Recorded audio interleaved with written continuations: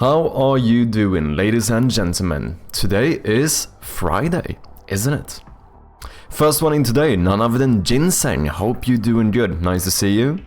We also got Nietzsche in here, as well as Conrad. Thanks for dropping by, people. Hope you're doing good. So yeah, today the plan, as per usual, is that we're gonna do some work on Shroud of Gloom. I did do a little bit of work yesterday, not too much. I was a little bit hungover, slightly. So I took it pretty chill yesterday, I'm gonna be honest. But I did sort out a few things, which I'm pretty happy about. And I have quite a few things I would like to get through today, so we'll see how much of a productive stream we're gonna end up having. You know, it's the usual thing with me. It could be. Sometimes I am really productive. Sometimes I stream for 8 hours and I don't get shit done. It depends a little bit. It's a flip of a coin, isn't it?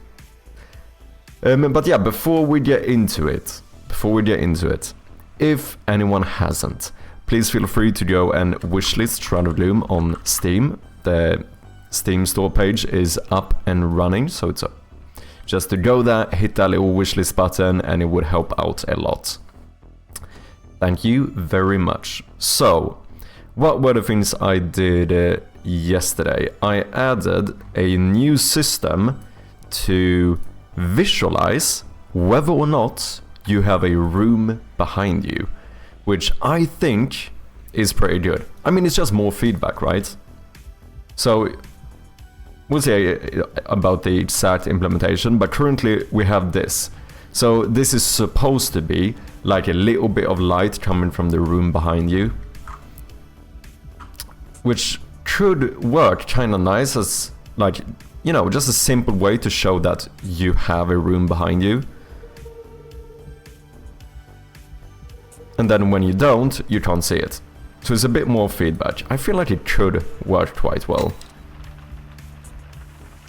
I don't know if maybe we could make it even lower opacity, because I don't want it to be too much. It also shouldn't look like there's a fucking spotlight in there, because it doesn't really make sense always, since technically speaking, like in here for example, there is no light on.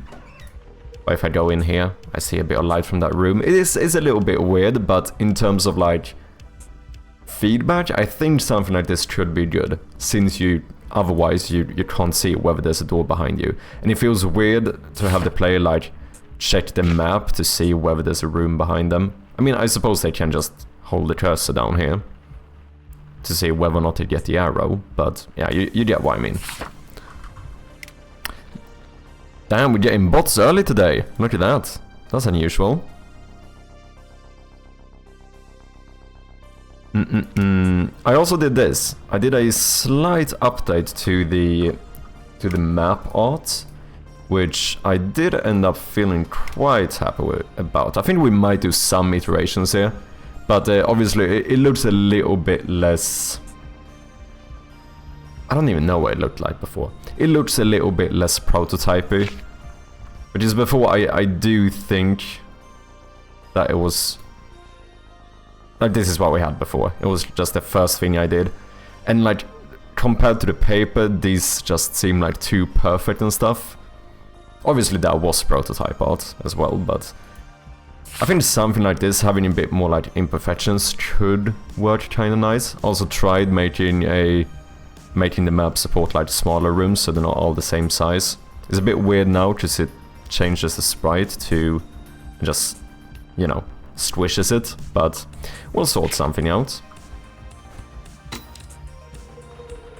I think that's really what I did yesterday, to be honest. The new light and then the map icons.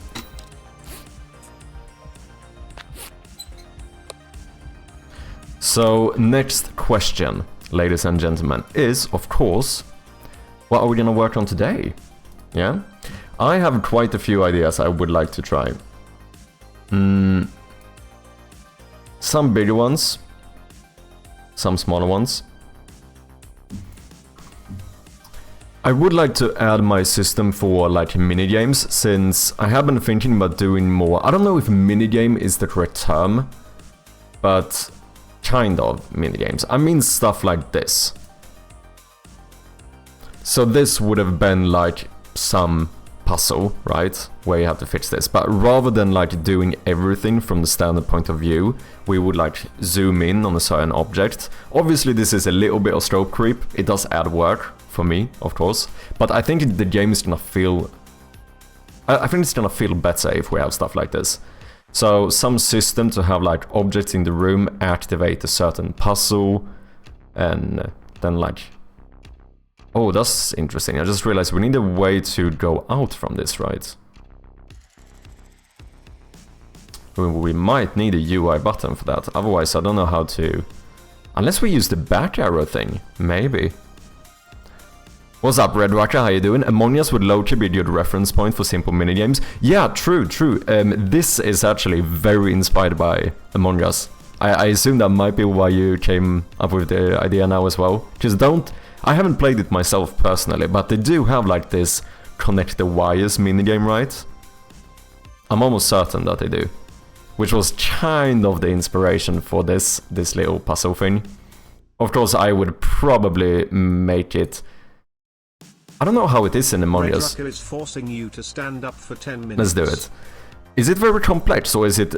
I have gotten the impression that that one is very simple in Among Us. Just I guess I would want to maybe complicate it a little bit. Maybe you have to like find the wire scheme or whatever and then connect it, you know, correctly, but yeah.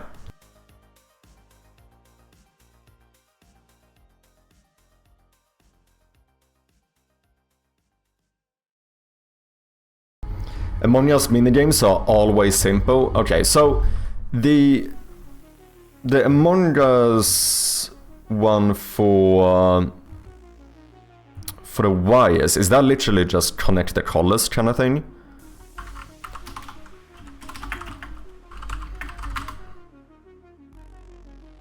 Tasks. I assume tasks is what we mean by these minigames, right?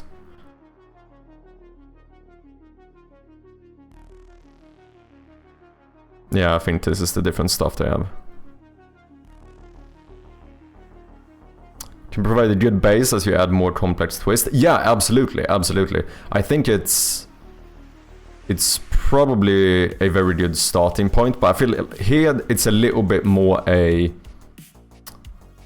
almost like a filler slash like a something to do with your time, right? I think it, of course, take everything I say with a grain of salt. I haven't played Among Us, so this is pure assumptions, but it feels like these minigames are a little bit there so that the non-murderers or the trade suspects, what the fuck do you call them? I don't even know. So that those have something to do. Do you know what I mean? So I feel like to make more of a puzzle of it, we might have to step up. But you're very, very correct in terms of that. I think this could be a very good starting ground. Damn, they have a lot of stuff. Holy shit. With sword samples. Okay, I mean, this is kind of a puzzle then, right?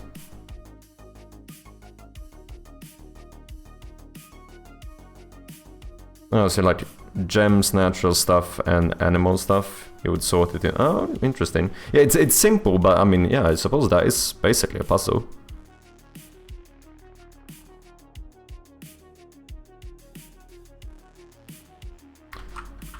Among Us wire task. Yeah, okay, yeah, so I think it, like I said, I think this is just connecting the collars. What are you working on today? Minigames? I do kinda want to try it, because I do think I wanna do... I don't know if minigames is the correct term here. I think this is more like close-up puzzles, is kinda what I mean, but I think minigames kinda work. But I think stuff like that could be interesting to have in the game. So stuff like this, like, it would basically work exactly like Among Us, right? Because in Among Us what you do is that you go up here to the thingy, and when you click on this, you open the minigame, right? And you have to connect these wires.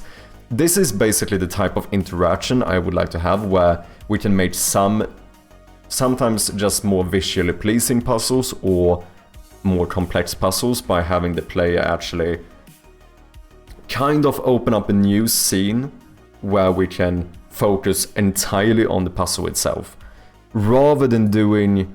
Just the thing that I think is less optimal is what I did with the game jam version. So we look at my old screenshots, I had the save, right?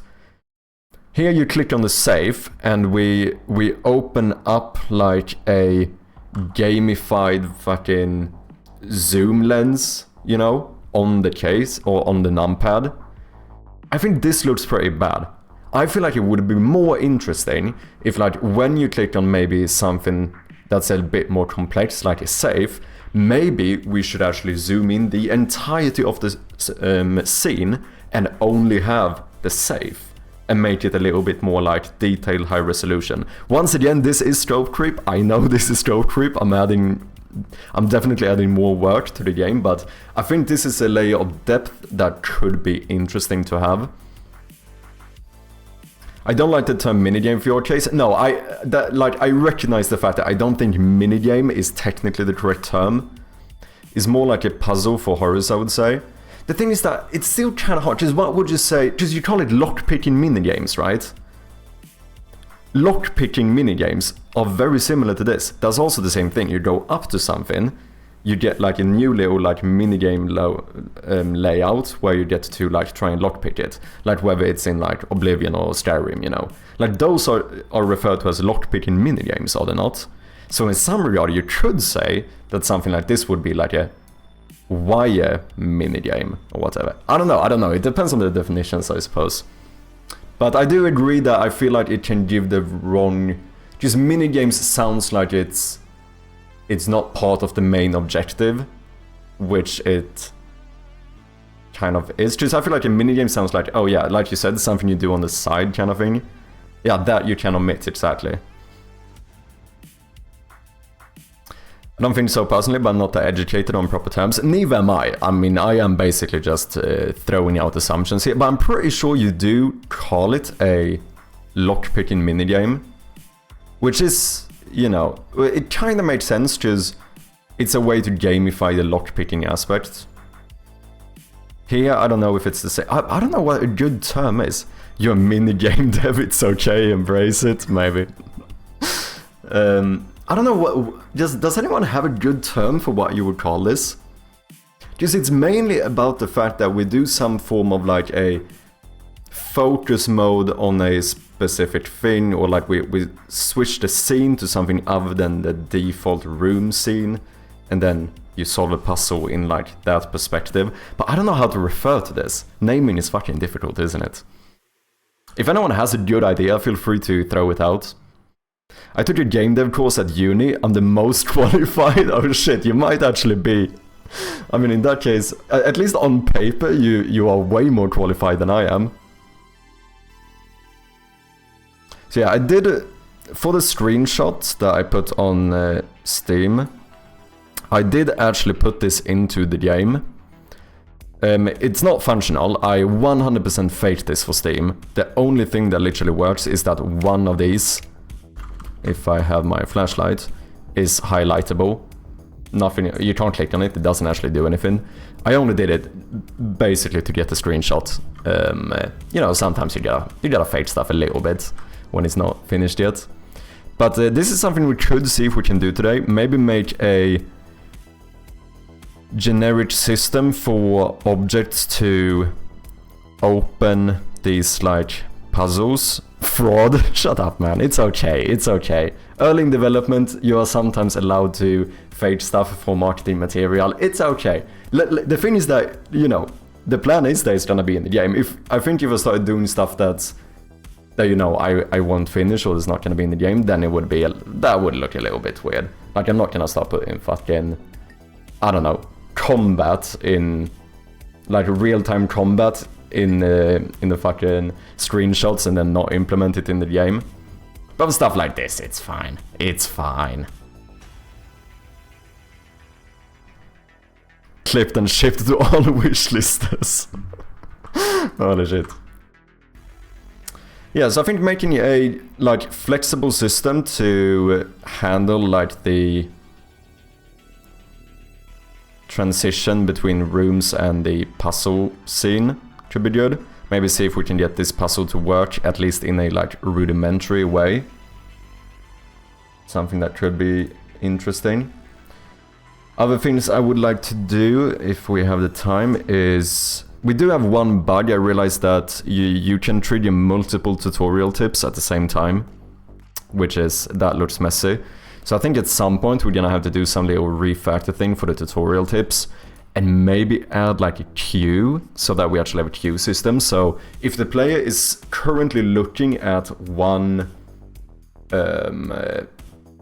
tutorial tip and you trigger another one, instead of just immediately showing that one, we just add it to the queue.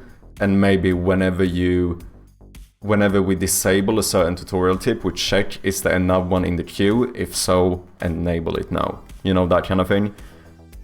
I guess something like that should fix it. Because it looks weird. It looks weird when you trigger multiple at the same time.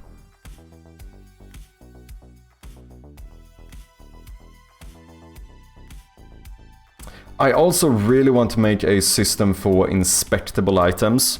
You know how we had these like notes and stuff you could find in the game jam version? We need to get that into the game again, because currently it's not working since the refactor.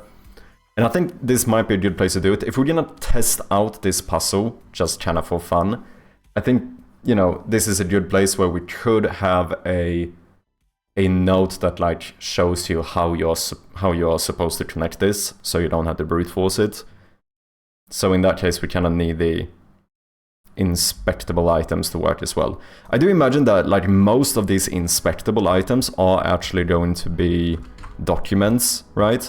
So I think we're gonna reuse the map animation, something like this, and then just like reposition the hand and make like a generic document is holding. Put different texts on it depending on what you open, something like that. But still have this like diegetic, like you actually bringing the hand up to look at it. I think that could be cool. Rather than in the game jam version where we just fucking plastered it all over the screen, you know? Can I sit? I can sit.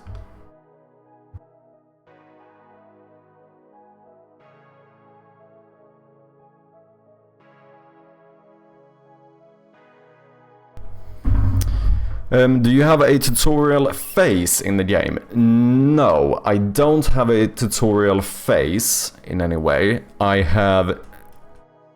It depends on like how you view it. I have tutorial tips that you can disable, but you play the exact thing whether you have them on or not. So it's not like, boom, now you start a tutorial. It's more like, while you're playing, every now and then we show a little tip on like how the game works. I mean, it does become a phase in a way, since most of them are taught in like the first couple of rooms. But like, I'm just trying to clarify the fact that I don't have like a separate part of the game that's like, this is the tutorial. Do you know what I mean? What's up, Blue? Lurking until my brain turns on? No worries, thank you very much for lurking. Appreciate you, Blue. Hope you're having a good Friday so far. Okay. So what should we get on first? I think these... I'm in scope creep. Wait, what? What did I do? I'm in scope creep mode at the moment. Hey, Jeffy, focus. I am so focused in Ilford. What's up, man? Hope you're doing good. Yeah, like I said, I'm in like feature creep mode, so I think we're gonna work on features today, because it's fun. So, minigames, inspectable items, maybe appearing, disappearing doors. I'm thinking about maybe having stuff where we could have conditions for whether you can see a door or not. That kind of stuff could be kind of fun, like, oh, if you have this item or if you bend here, then you can like, then this door will appear the next time, whatever, you know what I mean. Like, I think trippy stuff like that could be a bit fun to play around with. What's up, Wakacha? Work? Can you eat that? No, you can't. Today we're gonna be so productive, man. We're gonna be so productive. In before I get distracted for like 2 hours by the most simple shit ever. Anyway. Yeah, I'm studying how to create diegetic tutorials. I wanted to ask about your approach. Yeah, because that's the thing that I strive for quite a lot, is the fact that I don't want to have a separate mode or whatever that is like a tutorial. I think that tutorial, in my opinion, the tutorial should... It shouldn't feel like you're playing a tutorial. It should feel like you're playing the game. So what I opted for, which is... This can definitely be improved, but what I do is just have these tutorial tips, right? So if we reload...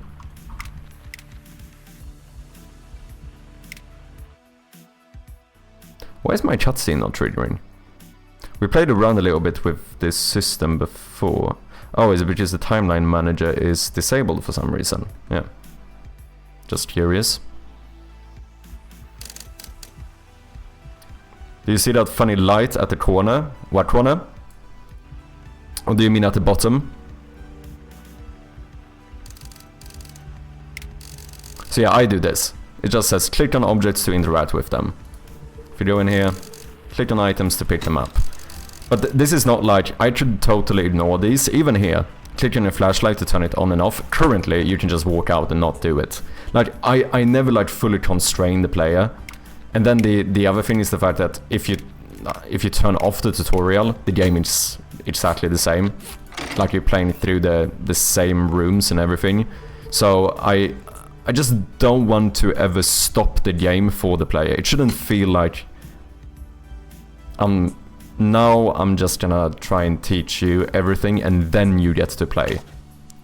I want to try and teach them while they're playing. Do you know what I mean? My productivity strat is eating every hour. Damn. I'm good, man. Drank a little too much with my wife. Sat next to fire last night, so chipping through work to recover. Well, almost the same then. Fucking hell, did you impromptu celebrate Valborg as well? Fucking sounds like you did. Maybe you do have a little bit of a Viking inside you. Maybe some of those Viking genes. I mean, wait, are you not a bit Irish?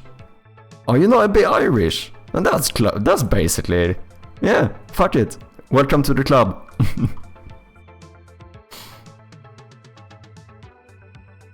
Yeah, I did I went on a little get together with some mates. Was it not yesterday, but the day before? So I was actually a bit hungover yesterday, not gonna lie. I did kind of catch up on sleep today. That is why I started a little bit later as well, but I'm feeling quite good. What is Corner? Tell us about the history of corners. That's actually very interesting. Did you guys know in corners? I know what you're doing, man. Don't even try me. Don't even try me. I know exactly what you're doing, Wakacha.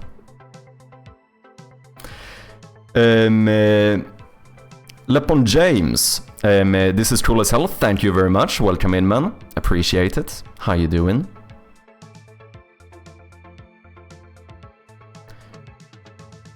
Wife is pagan, so that works. Sweden, am I right? What do you mean? What do you mean?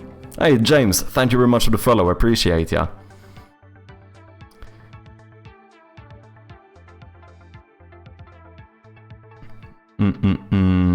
Wait, did you not celebrate Valborg, Conrad? Wait, you do that in... Wait, does Denmark celebrate it actually? Were they part of that list when I looked it up before?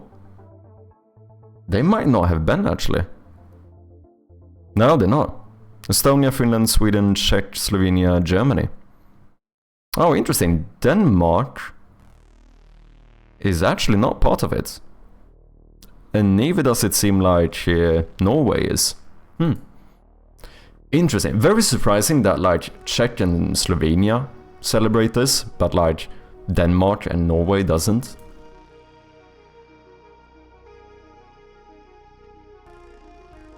Okay, let me try again. Tell us about the Vistry corners of... Wait, what? Q Mizu with the raid. Welcome in, Rabbit Raid. How you doing, people? Temtic, Koltari, Nemo Linus. Welcome in. Hope you're doing good. Let me give a big shout out to Q Mizu. What have you been up to? What have you been working on? Do you have anything you want to share? You have a Steam link up, right? I'm pretty sure I have your game wishlisted. Feel free to link it if you want to. If anyone coming in from Kiyomizu does not know of me, I go by Mad Sherpy, and I'm currently working on this point-and-click horror game. Vet Gaming, thank you very much for the follow, appreciate ya.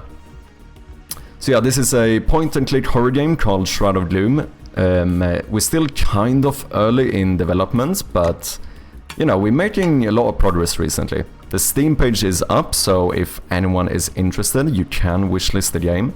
We would appreciate that very much.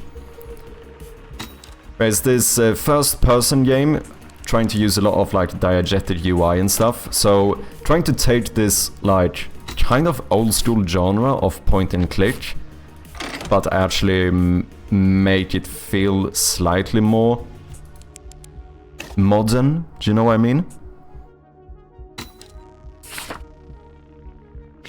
So far so good. Plan today is that we are gonna see if we can do a little bit of feature creep and start adding a couple more features, because I don't feel like I'm overworked enough yet.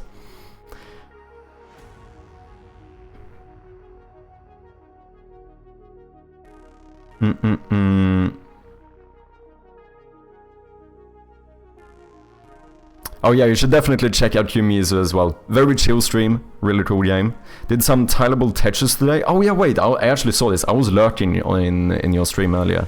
Yeah, I actually saw you work on this. Looks cool, looks cool. Do you have a link to the Steam page as well? I've seen that you've been doing a lot of cool Blender stuff recently. I need to set up a custom shoutout command for you as well. I'm trying to start doing more like custom shoutouts where we can automatically link the Steam pages of people and stuff. So let me just note that down quickly. I'm gonna sort one out for you as well. Temptic, welcome in, hope you're doing good.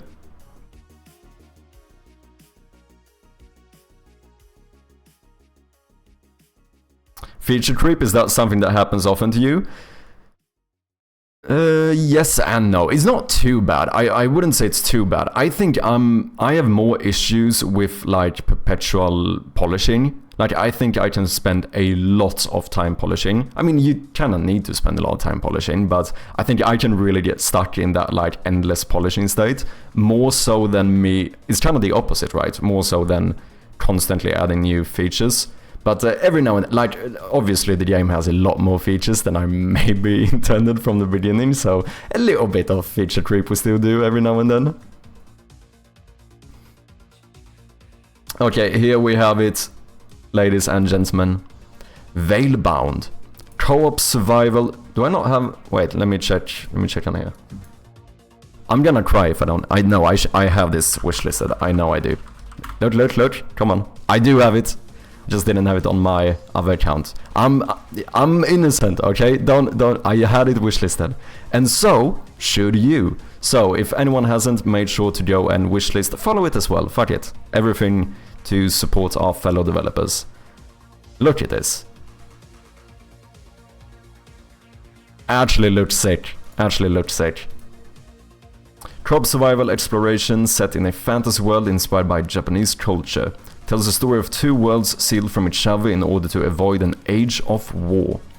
Now with the seal broken, it is your duty to seek the guardians of the veil and restore the peace to both lands.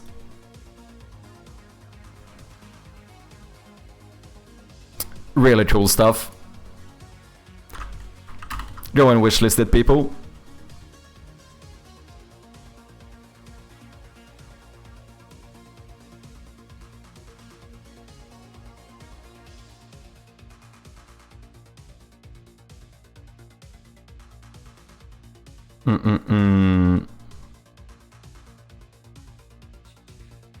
Can you do it natively in Twitch or using some extension for the custom shoutouts? I use Streaming Bot for everything.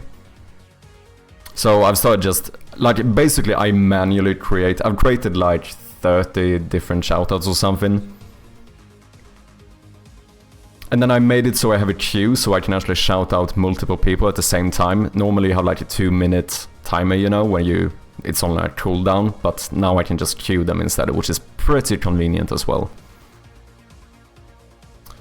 How's your game going so far, though? I'm still in awe by the fact that your game is so aesthetic with just monochrome colors. Thank you very much, Jimmy. So that means a lot.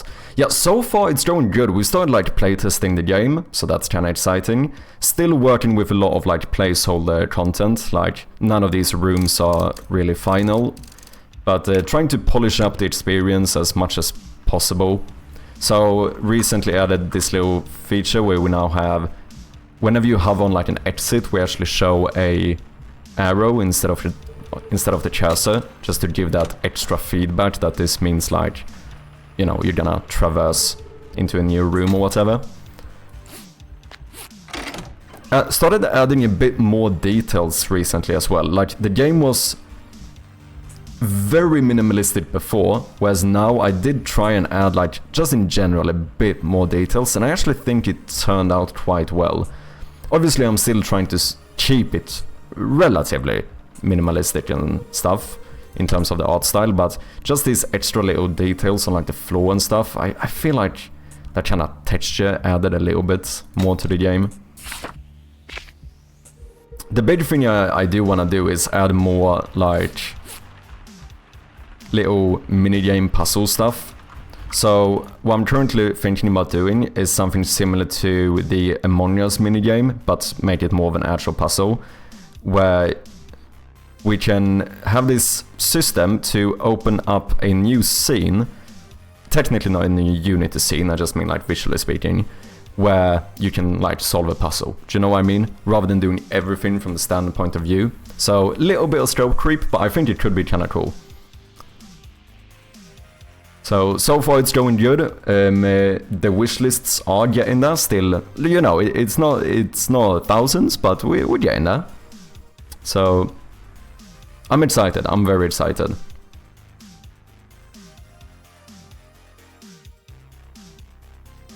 Made with the superior game engine, Unreal Engine. Sure thing. What's up, Bit Casual? How you doing? Honestly, I would have done it in Unity. Oh wait, how come you don't? Or is it because you guys are a couple people working on it, right?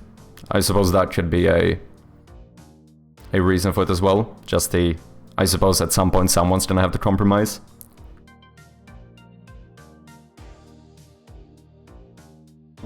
Good morning, Zinka. How you doing? Welcome in.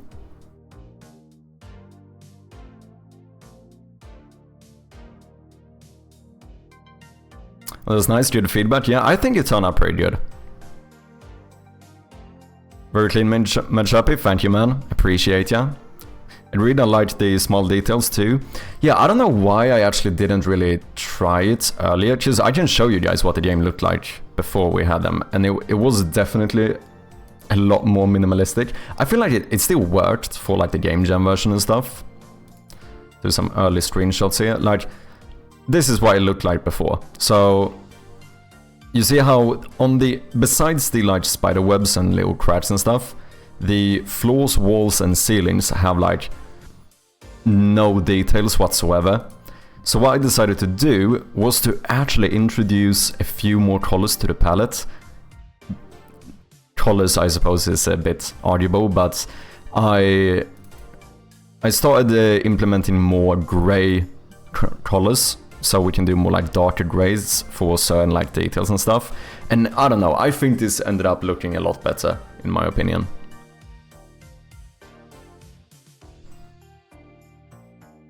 What's up, Brainerd Games? How you doing? You cannot call it a horror game if it doesn't have an electrical circuit puzzle. Like, at least a missing fuse event. Yeah, it feels like you almost have to have it, right? Or a statue you break into pieces by pushing it down from the first floor balcony, and has a big gemstone inside of it that you use to activate the other sewer pipes. Damn, should I be writing this down? I feel like coming up with these kind of things is gonna be a bit fun though. I'm very excited to start actually working on content, because I've been like refactoring and polishing for like months on end. And we are getting to a point where I'm starting to feel pretty happy with like the current build of the game, you know? So I feel like we should be able to start working on actual content pretty soon. It's exciting. I'm good, thank you. Just working on my AI chatbot. Interesting. As in, like, are you training an AI yourself for it?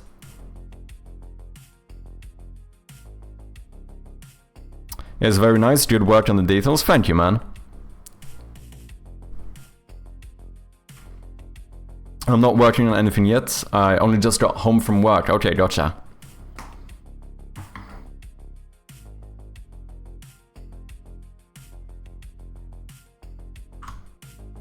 Yeah, so feature creep day. That's what we're doing. Inspectable items would be nice to sort out as well as the minigame. I feel like these are the things I would like to get in here the most, just for fun. I still don't know, minigame system. It's not really the correct term. I think you're correct, Conrad, that it doesn't sound correct to say minigame. In my... I don't even know how to describe this. Does anyone have another word for what you could call this? Like, if you click on this thingy and it opens up like a new visual scene like this where you solve something, like, what do you... Puzzle event? Maybe, yeah. Don't be too fancy with it, just puzzle. The thing is that just puzzle is not specific enough, I think. Because you can have a puzzle without going in there, right? That's like the thing that makes me hesitant to just use puzzle. Because I could have a puzzle that you do in like a room like this. But I want the name specifically for when you open up this type of like visual scene, you know? What's up, gamedev? I'll be getting a proper mechanical keyboard. Ooh, interesting. Which one? No, I made a chatbot with React Chatbot Kit, Fuse, .js, that's JavaScript, right? Pretty sure that's the case. Gemini AI, the bot is... it's a prototype for work. Interesting. I mean, it sounds cool though, man. Best of luck.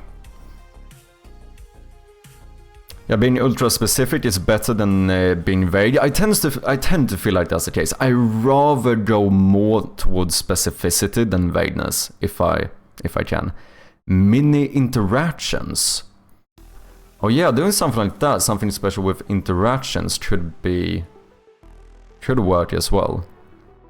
Puzzle event, mini interactions.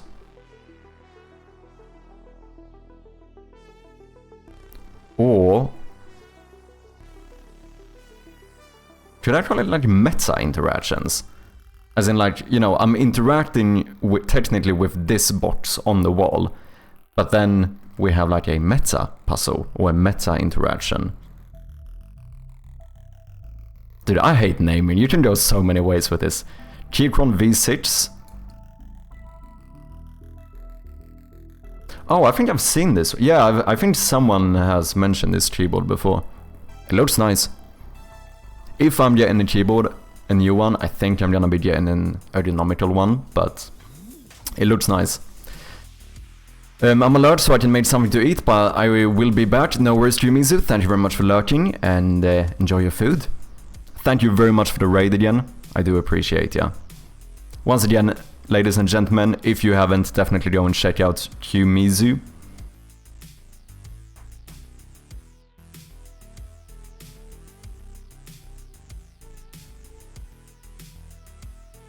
That's the one I got. I'm very happy with it, so you chose a good one. Nice.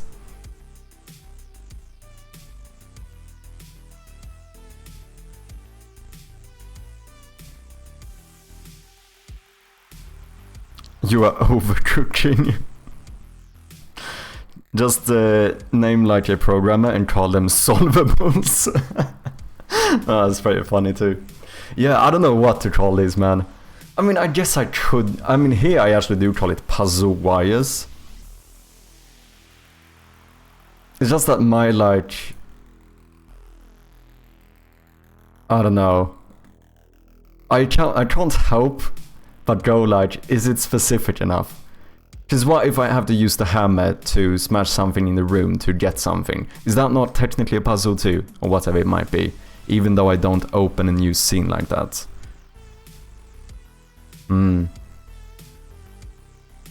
If puzzles are big ones, call them bizzles. Oh, that could work. That could work as well. Just come up with our own name for it. I call them puzzle something.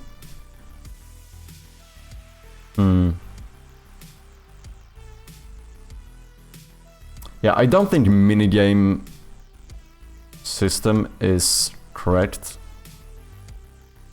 Or it doesn't sound the best. Something like, what did we say? We had a few. Mini interactions. Puzzle events.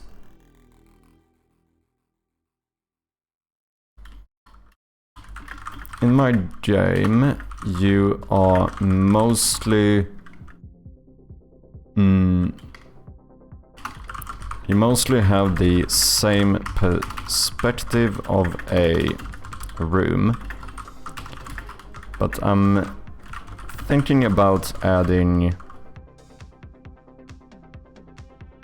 more, I'm gonna call this minigame puzzles, similar to the tasks in Among Us.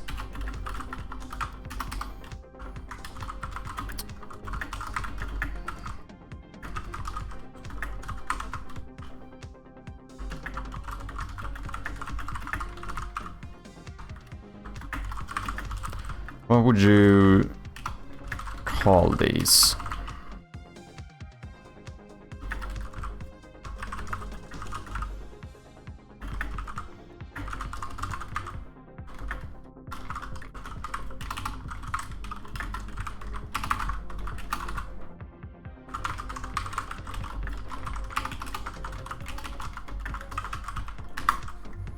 Let's see if we can get any ideas here. It is literally a puzzle section of the game.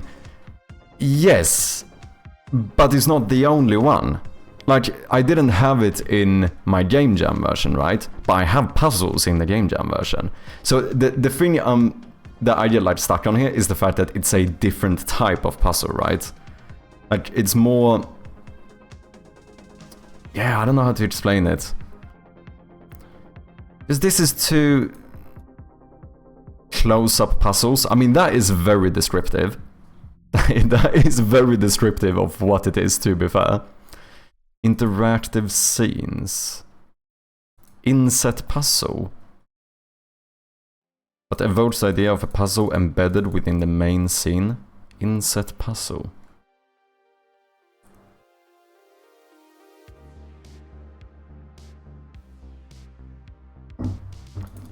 Puzzle interface.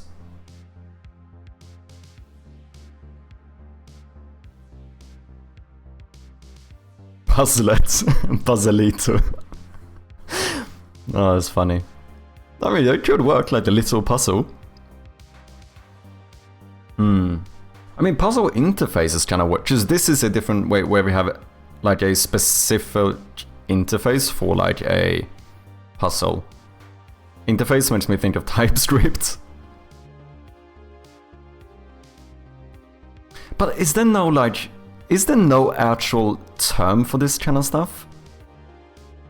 The thing is that I think it's often actually called...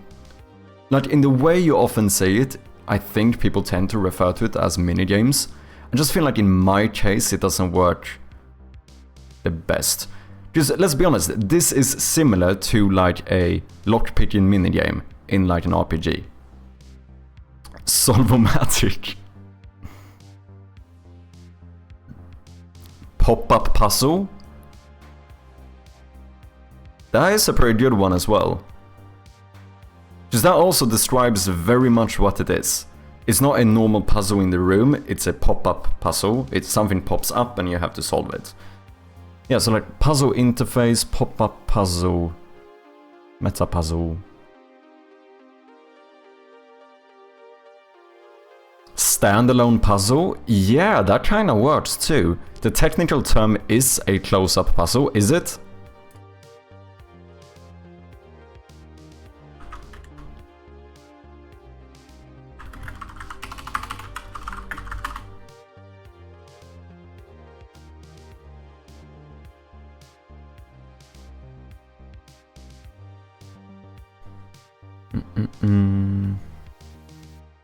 I feel like this is in general though a very difficult thing to like search for.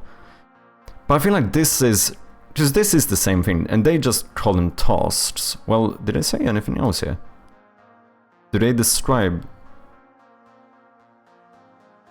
Because the tasks in Among Us is basically the same thing as I'm trying to do, maybe a bit simpler.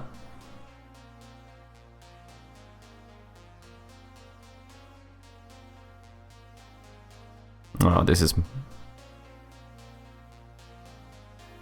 But I do think that like pop-up or close-up puzzle stuff, like those are very good because it's very descriptive to what you actually do. Since you like, what you do, you find this one, you click on it, and this pops up. Rather than doing a puzzle in this perspective.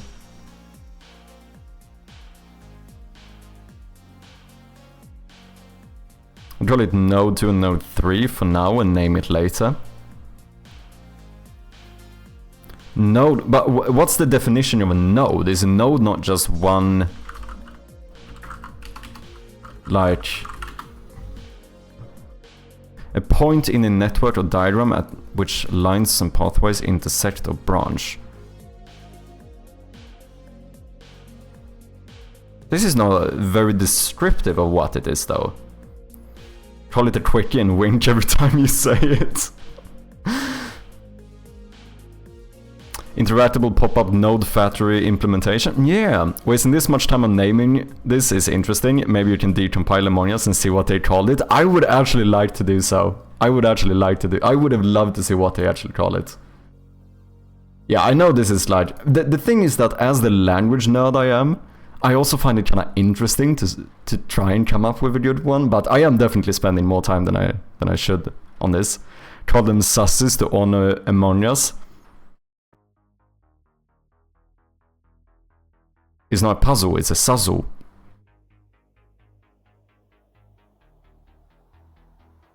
Yeah, my point was that I would call them whatever for now. You guys are being way too objective and logical here, I feel like. Where's the fun in this? Where's the fun in this? Come on now, guys. Okay. Test name 001. Yeah, what's up, Sandy? How you doing?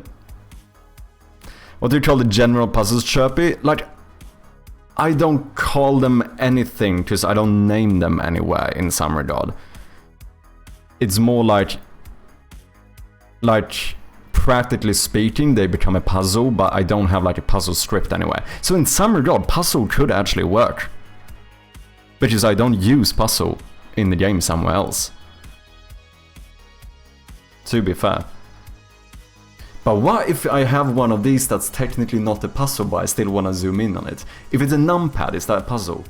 I mean, I suppose that knowing the code is the puzzle for a numpad, so yeah, arguably it is.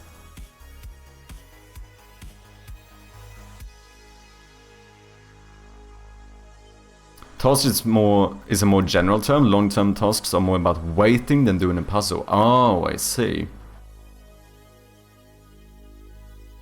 No, this is great Steam participation content, for sure. Puzzle, interaction, minigame, take your pick and move on. I would send you an invoice on Discord? No. I swear, if we spend 20 minutes naming this and you pick puzzle, I might. What's up, hey Jew, how you doing, man? Hope you're doing good. What would these puzzles have in common? A bool is solved. Yeah, pretty much. Which a normal one doesn't really have.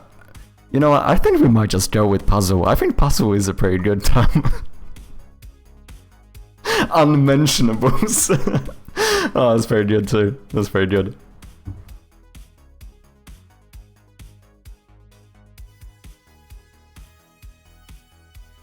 Yeah, fuck it. They're called puzzles for now.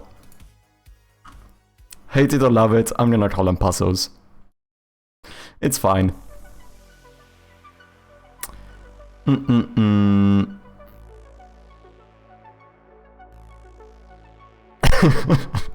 It's so mad. I actually did exactly what you said. I spent like 20 minutes thinking about all the different super defined ways you could call this, and then I still set it for fucking puzzles. Unwishlisting now. Focused puzzles? Yeah, just there is a more of a like you're focusing in or tuning into this specific one. We'll see.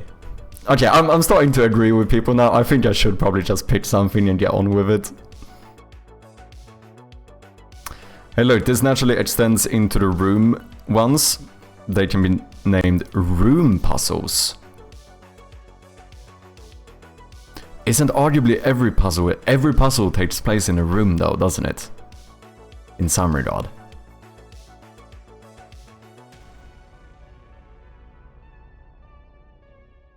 Right, parent class task, child class puzzle, and a grandchild closer puzzle. Cool, right? I actually, after the refactor, we don't use a lot of inheritance in general in this game now. It's actually kind of mad how little inheritance I use. But the thing is that I don't need one for normal ones, because those we build with our little component puzzle pieces. So... I mean, I don't really have any... I mean, just one puzzle could be that, like, technically it's a puzzle to open this vent. Like, you need to find a screwdriver and open it up. Spoiler. But... it's never specifically called a puzzle anywhere. Since all it is, this is a item interaction. If the screwdriver is used, then do this. Do you know what I mean?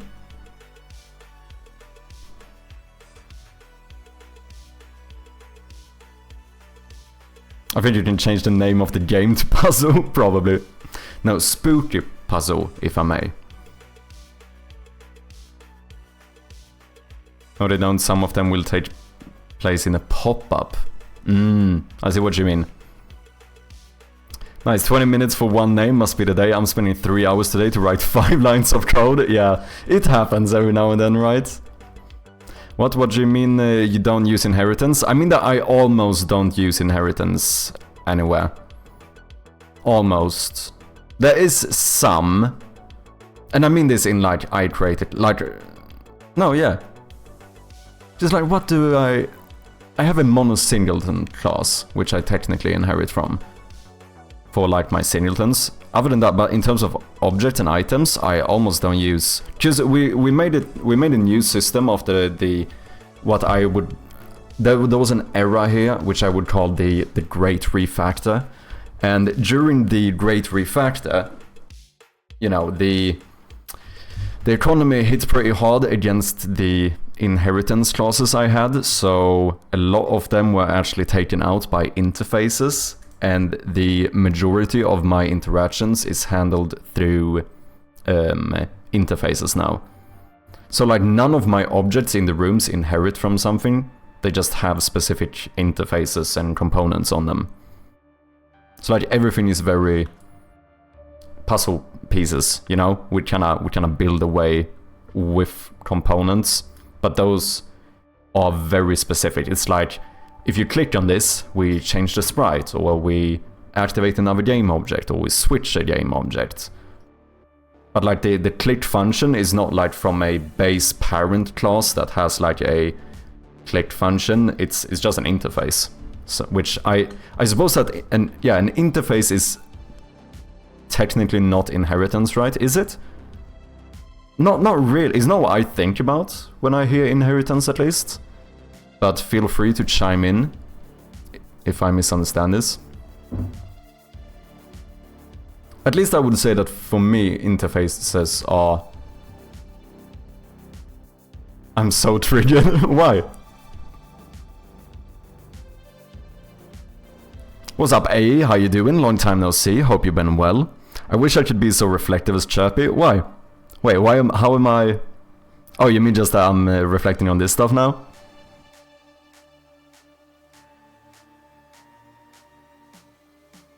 I don't know, I just think this stuff can be interesting. Release a simulated genre metagame called Label King, where the players that go through your horror game and label concepts and themes. When they win, ask them to submit their labels to your dev server. That is a fucking 5-head strat, holy shit. Just outsource the naming of stuff in your project. Holy shit, that's genius, man.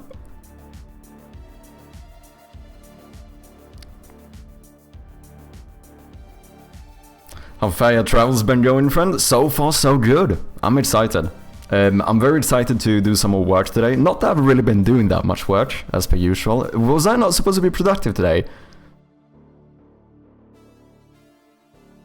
Okay, we're gonna do something. Should we do puzzles or should we do inspectable items? They are gonna kinda go a bit hand in hand, but either or. What do we call this?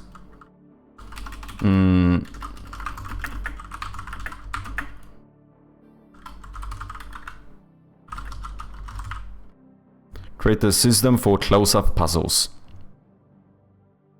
Are you sure you want to call it puzzles though? No, here I went for close-up puzzles.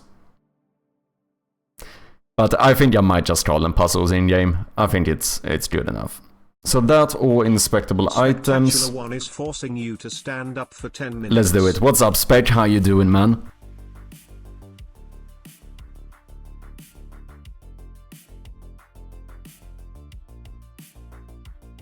Hey Spec, I recently found out, do you guys celebrate Valborg in Czech? In Czechia? I thought Sweden was one of the only countries that did it. I was very wrong, apparently that's like 7 of them. But Czechia was listed as one of them. So it was, what, 2 days ago, the last of April. It's like a holiday in Sweden. We call it Valborg. I think the English name is like Walpurgis Night or something.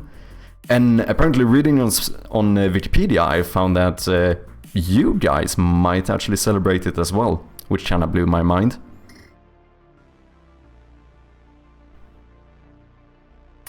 Should it really be one system? Why not 2? Why would I want 2 systems?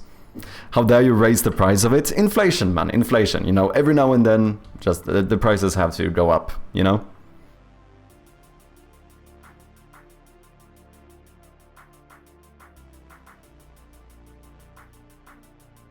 Should we call it challenge? Okay, I think since we've been talking so much about it, let's do a very rudimentary system for the close-up puzzles for now. A window manager for opening and closing the UI elements, and a puzzle system for loading the puzzles.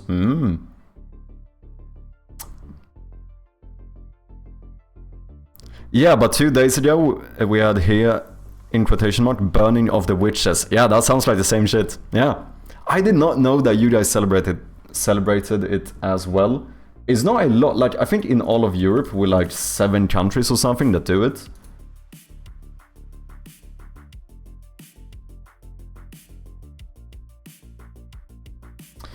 Okay, so we're gonna work. Do we do something in the hallway? No.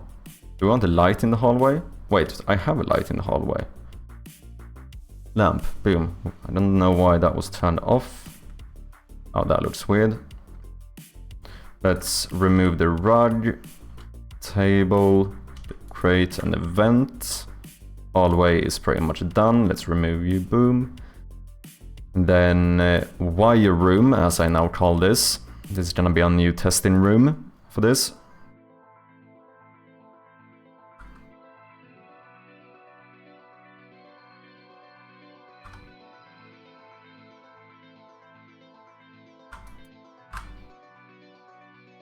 Boom. Let's make this one work first. I was thinking about having you actually force the player to open this one to begin with. I feel like that could be interesting. So let's see, closed box. We would like to make this interactable. And we do need a item interaction, which I think is going to be, you need to have the screwdriver. I'm gonna make a empty object here. We're gonna call this interaction open, which is, what are we gonna do when you open this? We are going to switch objects on click. We are going to deactivate the closed one, and we are going to activate the open one. Other than that, we would like to play a sound effect on click, I imagine. Guess we do some metal sound effects. Impact, knock, tap. Impact is probably gonna be too loud. Tap is probably too low. Now, I might need to do impact, because the knock is probably what we do when you click on it normally. So I guess we could do impact, but maybe lower the volume to like 70%. Maybe do 10% extra pitch to make it sound a bit lighter. Maybe even more, maybe 20%. Don't think we need a delay. If you click on this one normally, all we want to do is to... Can you guys see this? You can't really. Do you want me to move over here so you can see what I do? Metal. Want the metal sound effect here as well. We're gonna use metal notch. Maybe 80% volume.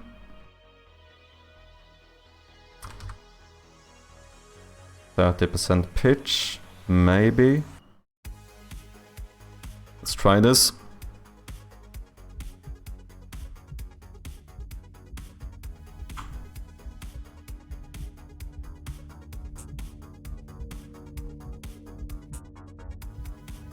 And while we're at it, we can add even more abstractions. I like we avoided my comment because it's true. Wait, what was your comment? If by productive you mean unending deviations folly, then yes, this is a very productive stream, exactly. I didn't avoid it, man, I missed it. It's okay, I'm sorry, I'm sorry. Looks like some streamers don't care about naming things properly, huh? Just moving on as quick as possible. We're all the language enthusiasts. Look, naming things are incredibly difficult, but it's also kind of interesting.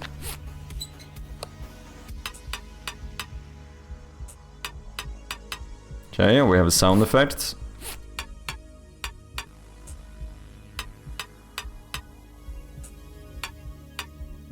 Technically reusing that one. Screwdriver. Broke. Okay. Why? Oh, because I forgot to assign the interaction, didn't I? Pretty sure. It's time for the daily Wordle. Let's do it. Fuck, I was gonna be productive. Spectacular. What are you doing? Okay. Before we continue, so here's the rule that if someone redeems Wordle, not only do we have to do the daily Wordle, but I have to instantly drop what I was doing. Which means that I'm gonna forget exactly what I was doing. Okay, daily Wordle. I struggle to find good starting words. I think we want to do a lot of vowels and stuff. Commonly used vowels. Something like, I don't know, hover, O-E-R, pretty good words. That's not too bad. That's not too bad. Okay, not a single one in the correct place though. Let's do something else to get some more letters. Let's do place. We can also check if E is at the end, which it is indeed. So O and H, and then E at the end.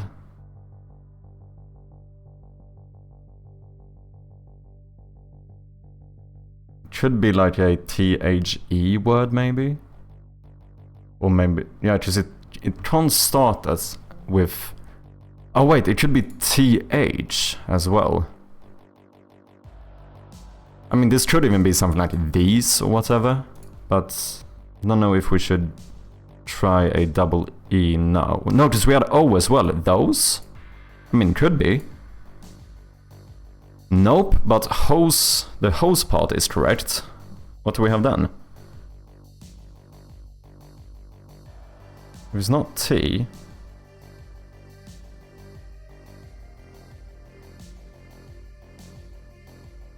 What?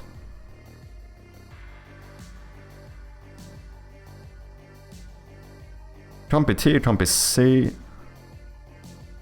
Show. Shows is not a word with S, is it? Shows, Joes. This doesn't make sense. Woes? Whose? Whose? Huh? Huh? Ah, there we go. Yeah, exactly. Exactly a bit casual. Okay, that wasn't too bad. We got it. Let's go. Yeah, I saw you were too productive. I thought you needed a break, exactly. How you doing, Spec? I hope you've been good, man.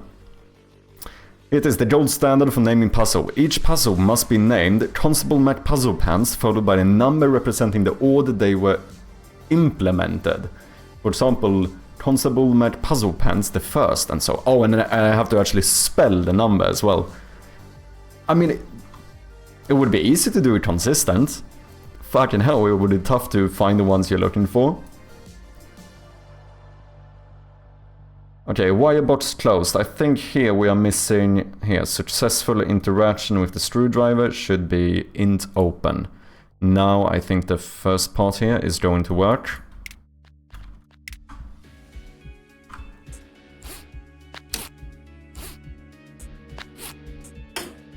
It does indeed.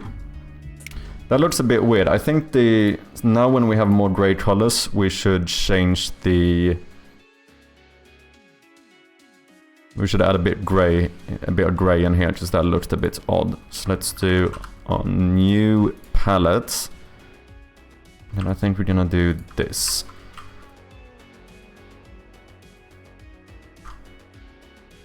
I think that's gonna look a bit better.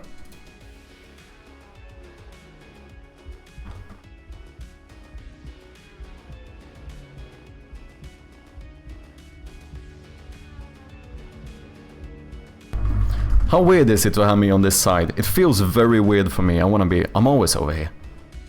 The only thing that sucks is that I cover up the inspector. Okay, let's see. I think this is gonna look a lot better. I do prefer it. I think maybe it could be even darker.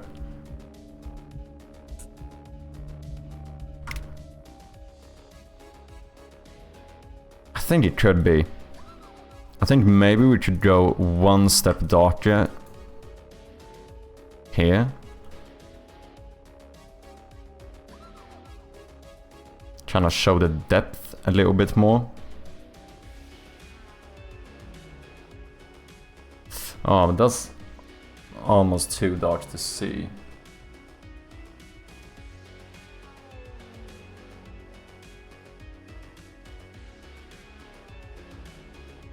Let me see how it looks with the flashlight and stuff.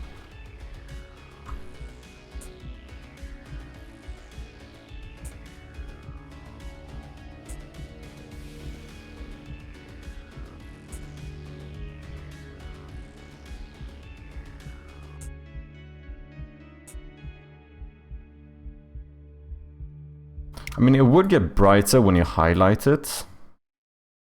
So let's make this interactable and see how that looks.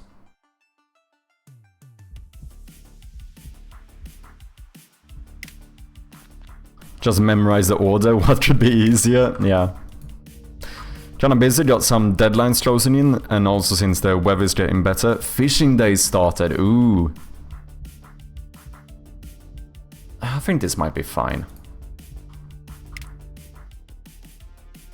Yeah, I remember you're a bit of a fisherman, were you not?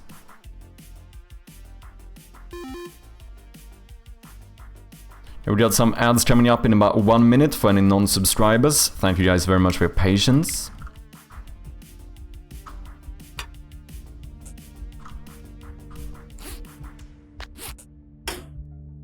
Yeah, I think this is fine. I think that's fine.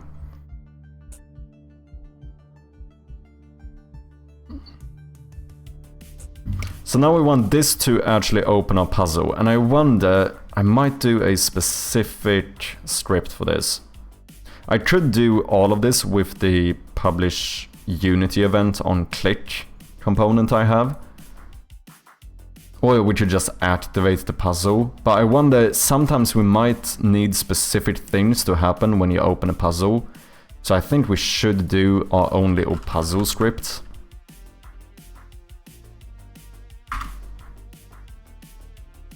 I think.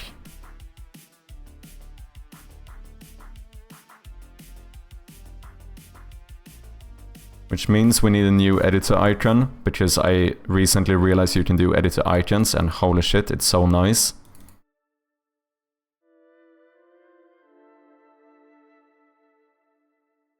So we want one of these for puzzles, so we can instantly see that this is a puzzle object. This is efficient procrastination, in case anyone is wondering.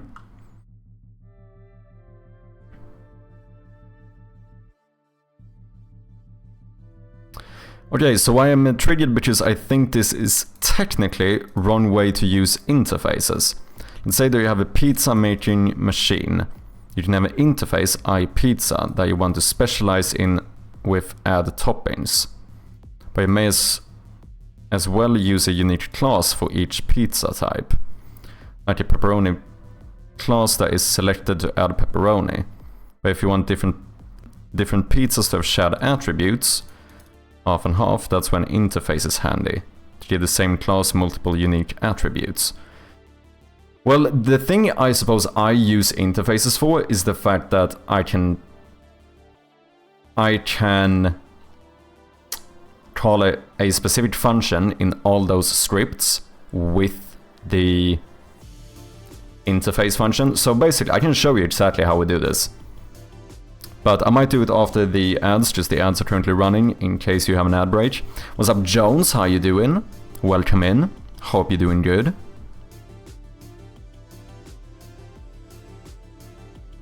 How goes it? It's going good. Working on some new little puzzle mechanics here in the game. I want these like close-up puzzles that you might have to sort out at some point. I feel like that could be fun. Okay, I need a different color here. What should we do? Like... I guess I have blue left, we could use. One more orange one. No, I think blue is good.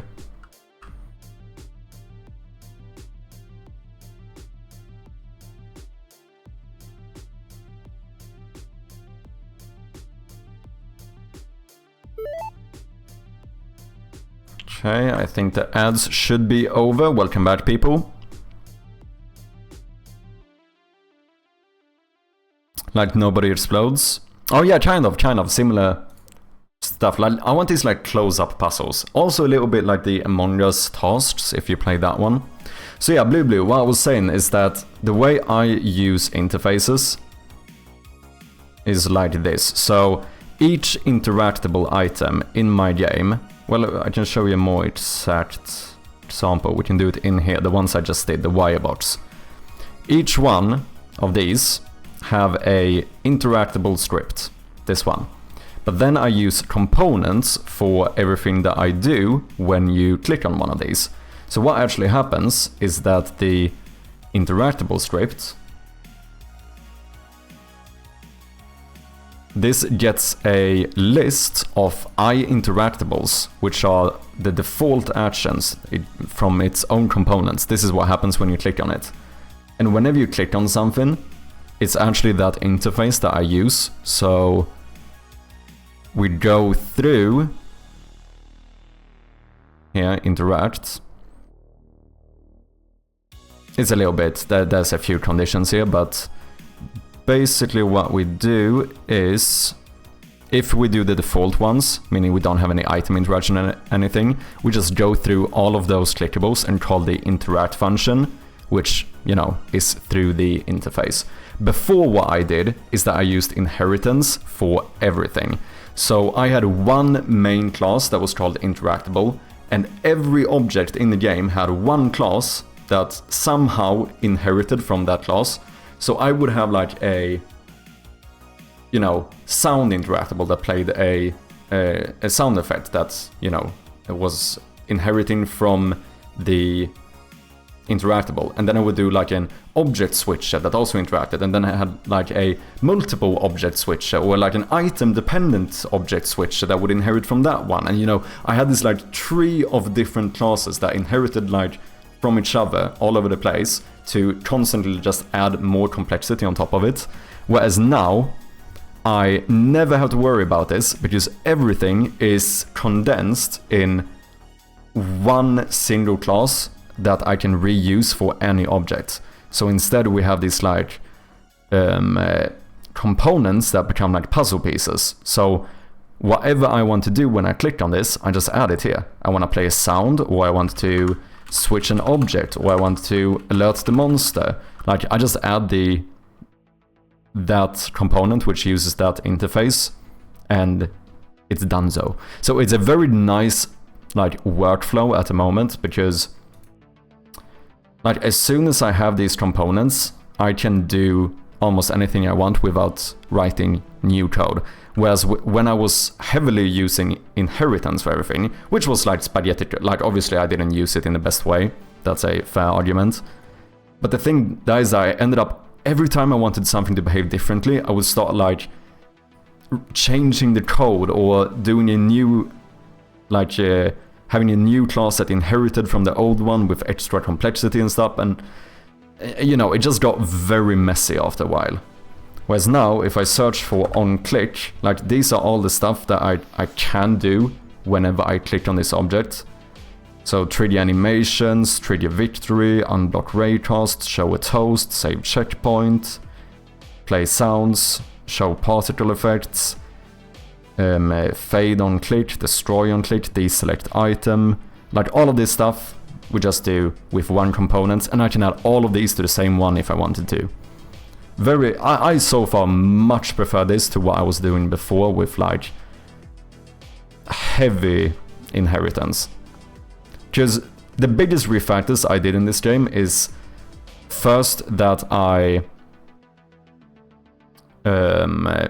changed my inheritance into interfaces, or you know, I started using interfaces instead. And then instead of like cross-referencing singletons everywhere in my game, I started using events. Two things that I, for the first time, used in this game. Events and interfaces. And I feel like it cleaned up my code a lot. Also, shout out to Atrium for helping me with that stuff. He was definitely part of that whole process.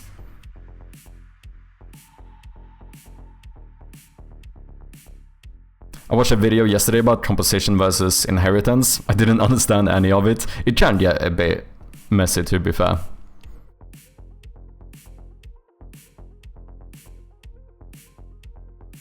I get what you're saying, but you can do the same thing with a class.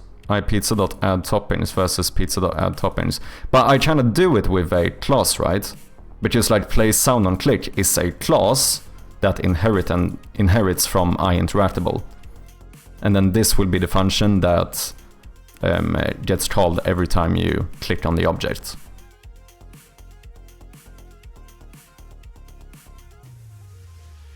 So I don't make like new classes with just a shit ton of interfaces. I just have all of these classes with the same interface, so I can trigger them the same way. But still have it very like encapsulated in the sense of that like each component does one very specific thing, you know? Whereas before I would have a class that played the sound, switched an object, started a timer, and then switched the object back, all in like one class that was like 3 layers deep in inheritance. It would just be very messy. Whereas now I could do the same thing, but all of those 4 things would be its own component handled like individually, if that makes sense.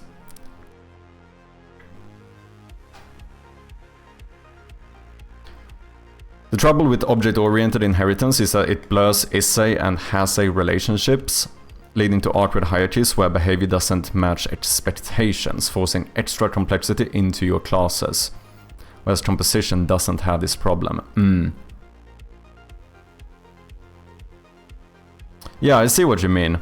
I think for me, going away from inheritance, I'm not saying that you should never use inheritance. I want to be very clear, that's not what I'm saying. I still use inheritance, just not to the same extent like I did before. Because before, almost everything in my game was like a few layers deep in inheritance from something else. Whereas now, most of it isn't, but I still use inheritance every now and again. But I think that, for me personally, it works a lot better.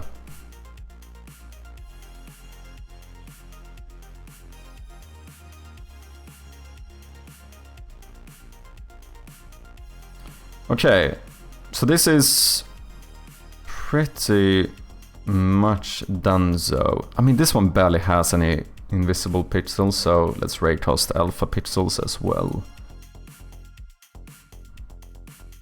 Can do so here too. This one shouldn't need any item interactions. So what we're gonna do here, I think, is we're gonna have a new... Yeah, I think we're gonna do a new specific class.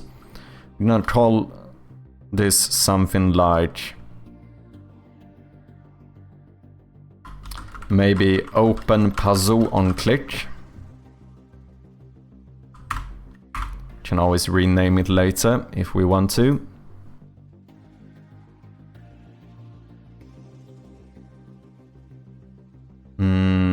And then here we're gonna have exactly our puzzle script. We have a puzzle script and we are gonna have our open puzzle on click. Maybe open, I should probably change this. Something like... we'll see. I'll keep open for now. Is my intelligence burned out as per usual? I think it is. Oh wait, sorry, I'm jumping back and forth a little bit. I want to sort this out as well. I do like myself some editor icons.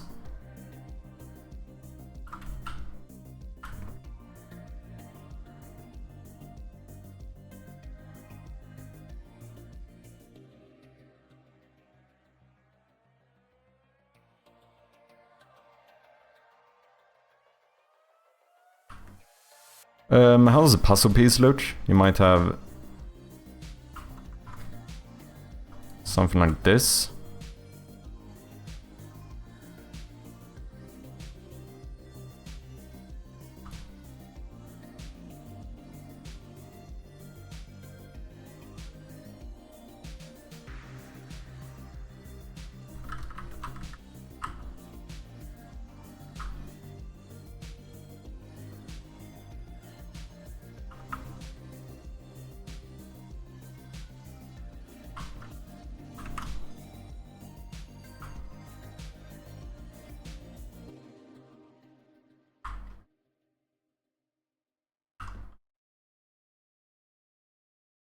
Is there not a shortcut to rotate stuff here? I don't know if there is. If anyone knows one, feel free to share. That kinda looks like a puzzle.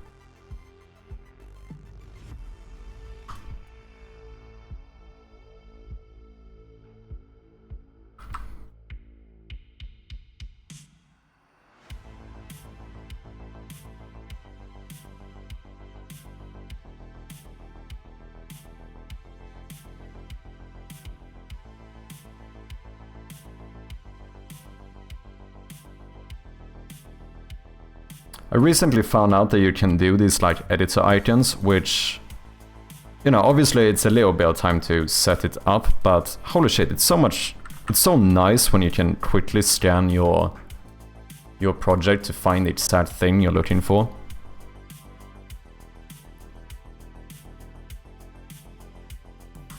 We're gonna call this icon puzzle.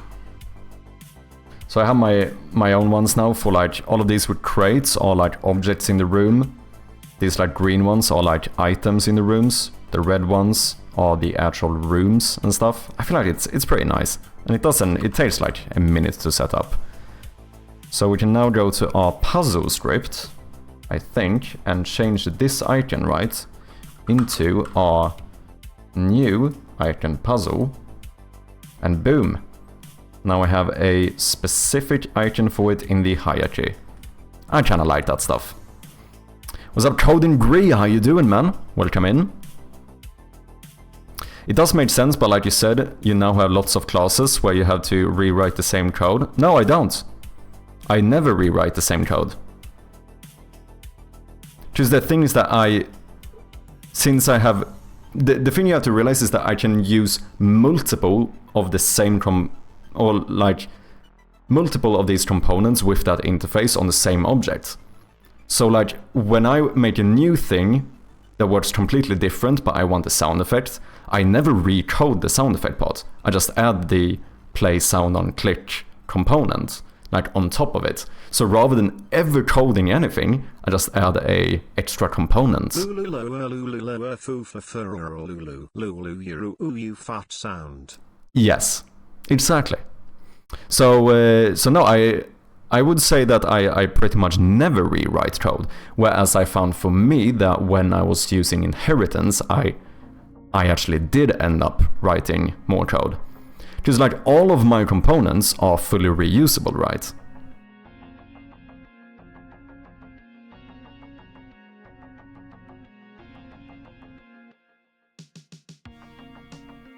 The interface requires the method to be declared for each class calling it. Yes, but all of my interactions are through that same class. Do you see what I mean? So, like, it's true that they require that class, but for almost all of my components, it's the only class, or it's the only method that they have. Like, they just do the thing when you click on it. I don't know if I'm explaining this in the best way. But like, the play sound on click thing that I showed you is in the iInteractable interact. But then my like switch sprite on click, that one is the same thing. It has a void interactable interact, which just switches the sprite. So now if I want a new one that switches the sprite and plays a sound effect, I don't rewrite that code, right? I just add both of them to the same object. And both of them are gonna be called through the interaction interface. Smalls the Kobold with the raid. Welcome in, man. How are you doing? Thank you very much. What have you been up to? I was lurking a bit earlier. I saw you were streaming some software and game development as well. If anyone coming in does not know of me, I go by Mad Sherpy and I'm currently working on a point-and-click horror game called Shroud of Gloom. Trying to set up some of these like close-up puzzles today, a new little feature in the game. So I'm thinking that when you open this box and click on it, we're gonna like boom, pop this up and you have to like solve the puzzle. I think it's gonna be pretty cool. But yeah, like I said, Blue, I don't know if I'm explaining it in the best way. Like, in the end, I am still a newbie at heart, but I do think that this system works very good for me. Like, I would say that my code is like 100 times better than it was during the game jam. Which makes sense. I mean, obviously I have less time during the game jam, but I think the general strategies I used then made it much more messy, in my opinion. Today was BG3 modding stuff, making the resources and tools to help the greater modding community understand what the hell this editor is. Interesting. Yesterday I replaced the alpha playtest for the project I've been working on the last 2 months. Nice, nice. Anything specific you wanna share, you wanna show off? Feel free to do so. Well, it was a short stop by, done for the day. See you later. Have a good one all. Thank you very much for dropping by, Codin. Always appreciate having you here, and I'll see you next time.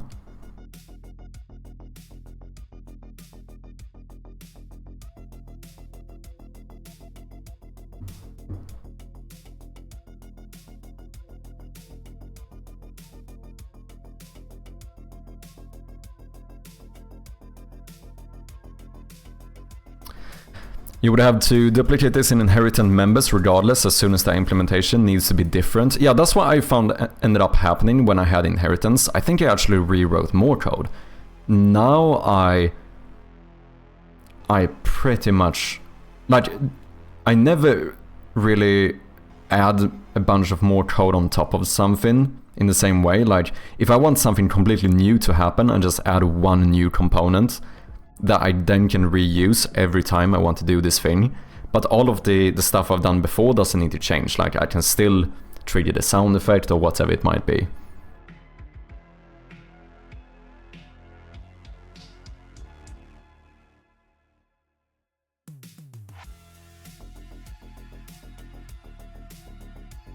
Okay, I'm gonna do a slide change here. I feel like this is...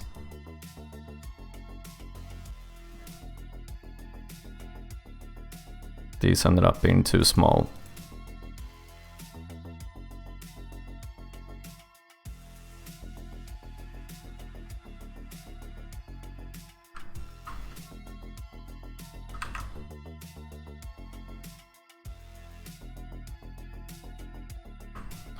Once again, efficient procrastination.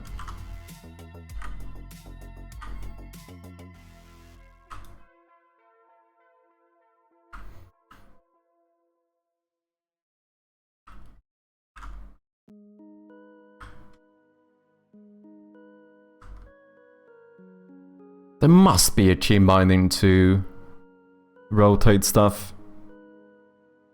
Or at least one I can add.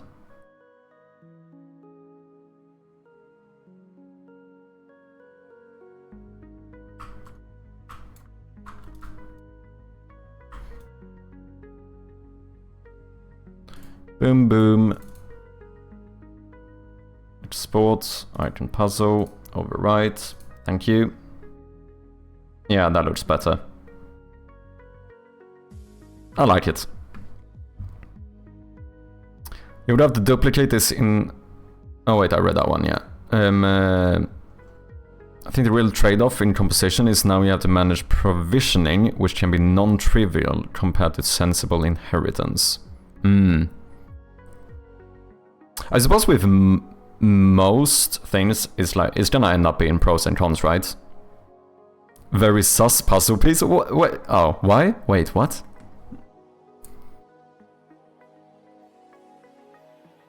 Oh, look at that. I think we said we have a new alpha build up at the moment.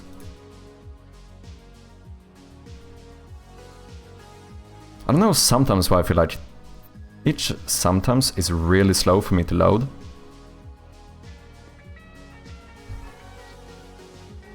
Wait.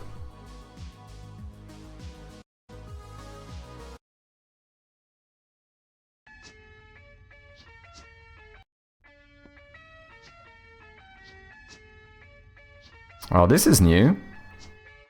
I didn't see that before.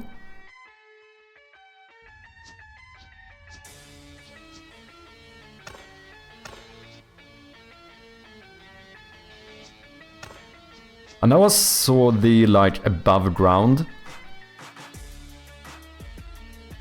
portion, I think I've seen a video of, at which I think, yeah, this spot, right?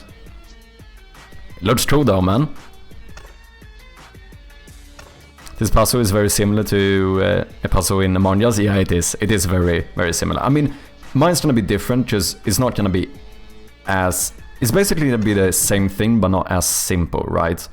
Because in Among Us, it's like connect the correct colors, you know. Whereas here, there's not going to be colors. It's not going to be that easy to tell what is right. I'm not going to rely on brute forcing, of course. We're going to do actual, you know, we're going to give some hint to it, but yeah. Yeah, the background was used for my testing run, 9% of the dev time, so that's unsurprising. Okay, that makes sense, that makes sense. Do I follow you on here? I don't. Let me follow you. Yeah, go and check it out, people. Here's the link again. Go ahead, do some playtesting.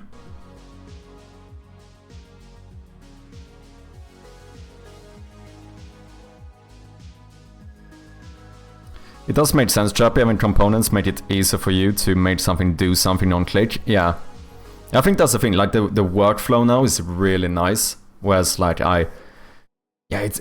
it's very rare that I actually need to make a new component too. Like, even this whole thing with the puzzle, like, I don't need to make a new component for this. I'm just doing it because I want to. Like, because I can activate this object on click. And then to initialize the puzzle, I can just make a public method in the puzzle script and then use a publish Unity event on click component to trigger that method to like initialize it and whatever it might be. So like I could do it without even coding. I kinda code it because I just want to have a specific component for this. In case I would, this could be something where maybe I want to add more complexity later on. To be fair though, what am I actually gonna do with this puzzle script? Am I going too far here? Is this, this might be very unnecessary. No, because the thing is that, no, it's good. Because this will check whether or not the puzzle is finished. Which means that the other one can, when you try to open the puzzle, we can check whether it's finished or not, and in that case not open it. Or should you always be able to open these, even if you've already finished them? If you finish this one, and then you close it, if you click here again, should you be able to open this and look at it, even though you finished it? Or should we just deny that interaction? Maybe you should be able to open it, even though you can't do anything, but just open it to double check for whatever reason? Maybe. In that case, it's even more that I might not need a puzzle script.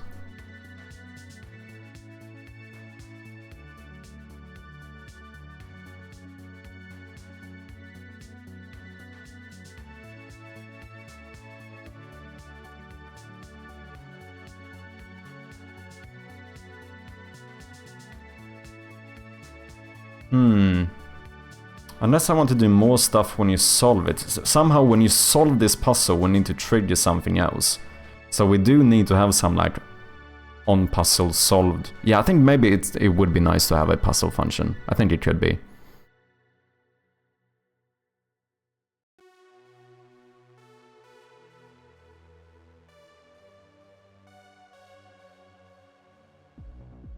So, how do we want to do this? Let's have a look.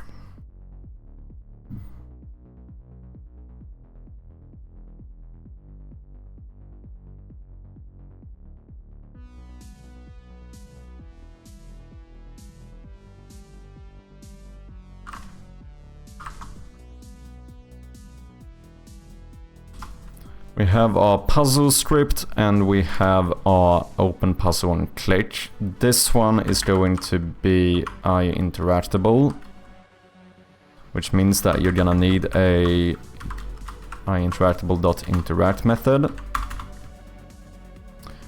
Then what do we want to do? I think we're gonna have each one maybe specify the puzzle it should open, so we could serialize a private puzzle, I suppose, since we now have a class for it. Yeah, and then we can just trigger a like open puzzle thing in that one. Yeah, that works. Open puzzle on click, serialize field private. Let's do a puzzle, and then we call this puzzle. And on interaction, I think we're just gonna say puzzle dot open puzzle. And that is basically all I need for this component. Because then in here we could make it, so this is what I mean, like here I could have just used a publish Unity event on click and just added this function as a Unity event. That would have worked. But I think for some reason I feel like I want to have a specific one for this. But it also depends on how different each clickable is. Like, I would want all my clickables to play a sound on click, so I wouldn't make... Yeah, I should be honest, when I use inheritance, sound effect is actually the only thing that was part of the base class. So that is kind of a bad example. But then you have other things like, maybe I want to deactivate a certain object in the scene when you click on it. But then I also had another one which... Then I make another one that switches items when you click on it. But what if I now want to have one that switches items and deactivates another item? Now I would like inherit from one of those and then rewrite the other portion of the code to make one that's even more specific. And you see now how we basically just make they just become more complex, whereas here I would just do one more component. Yeah, this playtest is essentially, do people enjoy it enough to continue working on it? Nice. I hope it goes well for you, man. I really do. The project looks cool. We'll see, I think we have an ad coming up. I'm gonna go and get a bit more, or heat up my tea during the ad, but it will only take like 30 seconds or so. Okay, so here in our puzzle, we now need a public void called open puzzle, which is going to... This should work, right? I think so. We activated this game object. And that's all we need to do for now.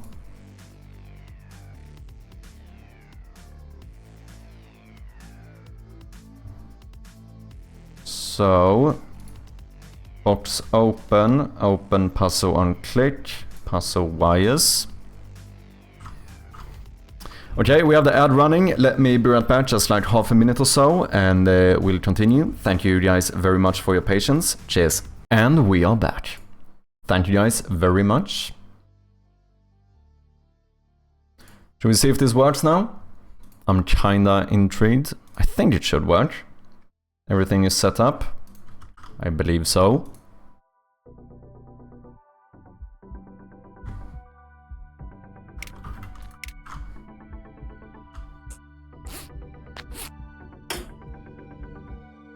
Nice. So we have a few issues, I know, whenever you open a puzzle. We should be able to still look in our bag in case we actually need something from the backpack while doing the puzzle. Love the then everything changed when the Fire Nation attacked. Oh, that clip? Yeah, it was kind of funny. However, this is a bit weird. Because this is actually the back arrow to go to the room behind us. So basically all of our UI elements are still active. So I think we need to... Because this feels weird. You should not be able to do that. I think we need to make it so that... I guess we deactivate the back arrow whenever you open a puzzle. So... I think we're gonna do this with events. So I think we're gonna have a public class, maybe Cheers. puzzle opened event.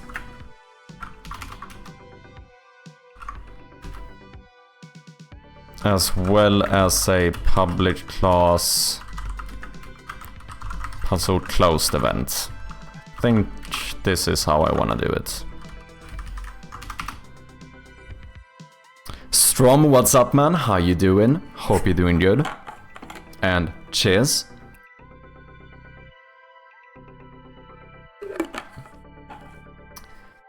Make it a menu that you can close. Yeah, I think we need some... Because you need to be able to close it, right? I think this might be one of the few cases where I might have to settle for a UI element. Normally, I like to do as much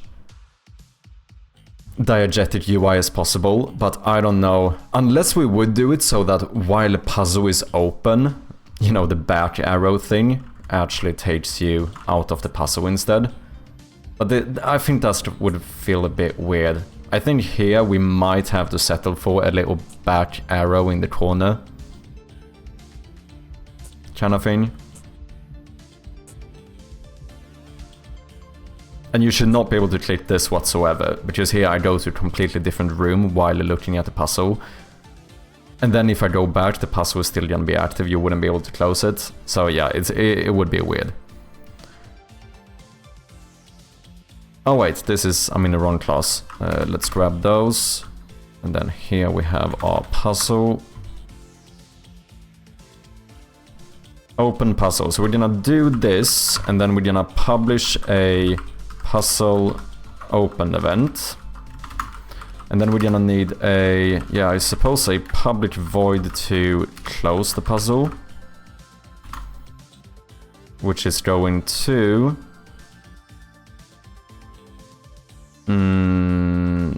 it's gonna deactivate.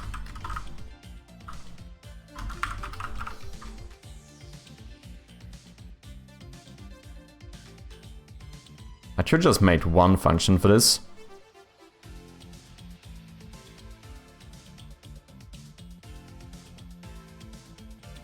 I'm pausing the bool. Nah, I'm gonna do it this way, I can't be bothered.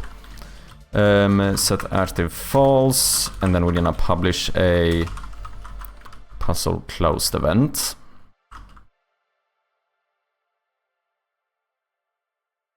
What's up, OZMJ? How you doing? Yeah, I see what you mean, Watacha, if you mean that, because the room is behind us here, but I don't want it to be over all of our UI elements, right? Because we should still be able to use the flashlight and the inventory and stuff. I think the map is fine to use too. I just think that we need to, specifically the back arrow should not be working. But I can't put this in front of only the back arrow, so I think we need to disable that one. And I think we can do that through this new event here. We just make the back arrow listen to this event and then turn off and on. Doing well, another day of working while watching you work. Let's go. That co-working spirit. Glad to hear you're doing well, Strom. Yeah, it's blob classes are anti-pattern to avoid for sure. I think every game uses an event system for inputs and quests these days. Yeah, events are really useful too. Something I never used. Like, I made 3 games without ever using an event. But holy shit, they're convenient. Especially in terms of like, you know, getting that more loosely coupled code, as they call it. Fine, except the Swedish numbers are way too high today. Wait, what? The Swedish numbers are way too high? What are Swedish numbers? 300? No. I almost forgot myself, oh shit. 1, 2, 3. Oh, the Celsius. Oh. I think Celsius was Swedish, right? I think so. I probably should know. I think you're correct. Yeah, Anders Celsius. This sounds very Swedish. Uppsala. You are correct.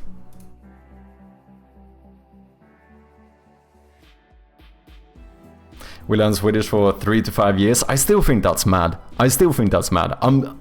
That is like, it's surprising as a Swede to learn.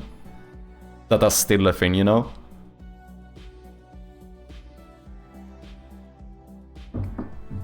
Okay, how are we gonna close the puzzle? I think for now we have to settle on a back arrow.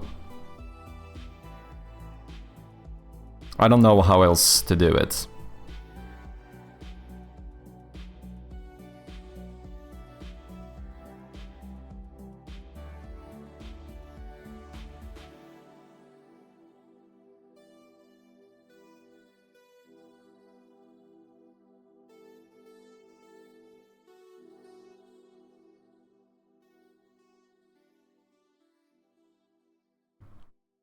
Yeah, I think it has to be. Oh shit, I just closed Twitch.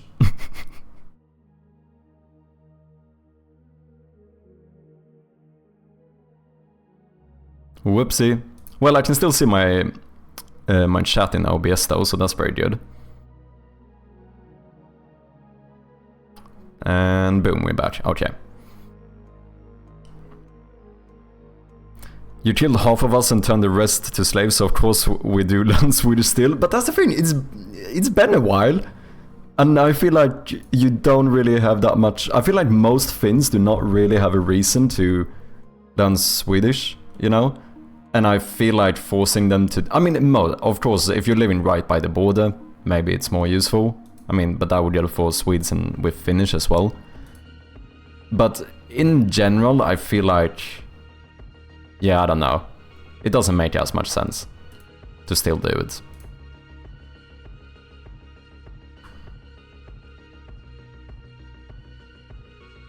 Is this a button I might use elsewhere? It might be. Maybe I should just make this in the normal UI.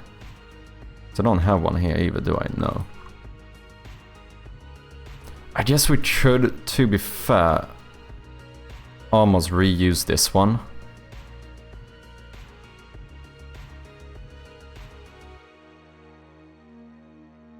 Why not? I mean, that one should work quite fine.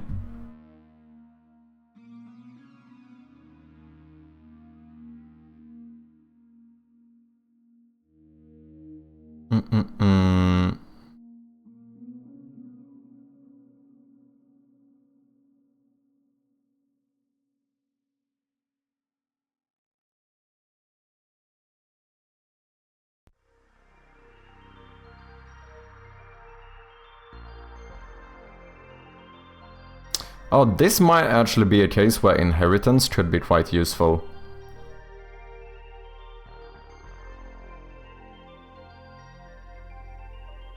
We have a base for puzzles. I could also just use prefabs and prefab variants, to be fair.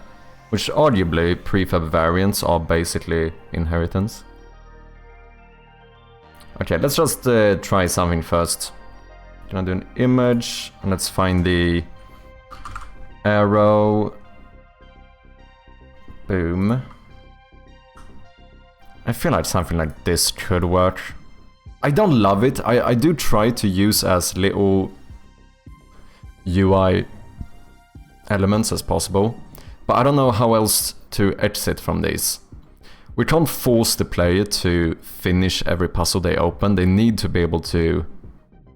Maybe they're missing something to solve the puzzle. They need to be able to go out from this view.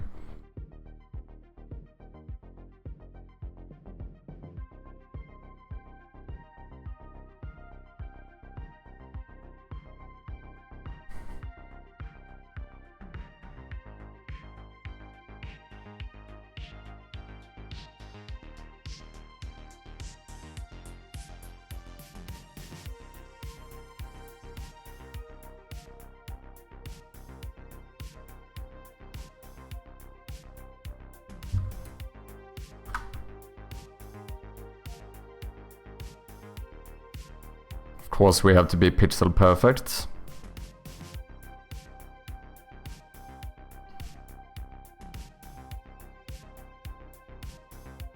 About 8% of us speak Swedish as mother language. Yes, and that's what I meant, like, for those people, of course, it makes sense to study Swedish. But for the 92% who don't, I feel like the most Finns seem to just have a bad experience being forced to learn Swedish. That's kind of my impression, at least. But there's been a lot of talk about why we do still have Swedish as a second language, like no one learns it and only 8% of people speak it. Yeah, exactly. Might have something to do with the fact that most rich people are Finn Swedes. Oh, interesting. Oh, I didn't know that was a thing.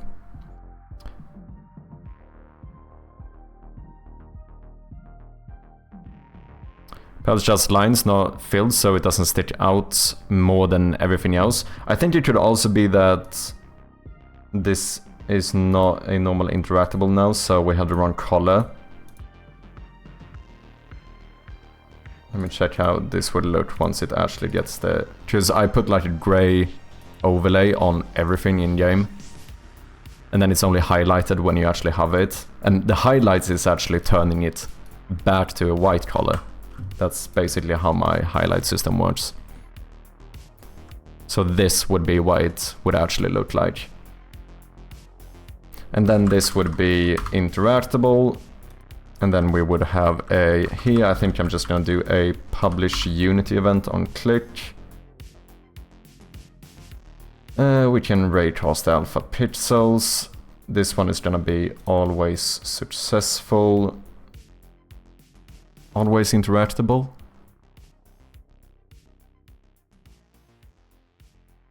Probably. Yeah, I think so.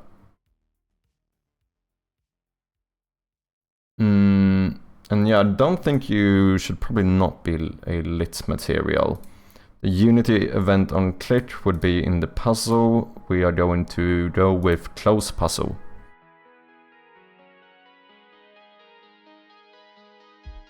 When exiting from a puzzle, are you going to save that progress or make them start over when they re-enter the puzzle? I think it's going to be saved. That's the current plan, which is what I do now. I don't like instantiate this or anything, right? We just activate the object, which means that when you go out, if you go back in again, the object is automatically gonna stay the same. Then in terms of like between sessions, whether or not we save the exact progress of it, I suppose that's a different question.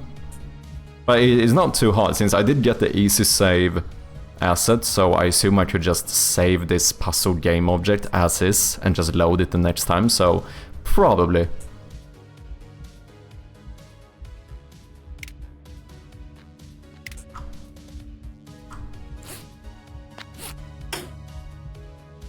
So now we can go in and we can go out. Obviously we're gonna need some like animation or something here. This is a little bit too stale, but I think this might work.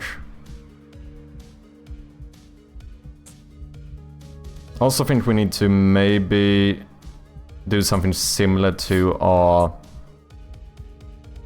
inventory bars, where we make the light stronger when you're at something. Which is here we would be closer, so the light from the flashlight shouldn't be as weak as across the entire room.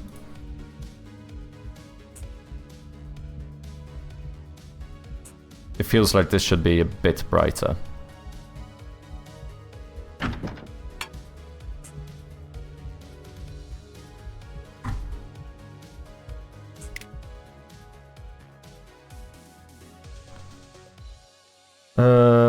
But we need to disable the back arrow.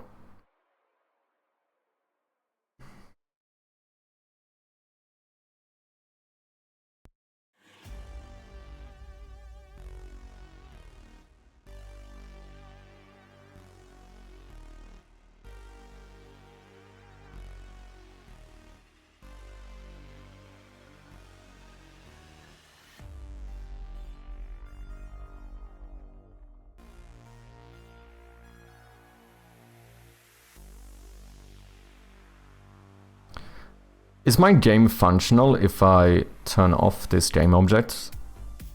Am I gonna get a null reference at some point? My room gets a null reference.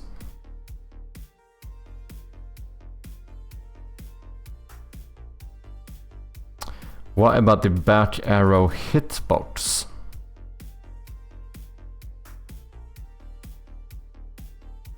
Or the raycast blocker. I could also turn on the raycast blocker.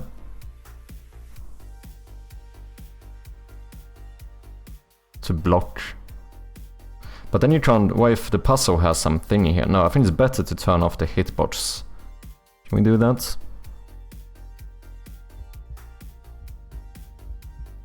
That does seem to be functional.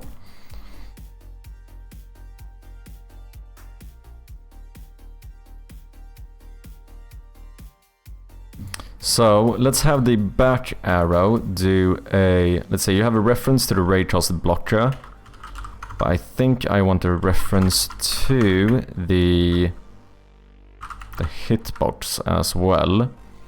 And then what we're gonna do is, yeah, whenever we open a puzzle, we just, you know, we enable and disable it. I think that's how I want to do it.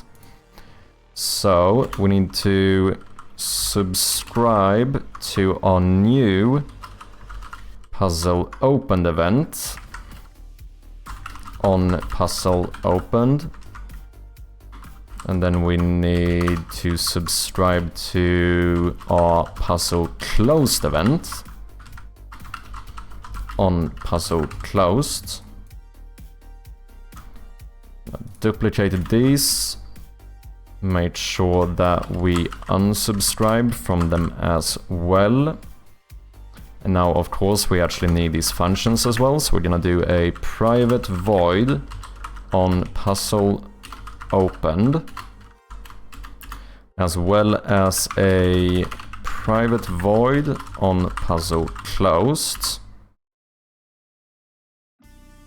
On puzzle opened, we would like to say hitbox. Wait, is this gonna override something now? Trigger batch arrow.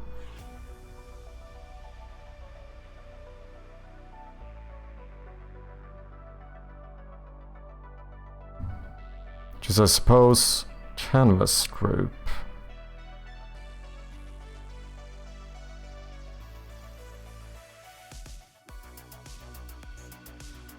Arrow object. No, this one doesn't do anything with the hitbox, so I think this should be fine. And when you close, then we would like to set this active again. Now we just need that reference here, right? Unless I had get a bunch of errors. What am I doing? Oh, right. We need a puzzle opened event, puzzle event, and we also need a puzzle closed event. I think that should solve it. There we go. Let's turn off the puzzle. See, much better? Yeah. I think I was just thinking if someone gets messed up, they may need or want a reset mechanic to put it back to the start. Ah, that's actually true.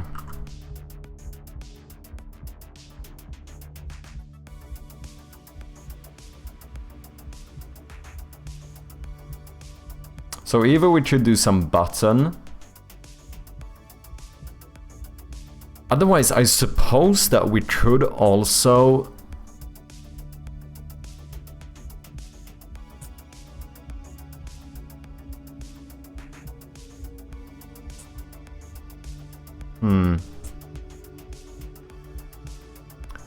I mean, we could also have it reset whenever you fail it.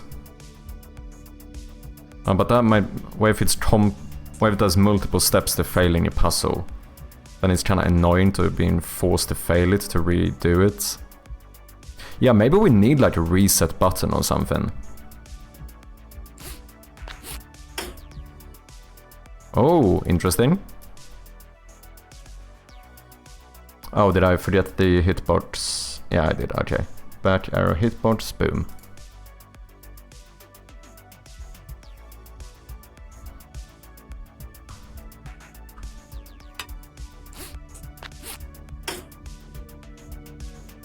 Yeah, now we can't click here, that's good, but the map and inventory are still interactable. And we click that to go out.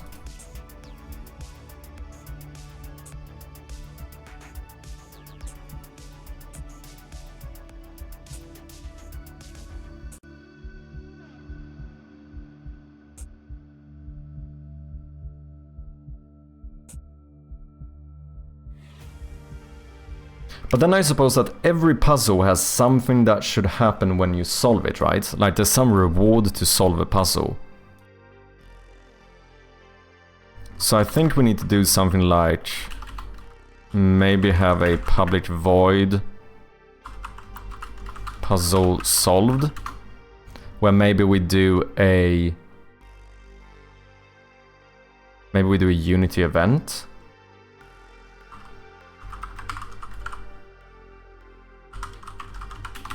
So that we can assign anything in here.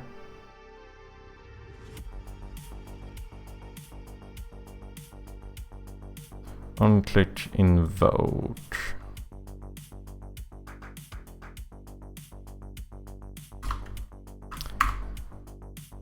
We should have this Unity event, and then we call this something like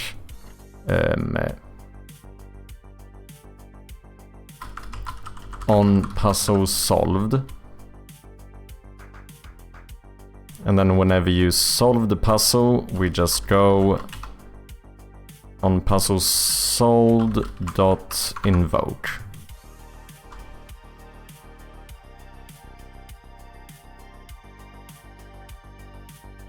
So now here we can add whatever... Sorry, I'm blocking this. Now here we can add whatever we want to happen whenever you solve this specific puzzle.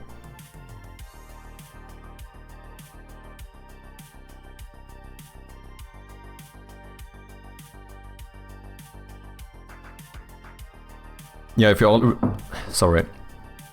Yeah, if you're already annoyed at your attempt, forcing them to finish till failure could give bad vibes. Yeah, I agree. I do agree.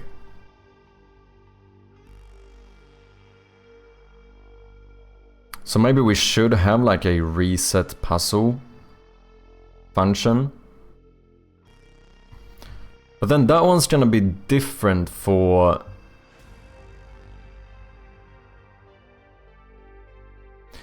Yeah, maybe this should use inheritance.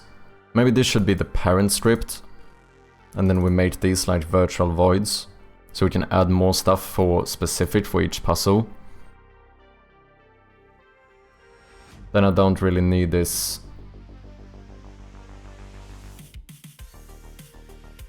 This could still be nice to have.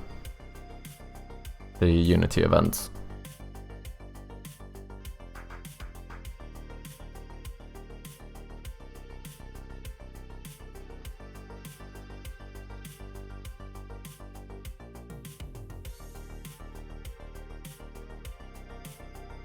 Okay, should we make this somewhat functional in a very bad way?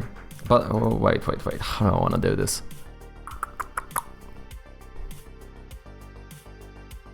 I don't even know how I'm gonna do this UI. Like, I suppose that the interaction would be click on this one, click on that one, and then it would show the wire in between. This is gonna... I don't know how to do this. The annoying thing is that what would look nice is when you click on this, if a wire is drawn between this and your cursor so that you can like visually see how you're dragging it, but that's gonna be difficult doing with pixel art if I want it to stay like pixel perfect and stuff. You could do something to help the player understand, like if I click on this one, maybe all the ones on this side kinda light up a little bit.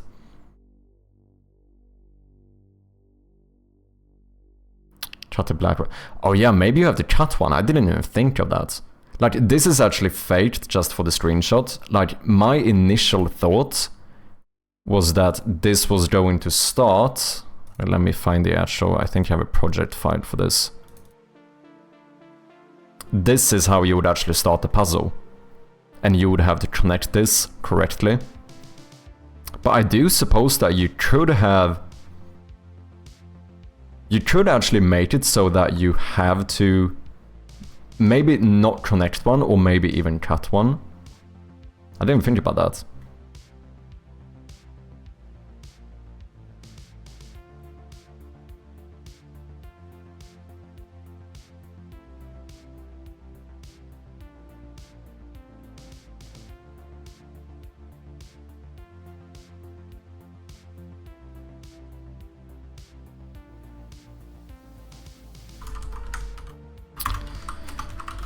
Public void reset puzzle.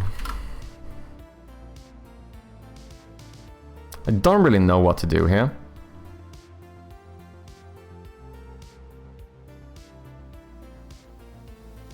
I do think we should probably have another... We should probably have a public bool for whether or not this is solved, which is going to default to false. And then like reset, for example, is a place where we could check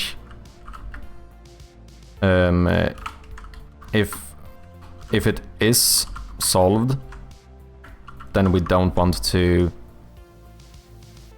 Well, maybe we just turn off the reset button if you've solved it.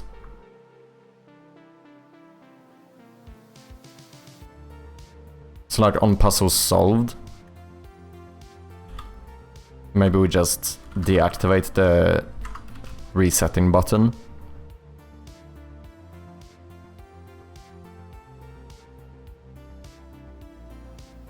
So there's no reason to reset it once you've finished it? No. I don't think so.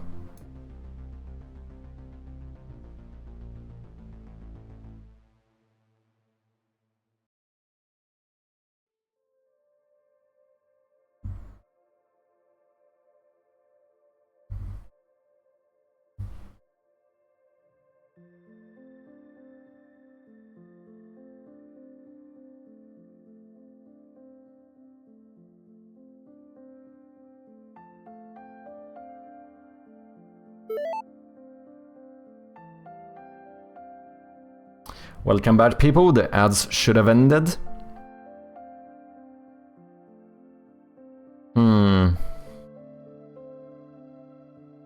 Okay, so do we need to make a reset button? I mean, I think that made sense.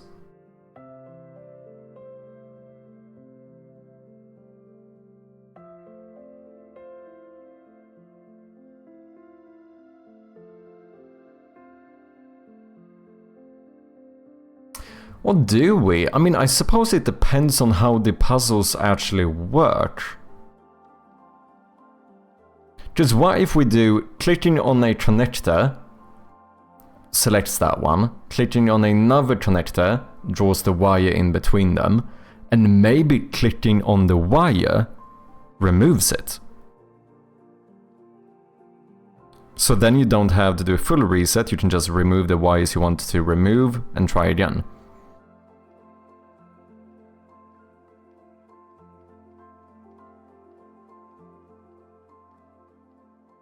That's like you can kind of do a soft reset. Is it necessary to be able to reset the entire thing at once? I suppose that is really my question. To be able to reset it, we must have somehow.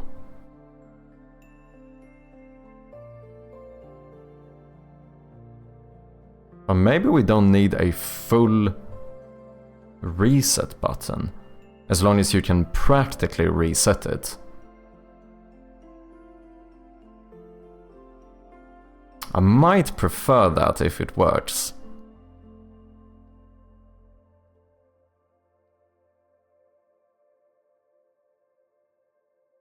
Yeah, a lot of these kind of things doesn't always actually have reset buttons, like a full reset.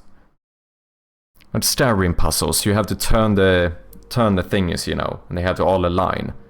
But like, you can't ever like instantly reset all of them, like you would just keep turning.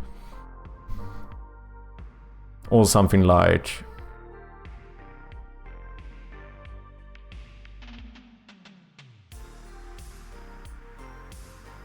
Skyrim. Lockpicking. Never fully resets, like you're still holding the thing at the same place when you fail.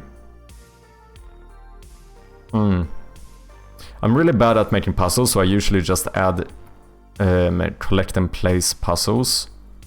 I see what you mean. So can't really help with this logic.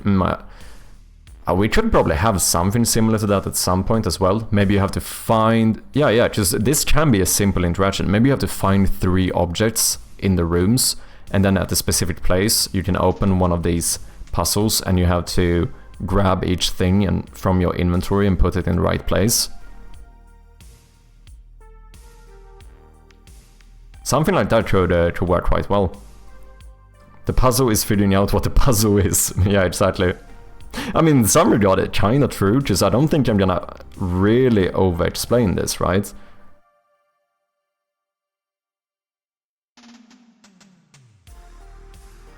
The solution, like, I'm gonna have hints, but the hints are gonna be in-game, so what I'm thinking is that we should have somewhere you can find a document that tells you how to connect this. So like, you know, it's not like a super difficult one, it's more so that like, if you find this the first time, you're gonna be like, I have no clue what to do, and then you keep going around, and then maybe later on you find a document that shows you like a wire diagram or whatever, and then you're like, oh, maybe this is what I need to do, maybe this is how I should connect those or whatever, you know, that kind of thing. Hey kids, do you know where cables are?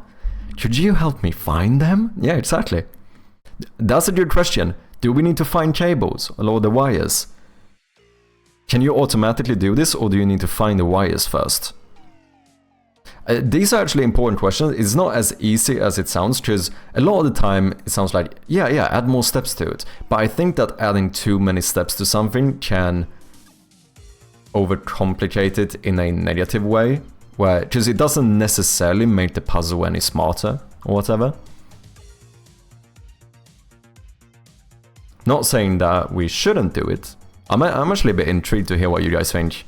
Holy shit. Beans, dog hot beans, dog beans hot, beans dog hot, beans hot dog, hot beans dog. Yes. Hot dog beans, dog hot beans, dog beans hot, beans dog hot, beans hot dog, hot beans dog, hot dog beans, dog hot beans, dog beans hot, beans dog hot, beans hot dog, hot beans dog, hot dog beans, dog hot beans, dog beans hot, beans dog hot, beans hot dog, hot beans dog, hot dog beans, dog hot beans, dog beans hot, beans dog hot, beans hot dog. Holy shit, it's never ending. Hot dog beans, sorry, it's my trolling day, Okay. I can't help it. Timing. Cheers, man. That was almost philosophical. I feel like this has changed my life.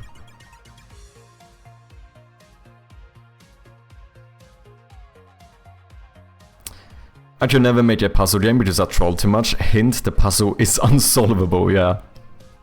Artificial steps depends on if you want to play feel like it takes more effort to make the puzzles. Is a way to make the game take longer. It is, but I'm not necessarily sure if it makes the game better. Do you know what I mean?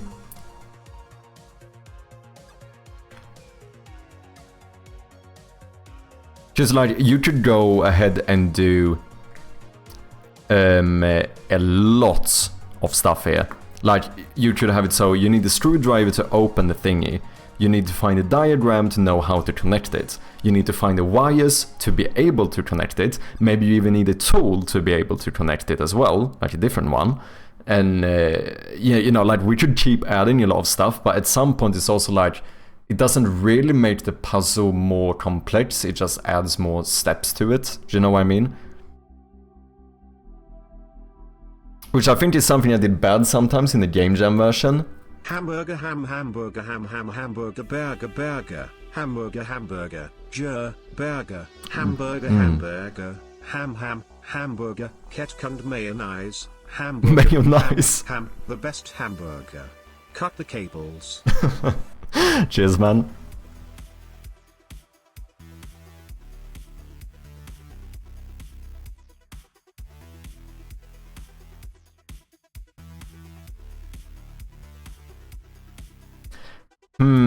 Interesting. I think I'm gonna not use wires at first, at least. Only have, like, you need to find the schematics or whatever and then connect it. I think that's how I'm gonna do that first, and then we'll see. The thing is that I probably want to make this the actual solution procedural, because I think it's more fun. So that if you ever replay the game, you can't, like, skip finding the document, because the solution is not going to be the same as the last time you played. Similarly to what I did in the Game Jam version. Because for anyone who didn't play the Game Jam version, or even the ones who did, maybe you, if you didn't replay the last part of it, you might have missed this, but the code to the safe in the Game Jam is actually randomly generated each time you play, so you never get the same code twice.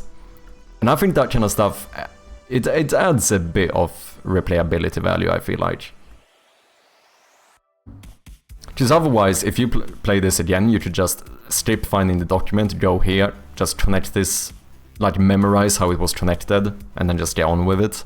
I feel like it's more fun if you... Because the second time if someone plays this again, they would probably try that first, and then when it doesn't work, it's kind of a cool moment as well, like, oh shit, it's not the same again. Do you know what I mean? Will you have multiple endings then? It is possible. It's very possible.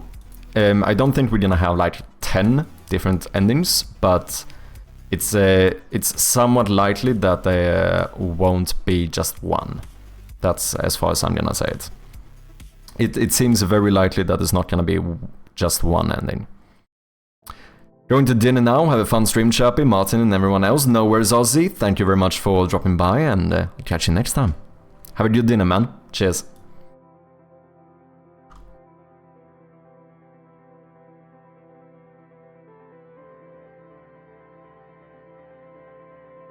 Okay.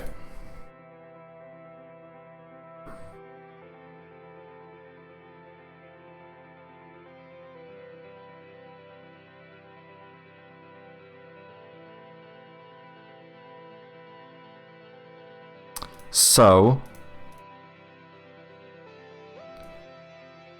reset puzzle, I'm not sure yet. Maybe. I'm not sure I need that one. But I need a lot more complexity for... Or do I?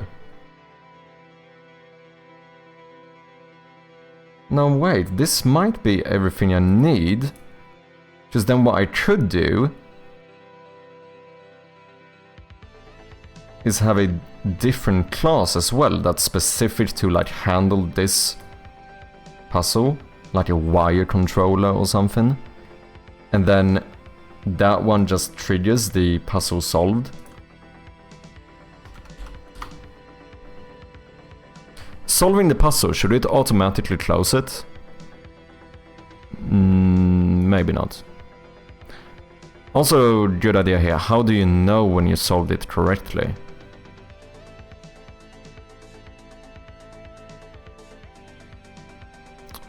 I mean, you could do by just something changes in the room and you hear the sound of it. That's enough to be like, oh, I think I got it.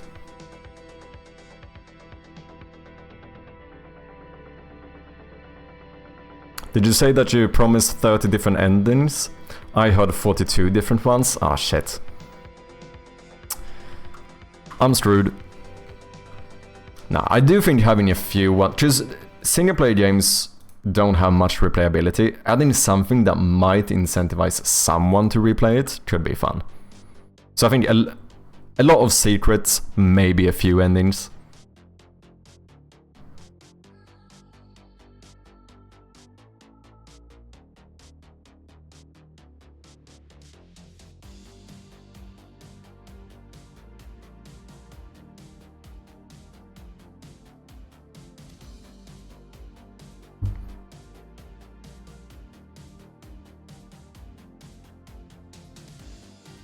So I'm just trying to think through how I want this to actually work.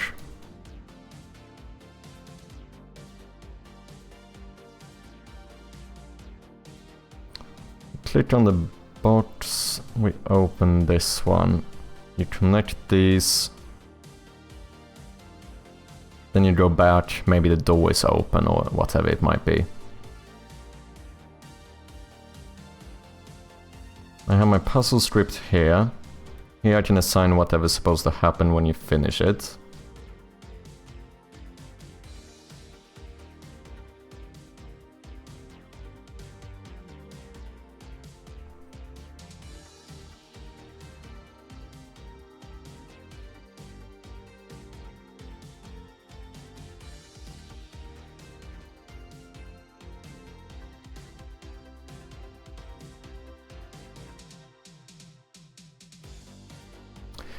Should I use inheritance? Because I could also make like a wire puzzle that inherits from puzzle and gets all of these.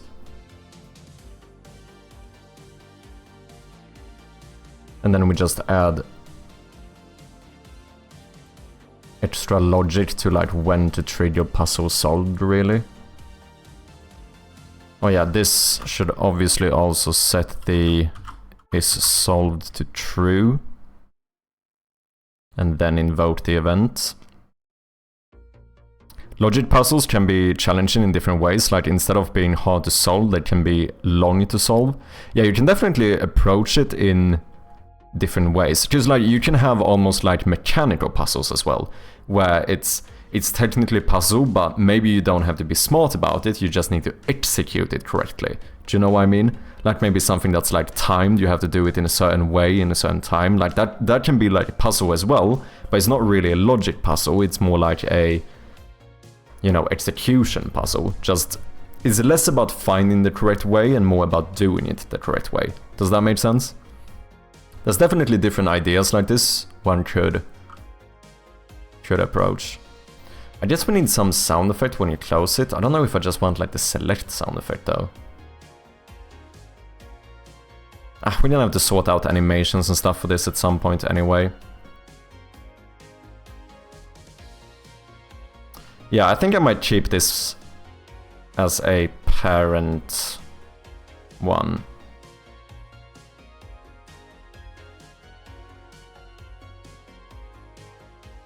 Oh, then I lose my icon though, that's annoying.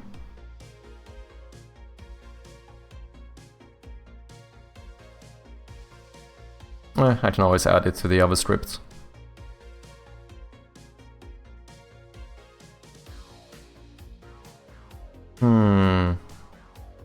Is this how I want to do it?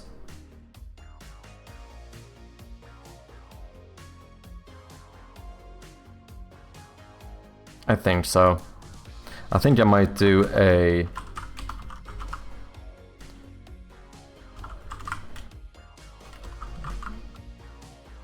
like wire puzzle script.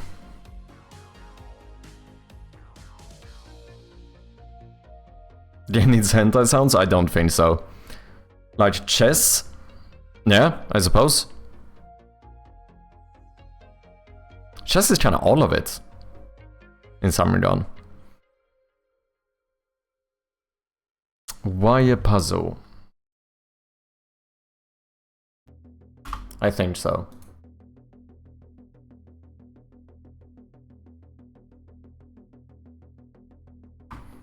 And then, in that case, I would like you to inherit from puzzle.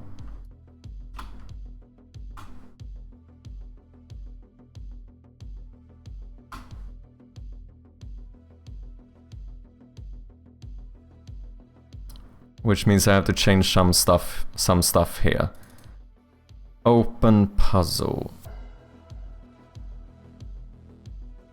I mean, we might have something that like initializes it. Maybe a like virtual void awake where we can like initialize stuff.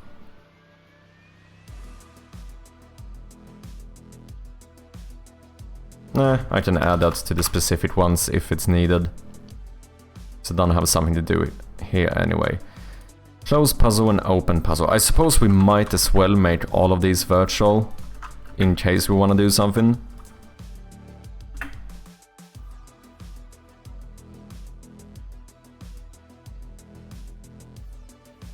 Do you have a virtual class?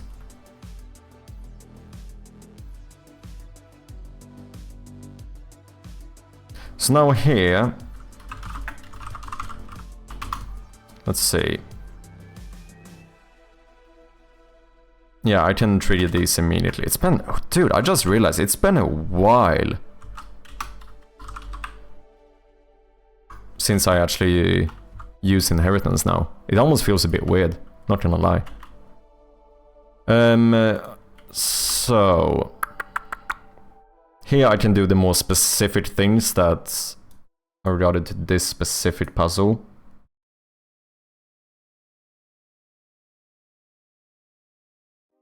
Damn, it would have been nice if all of these got the same icon automatically through inheritance. That would have been nice.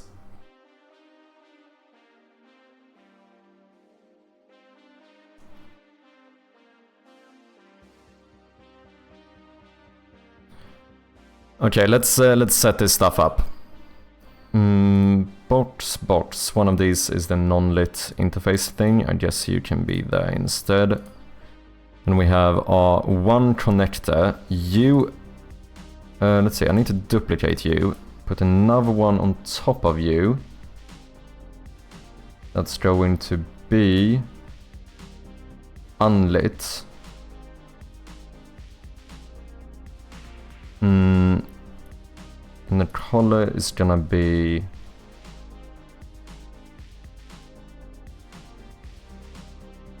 well, I just grabbed this one, don't I? Yeah, so here we're gonna remove this and then add a non-lit interface layer. Yeah, now you can always see it a little bit, but then with the light on, you still get the highlights.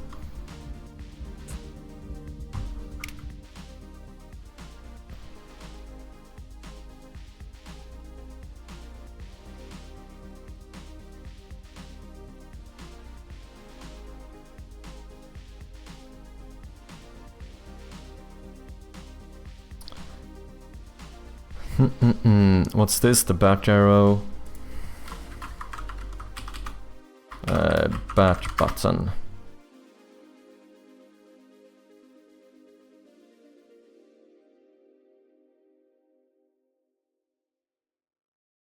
Okay, so what? You click on one, maybe all on that side become non-interactable, and then we like slightly highlight the ones on the other side to like give feedback that you're supposed to connect them that way. Oh, this is actually gonna be a bit tricky. I'm not entirely sure how I want to do this. Let's do this. Let's go to our prefabs and scriptables. I think we're gonna make a new folder here. We're gonna call this puzzles. We can put all of our puzzle stuff in here. So I think we do a new folder called the wire puzzle.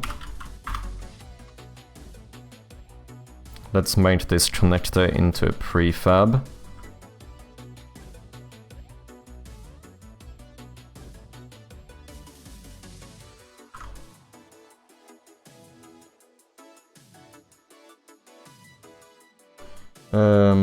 Whole half number, okay.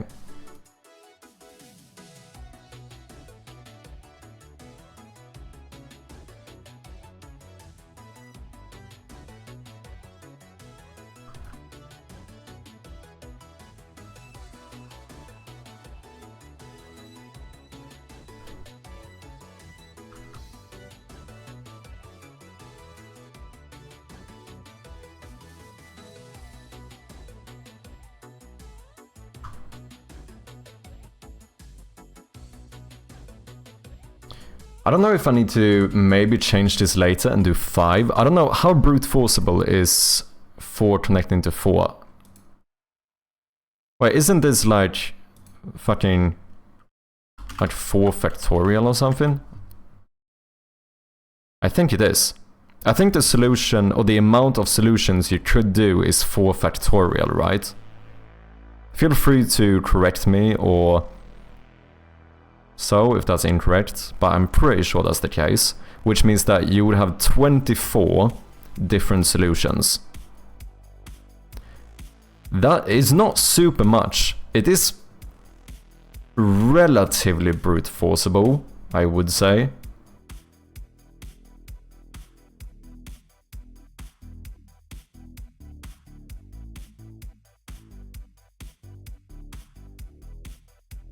Correct? Whereas I think 5 factorial becomes a lot more, right? Because this is quite exponential. Yeah, if we had 5 connectors on each side, you would now have 120 different solutions. At this point, it's not as brute forceable. So maybe we should do 5 on each side. Because there is something that, like, I personally, feel free to chime in, but personally, I don't think brute forcing is very fun. I think people brute force when they're stuck, but I don't think that, like, solving something by brute force, I don't think is very rewarding. But the issue is that if brute forcing is somewhat approachable, then it's much easier for people to, as soon as they struggle a bit, just go, ah, fuck it, maybe I'll just brute force it. Because this shouldn't be super complex. Like, if you find a clue for it, this should be relatively easy, right? But without a clue, I don't know if I want the player to be able to brute force it. 24 solutions. I mean, we could try it like this. Just I would have to redraw all of the wires to make this work for 5. Unless I did the box bigger, I suppose. Which is obviously these are drawn to fit this specific spacing. And I don't think I can... Can I? Maybe I could get 5 in here. Oh, I probably could, to be fair. See, that's the last one down here. Oh yeah, you know what? I almost think I could cram 5 in here if I wanted to, and reuse the same wires. Brute forcing / lucking makes good drama. It's like outsmarting the smart person. Good for speedruns.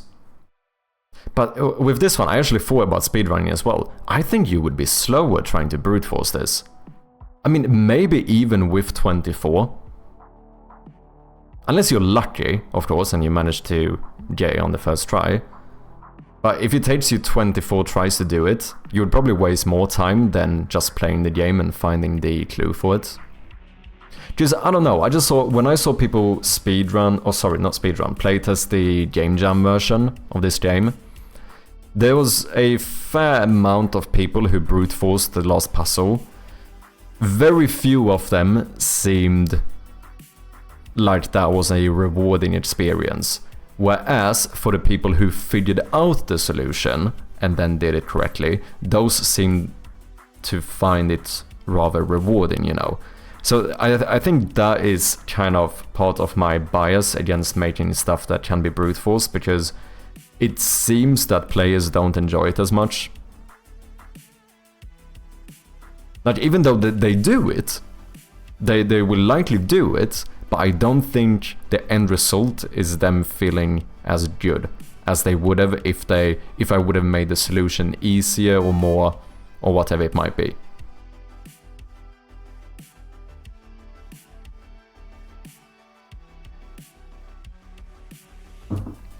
Here we got an ad coming up in about 1 minute for any non-subscribers. Thank you guys very much for your patience, and I hope to see you on the other side.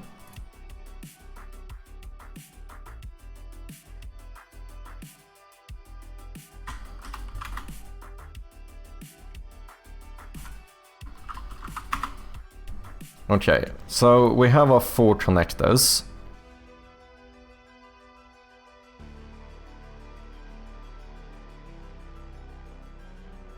Which we might make 5 later on.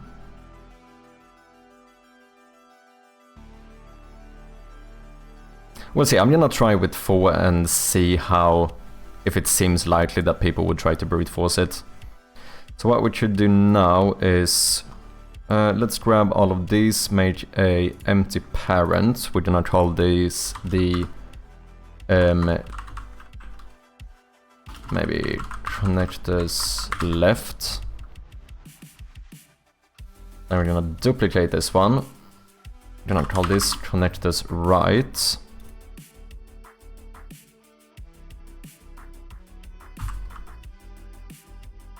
Boom. Position X0. No. Oh yeah, so position X, this should now be 49, right? That looks correct to me.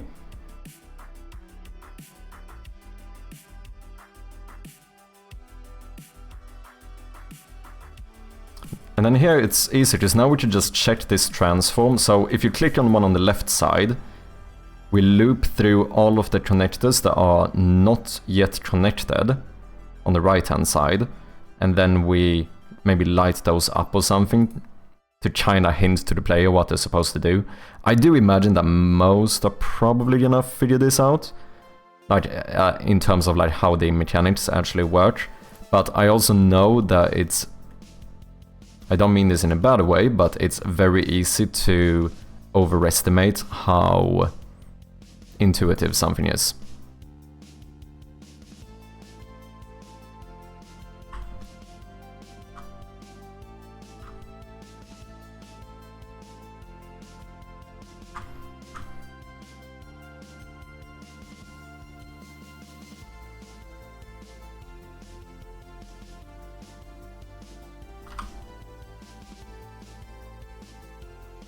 Okay, now we should have gotten rid of the wires. There we go.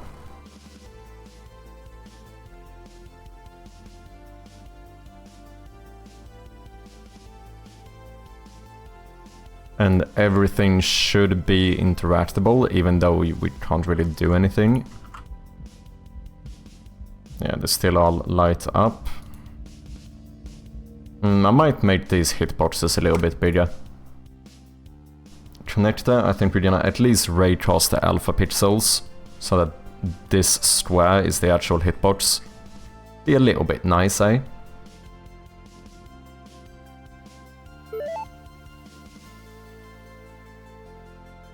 Okay, the ad break should be over. Welcome back, people.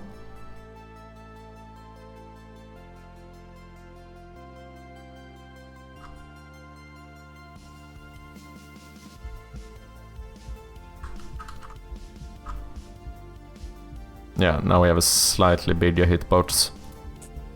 Might as well. However, we can't do anything. We need to be able to actually connect these. This is gonna be a bit tricky, because now I need one wire going from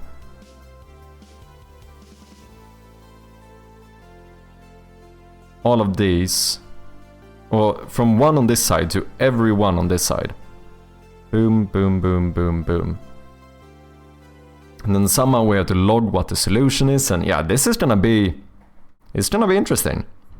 I think we should be able to solve this, though.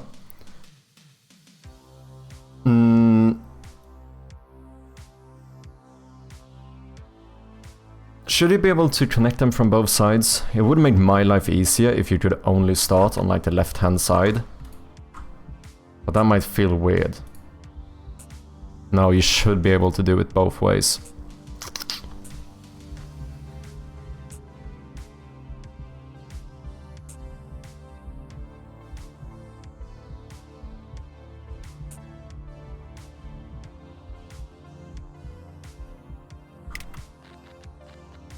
Can we see if we can get the light stronger when we open this up as well? We do have a puzzle open thing now, so that should be useful.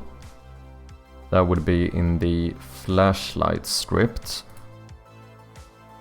Or in the battery manager. Wait, which one actually handles...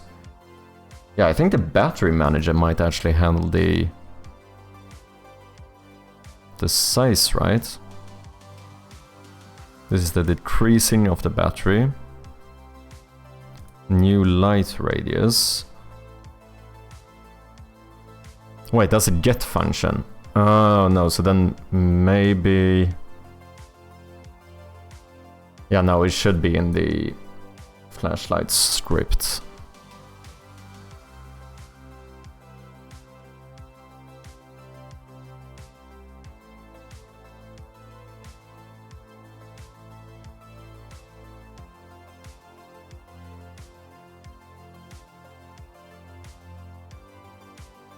Yeah, OG intensity. I call it that because I change it. So, and I think I subscribe to some event here that changes the size, right? Here. Flicker light. If user interface event dot user interface open, then we increase the radius by and intensity by 40%. But how does this actually work? Do I have like I have a static bool, user face open. I think I can't use this one though, because this would mean that if I open and close the inventory, I think that's gonna override it.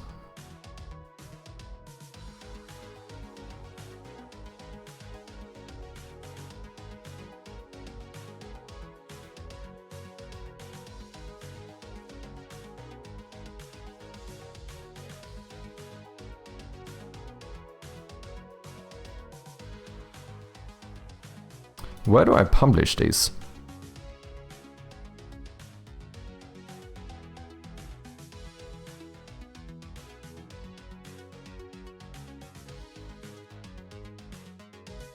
Yeah, when I open and close the inventory and map.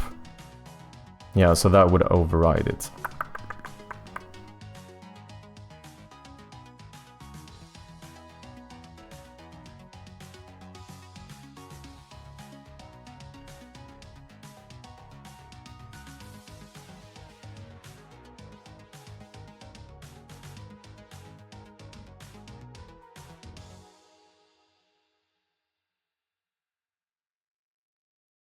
On user face opened.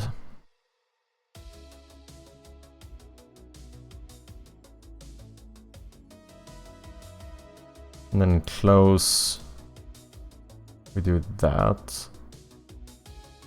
Okay, I think I can do this with a new function and have it work sort of well. We just do something similar whenever you open a puzzle. And we check that before adding this. So like if a puzzle is open, then do this.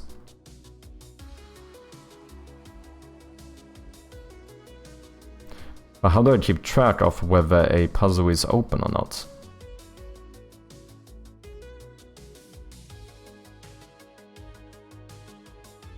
Should do something similar where I have a static bool, to be fair.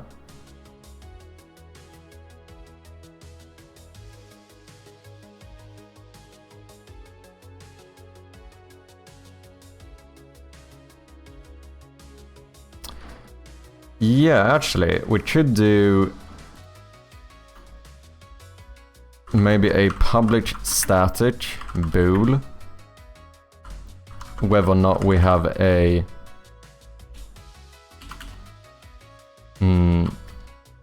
is puzzle open, maybe? Default is to false. And then we just change this whenever you open and close. Then we could check this bool.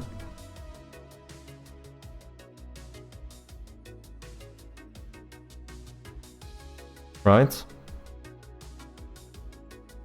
Since it's static, this would be the same for all, but you can't have two puzzles open at the same time, so that shouldn't matter. I think this could work. So then we set is puzzle open equals true.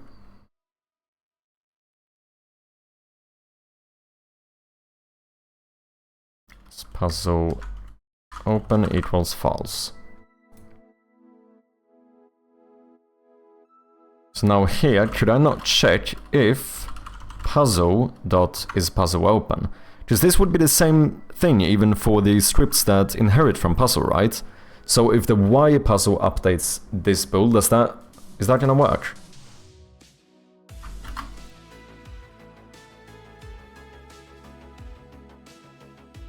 Yeah, just wait, it's a static bool. I would only have one of it, right? I'm pretty sure this should work, if I understand the static variables correctly. So, if a puzzle is open,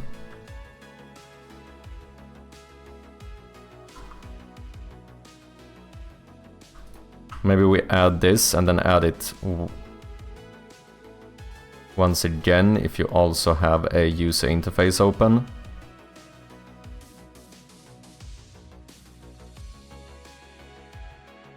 So I think this would only work for the flickering now, because I don't initialize it correctly. But we could try it. It's not gonna look correct at first, but if we give it some time, it should update. That's not what I meant to do, but oh well. Open this one. Nope. I'm lurking over here.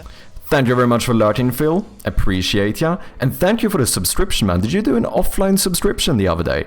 Thank you. I appreciate it. Enjoy your lurk. I didn't mean to call you out from the lurk, but I did want to acknowledge ya.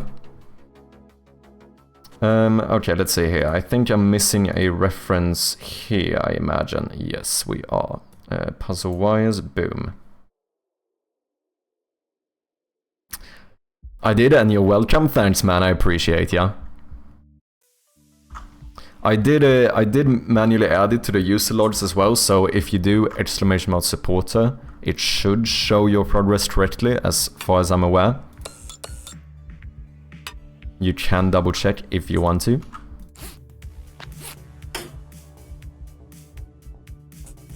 Okay.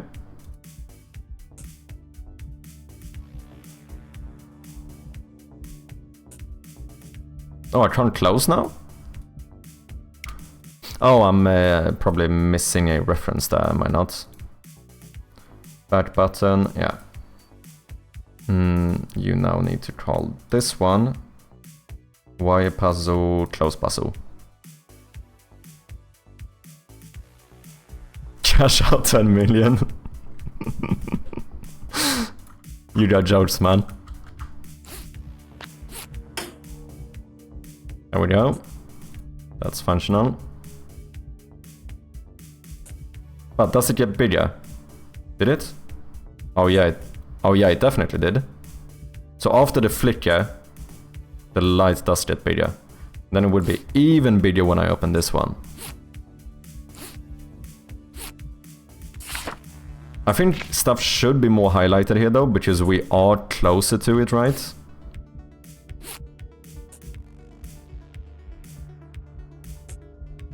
But then we would need to also reset this once you close it.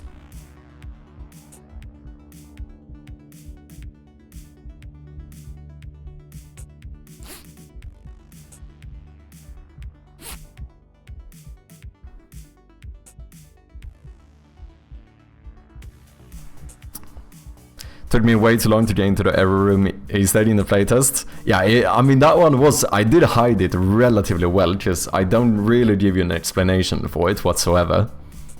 But good job finding it, man. It was one of those things that I might as well add something secret for the playtesters as well. You know, that little extra reward if you really do look around. Thank you, man. What's up, Damien? How you doing?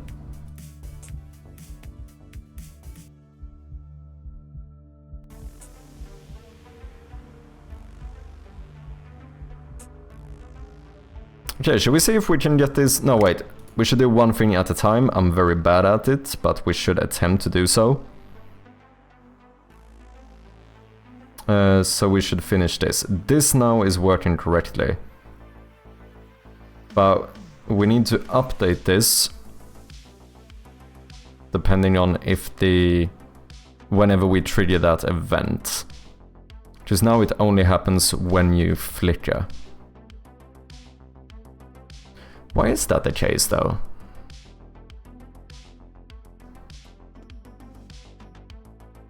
Click your lights.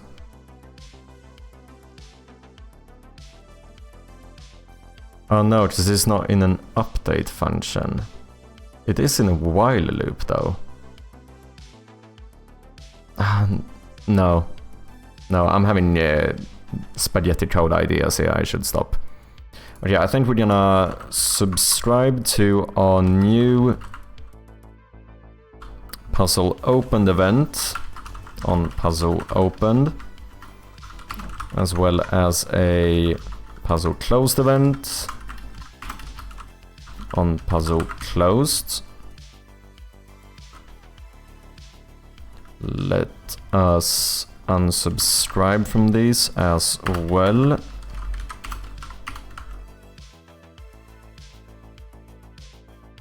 Alright, been a real busy past few days at my job. Need a weekend to decompress. I get you, man.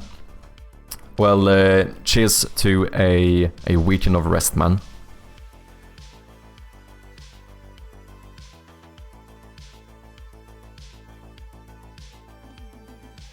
On user interface open. Okay, so now we're gonna do something similar here, where we do a private void on puzzle opened. Puzzle open event, puzzle event, then a private void on puzzle closed.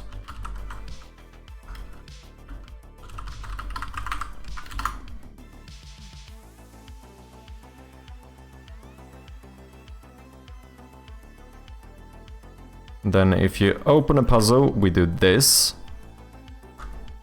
If you close a puzzle, you do this. I know I'm using a lot of like magic numbers and shit here, but it's fine. It's fine. Promise, it's fine.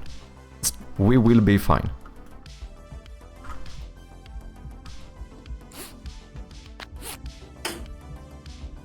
So now it should instantly show the increased light. Yeah, that seems to work.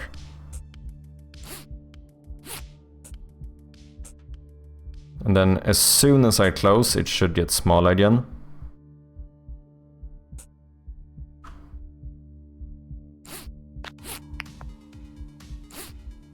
This is almost too much, to be honest, when you layer both of these.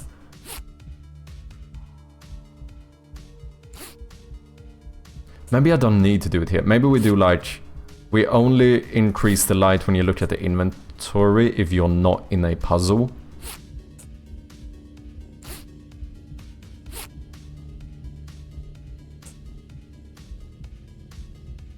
Yeah. Now it gets smaller.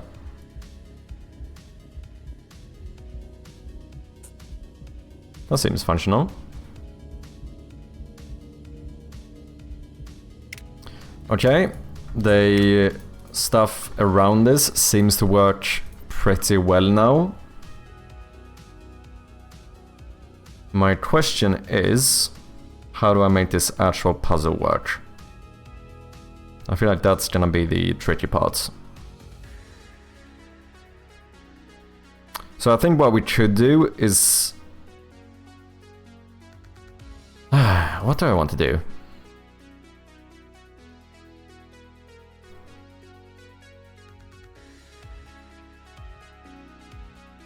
We need a solution.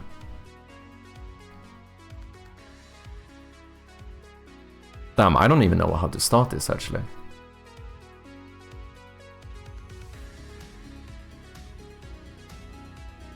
Well, I should loop through all of the connectors and randomly pick a connector on the other side that this one should go to.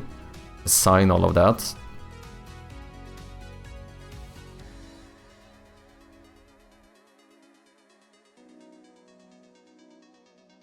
Because I do think I want the solution to be random.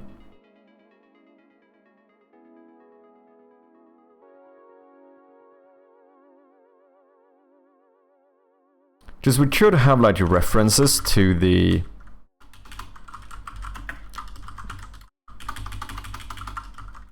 transforms.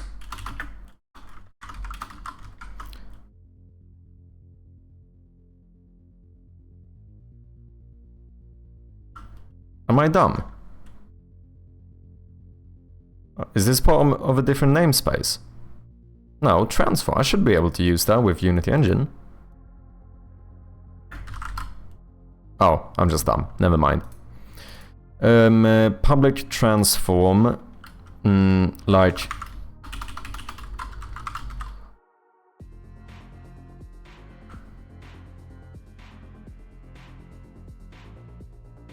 Do I need to do this? I don't. I should just make a public array of the connectors.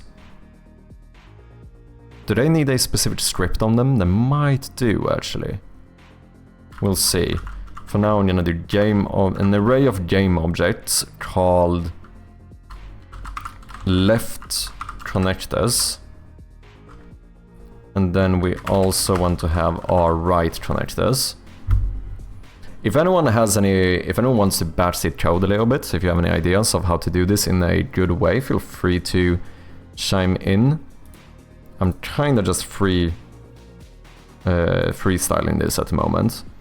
Because now what we should do is select all of these.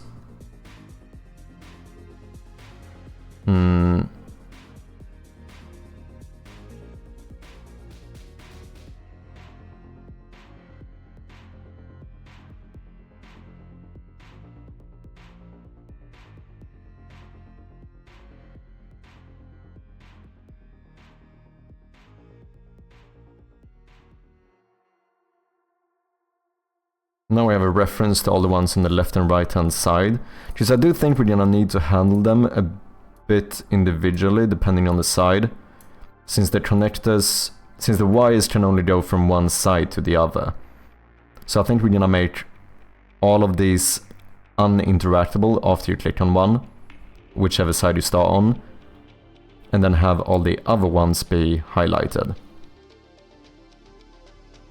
What's up, foolbots? How you doing? Just type random stuff until it works. That is pretty much my my approach at the moment, to be fair.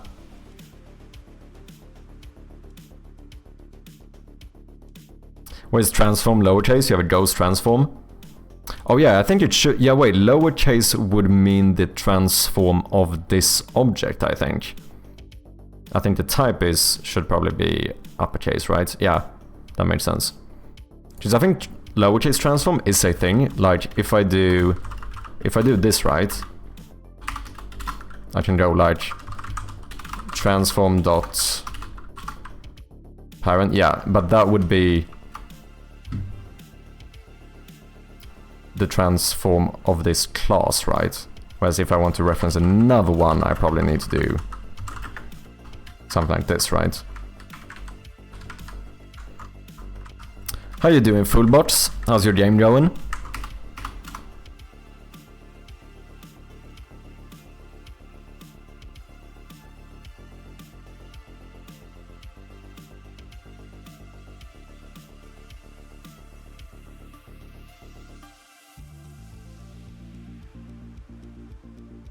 So I suppose we should have a method to select a specific one. And then we can use the indexes to know which wire to draw. I might be doing this in a very like overly manual, hard-coded way, but I think it could work. So what I'm thinking is that we should have like a public void to like select connector, and then we pass in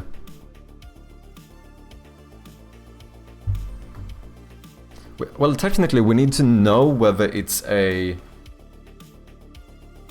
connector on the left or the right side. That is pretty important. And we also want the index of it. The index we can find in the array. Oh, so why if we look for it in the arrays? Why if we just pass in the game object?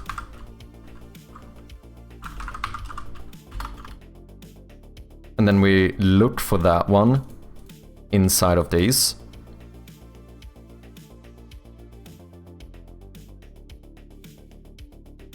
And then maybe we keep a track of we can actually do that private. Let's do it public for now, just so we can see it.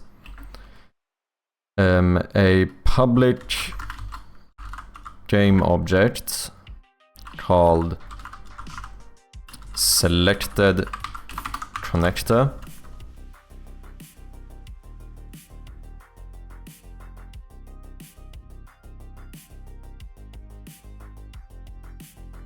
Well, I need to make... You also can't connect to one twice, or draw a wire from one twice. So we need to...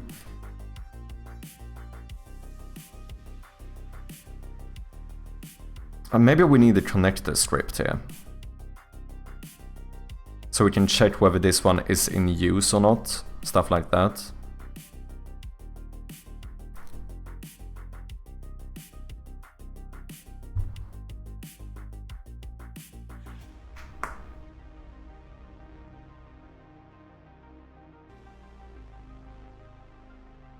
Let's make my own serializable class inside of the wire puzzle. That should work as well.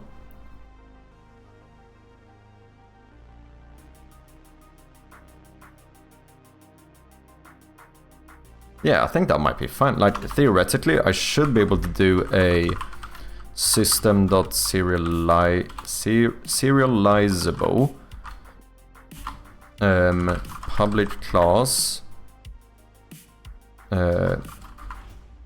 wire connector where we just have a reference to a game object.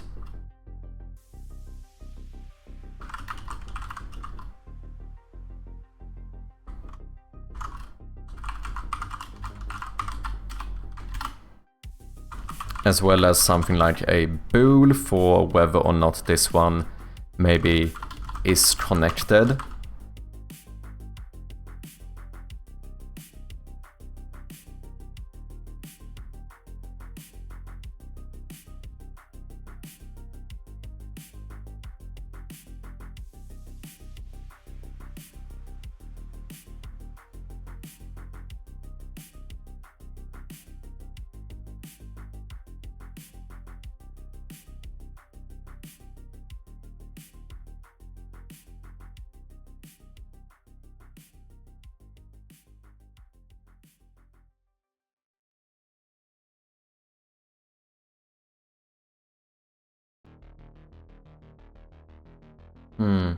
I'm trying to, for once, think a little bit about how I'm doing this. To make sure I don't do anything too stupid.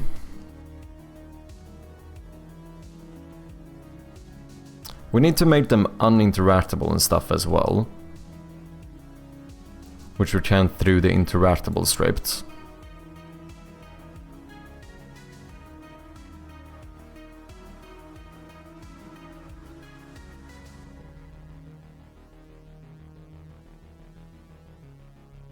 I don't highlight uninteractable items, right? No, that feels weird. Highlight objects. Oh shit, I do. That feels weird. I should not highlight stuff that's not interactable.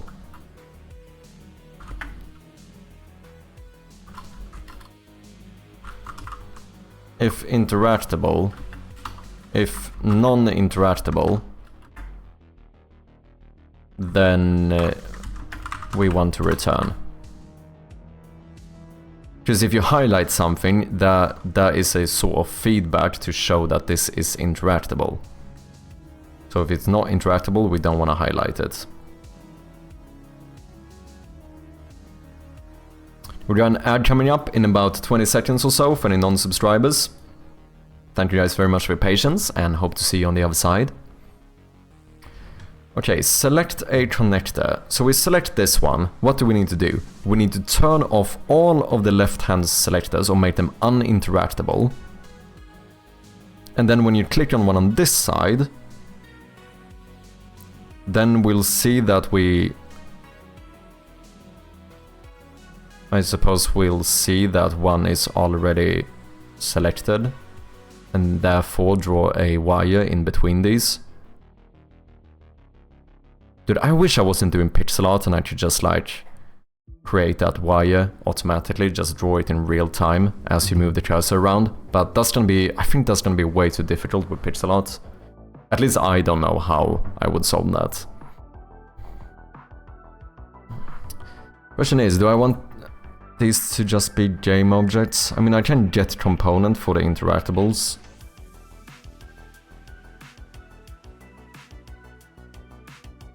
Well, do I need a reference to the game object at all then?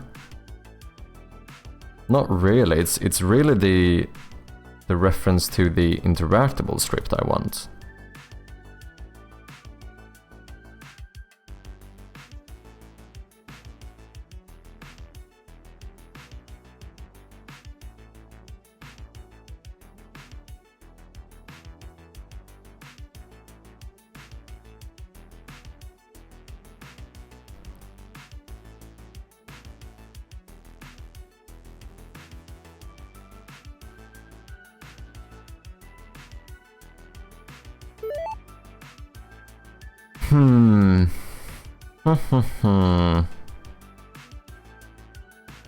And then I have to like instantiate these wires in the correct place.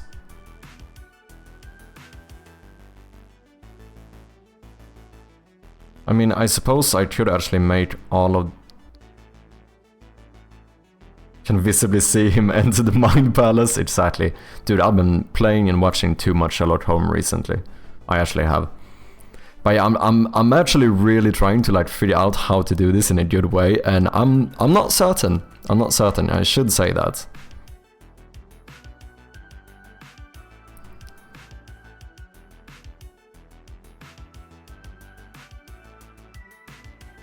I mean, I should make a list of wires and then loop through and find the one to activate.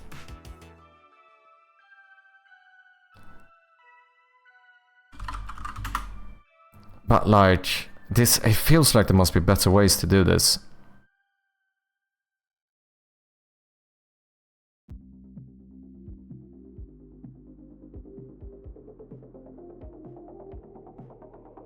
Like here, I should have like a UI image. This should be a raycast target. And then we do wire. And we do like this one.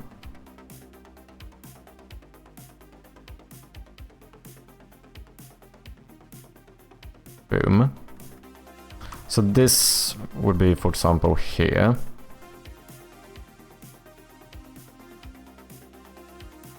Oh, I think that is pixel perfect. So I suppose we could call this one something like wire 0, 0. As in like this is the wire that goes from 0 to 0, and then like manually create all of these.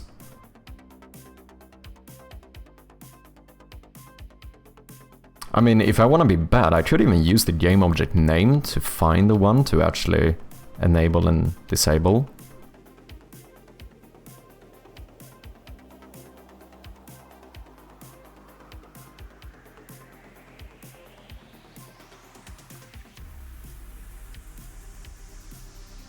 Oh, dude, I actually don't know how I want to do this. This is interesting. There's so many... I feel like there's so many ways to go about it. Like, I could even make the connectors quite complex and have them hold a bunch of references to, like, what am I currently connected to? Or I have the main, like, puzzle script, keep track of everything, and then we just have the connector, like, say that, oh, something was connected to me, but then the puzzle script checks, like, okay, this was selected, and this was the thing that you now try to connect it to, so activate this wire. And then if you remove that wire, I have to make sure to reactivate the connectors, make them interactable again. So the same thing, I could theoretically have the wire have a reference to which one it goes between.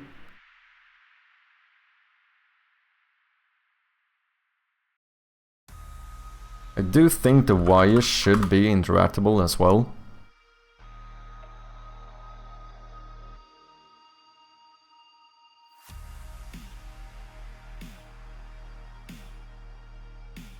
I could also, rather than creating all of these, I could have the 4 different wires and like instantiate them at the correct position whenever you would create one. So instead of making one of these for each of the rows, I could only have this one, but then instantiate it at this position or this position.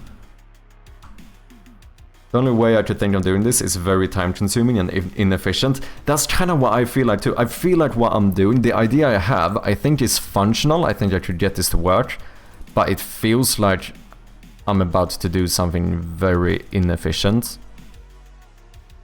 Interactable is a type. Oh, sorry. What do I call the actual bool? Oh, is it... always interactable... Wait, do I not have a... Oh, I don't even have a bool for whether or not this is interactable. Well, that's dumb. That is very dumb. No, I need to have a... Where did I remember? I know I had one before.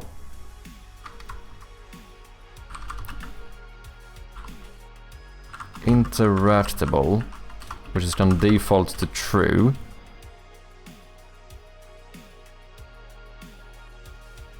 Oh no, because I check is interactable. But this is calculated from the gameplay state. But what if I purposefully want to say that this... you know what? I just realized. I could also disable the interactable script. To make it non-interactable.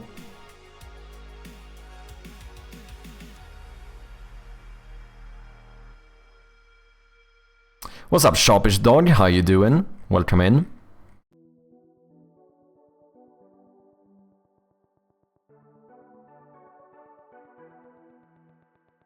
How long you streaming for today, Search Up?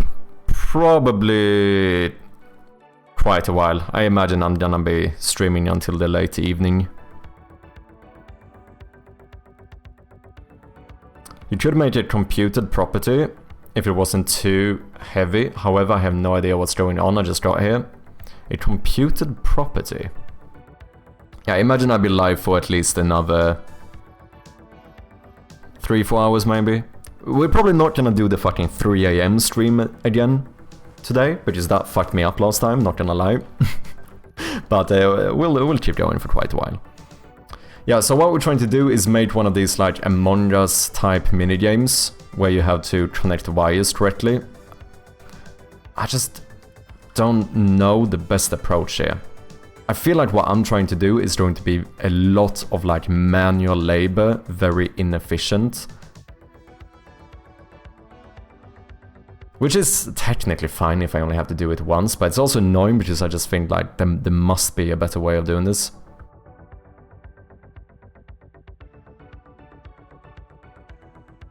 So we have to select one connector. Maybe that's what we should do. We should think about how this like the flow of this is actually gonna be. Which would be... One would be to select a connector, right? That's the first thing you do. We need a system to just select one. Second, we now have to like disable all of the ones on the same side. Or if you click on one on the same side, we make you just select that one again. That should be either or, to be fair. 3 would be to select what, the opposite connector. And that is, so technically this is like 3.5, just it is very much connected to that. That's when we need to draw the wire that goes in between them. And now, after doing that, both of those connectors must be uninteractable, right? Because these are like busy connectors. So you shouldn't be able to try and connect something to those again, because these are... Maybe a connector script wouldn't be bad here. Is this a randomized puzzle or the same every time? I would really like to make this randomized. What about disconnecting them? I think that's going to be handled by the wire, so if you click on the wire, you would destroy it. So we could even try that now. If I add a destroy on click, this should be interactable.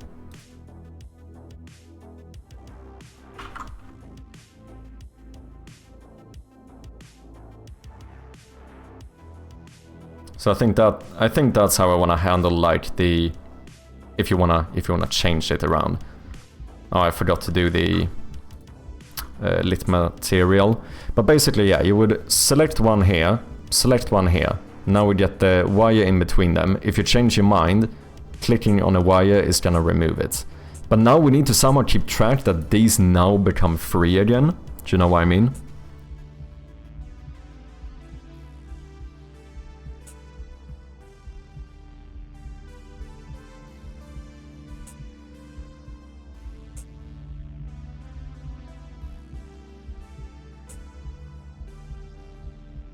Just calculate the midpoint position.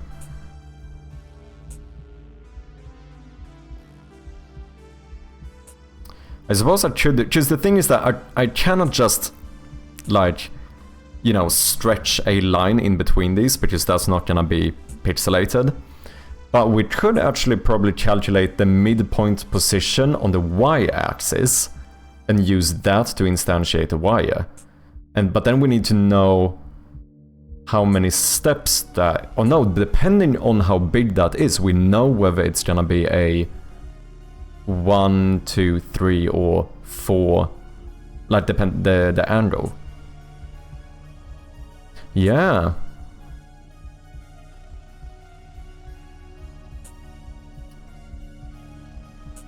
If it were me, I'd use state enums, but from the little I've seen of your project, isn't set up that way. I use enums for some stuff, but like this is also one specific puzzle, so if I have to hard code some stuff specifically for this, I don't really mind. Like everything doesn't have to be 100% reusable, I suppose is what I'm trying to say.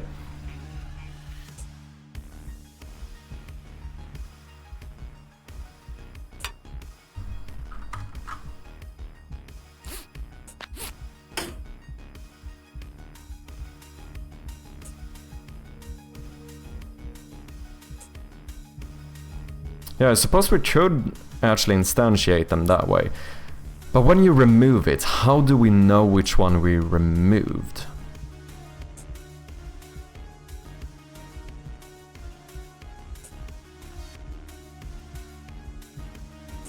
Unless we...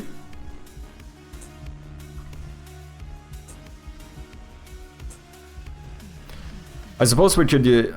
I don't know if that's what Sharpish meant, but we should use enums for the connectors. I think that should be the thing, like whether this one is like free, selected or connected. And then determine, like, for example, if it's selected or connected, that means you can't click on it again. If you click on another one, we check if there is one that is selected, then we know that that's where we draw it in between or whatever. For the endpoints, yeah, exactly. Yeah, so I think that would be like basically having states for the connectors.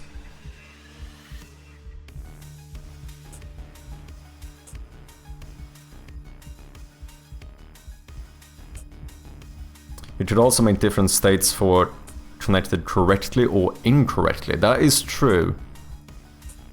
Yeah, because then we can check if all of them, then we could loop through like our list of wires or whatever and check that if, or no, the list of all the connectors and check if, no, we actually only need to check one side. If one side, or if all those connectors are correctly connected, that means we can now trigger puzzle solved. Which is if all are connected correctly on the left-hand side, they must be correctly on the right-hand side, right? There's no reason to go through every single one. But yeah, it kind of seems like the best way to do it might be to make a connector script. Add a bit more intelligence to the actual connectors.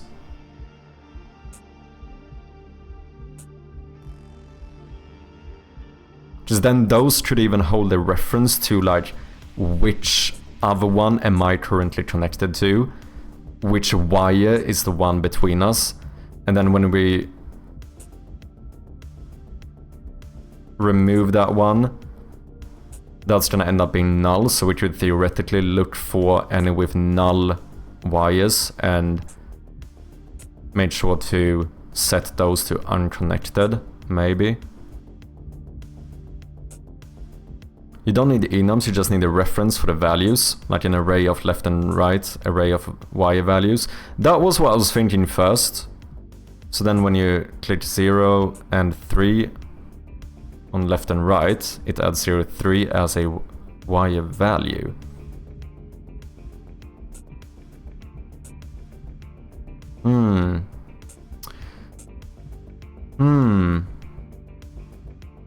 So wait, I would have to do...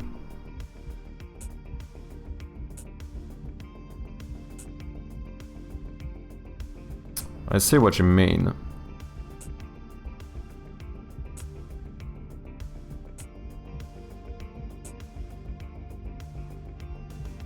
The enums are guarded against invalid states to make it easier to avoid bugs, but you should use the array to check validity anyway. You can randomize the solution that way too. Yeah, because I think that's the good thing, that I do want to be able to randomize the solution. I think I want that. Enums is pretty much useless, do you think so?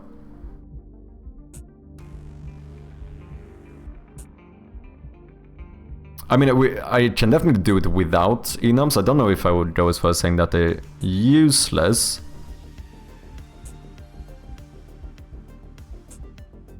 Because you can randomize a number between 0 and 3 for the left and right values and have that as a solution. Yes, and how do we... for each wire? Okay, so how do I make one uninteractable? For example. Like, if I connect these two, how do I make the connector uninteractable? I just would go through the array of connectors, check that index, the index of the left side. And then if you remove it, you do the opposite, you loop through, find the ones with the left-hand index and the right-hand index and set them uninteractable. But wait, first of all, how do I do one of those? Because what I would need here, right, is a double array thingy, which I have barely used. Because we can't just pass in one value. We would need to have one of those like two-dimensional arrays, right?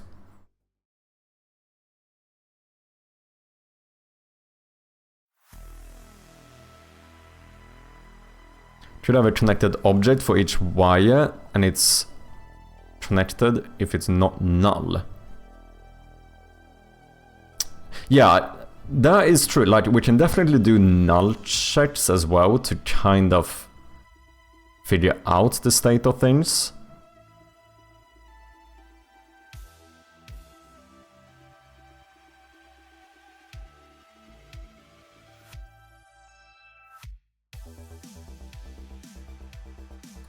It's easier with two-dimensional arrays, but you can use one-dimensional as a preference. It would just be harder to locate it, because the easy thing about having a two-dimensional one is that we can use the index of the connector on the right-hand side and the index of the connector on the left-hand side to figure out which wire we should use. So like 0, 0 would be this one, right? 0, 1 would be between these two. Whereas if I only have one array of wires, I would have to do something where like index 0 is this one, index 1 is this one, and then we have to like calculate between the other indexes and the new one, because they're not gonna match. So a two-dimensional one seems to be better in this case.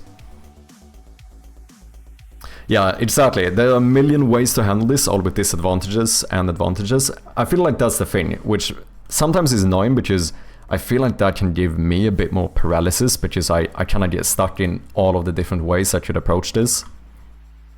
Sometimes you do need to just get it working in a rough way, I think. Personally, if I was just going to slop with arrays, I'd use two arrays and then set the solution by randomizing them and making them connect via index.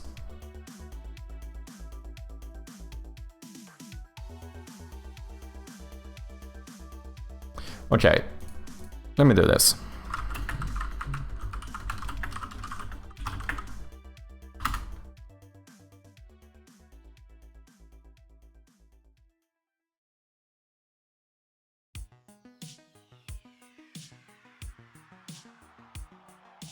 Randomize an order. And set the solution by randomizing the order. I can then connect via index.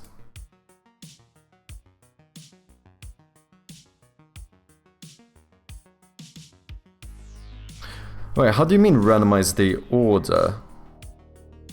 Do you mean like in the arrays? Is that what you mean?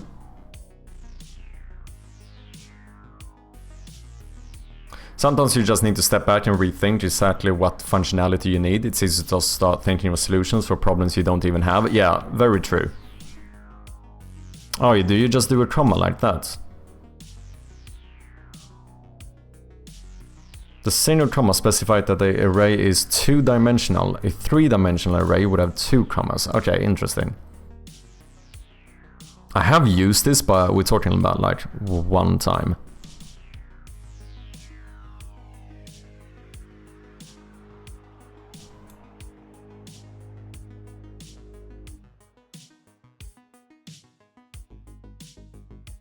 Oh, I see. So this is 1 dimension, 142. This is the other dimension, 368.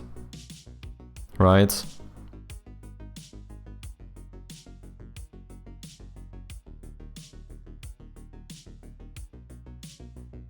So these become the rows. Acrylic Pixel with the raid. Welcome in, how you doing? Hope you've been well. I was lurking your stream earlier. Let me give a shout out here to the one and only Acrylic Pixel. Check him out, yet another developer here on Twitch. Are you doing, it looked like, are you doing a little bit of a pivot, Acrylic? If anyone doesn't know, Acrylic is working on Orbs currently. He's also one of the developers of 10 Bells, a great horror game. You can definitely check out. I have this wishlisted on my main account. I can prove it.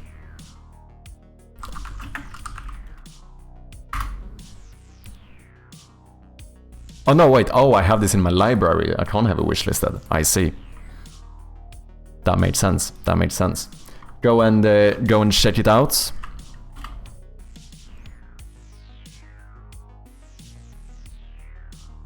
Oh, so so you're doing a new one, but also with orbs. Okay, now I get it. I thought it was like a big old pivot first. That's why I was like, ooh. Well, congratulations on orbs then. So did you publish it? No, you haven't published it yet, have you? No. But it's basically finished. Nice. Thank you very much for the raid, man. I appreciate ya. If anyone doesn't know of me, besides reading about multidimensional arrays, I work on this little point-and-click horror game called Shroud of Gloom. Which, if you're interested, you can wishlist on Steam as well. I'm currently trying to make these like pop-up puzzles. Trying to figure out a good solution to code this. This is sort of like the minigame in Among Us, I suppose. But I'm a little bit stuck at like how to exactly implement this. You know what I mean? But if you guys want to see a little bit of what the game is like, I can show you. Let me go to a bit more of an interesting room. Here we go.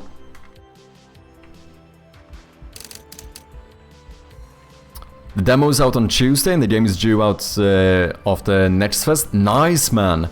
Let's go. How's your stream? So far, pretty good. We've been getting some progress here. A little bit stuck currently on this little pop-up puzzle thing. Or it's not even about the pop-up system. That's basically done. But the actual puzzle, I'm not entirely sure how I'm gonna implement it. But yeah, this is Shroud of Gloom. It's a first-person point-and-click horror game. We have to, you know, solve puzzles, survive, all of that good stuff, find items.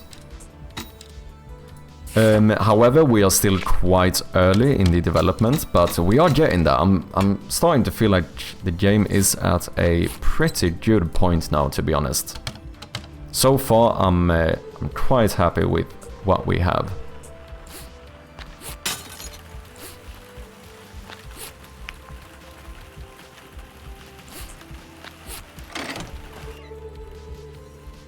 But yeah, all of the rooms are currently just placeholder rooms for testing purposes, but also recently made these little smaller rooms. We can actually have hallways now. Isn't that crazy? We have support for hallways. Major Gov, welcome in, how you doing? Point and click game, indeed. That shouldn't say the end anymore. That's just for playtesting purposes. But that should actually connect us to our new room. which is this is what we are actually working on currently. If I can just get my flashlight. So I have this little box here, right? And I want to do that type of like puzzle minigame thing. So if we unlock this, we can now like look closely at it. And I want to make this thing where you have to like connect the wires correctly, but it's proving a little bit more complex than I maybe initially thought. We should be able to solve it though. Looks interesting. Thank you, man. I appreciate that. And yeah, like I said, you can, if you want to. It would help support the development a lot if anyone is interested to just head over and wishlist the game on Steam. Drag and connect wires. I don't know. Right now, I think I'm gonna do click and click connect wires. Because if you drag, like that would feel better, I think. However, if you do the dragging thing, you cannot expect the wire to be drawn from the connector to the cursor, right? And that's gonna be really difficult to do with pixel art. Because I am a little bit of a pixel art purist. So I don't want to have any... like, because in that case it would be like click here, then we draw it, we will start doing like rotated pixels and stuff.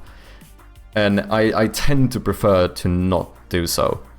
Oh, I've just started with pixel art. Nice, man. It's already a pain. Pixel art definitely has its pros and cons.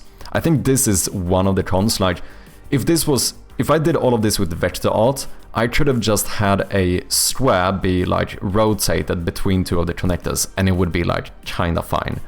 But here it's gonna like break the art style. So I think we might change this later on. You know what? I'm gonna snooze this ad. But I think for now I'm gonna do that. You click on one, click on the other one, and then boom, my like already made wire appears between them. So that we get these like pixel wires. If I can come up with a way to do the like real-time drawn wire, that would be better. But I think that's gonna be difficult.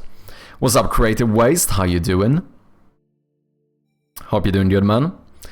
How are you doing today, Chirpy? I'm doing good, I'm doing good. I'm excited to work on the game. A little bit scared about this specific puzzle, but we should solve it. I think multi-dimensional arrays should be a good thing here for the wires. Also need to remember to make this into a lit material.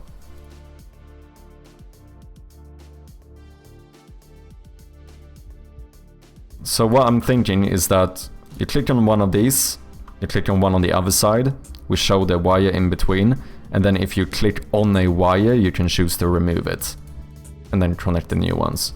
Like if you do a mistake or anything. Fun with the rest of the stream. Thank you very much, Acrylic. Thank you for the raid. Appreciate ya, as always. And yeah, I'll see you next time.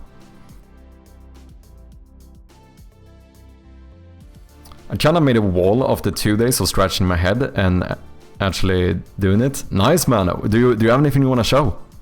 Feel free to link it in if that's the case. What about if you did say 8 layer wires, small piece by small piece, animated into a pulled wire? Oh, I see what you mean. Yeah, I suppose you could do something where you like instantiate like parts of the wire. But I think it's gonna be tricky.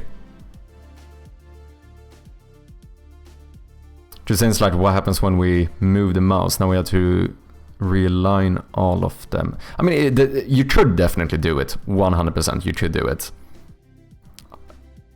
I feel like it would be tricky to do, but you could definitely do it. I think for now we're gonna settle on the just show the wire after the connection is done or whatever. But, you know, this is always stuff that we can polish later on. Honestly, this is a tough one. I can think of few easier ways of doing it. Yeah. Yeah, I think it would be. I put it in your distro dev art. Oh, nice. Let me have a look. Game also. No worries, man.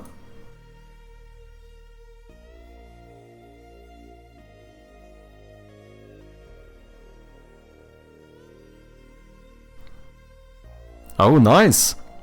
So this was is it a wall tile? Are you doing like pixel art tiles?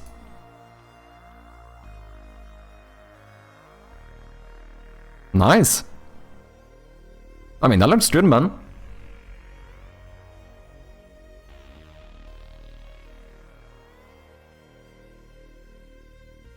Cool stuff. Thanks for sharing. Not bad for 4 hours of work, if not more. You know, you're gonna start somewhere. I would highly recommend, if you're looking for any like educational material on it, Adam C. Eunice on YouTube has a shit ton of good pixel art tutorials and stuff, where he goes quite in depth to it. I feel like I've improved a lot just watching him. So that I can highly recommend. Oh, you got him, nice. You got them 10, nice. Yeah, that is good stuff. Can you visualize a 2-dimensional array? Can you see that? I mean, like, is it serializable?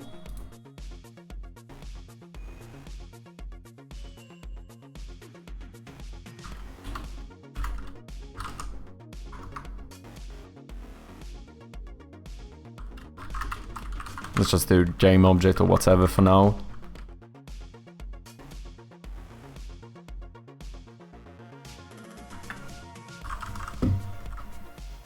Does this show up in the inspector?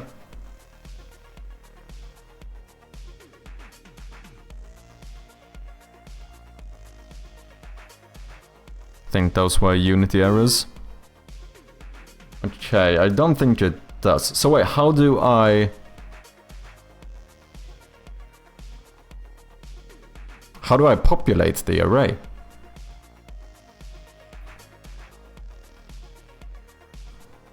Oh wait, 2-dimensional. No. This is more to represent the actual connections, right? Oh wait, what?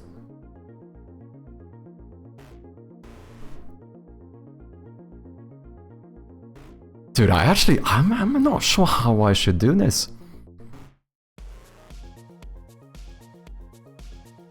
Just the good thing here is that we could keep track of all of the ints, right? Trial and error. Yeah, I think that's the thing. I need to just try something and see whether or not it works.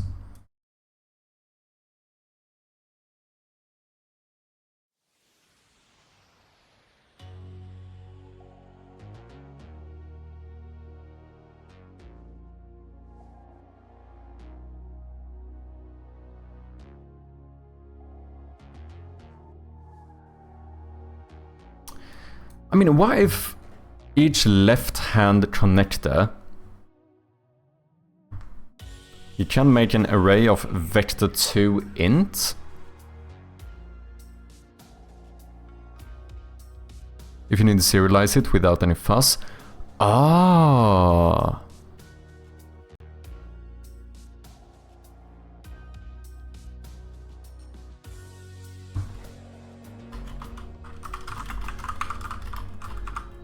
Wait, vector2 int? Is that what you said? Do I need to... Int arrays are serializable.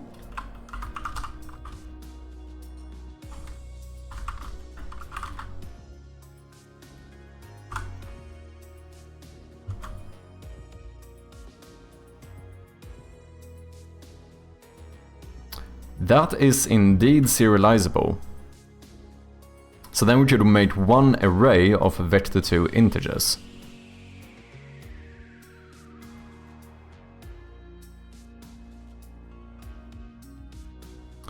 Or make an array of like connections. Or wires and have the vector2 int be the actual index of the wire.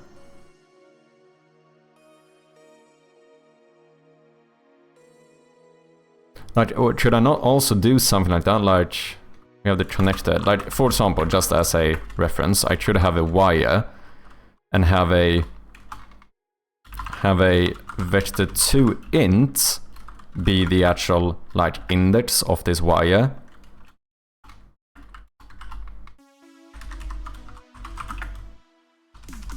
So then I can find it in the array of wires by looking for that vector2 int.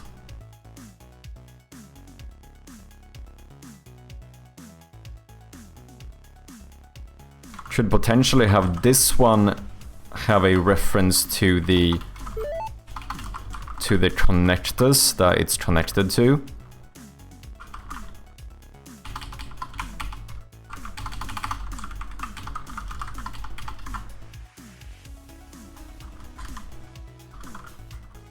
So that we can like make those non-functional after you connect this, and then when you destroy the wire, we made sure to make these interactable again. And then rather than destroying, we would just turn it off, disable it.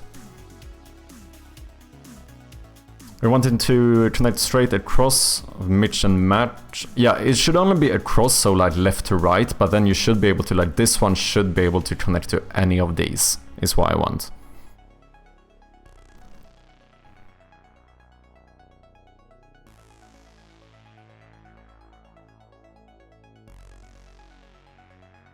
It depends on where you want your logic.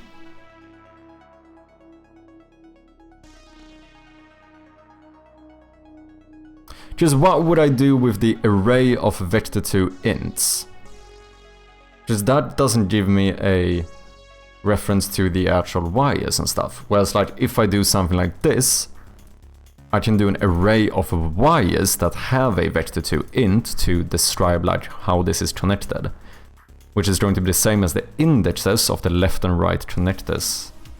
I feel like this could work.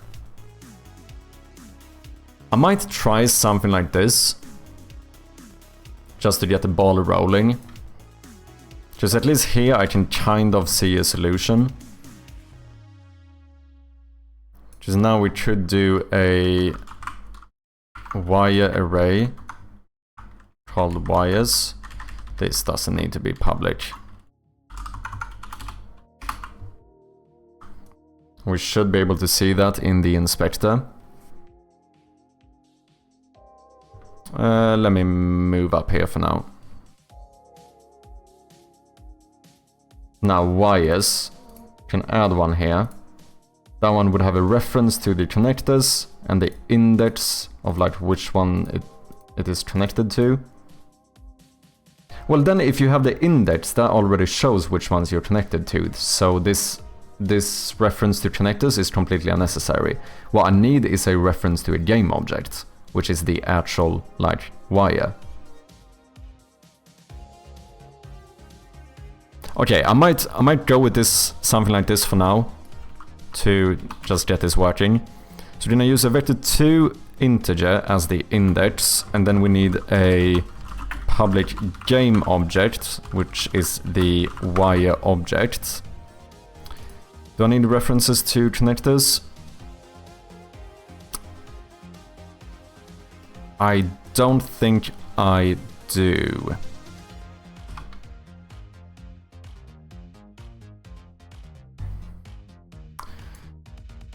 Wait, what about when you click on a actual wire object? We want to remove it, but now we could call a function. Okay, so what we could do is have something like a public void called remove wire, where we pass in a vector2 int, which is our index, and then we would loop through. We could go through all of the wires in wires and say that if index, now if wire.index is equal to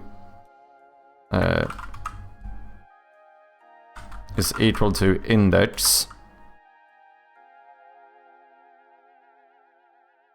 then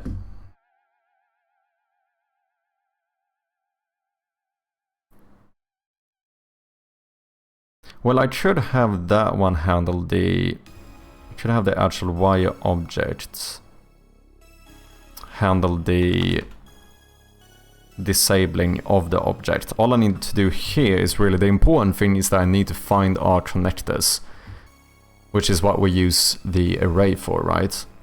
So wait, how do I... Can I check like index dot... How do I get the left-hand side of the vector2 int?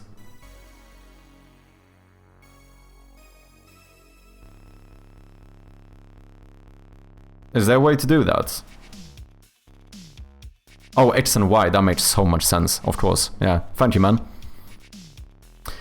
I'm in a good mood, finally feel not burnt out enough to start working on some of my own stuff. Nice, man, I'm happy for ya. Let's go. Okay, so then we... So now X would be the left-hand side. So then we should check, like...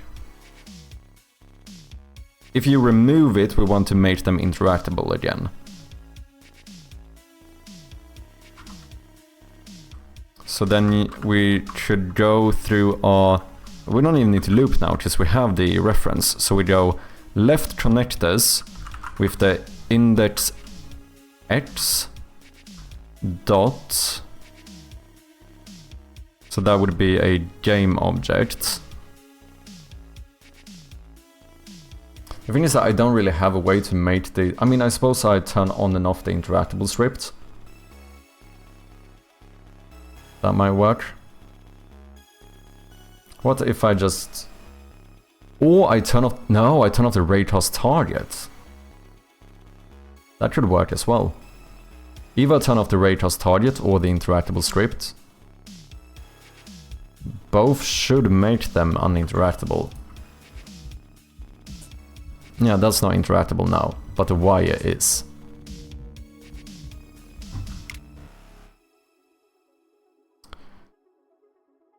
But what happens if the object is highlighted and then I turn off interactable?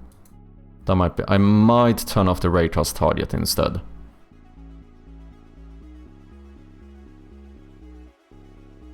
Which means that my connectors doesn't really need to be more than an image.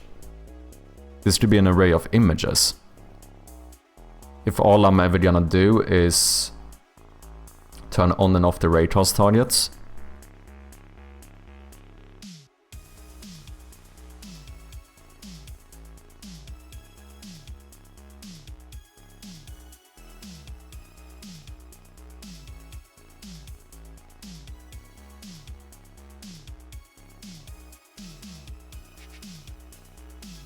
Oh, and then select the... Wait, the selected wire. This should actually be a vector2 integer, right? And if I click on one on the left-hand side, we... Can you change one value of a vector2 int?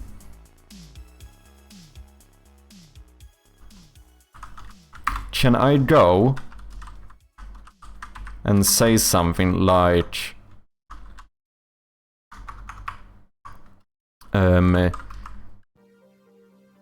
index.y++. Can I do that? I think so. Yeah! Okay. Select connector.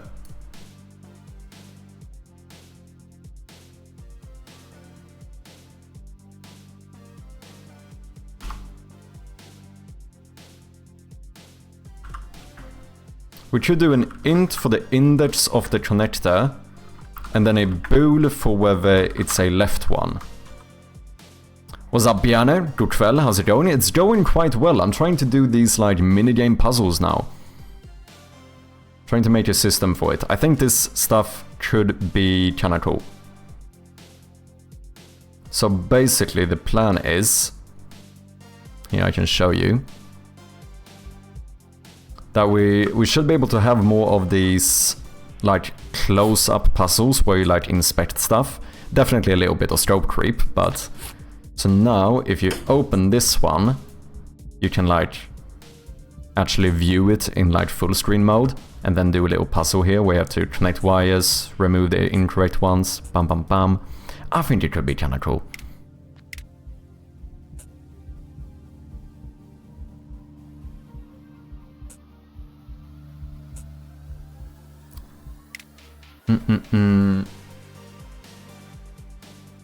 How you doing, Bjarne? Are you doing good? Why vector2 int? Do you mean here? Because the wires have two connections, right? And since I have an array of left and right connectors, these have an index of 0 to 3. And the wire goes between two connectors, so I can just use one index as the X value and one index as the Y value to know in between which connectors this wire is going.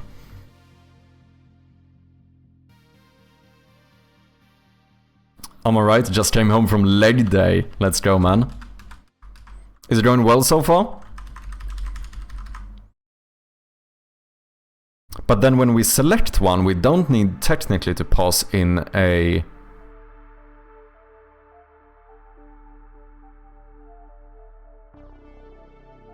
Shite, I just realized I cannot set a vector2 int to null, can I? I don't think that's possible. However, what I can do is to set this to -1, right?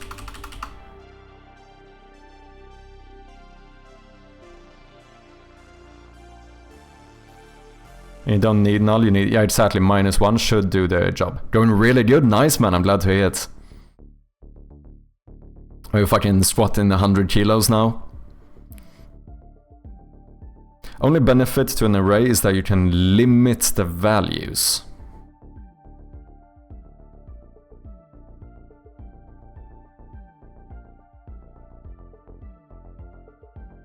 Wait, what do you mean? Do you mind elaborating?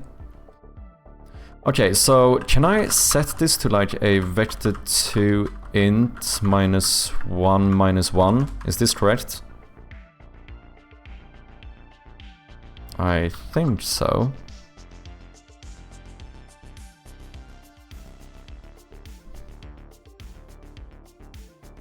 So we default this to -1. Yeah, like a vector is unlimited, but an array can be 0 to 3. I see what you mean. But as long as I only pass in these myself, I should be able to... Like, as long as I set it up correctly, that shouldn't be an issue.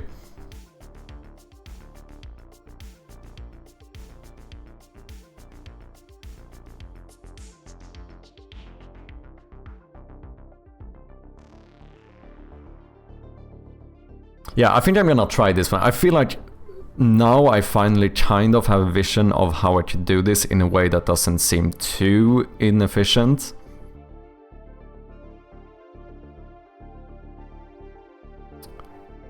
Because look, now when we select the connector, we just check...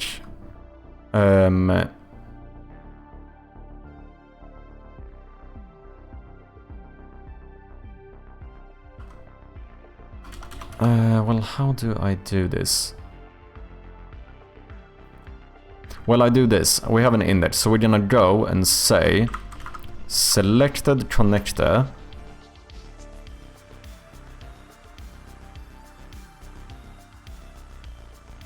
That's a vector2 int. So we're gonna call this selected connectors instead. And then we're gonna go now dot. Well, which one I change is depending on whether it's right or left. Lurk, I'll be back shortly. No worries, Major. Thank you very much for lurking. I appreciate ya. And yeah, no issue, just a smaller data type. Doing 75 at leg press. That's quite alright, for sure.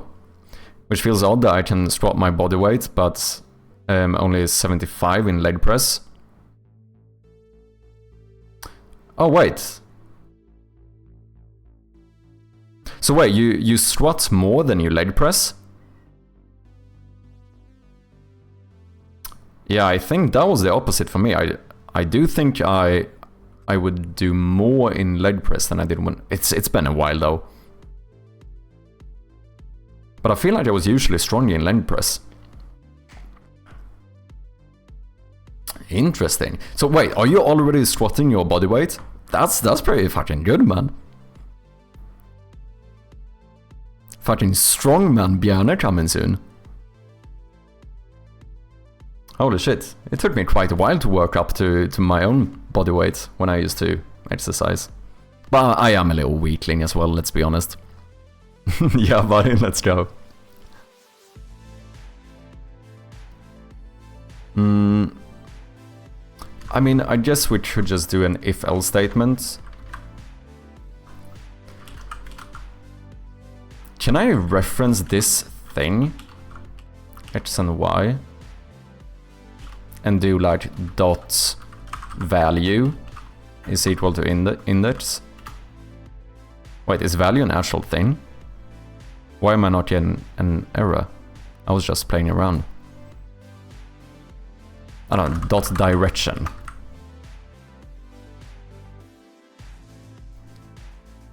Why am I not getting any...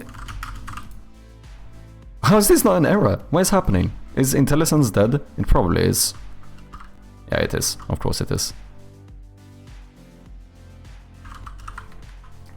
But I'm thinking if I could do something like...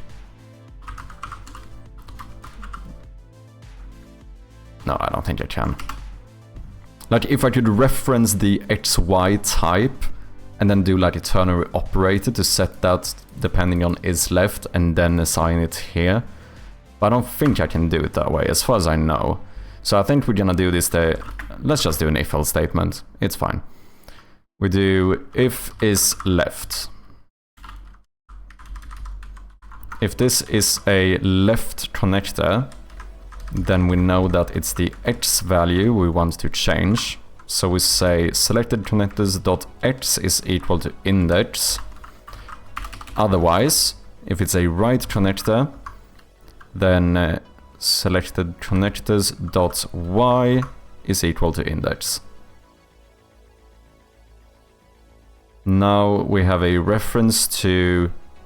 Now we can select two connectors. And then after that, we need to do a check whether or not one of these is -1. Because that means we still haven't selected both. We've only selected one. And whenever one is selected, we need to make sure that all of the other ones on that side, including this one, is non-interactable. Which I think I can do this with only images, actually. Just turn on and off the raycast targets. As long as that triggers my thingy to not highlight them, I think it should. Using Unity Engine.ui. Because now we should just...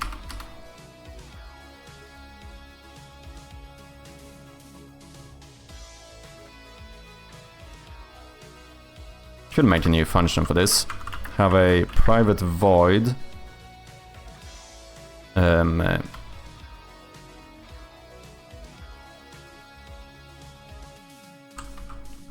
don't know. Disable connectors. And then we pass in a...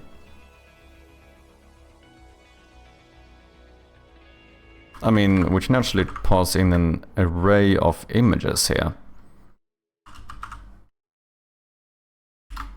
And then go for each variable connector in array.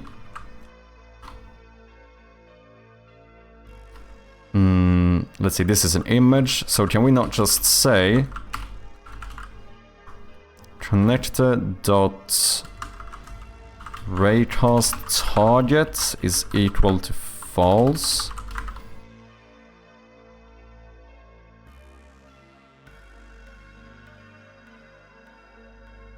So then if you select one on the left side, we can now disable all of the left-hand connectors. So we would just pass in the left connectors.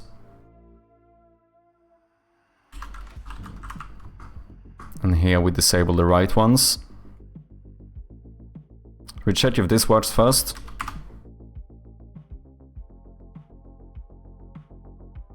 Is selected wires. That is public. You don't need to be public. We can serialize field private, which I think we can actually do with all of this.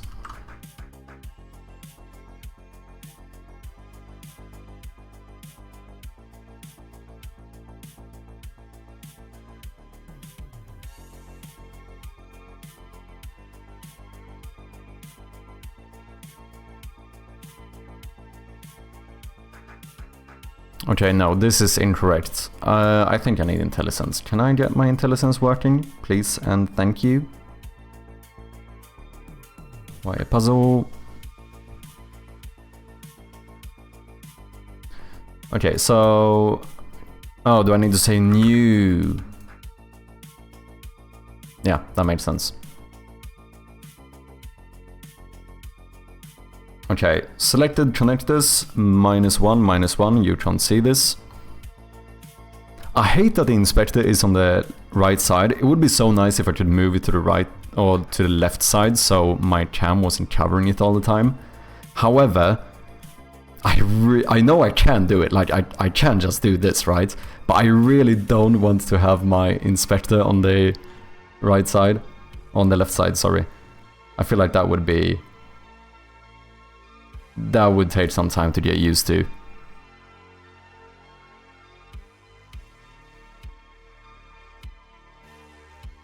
Okay. This is the left connectors. This is the right connectors.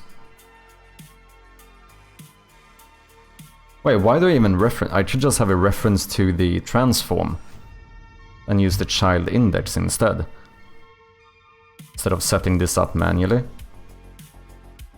Yeah. Yeah. So just do a transform for the left and right connectors. And then here,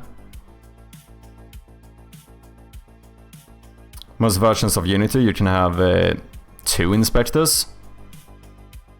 Yeah, I probably should, but the thing is that like I would still end up wanting to use one on the right, because I think just it's my muscle memory and stuff that it would feel weird to have the inspector on the left hand side. But it would be good because you guys would be able to see it more easily. However, if I still do the work on the inspector on the right hand side, you still don't see what I do. Do you know what I mean?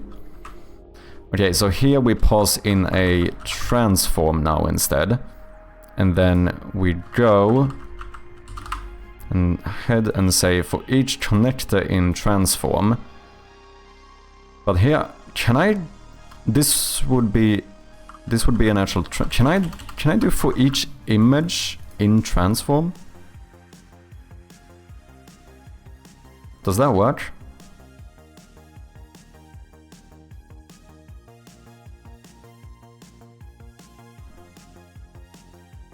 One on the right, one on the top, one on the bottom. That would be mad. Covering like half of it just with inspectors. Yeah, I do use hierarchy on the bottom. That I do. Because I feel like usually I don't need this one to be very... I think by default in my layout it was like here or something, so it did get a bit bigger, but I found that I often didn't really have the need for it. Whereas the inspector is quite nice to have large, you know. But like doing... It's like I could theoretically do this, right? But this looked so weird. Like I've been using Unity for like, I don't know, soon 2 years or something, always had the inspector over here. It just feels more comfortable.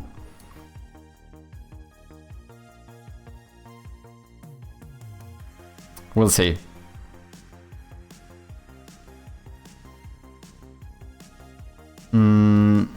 Okay. So now we have the left connectors. Now I can only reference the transform here. That should be easier. Okay, I'm just gonna run this and see what happens.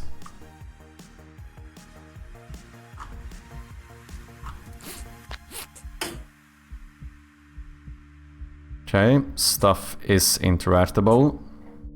We can see that we have no selected connector. Wait, I didn't... We need to make those actually do the thingy, right? I'm gonna select all of these. Interactable. Well, what are you gonna do? We're gonna add publish...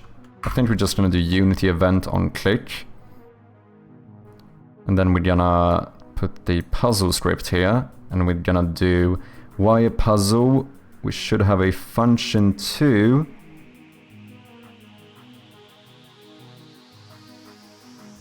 Oh. I can't pass in 2 parameters like this, can I?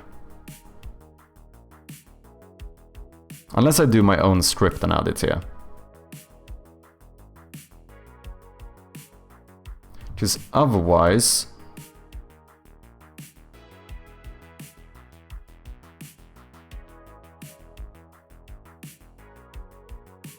I could pass in... I could pass in the image and... No, and loop through, fine, it does seem unnecessary. I could... What else could I do?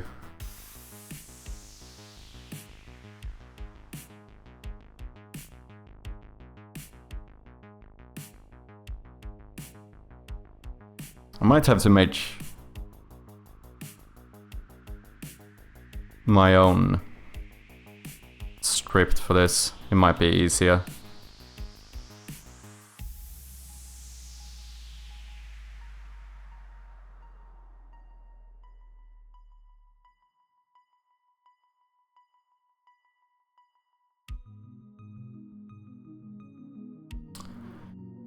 Or...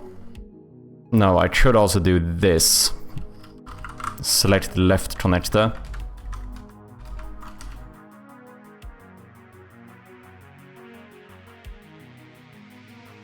This should work. We have an ad coming up for any non-subscribers. See, I might go and get a BLT during the break, but should be back shortly. Thank you for your patience. You can make custom layouts too and switch them on stream. Yeah, I suppose that is true. Might be something to look into.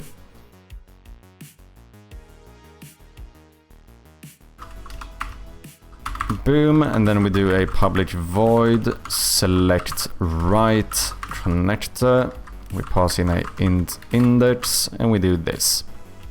Boom, problem solved. Now, with all of these, I should be able to select, let's see, wire puzzle, select the left connector, then we're gonna do 0, 1, 2, 3. All of these are going to select the right connector. 0, 1, 2, 3. Pass in the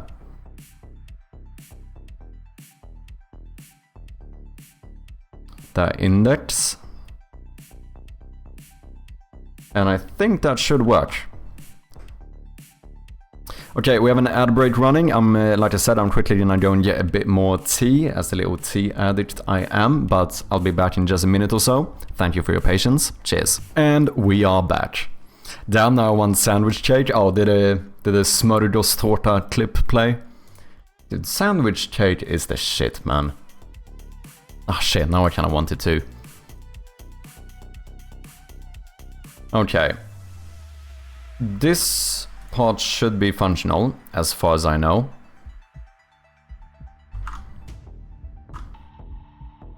Let's see. I want to be able to see this update though. So we can now see selected connectors -1, -1. So currently we are using -1 as null, meaning that we have not selected a single one. However, if we open this one, oh, looks good. If I click here, it should say 1 on the left-hand side. It does, and then it breaks. Okay. Why?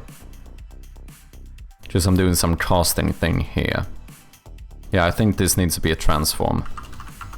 I think it would be for each transform child in transform. We go child dot get component image dot raycast target is equal to false.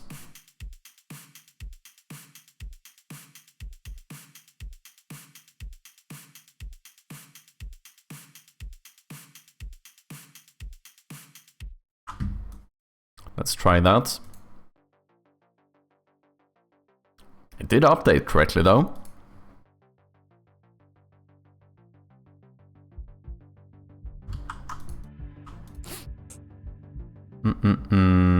Boom, boom, boom. 1. And this should be 2 on the other side. Yup. 2 on this side.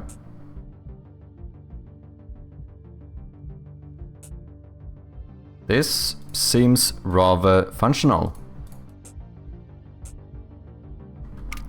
Nice! Okay, we are getting somewhere. We are getting somewhere.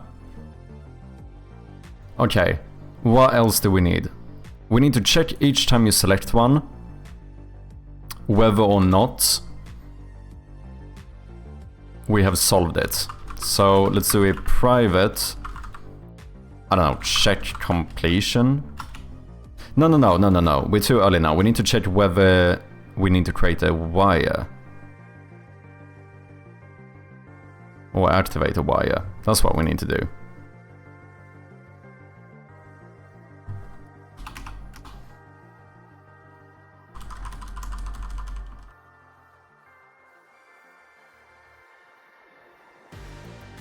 So each time we do one of these, we're gonna call some function to check whether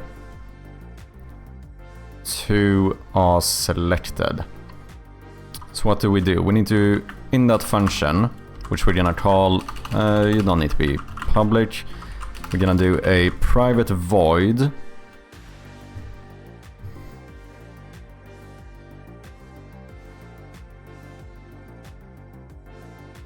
I hate naming.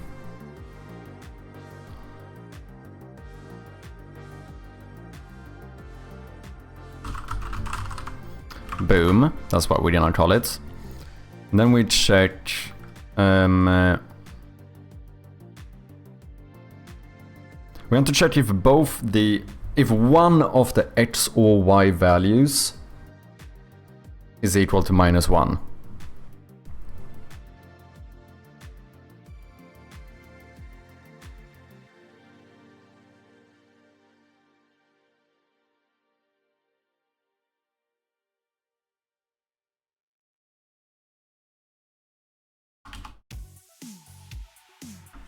So we do if selected connectors dot x is not equal to, no, we do is equal to -1, or if selected connectors dot y is equal to -1, that means that none are selected. In that case, we just return. However, if we make it down here in the code, that means that we have selected 2, so now we want to add wire. And then we pass in this vector2 int. We now make a new function called add wire, where we once again pass in a vector2 int called index.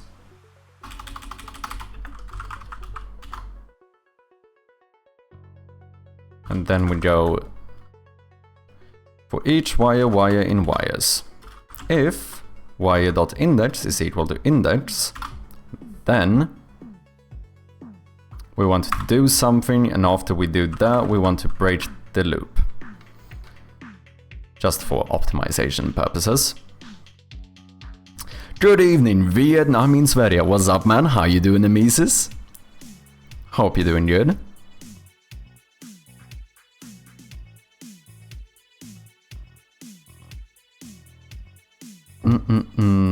Top tier Swedish on your stream today. I see all of those Swedish lessons where they paid off. Y.index equals to index. We are working on a like puzzle minigame thing, pop-up puzzles. I don't know. I still don't know what to refer to these as, but basically we can do like full screen puzzles now, more focused mode, you know. Son's been taken to bed by girlfriend, so all is good now. Amesis is a free man. Blood pressure can come down now. Yeah, exactly. Wire dot.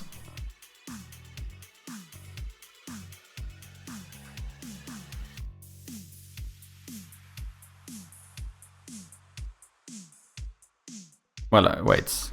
This means it's the correct wire, and then we have a reference to the game object. So we go wire object dot set active true. Whenever we remove a wire, we would do the opposite. Passing this, we have a reference to the index, we find the wire, and then we turn it off instead. And we now need to reactivate those selectors. So before we break, we need to say left connectors with the index of index x dot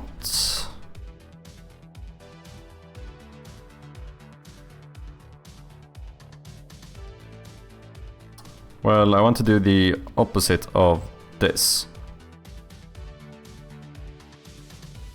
Wait, left connectors, that is now a transform. Shite.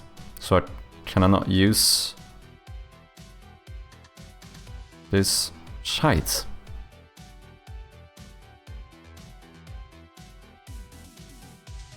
Wait, what happens if I make it the game object? Does this become the child count of the game object? Because in that case, that might actually be better.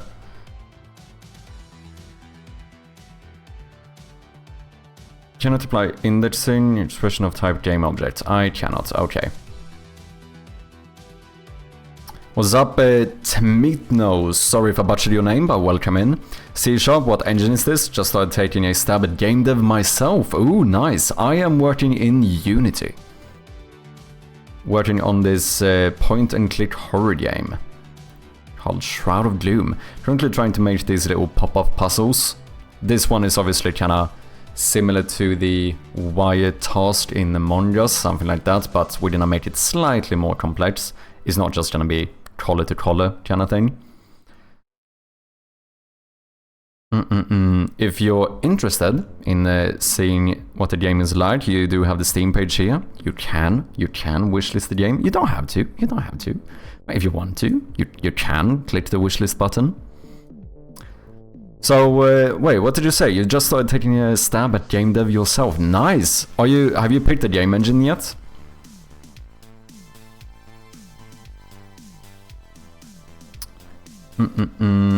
Okay, wait, what do I want to do here? Interesting, old wishlist, thank you very much, man. I got set up for Unreal, nice. Any ideas for... Have you started working on something yet?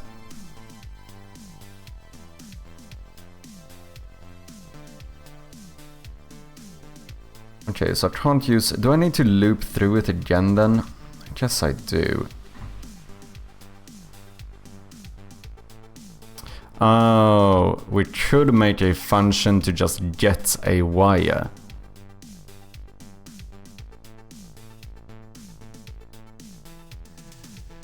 I might do that. Like, just a little private wire gets wire with a vector2 int.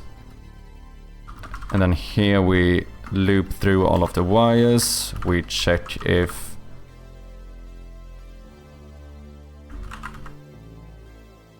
wire.index is equal to index, and then we just return that wire instead. Why can I not do this?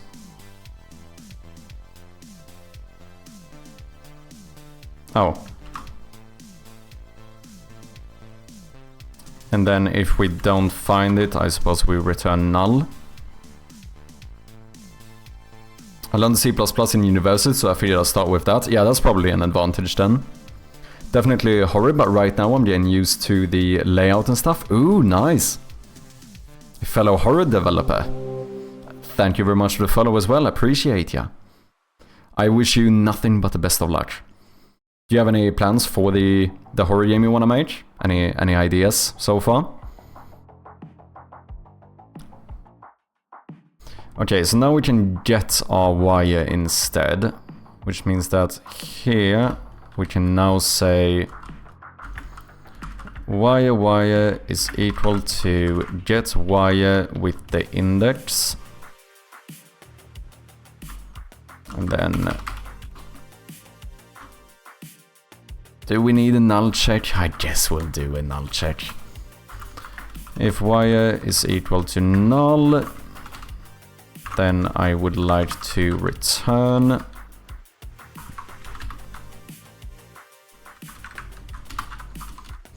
otherwise,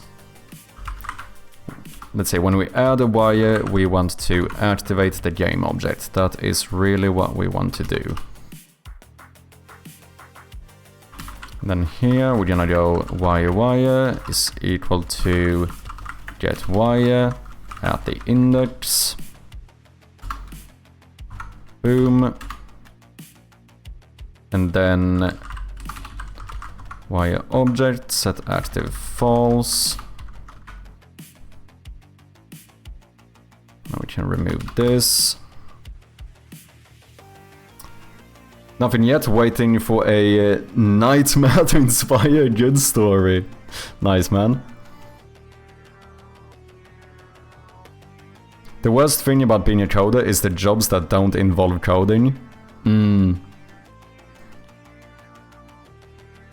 How often do you use the question mark operator? Not a lot. I can't say I do. I know of it, but for some reason I just don't use it a lot.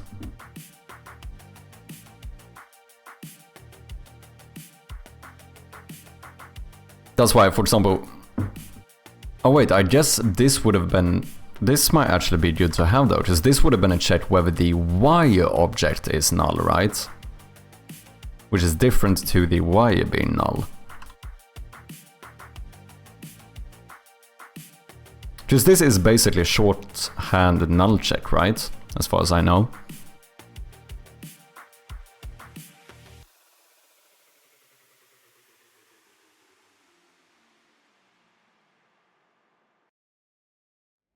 Spending all day adjusting CSS to get the button right.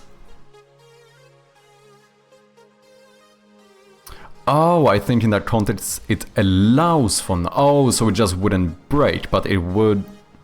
But wait, how does that work? Because I can't set active on something that's null, right? But I suppose it just won't... It basically just won't break the game. Is the end result, I suppose. Okay, we can add and remove wires. I mean, should we try this?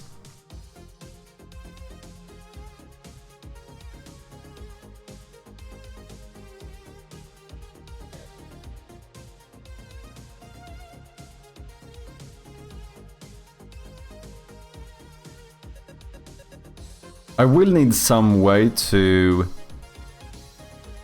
Oh yeah, each time after we add a wire, we must reset the selected connectors, otherwise we're gonna get some issues. So this is where we check that part. So Add wire. Do you use... No, we pass in the selected connectors. So after we do that, we say that selected connectors is equal to new vector2 int at -1 and -1. Made sure to reset those. Love this function name. Holy shit. No, girlfriend's having a tough time getting the feral boy into bed. My blood pressure's rising. I may be needed once more. Holy shit. This is too funny. It's like an actual RPG. Best of luck, man.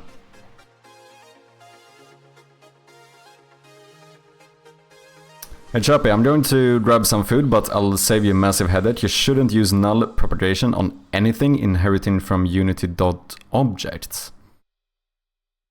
You have a warning on y.y.object. Oh.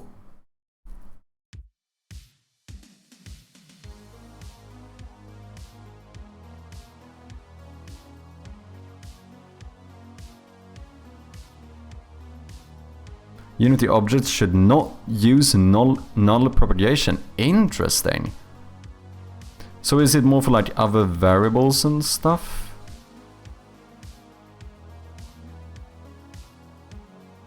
And then you suggest me to add it instead. Okay, interesting. Thanks for sharing. And yeah, if you need to go and grab some food, feel free to do so. And I'll catch you later.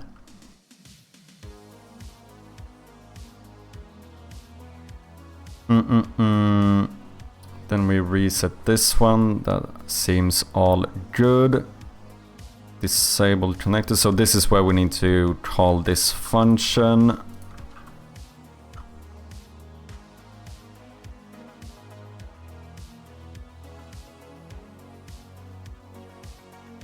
Nope. Oh, I see. My mistake. To clarify, it screws with garbage collection of Unity objects specifically, so they won't always show up as null into all sorts of issues. Okay. And often those issues only show up in production build, not edited. That's even worse. Otherwise it's great, just use standard if thing is not equal to null, if it's a Unity object. Okay, yeah, that's definitely good to know about. Thank you for sharing, man. Appreciate ya. Oh wait, I don't have any wires. Fam, we need to make wires. We do have 0, 0, so we could try that one first, because that one I've already done.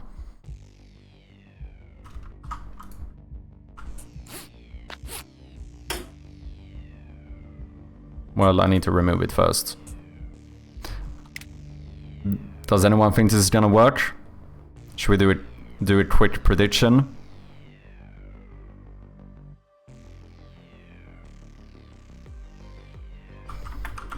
Is it gonna work? Question mark.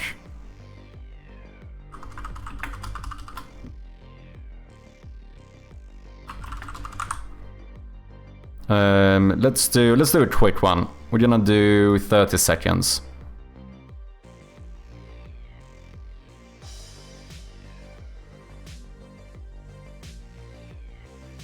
Boom! The prediction is running. Bet your channel points. Lose everything you have. Sell your house. I'm joking. Does anyone believe? Does anyone not believe? I hope it's gonna work. I'm not sure. But I think it should. I think it should.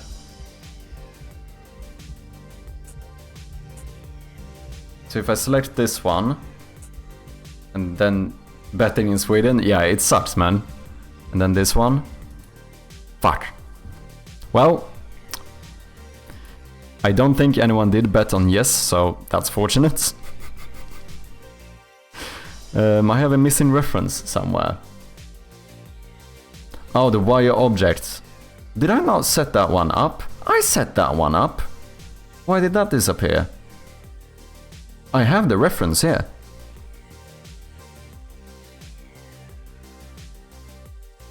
And that is a game object. But I crashed on y.yObject set active true. Oh, it has been destroyed, right, because it was... Okay, never mind. It's because this one was active, so I need to disable you. And then make sure to remove the destroy on click. Instead, if you click this one, I want to publish a Unity event where we tell the wire puzzle to dun. Am I blind? Wire puzzle.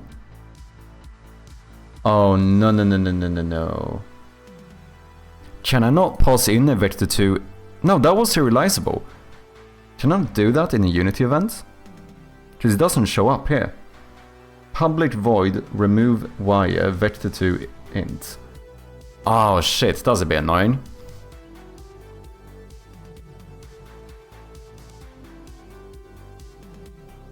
I bet literally not everything and have nothing to gain. Wait, did you bet?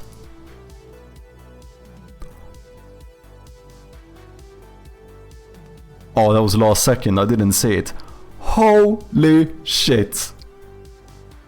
Holy shit. Naked just lost 50,000 channel points. Because I forgot to turn off the game object. The funny thing is that the code is actually working. Like, theoretically speaking, the code is functional if I just would have deactivated the wire before I played. That is fucking unfortunate. That is unfortunate. Beyond tragic. Dude, I'm sorry. I am sorry. Should we do a poll whether... Because I could theoretically change the outcome. Should we do a poll? Do a vote whether people think you should keep it or not? Should we put it up to the democratic vote here? Oh yeah, you wouldn't even gotten anything if you won. That is true. Since no one bet against it.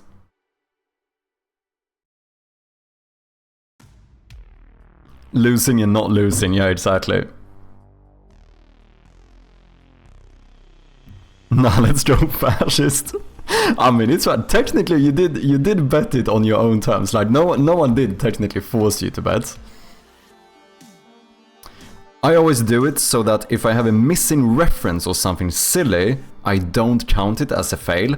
Oh, you don't? Yeah, just let's be honest here. I kind of stole this prediction 100% from Mises. He runs these quite often. You know what? I'll do a poll. I can handle the consequences, but this is good for the future. We need to settle this.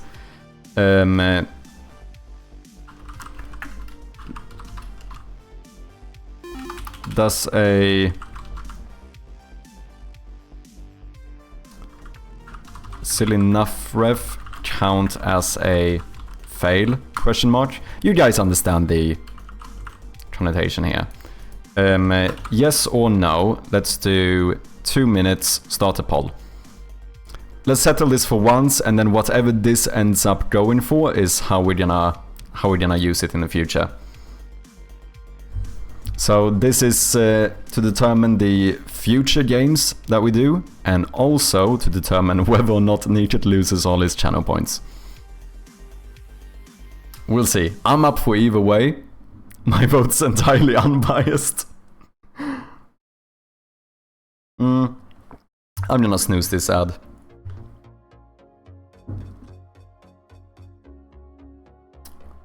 So far, it's looking kinda good for you. We have 2 votes on a no. And 0 votes on yes, so you might actually keep them. If the logic works, then it works, because there's like 10 places where you can simply forget to attach something. Yeah, that is true.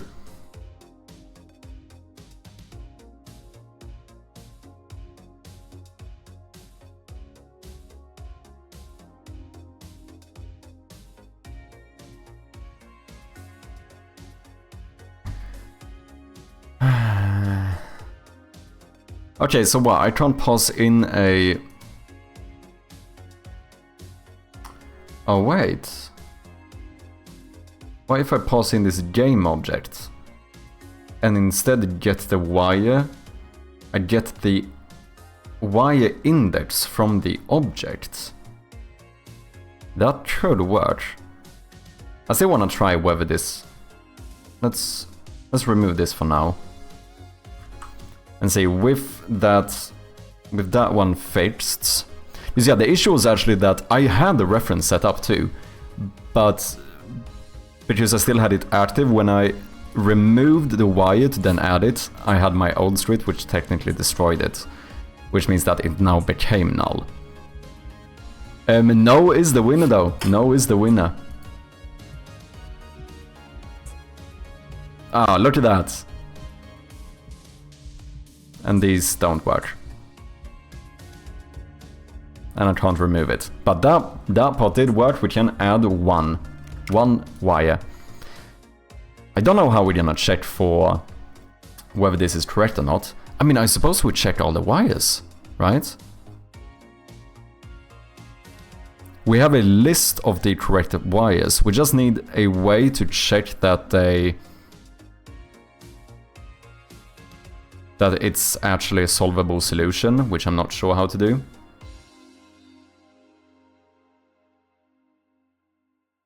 Oh, I just would just randomize ints, and then we know that, like, if you connect 1 to 2, those are now taken. So when we randomize the next one, we say that it can't be those. It has to be some of the other ones.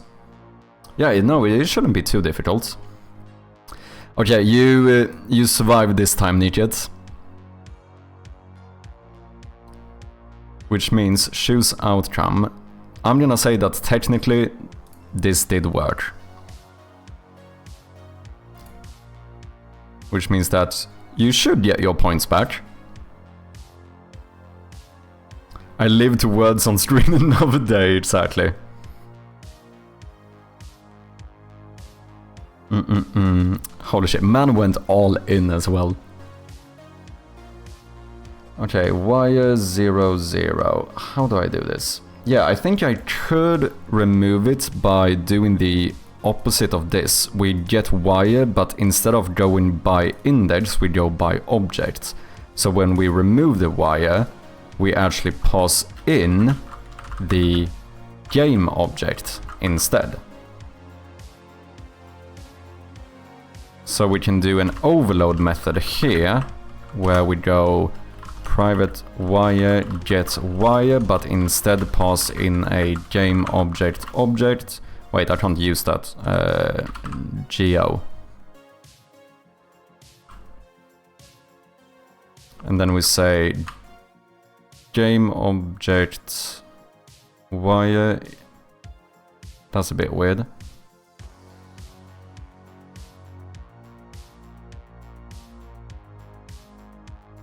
So here we're gonna do something similar to this.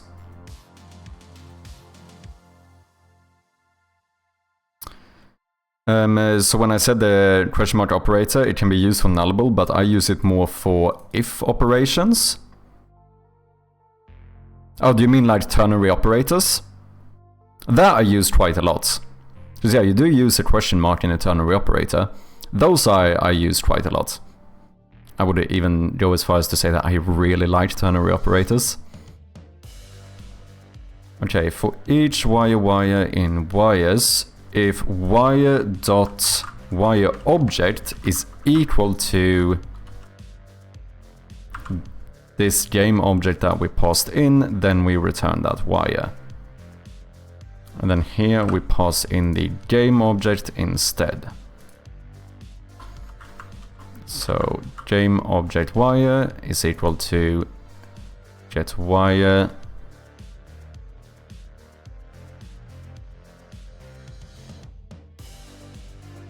no. Yeah.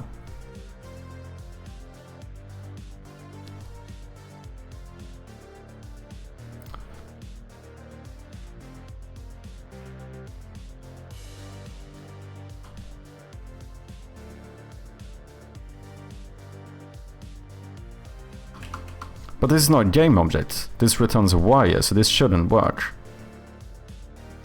Unless, now that I think of it, every time I want to do something with a wire, I never want to change the index. It is always the game object I want. So we could actually make this return a game object instead. But then we loop through the wires.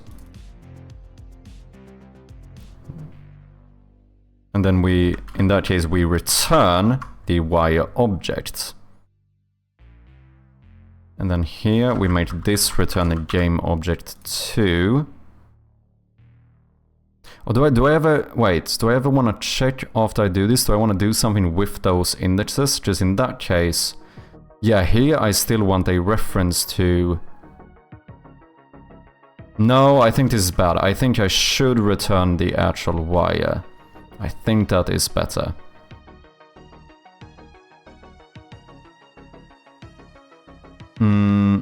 Why is this not working?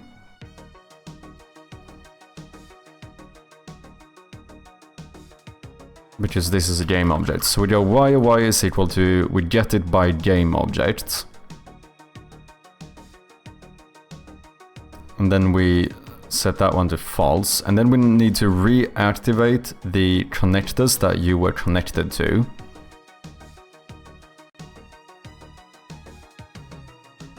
So we go for each image, no, transform. For each, no, I don't even need to do this. No, I do, fuck. Maybe I should have kept the arrays here. Yeah, the ternary conditional, yeah, that one I used quite a lot. I use nullable for things that can be null, so then my functions don't have to check if it's null. Like save files. I see. Yeah, ternary operators are nice. Those I use quite a lot. I mean, I almost use them whenever I can, to be honest.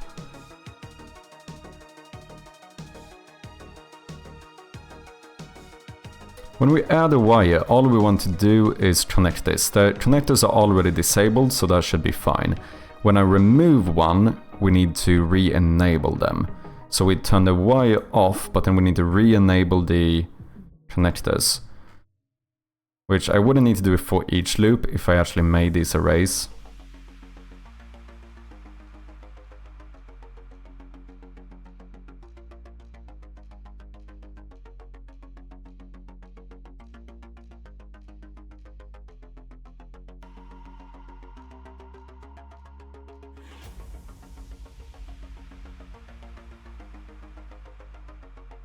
Which is kind of me going a little bit back and forth here.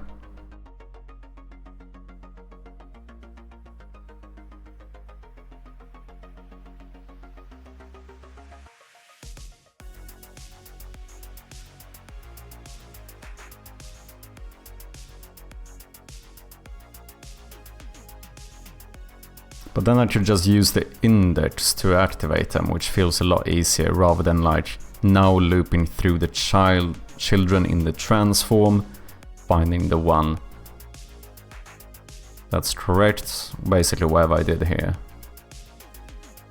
But now I need to find the correct one, so I need to... Yeah, this feels... Yeah, no. I should have kept these an array of images.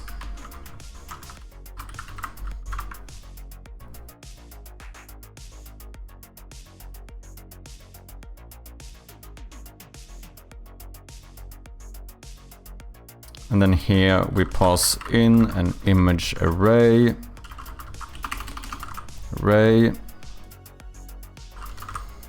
For each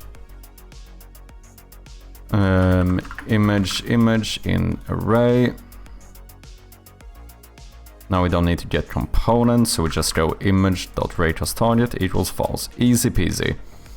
And now the good thing here is that I can say left connectors with the index of, well, of this wire, right? So this wire.index.x dot raycast target is equal to true.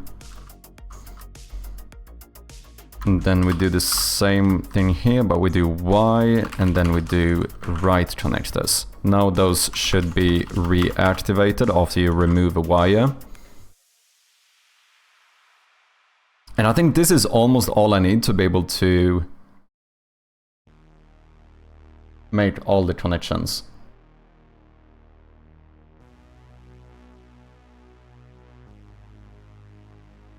I don't know if maybe we should display the selected wire a bit more.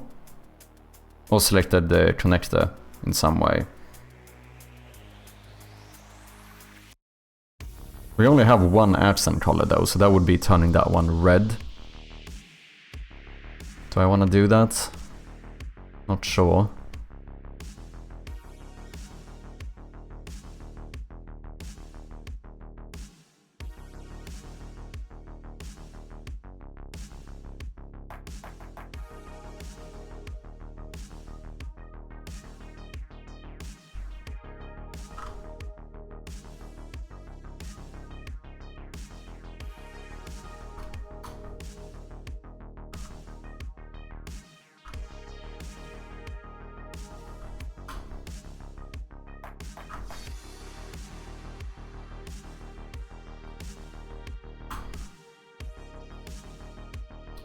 Boom.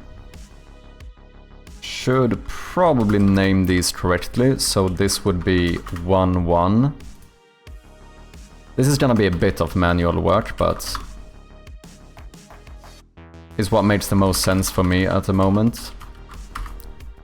3, 3. That's all the straight ones.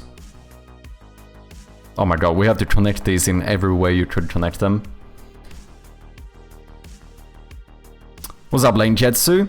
Thank you for lurking. Appreciate you, man. Hope you're doing good. Okay, so we have all of these.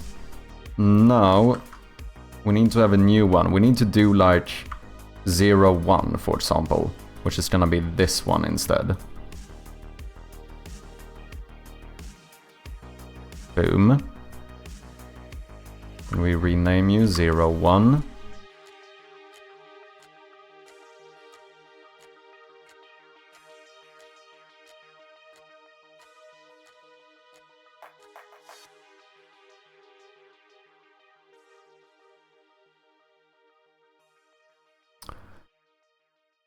Oh, I just realized. I was thinking one thing that's gonna be a bit weird is that the, like, in which layer these are is actually gonna always be the same, no matter the order you do. So it might be weird when, like, the last wire you connect might be behind the other ones.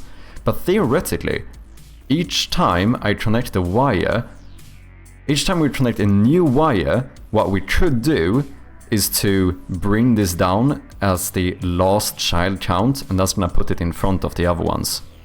I'm about just doing a couple bits, you fix your thingy. We are getting there, we're getting close. Oh, that looks good. You should do 1 to 6, 1 to 8. Wait, what do you mean 1 to 8?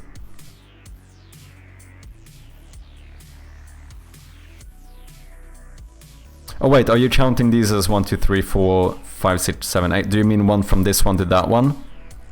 Left side 1 to right side 4? Okay, yeah, I do have that one. We are gonna do that one as well. I've made sprites for all of these.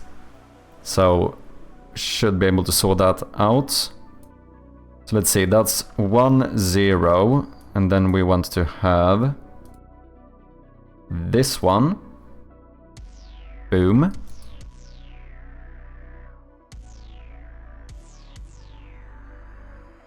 Let me deactivate these for now. Is that correct? It looks aligned. Why was this one a half number when all of the other ones were whole numbers? That feels odd. Are you actually pixel perfect?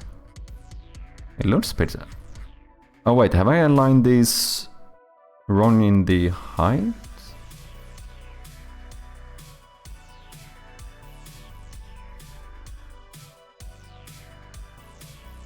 It looks right. That's odd. Mathematically, I don't see how that makes sense, but Okay, O2, and then just need one last one here, which is going to be this one.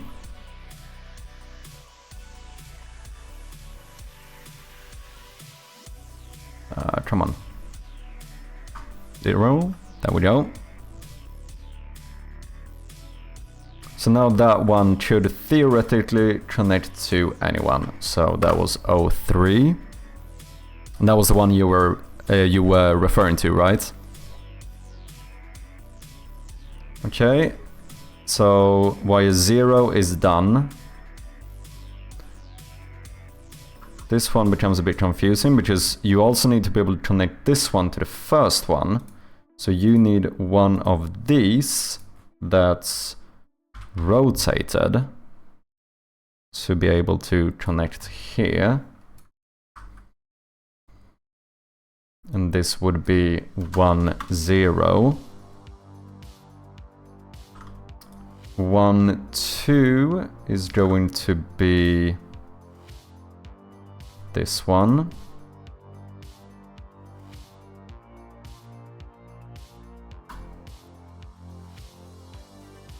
Right?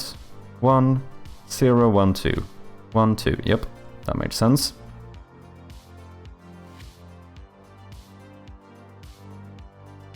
We can actually duplicate this one, because that should be the correct sprite, and we pull you down here.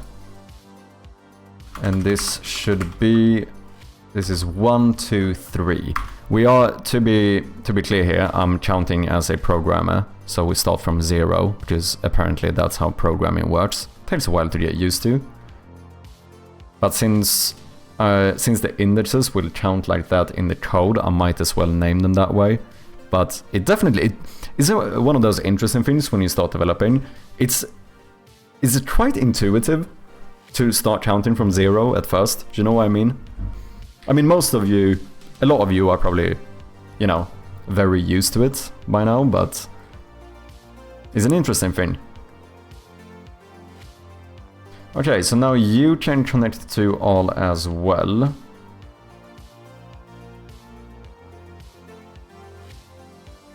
Now we have the second one.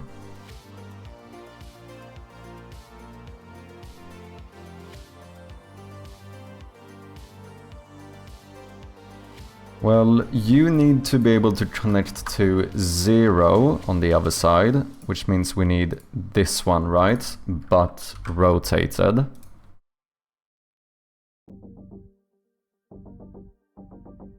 Like so. That means you are to 0. Then we need to have to 1, which is gonna need one of these, but once again rotated.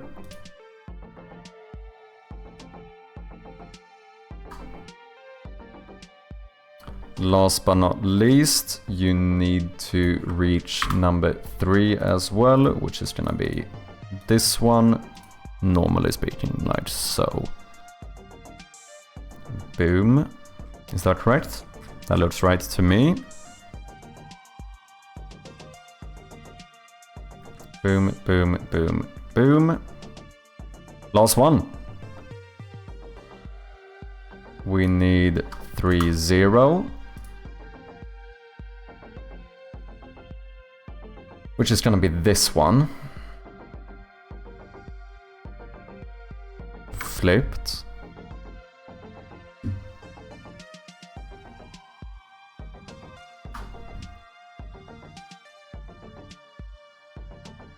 And then we need this one as well. This would be to number 1.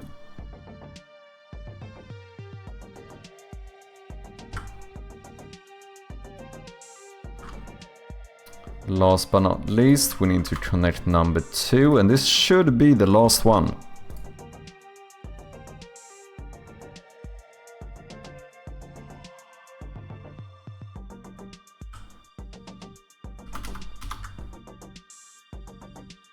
That looks pixel perfect. Nice. 3, 3 0, 3 1, 3 2, 3 3. We should now have all of our wires set. It's fascinating how differently one can solve the making of these puzzles. Oh yeah, for sure. I mean, that is why I said before, like, I think that's part of the reason why I almost become paralyzed when I start trying to make this work. Because there's like, I keep finding new ways I could think about it. Like right now, I'm doing this in a very manager type of coding way, where like the main script handles almost all of the logic. But even that you could have made very different, right? Like, I could have had a bunch of logic on the actual wires and like on each connector and stuff. And have these be more intelligent to the point where this connector knows that it's connected to this wire that goes to this other connector. Whereas now it's more like I have the main script handle everything, you know? But yeah, it is interesting. Also, even this, I enable and disable these wires. You could reuse the same one, like have some calculation to like instantiate it, flip it, and get it in the correct position and stuff, you know, between these two on this y-axis. But for me, that seems like less manual labor, but it would be way more complex. It would probably end up taking me more time, ironically. Whereas doing this, where I have all of these pre-made, is probably the easiest way for me to do it. We're still a bit of a rookie over here, you know? But wait, can we... Oh yeah, wait, now remove wire throws in a game object. I should have made these prefabs. No, it's fine, it's fine. I'm gonna do this. You guys are going to... Now we should be able to publish Unity event on click, which is going to call the main script wire puzzle remove wire. Can I use that one dynamically? I can't. Okay, that's gonna be a bit annoying.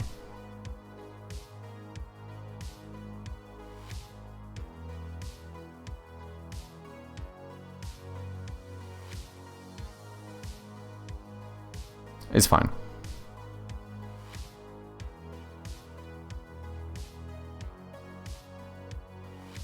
Like I said, sometimes we might do a bit of extra manual labor here.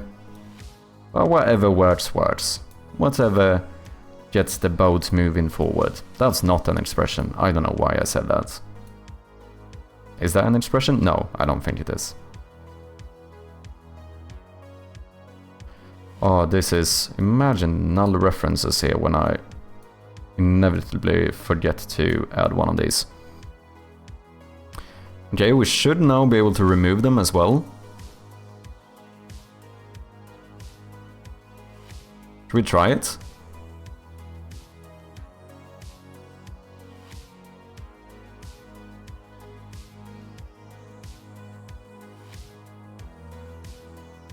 Should we do another prediction? Nikit, are you feeling like a gambling man?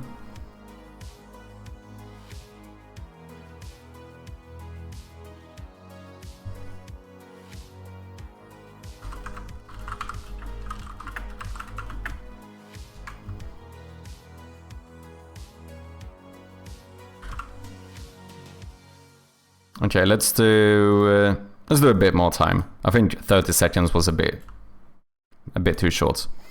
Here you go. You have 2 minutes to vote or bet your points whether or not you think this is gonna work out.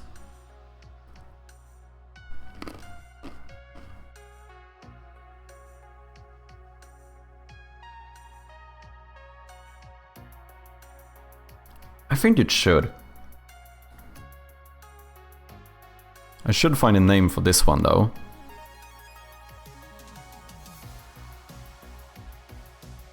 I mean, I guess this could be like a try thing, like try...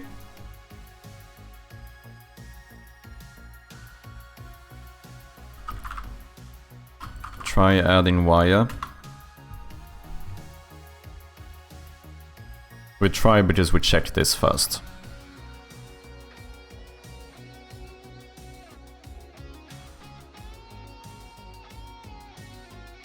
Okay, we have some non-believers.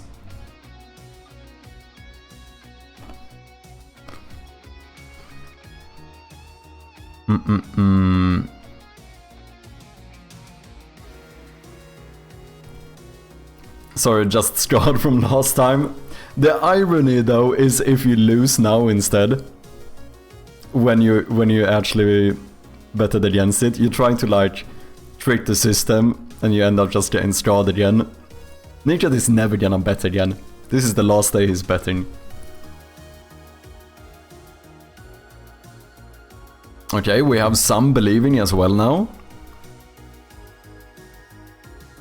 So the last thing we're gonna need to add for this really is the like logic for deciding the correct way to do it, and then I suppose making the hints how to find that one. Okay, let's try it.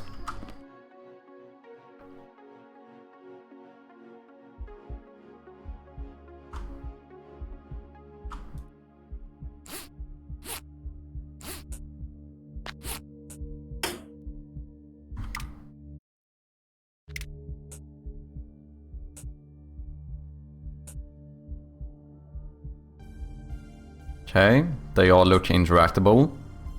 Let's try like click this one and this one maybe.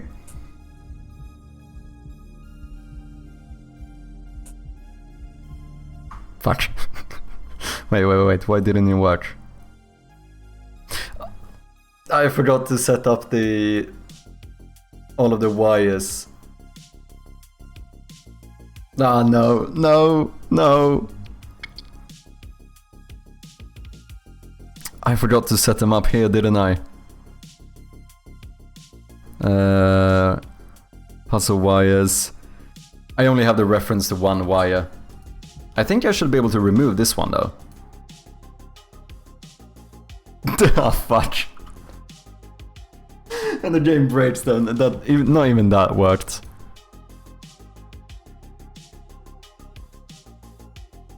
Why? Oh, just I forgot to assign all of the connectors as well. Fuck me. Okay, that is enough stuff not assigned to the point where this is definitely a lose.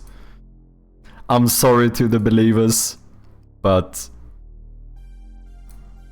it didn't work. Yes, I mean no, yeah, sure thing. You win this time, Nijit. Sorry, Amisis. It feels worse when you let down the believers, do you know what I mean? I should be able to select multiple on Dragon here. But the thing is that if I select these, now I can't see this one. How does one do this? Oh, I guess it might only work if I do it in like the project, like if I have a bunch of prefabs or something. It's a bit annoying having to drag in each one here. See, those are the left connectors, and then right.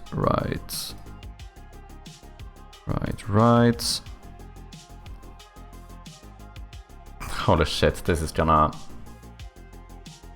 I have to manually set up all of these indexes as well. I should have definitely done this in a better way. Maybe I should have made the wires actually have a class. Well, then I would have had to set this up on the class itself instead, so does it really matter? It would kind of be the same amount of work anyway.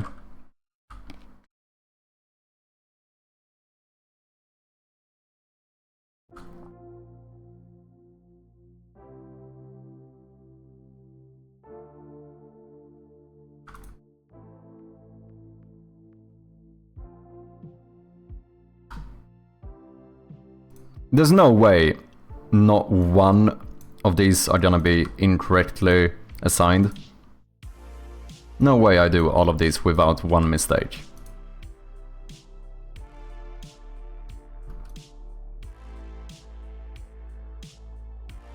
Let's see, 2 0 2 1 2 2 2, 3. We get in there.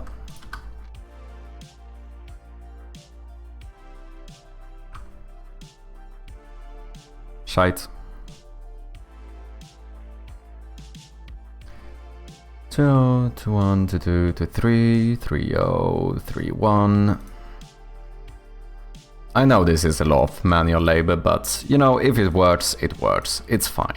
It's fine. I think that should be all of them.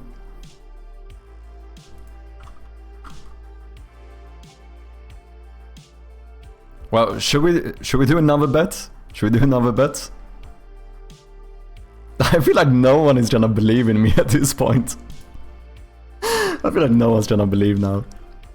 Let's do another quick prediction. I'll do 1 minute, so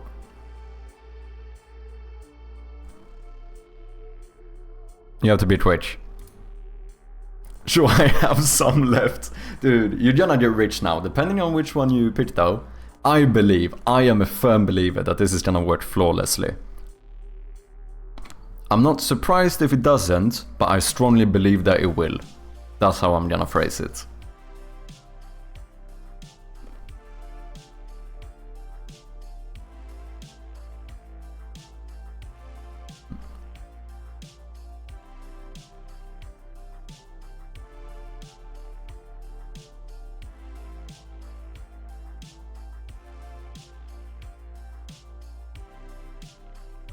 I see no reason why this wouldn't work.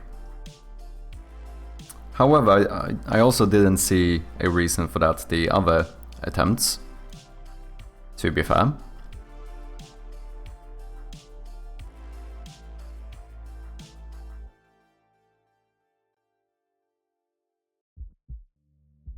Okay, wait, how did people bet? Holy shit. Okay, 99% of the points are on nah. We'll see, we'll see. Imagine if it works now, someone's getting rich.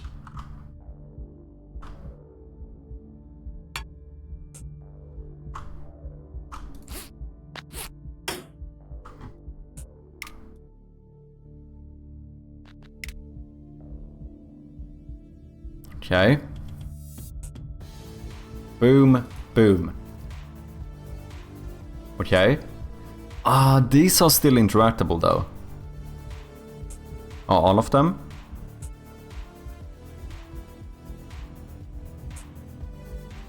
So seems that maybe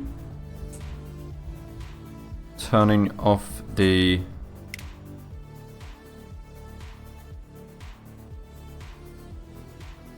oh no, I don't cheap, I just forgot to cheap them. I think once I select one, this is now... Nope, that's still interactable. Oh yeah, but the other one, nope.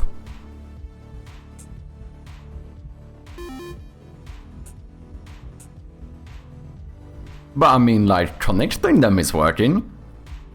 Can we remove them? Add them again? I'd say this is pretty much functional. Except for, you know, some few things. Like, I'm pretty sure I could cheap doing this now, which is not the intended way. There's also, like I said before, the weird thing where, like, if I connect this, this, and this one I draw here now is gonna be behind all of the other ones, and that feels a little bit odd. You kind of imagine the one you just put in to be at the front, right? I mean, overall, I'd say this is pretty much functional.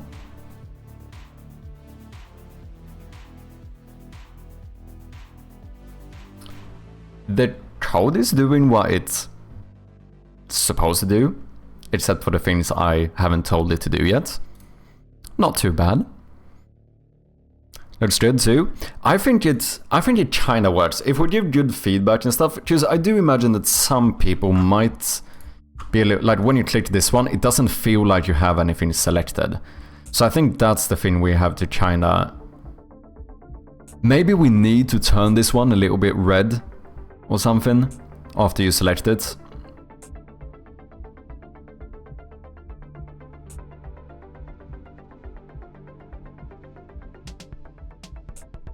The fact that the wire appears later, I think, is kind of fine.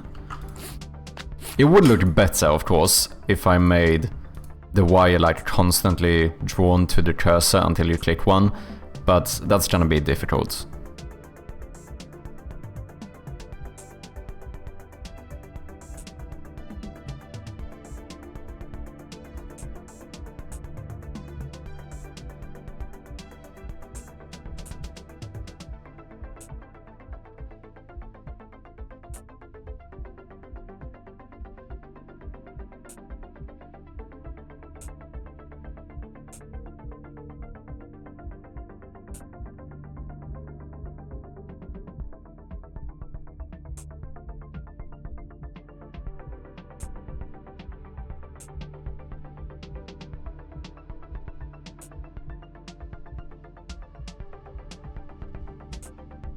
Seems good.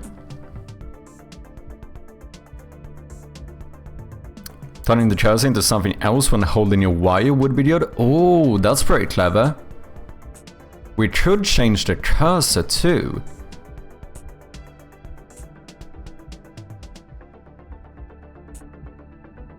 What would we change it to?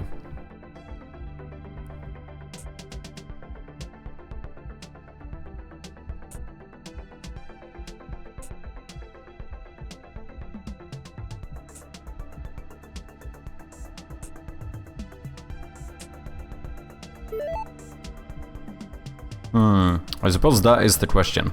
I think you should take a couple pointers from great mobile games such as Raid Shadow Legends. You should immediately freeze the inputs, put a big pointing finger on the node you should press, and then another pointing finger to the correct receiver.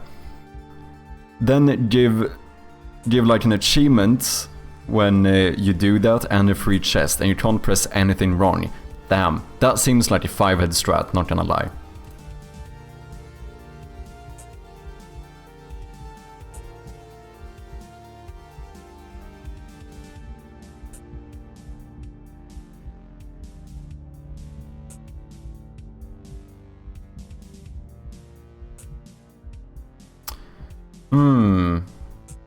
I wonder if I should ever solve this one, like make it clear.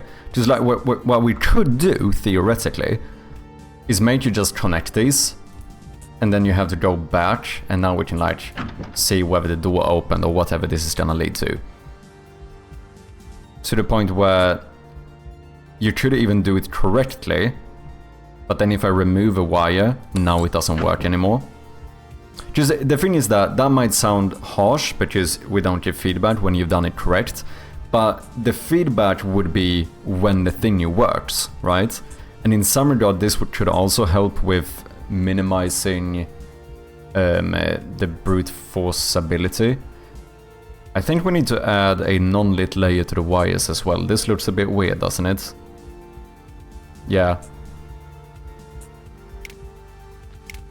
Wires need to be non-lit as well.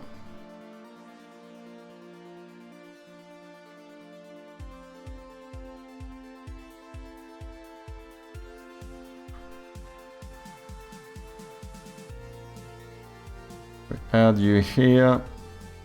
Remove interactable. Remove this, and then we do non-lit interface layer. Probably copy that component. Oh, this is gonna be a bit annoying.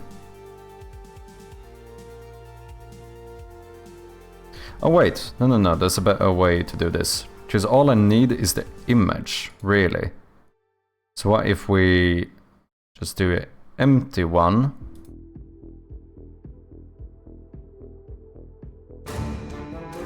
Paste this in. Sorcerer's Story with the raid, welcome in, how you doing? Let me throw a big shout out here. Frostdraw Studios, welcome in as well.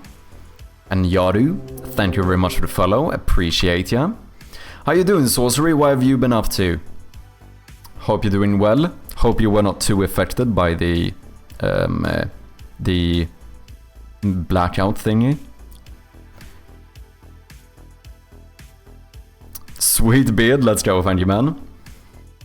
How are things over here? Hope things are doing good. It's going quite well. I'm trying to do this little mini-game puzzle thing. Kinda Among Us-like in terms of execution here, but a little bit more complex.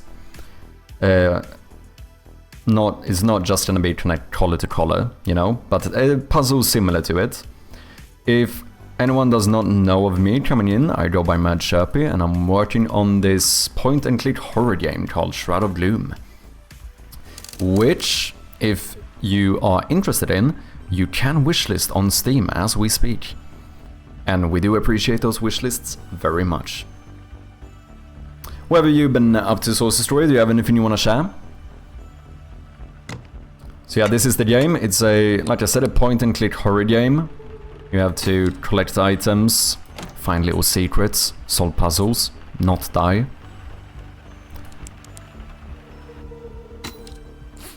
Recently started adding a bit more details and stuff, which I think turned out quite well. We have paintings in the game now. That's pretty cool. Paintings. Also, you can now fix lights and actually turn the lights on in the rooms. Kinda cool. Some new art for the map as well. We are on scope creep over here. That is basically what I'm trying to say. Recharge the flashlight. Just adding features, basically. Small little things as well, you know, can smash the windows, you know, with little glass shards on the floor. If you go in here, if you listen carefully, you can still hear the rain. But if you close the door, it stops. You know, small little details, but I think it's kind of cool. I think it's kind of cool.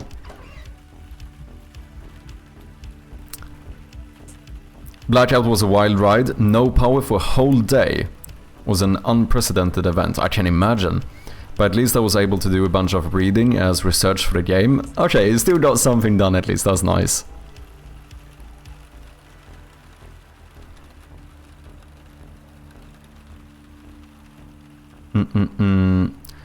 What's up, why? I don't know if I'm butchering your name, but welcome in. I was going to ask if you're Swedish, but then I saw the tabs. I am indeed born and raised. I suspect you might be as well. Are you? There's a lot of polish. Very cool. Thank you. Appreciate ya. You started working on new art for your game, right? If I'm not mistaken. Love the visuals. Thank you. Over on my end, still fixing bugs and slowly adding in new art. Yeah. Going to start doing an art stream for the foreseeable future. Nice. Or art on stream for the foreseeable future. Nice. I'm excited, I'm excited. I saw you posted some on Blue Sky, I think, of the new stuff, right? I'm pretty sure. Where's the 360 frames of rotation so you can rotate the rooms when you enter them? No. No, no. Veto. Veto is what I'm gonna say to that. We are not gonna be looking around in that way. That is when I draw the line for the amount of scope creep I want to do. When you start talking about rotations, that's when I'm like, nah, way too much art to draw, I cannot be bothered, that's gonna overscope, it's gonna like quadruple my game. I know you were joking, by the way, but...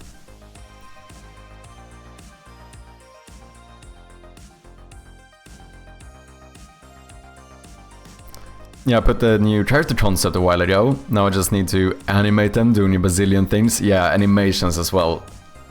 That's one thing, fortunately for me, I have very, very little animations in this game. Would probably look nice if I did, but also one of those slight limitations I just put to be able to make the game in the scale I want. Like, if I'm gonna do full-on animations for every interaction you could do, once again it's like, you know, it's gonna add a lot of work. And, you know, as someone doing this full-time, burning up my savings and shit, like... I don't have infinite time, like I do need the game to be done at some point. Otherwise I would love to, but now I think it works kind of well because your brain kind of does the in-betweens, but like for example when I close a door, there's not an actual animation here, right? Like, it actually just instantly closes and opens. And would it look better having a full-on like 10 frame animation or something? Yeah, it would. It would. But I think it works. It works well enough.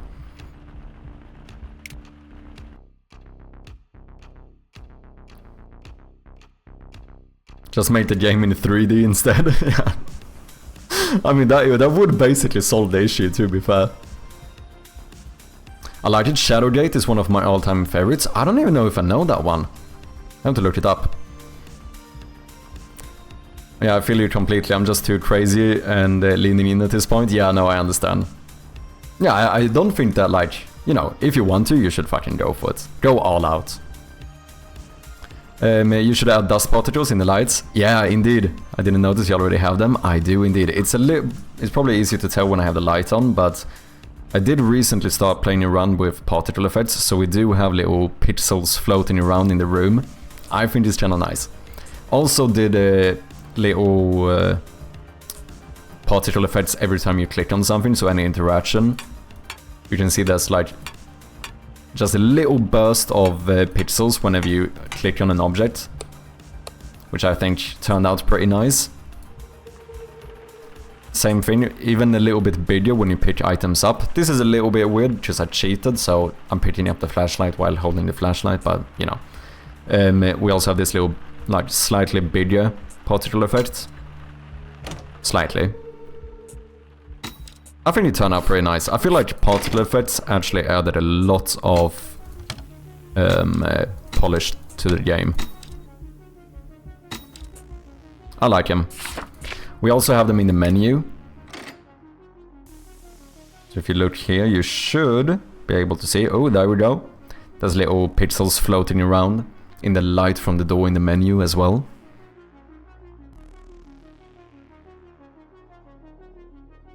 Minecraft fireflies. Oh, that adds a lot. Yeah, I'm quite happy with it.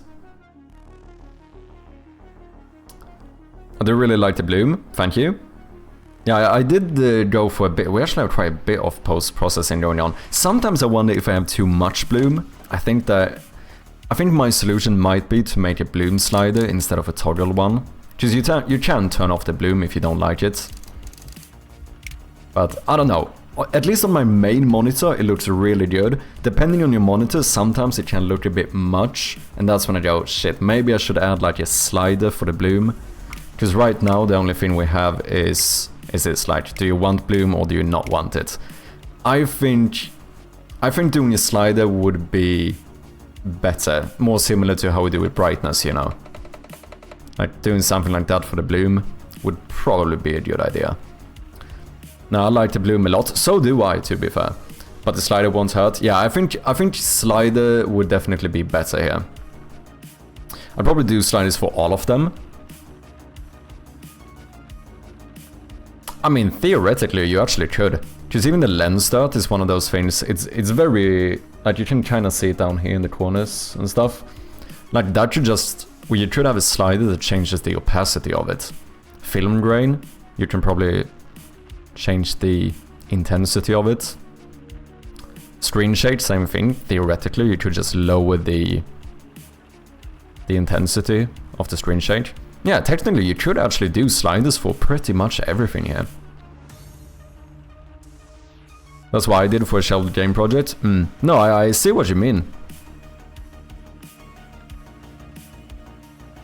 I don't know if it's as necessary for all of them. I think definitely the bloom is the one that would be the most necessary for, because it's quite... It's relatively extreme on and off. Bloom and screen shade. Yeah, maybe. That's actually a pretty decent idea.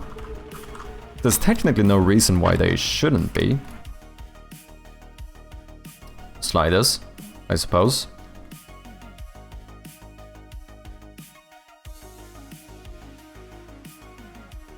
But yeah, this is what we are currently working on. Trying to do a little mini game here. It's not really a minigame. I think minigame is the wrong term. What it really is a like pop-up puzzle or close-up puzzle. So sometimes you solve a puzzle like in the room like this, like, oh, use this item on that thingy or whatever. But I thought it could be nice to do these kind of pop-up puzzles as well for more like complex stuff.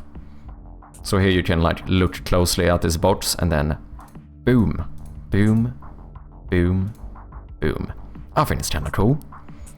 Wait, is that just Among Us? This part is definitely similar to Among Us, in the sense of that they also have one of these tasks, but obviously this is gonna be a bit more complex, because in Among Us, as far as I know, you open it and then you connect it by color.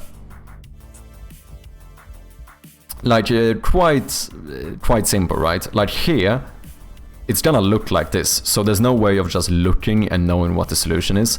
The plan is probably that you need to find like a document that tells you how to connect this correctly.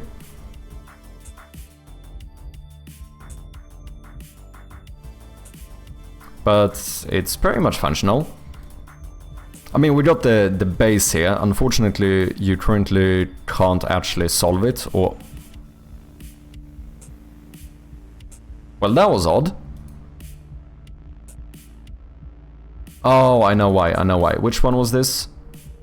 Okay. 0, 1. I think that's because I added the new layer thing, yeah. I think I know the issue here.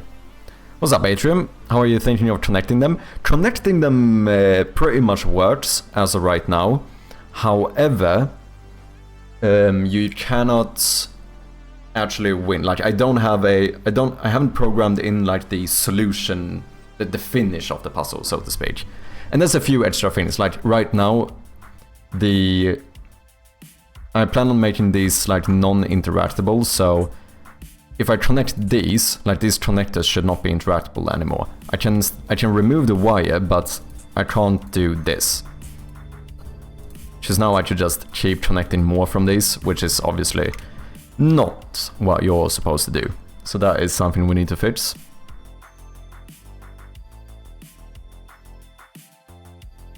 What is this, Atrium?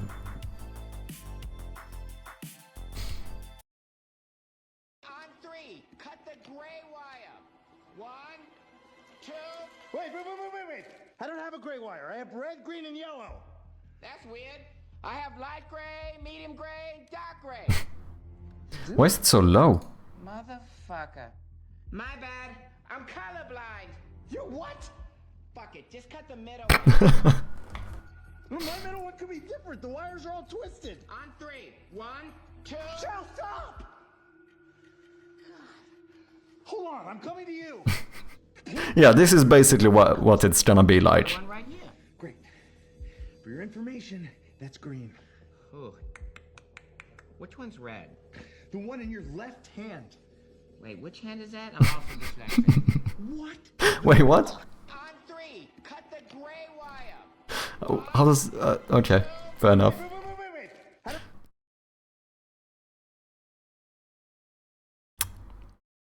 In Among Us, it's a colorblind check. Yeah, it basically is. Here, that will not be an issue. So yeah, I'm doing this for accessibility options. That's why I'm making this more complex.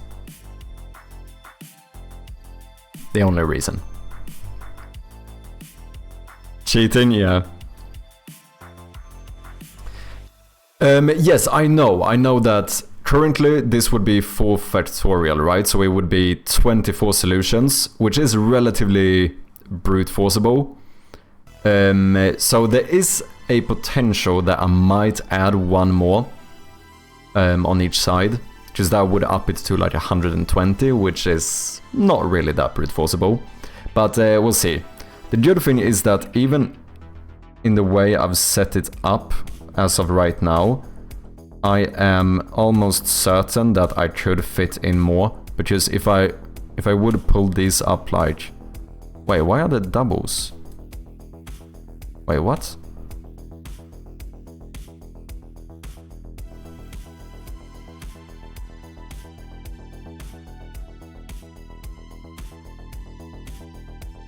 How is that? Oh, I know why. I think those are part of the sprites. Are they? me see, puzzle wires, yeah they are indeed.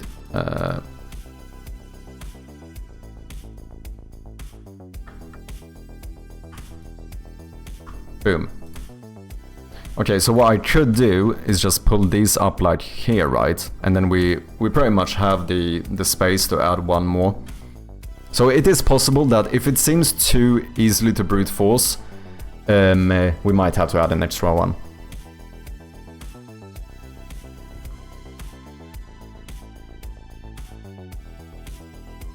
Does it work yet? Almost.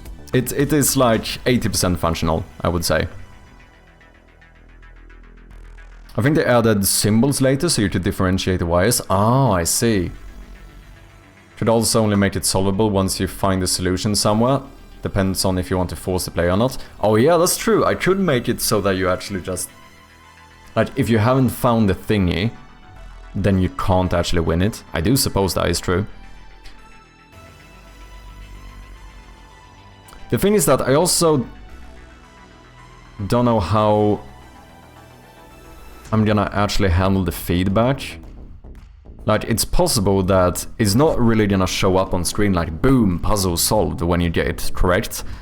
I'm thinking that at most, I mean, you would probably hear something happen. You would hear like a sound, and then when you go out to check, you can see that like the light is turned on and now you can like go through the door or whatever. I don't even really know what this is gonna be connected to, but I thought it could be a fun puzzle to make.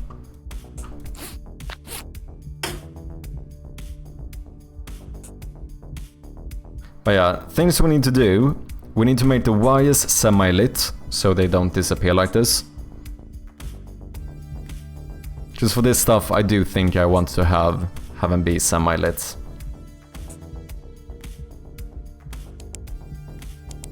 And then we need to make sure that after you connect to, these need to be non-interactable. Which I thought they would be. But let me have a look. Or maybe I don't, wait. Select left connector. Disable connectors on the left side. I don't even think this is working. Image array toss target is equal to false. Oh, is it because the child object has a ray toss target, so setting this one to false doesn't actually really do anything? Is that how that works?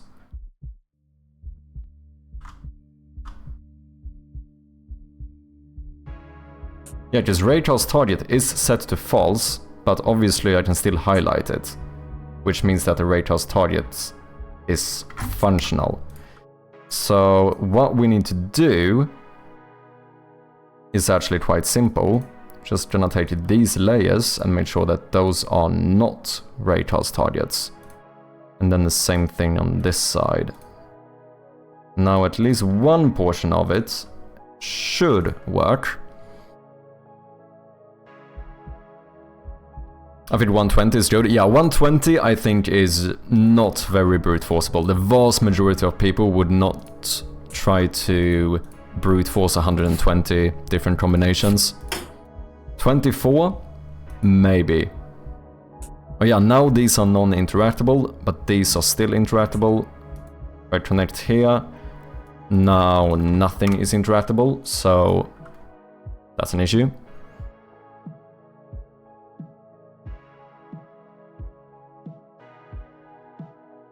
I feel like we need better feedback when you select one as well.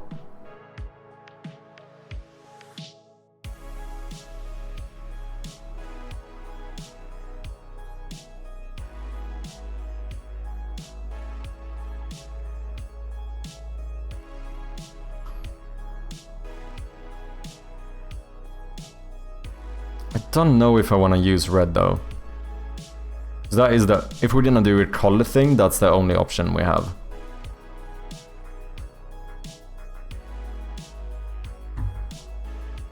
Unless we go full white, like they stay highlighted.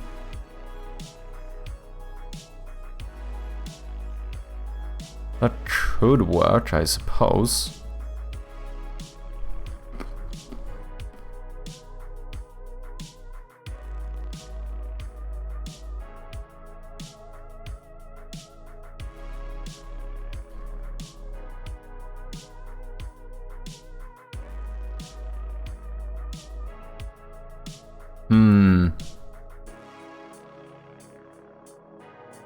I should make it more complex design, so every new game, when you get to it, it changes to what's right. The plan is to generate the correct solution. So it's not... I mean, each playthrough, it's probably gonna be the same. Like, inside of one playthrough, it's gonna remain the same, I think. However, if you would, like, replay the game, it's gonna be a different solution than it was the first time. That's the plan. When it comes to puzzles, I would say mid-annoying brute force is good, because if a player doesn't find a solution, he can at least continue the game by brute forcing it. Yeah, I suppose that is true. Because, like, if the player is completely stopped, then that can be a bit of an issue. However, most of the time I wonder if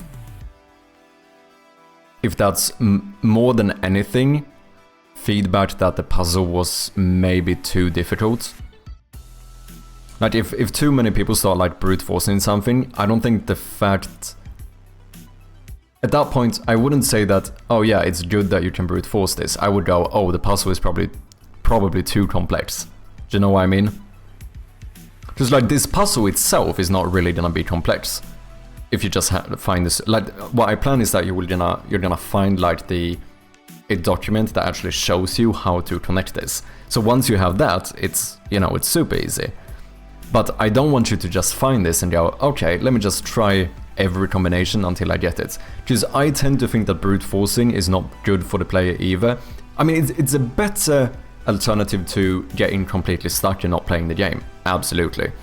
But in terms of, like, the difference in the feeling of, like, the reward you get from, like, actually finishing the puzzle or brute forcing it is very different, right?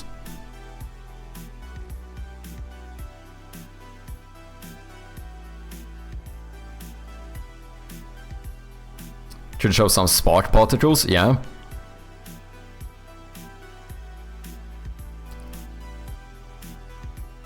The black and white color just worked so good overall. I'm actually impressed how good it looks. Thank you, man. I think it did. It wasn't the plan from the beginning. From the beginning, I thought about adding colors and stuff to the game and, like, shading everything. But it was kind of a democratic vote that we ended up going with the kind of 1-bit style. And I'm happy with it. Also, a lot less work for me, if we're gonna be honest. It's a lot less work.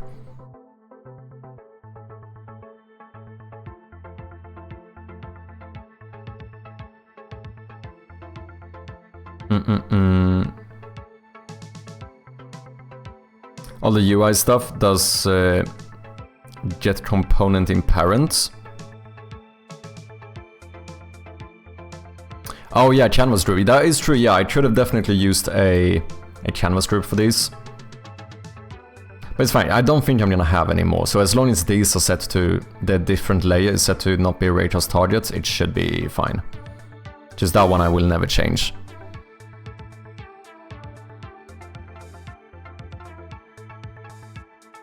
Change the mouse to a plug. Yeah, we did think about potentially changing the mouse when you select something. Light yellow tint blend with the white type thing. Yeah, but I don't know. The thing is that currently I only, like, my color palette for the entirety of the game is white, I guess gray, black, and then the only accent color I have is red. So I feel a little bit hesitant to add a completely different color to the palette. Because then I feel like, okay, now I have to use this color elsewhere. There has to be, like, a function for this color. Do you know what I mean? If the correctly should glow a bit. But then it becomes too easy. Because then you brute force this in 1 second. Because then you just try this on each one until it glows. Okay, that one's correct. Then you do the next one. Because the thing is that I don't want the player to solve this by just looking at this puzzle. Like, I think I want the player to need to find a hint to solve it. Do you know what I mean? Alright, I have to go take care of Sinner and all that. Okay. I mean, whatever you're doing, I guess. Thank you so much for showing the progress of your game. No, for sure. And thank you so much for the Raid Saucer story. Also, did you have any links to anything? Feel free to send whatever. if you have anything you want to show. Looking really good, keep it up, thank you. I'll leave a lurch, appreciate ya. This typo will haunt me forever, it will. I will never let you forget this moment. I'm joking. None yet, but we'll have a link soon. Nice, let me know when you do, for sure. And once again, people, if you haven't, definitely go and check out Saucy's story. She's working on a really cool, like, colony management type of game. It's impressive, you should check it out. Chat was so odd pushing for this style, yeah, indeed. Or if you had an option to tint the game, so if you're a weirdo, you can have a game be yellow. I mean, that you could do. The thing is that I wonder if that's gonna be good for like marketing purposes, because now the game might end up looking very different in multiple places, which doesn't give it this like consistent style, if you know what I mean. Maybe something to think about. Dull yellow only because yellow indicates power. Yeah, but then it is the thing where now I feel like I have to add yellow in more places. Because I don't want this to be the only place in the game where we have yellow. Do you know what I mean? Because I think that's gonna clash a little bit if everything else in the game has been 1 bit with absence of red. Like red is currently my only exception color that we have in the game. And then all of a sudden throwing in yellow, I don't know if I want to do it.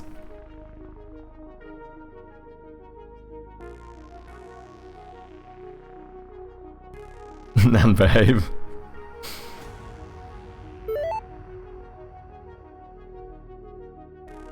I know how you can indicate them better using electrical zap sound when highlighted. Well, wait, it depends on, because the feedback I'm mainly looking for is the fact that one is selected. Because like, highlights we already have highlights, right? So we have the feedback that these are interactable.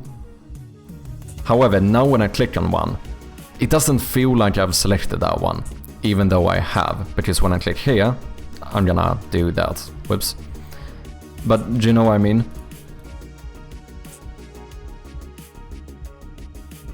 So it's like this, when I select this, I feel like we might even like change the cursor or do something to this one. Have some particle effects going. Maybe this is a bit too complex, but it should have the wire follow the mouse when it's selected. That would be the best thing, but fucking difficult to do with pixel art. I barely even know where to start. If I was working with like vector art or something, 100% that is what I would like to do. With pixel art, it's kind of tough. It's kind of tough to get it pixel perfect while following the cursor. That's gonna be a challenge. And I don't know if it might be too big of a challenge.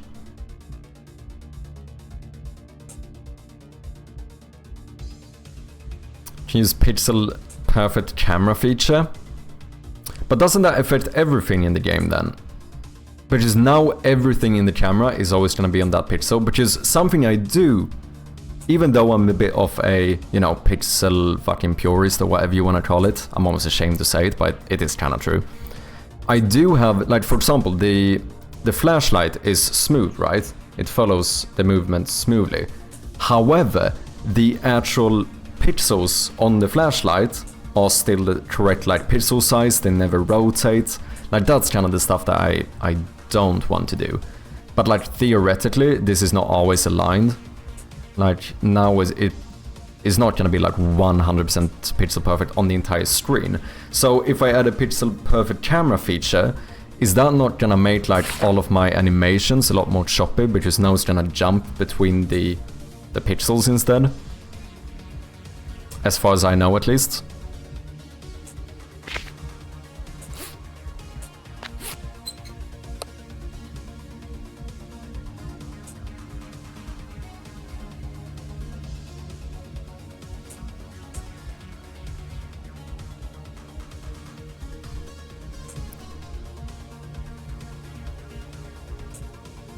But I shall be back and I sort out some dinner and get myself in bed, but we'll pop you up on my mobile. Cheers, see you soon, Major.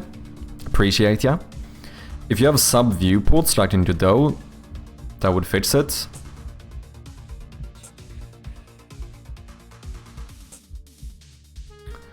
I suppose... Yeah, I don't know in Unity like what the thing you would do to make that work is. I think we might have an issue too, because I think most, if I'm not mistaken, a lot of like post-processing and stuff is done kind of on the camera, isn't it? Oh no, I might be mistaken here.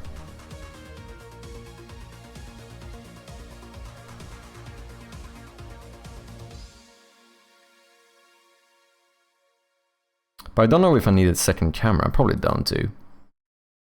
I don't know. There is probably ways to do it. That is for sure. You can probably sort it out somehow. But it seems more tricky. Because if I wasn't working in pixel art, this would be fixed in like... So easy. Like, just take a point between that one and your cursor. And just like stretch and draw a fucking thingy between it. But that's gonna like break the pixel art.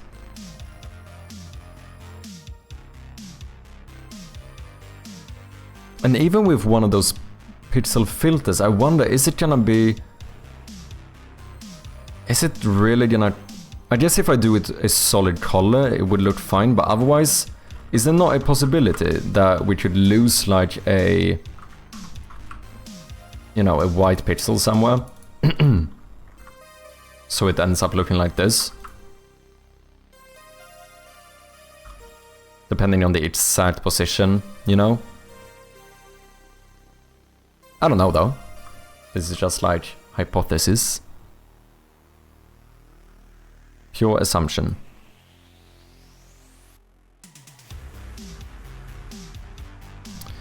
I think one issue we have now is that each connector doesn't really know whether or not it is connected.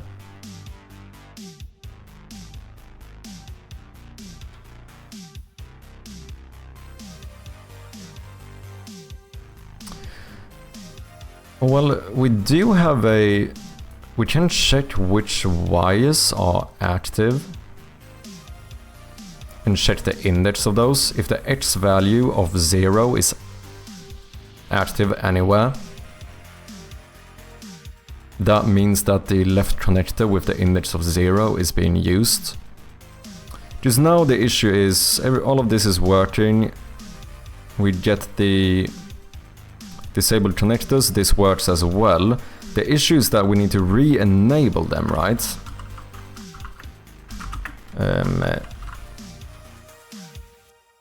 Just enable all... enable all is not really true. Enable connectors. Because the thing is that I would like to enable the connectors that are not connected to a wire. But how do we find that out? I should have probably made this more. I should have had the... Should have made the connector script. Maybe done like the enum thing so we have states.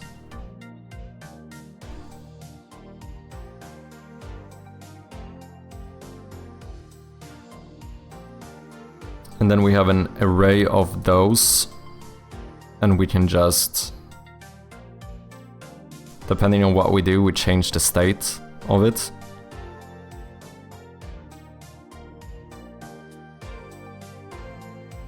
Whenever you remove a wire, you set the state to unconnected. And then we could even have a state that is correct, like it being correctly connected or whatever. So then our way to check whether you solve the puzzle is to loop through half of the connectors and check if they are in the correct state, because that means you must have solved the issue or the puzzle.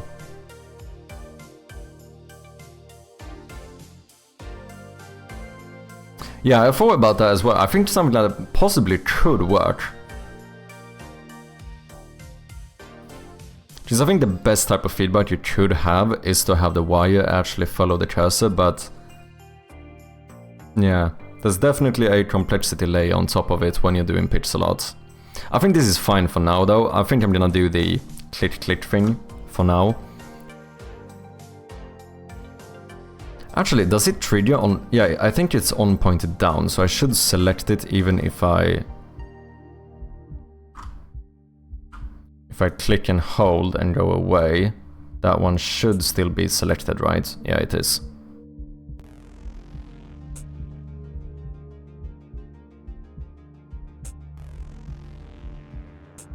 But now all the other ones stop working. These two...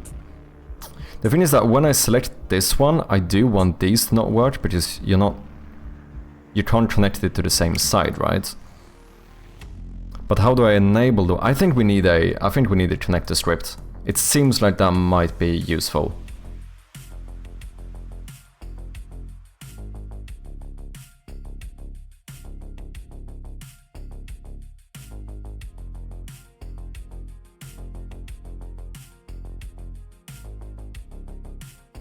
Might as well be a bit specific here. Do like maybe wire puzzle connector.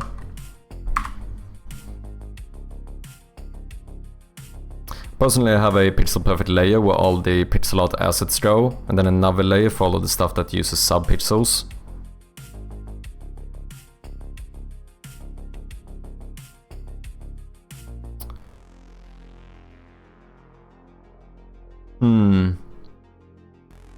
The thing is like, because I only have one layer now, right? Oh well, technically I have a UI layer and like a game layer and stuff, but like theoretically the way it works is kind of set up as one. And everything is fine. Like the thing is that this is the only case where I would actually need it. Because everything else, like, because I align it pixel perfect, right? So whether it could be a bit off doesn't really matter, because I can just check with my check here and make sure that this is actually not fully aligned. So yeah, you know what I mean. I'm just a fan of pixel perfect rotations. Yeah, well, I don't want to rotate. I don't rotate pixels anywhere. That is something I'm kinda strictly not doing. Wait, I guess all of these are a bit off then, right? Yeah.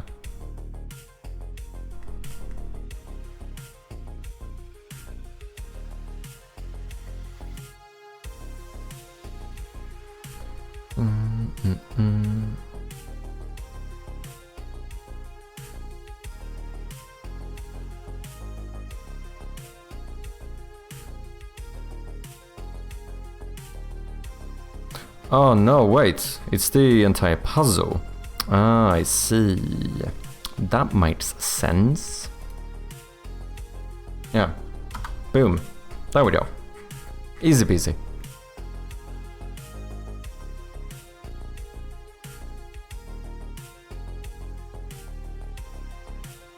Okay. What were we thinking? A script for the connectors. I think we almost need it.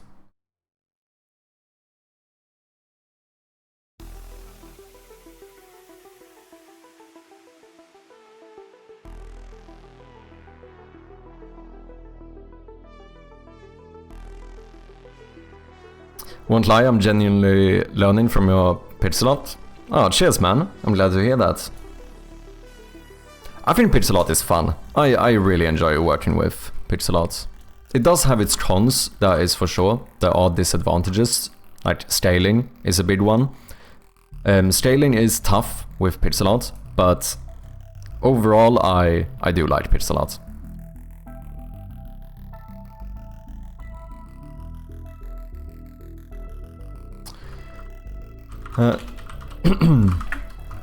To do maybe a public enum called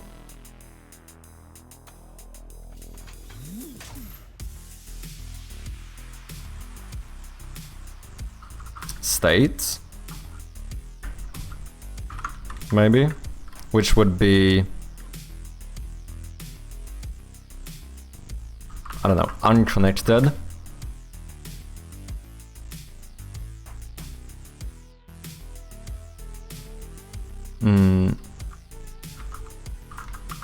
Maybe incorrect and correct. So both of these actually mean connected, but then we just specify whether it was correctly or incorrectly connected.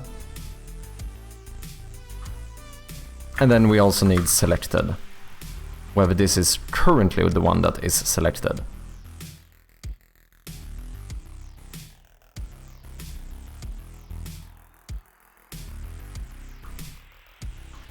And then we could do a public state.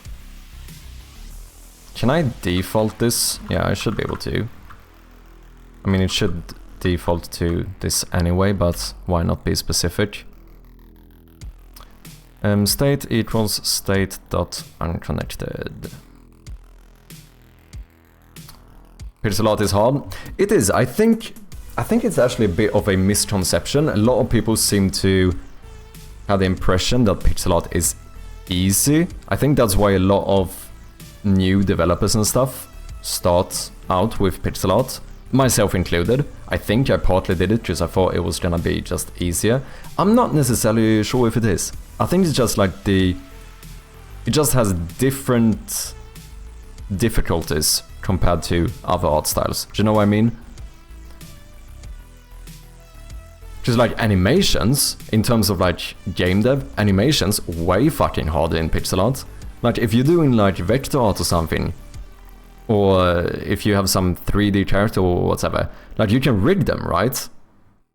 And then you can make animations that way. Kind of simple in some regard, right? I mean, I understand that it's a whole art in itself and getting it to actually look good, but like theoretically to just make it move in a certain way is kind of easy to try and set up. Whereas with pixel art, if you want to be somewhat like pixel pure or whatever, you have to draw new frames for each frame of the animation. Which is like, it's a lot of fucking work to do, you know? I think vector art is probably the easiest to start with. It might be, actually. Also has a lot, like vector art is pretty much... It has the... Where, you know, pixel art's main difficulty oftentimes is scaling. Just anything regarding scaling is just a little bit more complex with pixel art. Whereas vector art is the opposite, right? Like, you can scale it however you want with a vector art, which is pretty nice.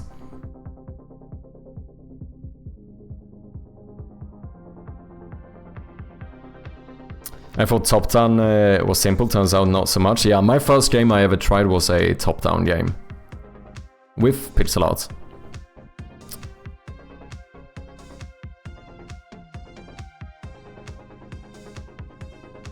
Sounds like the other side is always easier. Might be the case. That is true. Could very well be.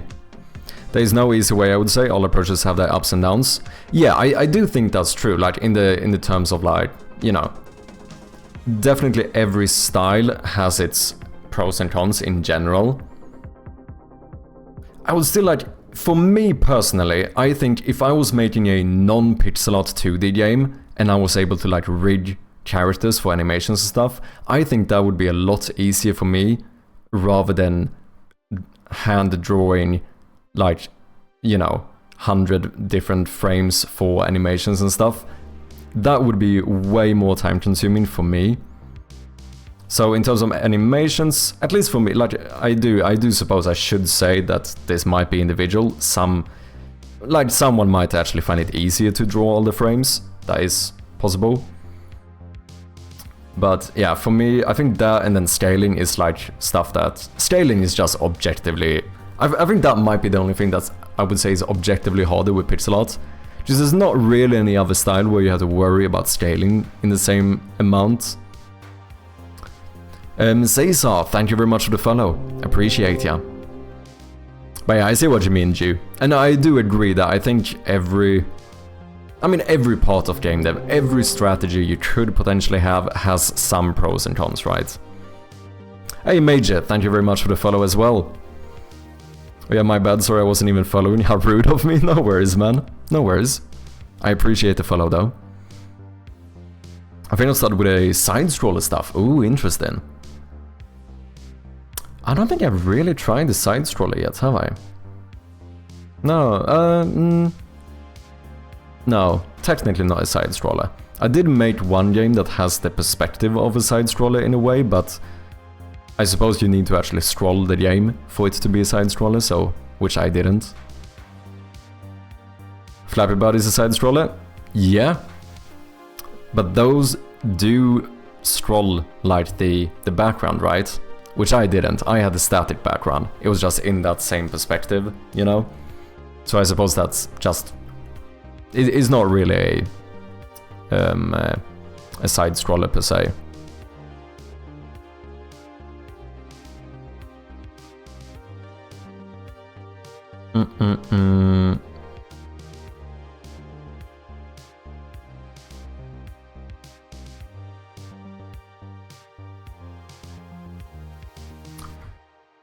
I mean, I guess I should... No, I think I want a separate script for this. I think this is gonna be good.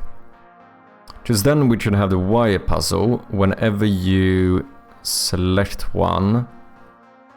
Like this, disable connectors.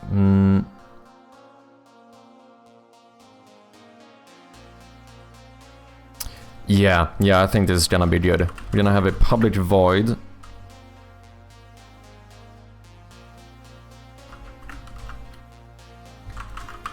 Enable connector, which is going to say, okay, I want to have a private image, which means we need to be using Unity engine.ui. In a awake, we are going to get this image by going image is equal to get component image. Here we would say that image dot raycast target is equal to true. Enable connector. I guess we should pass in a bool here as well.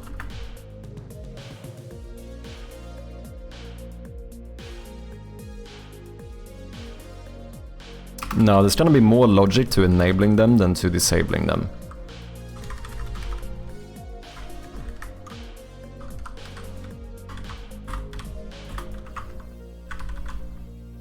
I think we're gonna do it this way. We're gonna disable connector, that would set this to false. And that's pretty much all we need to do. Here we actually need some logic. We want to check if the state is unconnected.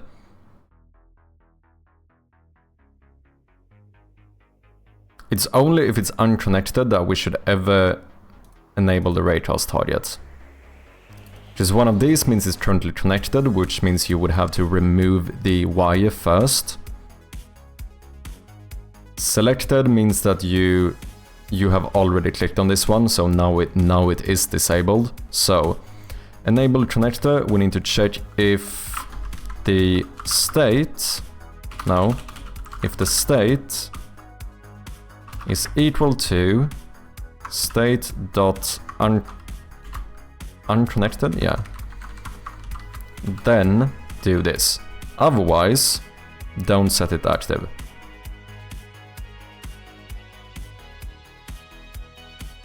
I made a side scroller like Flappy Bird. Oh, you did? Been trying to get it on Google Play for like a year now. Oh, is it difficult to get games on Google Play? I think it could be interesting to have a puzzle that is kind of a reference to the beginning of the first Indiana Jones movie. Like with the pedestal, with the gold idol, he switches out. Oh, that's true. Oh. The only thing is the actual switching. Like how that would look in practice. Because you only have one cursor, right? You can't do this thing. Do you know what I mean? Unless you select an item, click on that item, and that actually switches place. That could work. And then you have to decide like which item to leave behind. Could work.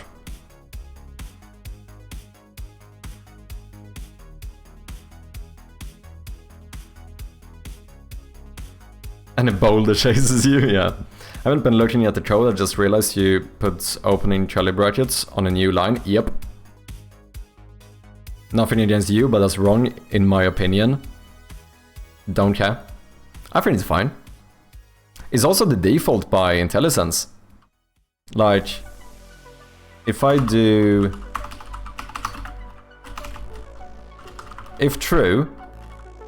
Okay, it does show up one there, but that's only one. If I do Shift-Enter, boom, I get both brackets. Easy peasy. I think that's the main reason I do it. I also find that I think it's more readable, in my opinion. But that is, I suppose, subjective. I prefer Java, and Microsoft is wrong. Okay, fair enough.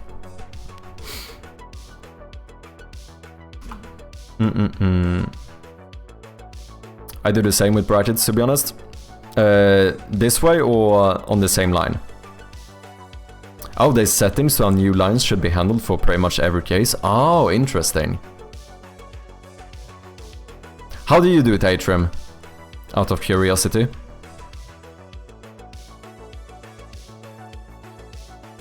I do the other way, so you do them on the same line.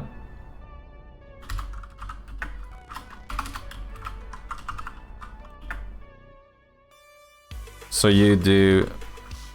Look, it even fixes it for me when I try to do it that way. So why is it like this? But then this is still on the new line, right? I think that's how people tend to do it. So your code would be here. And then the ending one is one below. Yeah, that's the way I do. Okay. I also come from Java originally. Ah, I see. Because is this not... As far as I know, I thought that at least in... I suppose it's in C#, this is like the standard. Is that true? That's the impression I had, at least.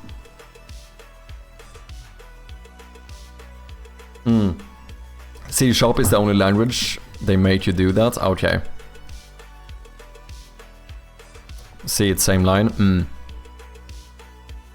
Well, to be fair, this might be wrong, I don't know.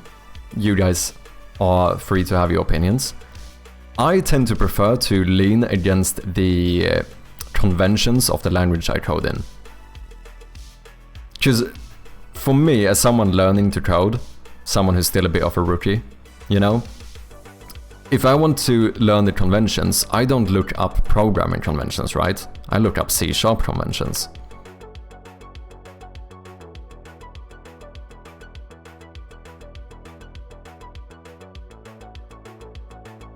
If you are indie, it's very difficult to change that QA policy like 2 years ago. You have to have at least 12 testers to play your games for 14 days consecutively, whatever, and leave feedback within Google scope, and then you have to update the game based on that feedback within the 14-day... Holy shit, I had no idea.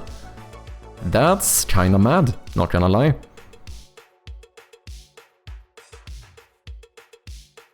Damn.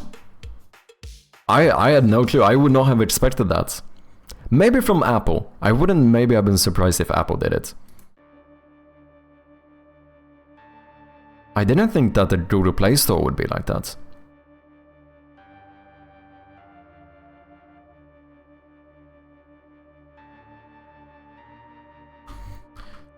Need a public void to select connector.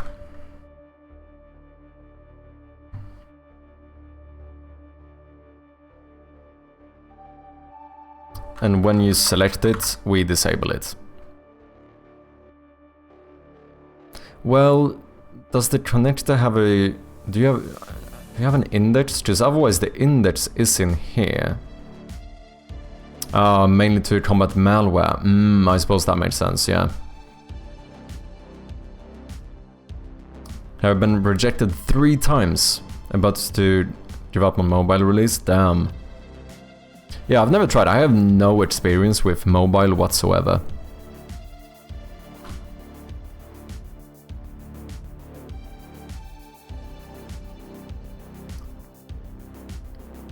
Giving up shouldn't be an option. True. I mean, if you want to get it out there, you should go for it. Do they give you like pointers why you get rejected, or is it because you didn't get the updates out in time, or like how does it actually work? Unless it's Mac and iOS release.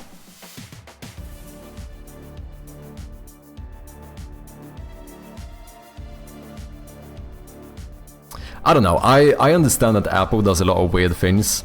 That is fair. I also do have an iPhone, so, you know, how much can I really complain?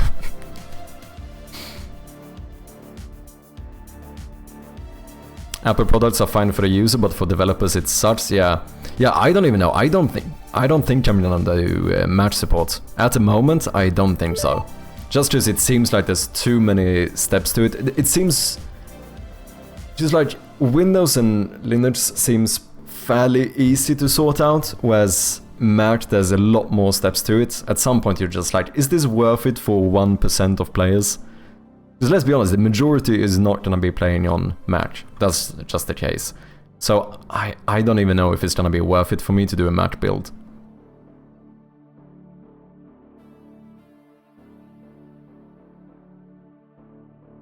It's such a big hassle when it's just a small player base. Yeah, that's what I'm thinking as well. Which is like unfortunate, because if it was easy, if it was like, you know, change platform to Mac, build the game and it's done, then like I would definitely do it. But as far as I know, I need to like sort out some fucking developer account, I need to like pay a fee, I have to actually like have a Mac computer to be able to like verify the build and stuff. I don't know, take it with a grain of salt, I haven't tried it myself, but it seems like it's a bit more messy.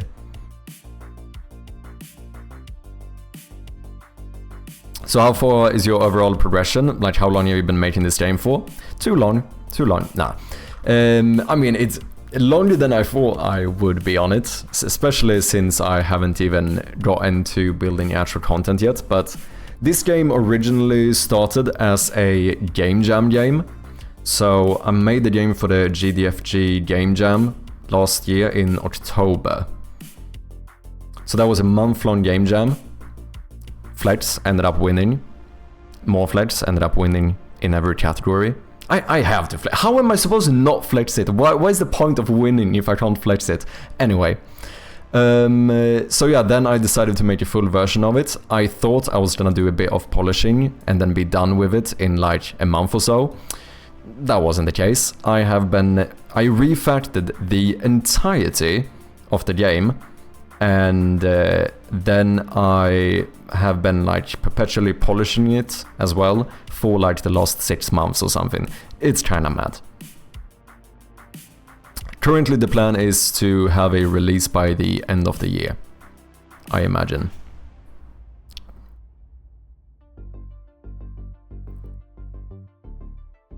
What's up, Yochik Replays, how you doing? Welcome back, man. Hope you've been good. It's to the point where I'd just make them download the Windows version through a secret Steam developer console and run it through emulator or one-based program, yeah. Oh, nice, fancy, man. I was trying to ask if that was the case. Was the category light and dark? No, it wasn't. The category was safe in the dark. So in the game jam version, like one of the main mechanics is the fact that you turn off your flashlight to not be spotted, to not be seen. So that's kind of how I went with it. The art style was still kind of an accident. The game jam version is still available. It is up on itch if anyone wants to... Is that command not working? Or is the bot just slow?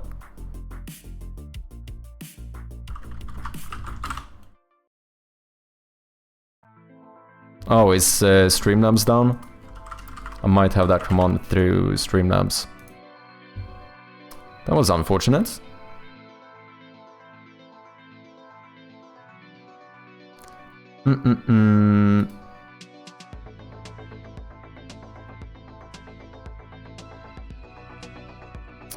Cloudbot. It says it's active. Why are you lying?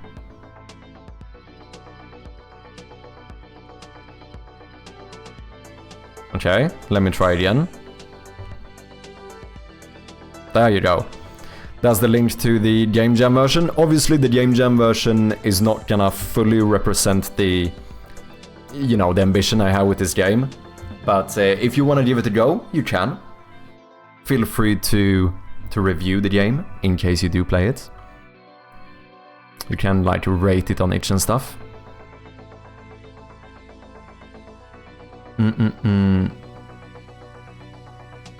You're doing a release of doing a playtest before. Wait. You're doing a release or doing a playtest before, and I'm already playtesting the game. Even though I'm quite early in development, I do have playtesters playing it. I did want to start with playtesting really early. So, I mean, we don't even have much of a game, but I still want people to like test the UI and stuff and just make sure that it's, you know, that people like where it's going. So I wanted to get on playtesting quite early.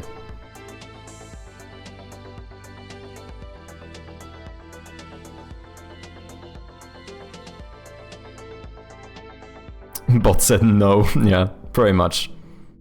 I'll give you a follow on itch. I'll leave the go later on. Thank you, man. Appreciate ya. My favorite part of game development is doing every single part by myself because I'm built different. Okay, I can't say it. I actually don't do every single part myself. I almost do, but technically speaking, I'm not a full-on solo developer. Technically speaking, you know. We do have the master Bjarne doing the music and sound effects. But then I do, you know, the design, development, coding, that kind of stuff.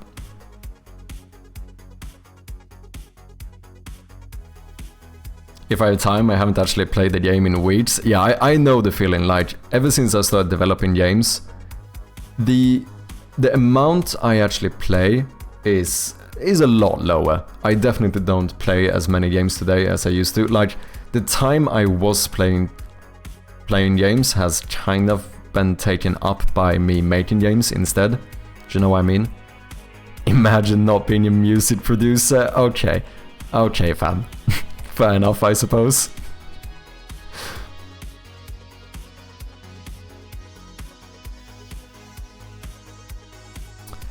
Anyone liking where it's going in style and design? What's got me? Nice.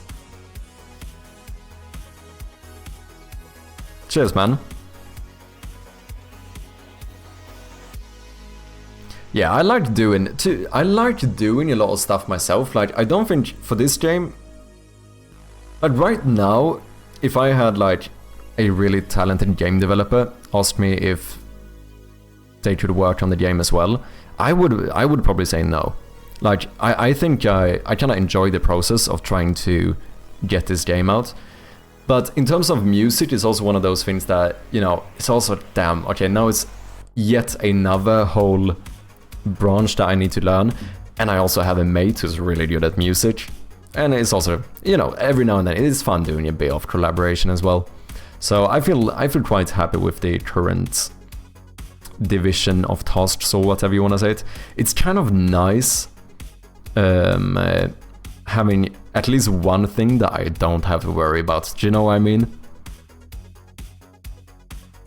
Because otherwise I do, you know, I have to do everything in terms of like, whether it be working on the game in terms of like development and art, design and stuff, but then like, you know, marketing and like, you know, the Steam page stuff and like all of this, the writing, everything. So sometimes it is kind of nice to just be like, oh, okay, at least I don't have to make the new menu song or whatever. And also I just think that, you know, I just wouldn't make, the songs would not be as good if I made them.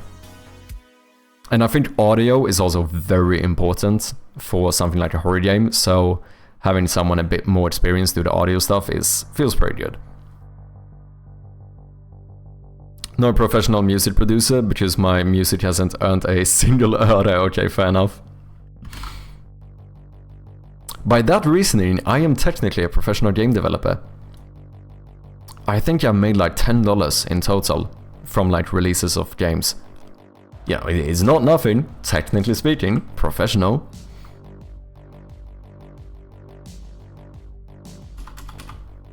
Well, is there anything else I'm gonna do when I select the connector? Okay, let me figure this out. Add wire.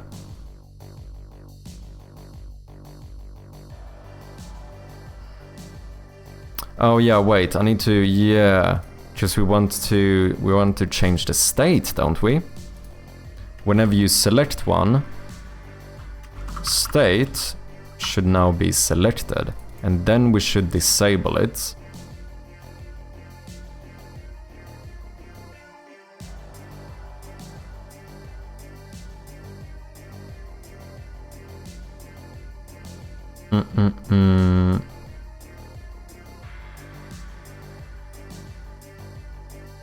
What else do I do with these? That is mainly it, right? Like, from the wire puzzle script. Disable connectors, we just do this. So now what we will do instead... Yeah, this should work. So what we're gonna do is change this to... I guess we still do an array, but we do an array of wire puzzle connectors.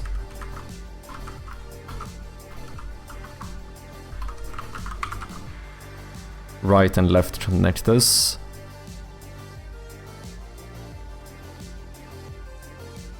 And then disable connectors.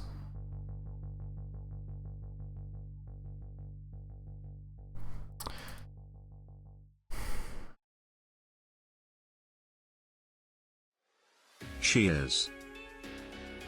I don't know if I need to pass in an integer here now, to be fair. Cheers, Major.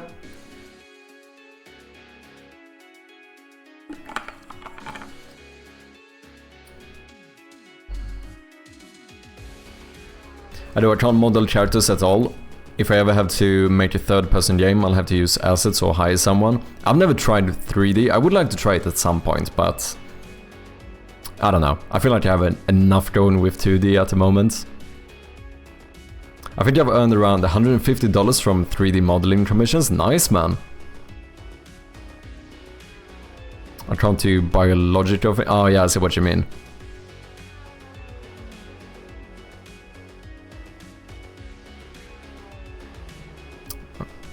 I have stuff on Turbo, but I have not sold anything. Of course, my free stuff has like 100k downloads. Damn. Flesh lasagna. I mean, this is biological. Oh, it's kind of unsettling. But it is arguably biological. I mean, looks cool.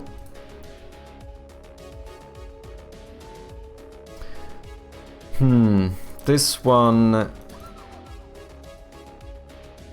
Oh, what if we...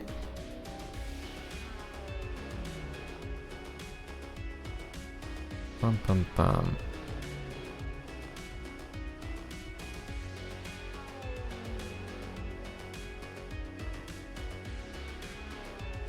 Pass in the index. And then we tell...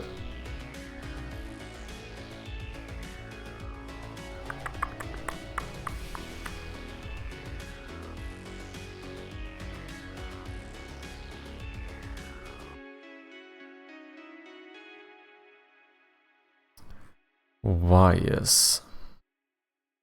It to int index.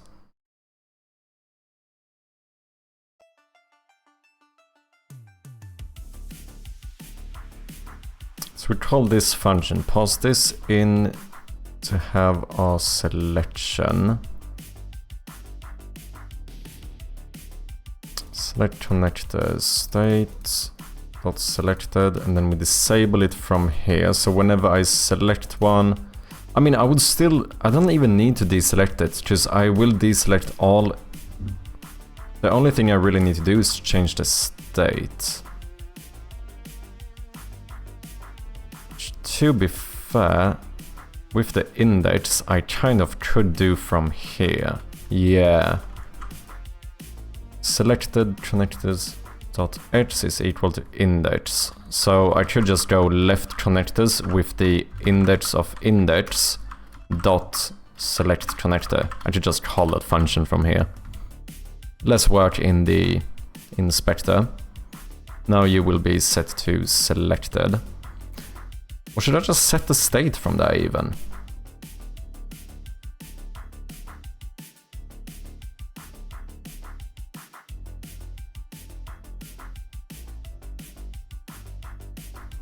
Theoretically, I could still do most of this logic from that script. I just need this to have a reference to state. We'll see.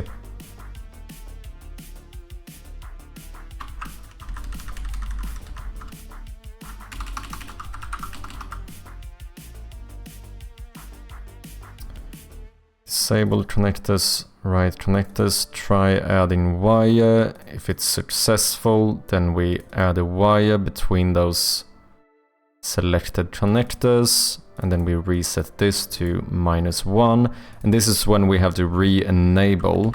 So this is when we need to enable the connectors.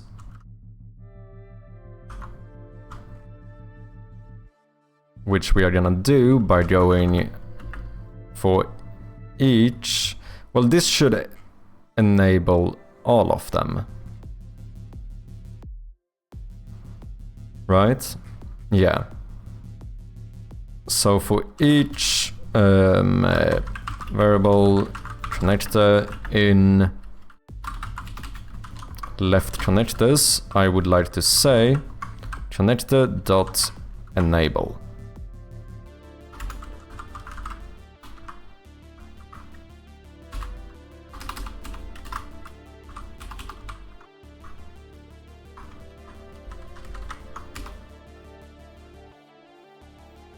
And then when we disable them, we are gonna do the opposite, right? So here we would disable and disable. So we don't need to... So now this needs to be an array of wire puzzle connectors. Oh right, I did it this way. So this would be array, and I would only need one of them. But when I enable them, I think I'm always gonna do both sides anyway.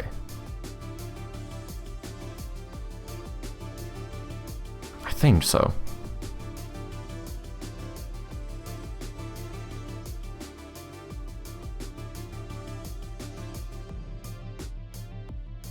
I made a slime and a giant snail, nice.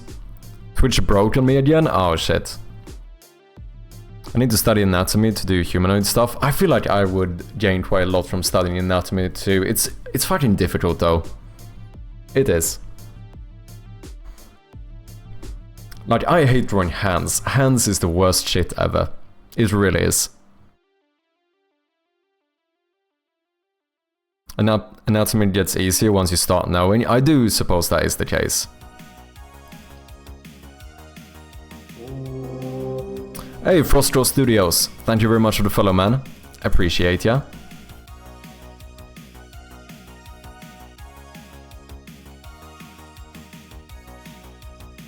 Did make this Counter-Strike skin? Oh! Oh wait, I didn't even know you... Oh, you can do your own ones? I had no clue.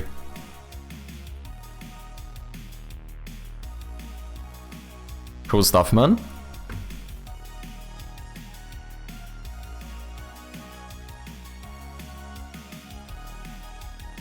Damn, I forgot what I was doing. I need to lurk for a bit. I'll see you... I'll see you if you're not here. You mean you'll see me if I am here? I think. Anyway, thank you very much for lurking, man, and thank you for dropping by. Appreciate ya. Good luck with whatever you're doing. I know quite well, but I can't do art. Ah, I see. I like drawing my own hand because it's a lot easier to study than other parts. Yeah, the good thing is that you always do have a reference nearby. That is actually true when it comes to hands. But I don't know, I struggle a lot with hands. Creative Waste with the raid. How are you doing? New enemy added to the game. It's a Bat Creative Raid. What's up, man? Welcome in. How are you doing? Let me give a big old shout out here. For anyone who has not yet checked out Creative Waste, definitely go and do so. Working on a really cool game. Also doing pixel art. Really cool. Check him out. What have you been up to, Creative? If anyone coming in from Creative does not know of me, I am making a game with errors, apparently. I'm working on a point-and-click horror game called Shroud of Gloom, which you can wishlist on Steam as we speak. Currently trying to get these little, like, mini-game puzzle kind of things working. I can't show the game now because I have some errors, but I can show you a little teaser. It's somewhat outdated, but, you know, at least the general gist. You know how it is. Here you go.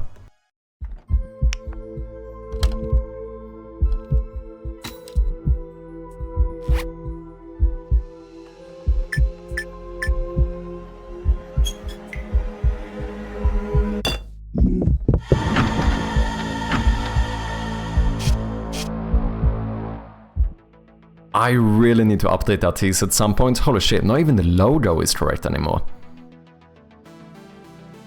What have you been up to, Creative? Do you have anything you want to share? Anything you want to show?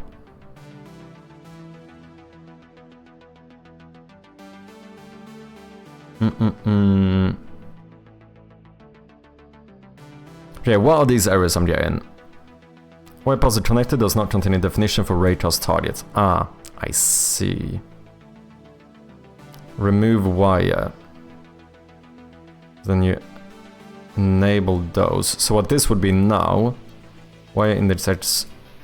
Now we would call a function instead. We would say enable connector.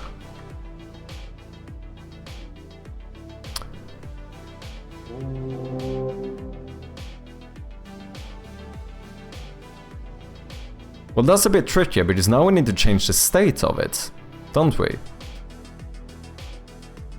Clo-Fi, thank you very much for the follow. Appreciate ya. There you go, the new enemy. Let me have a look. Oh, sorry, that might have been really loud. Sorry. We got bats in the game now.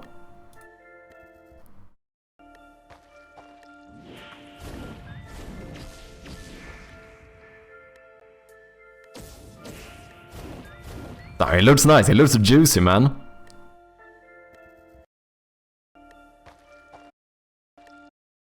Bats are looking good as well. Good job.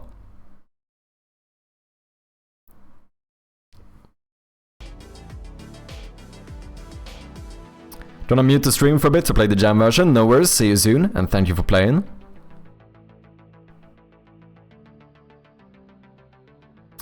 It's pronounced Clo-Fi, by the way. Okay, sorry about that one. Clo-Fi. Okay, thank you for letting me know. Hope you're doing good. Welcome in. Also cleaned up the bolt collision. Thank you. They even go dormant on the ceiling and wait for the player. Ooh, that's a nice touch. That is a nice touch.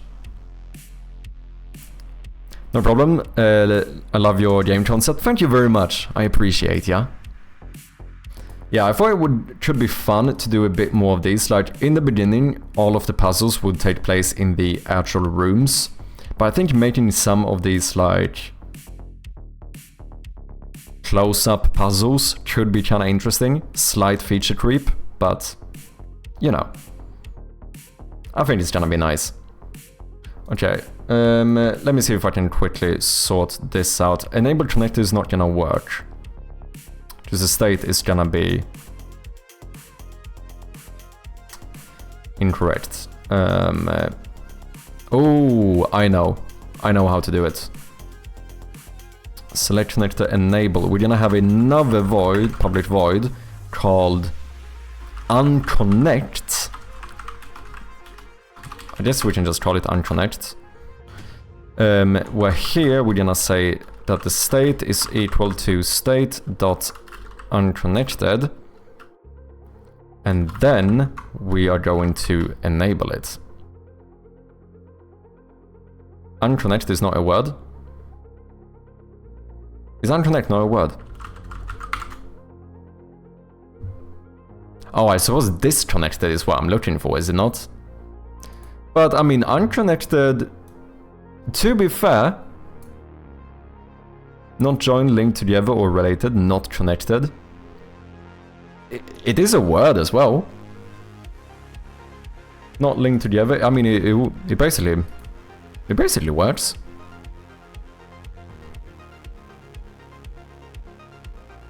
You will love this game. Chap is extremely talented. Oh, thank you, man. I appreciate ya.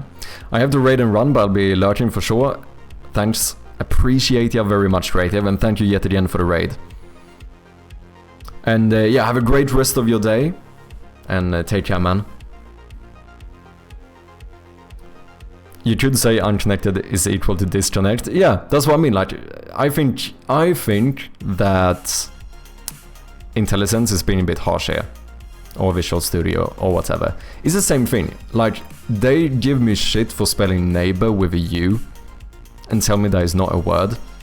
It's like, this is like discriminating against the British people, isn't it?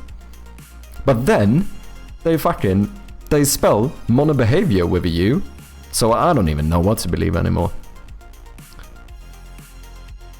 Okay, I think that should work, so to get this up now, we should be able to say unconnect. I should probably call it disconnect. It sounds better. Unconnect. It really does. It really does sound better. Fuck it. I'm changing it. Okay. And then we're gonna call this disconnect.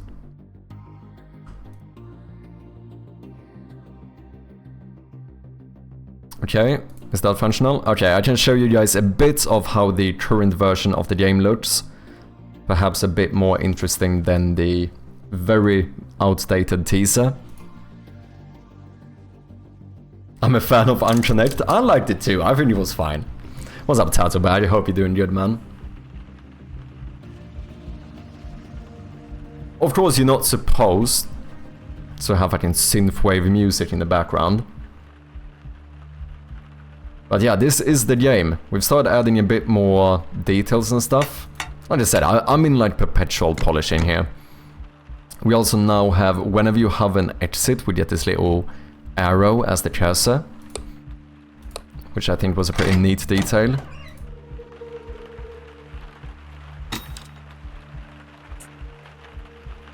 We also have a hand actually holding the flashlight now, which I think ended up looking a lot better. I am kind of covering it, but yeah, this is what I mean. Also have battery life now. Paintings. Anyone like paintings? I do have paintings.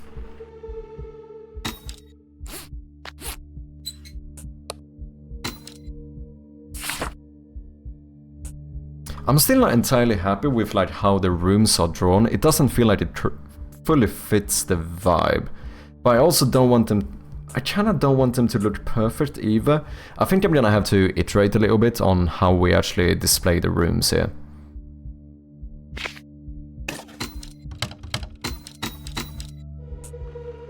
I can't get to the last room with it though, can I?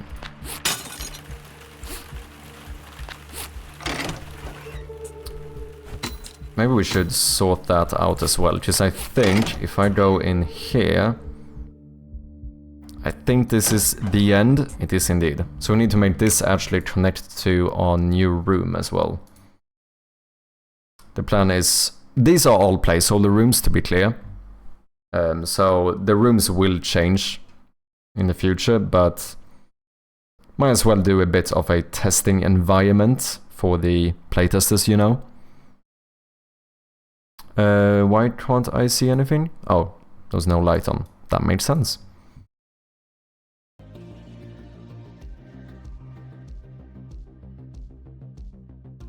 But yeah, what I'm trying to sort out now, which, I don't know, is this... Did I do enough for this to work? No, I think we're gonna get a null reference. I think the game is gonna break.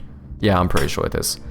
But I'm trying to do this. So when you open this box, you now go here, and you can actually connect this yourself. However, I think this is gonna break. Yep. So that is what we have been working on today, trying to get this whole thing to work. It was a little bit more complex than I maybe initially thought it would be. Let's see, the wires we have, but here we are missing references to our connectors now.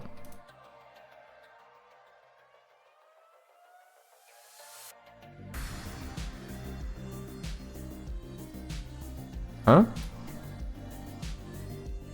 Oh, I haven't added this script to all of them, have I?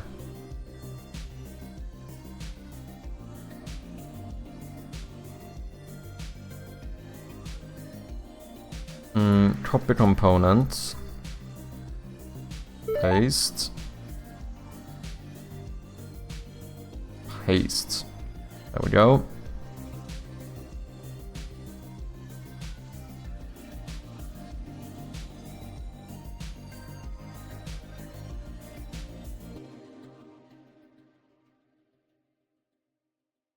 Okay, what if we do this? How is it functional now?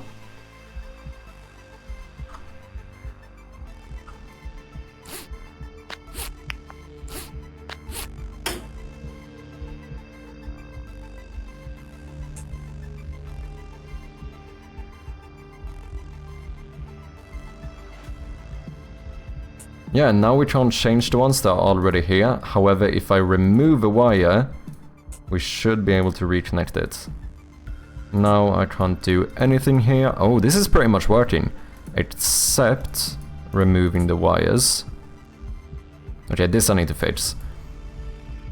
Because the thing is, I really want to make this semi-lit, like the rest of it, because now, when I move my cursor away, you can see that the box goes kinda dim. However, the wires completely disappear. I think in these like close-up scenes, I might make it so stuff is more semi-lit, similarly to what we did with like the inventory and the map. Like the actual rooms are fully lit, but like a lot of these UI elements are what I refer to as semi-lit. But yeah, this is pretty much functional. And then I can't take any of these. Here all are interactable. If I select one here, these become uninteractable. But these ones still are. I think more feedback that you have something selected would be good. Oh, maybe we'll just add a piece of the wire to this one first. Oh, that could actually be pretty good. Like, what if, rather than like changing the color or anything like that, what if we just did something like...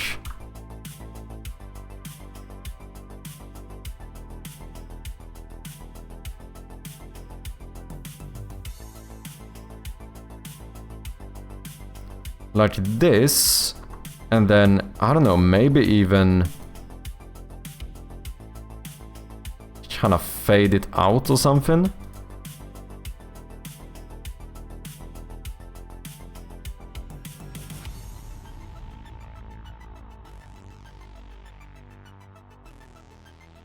Is that mad?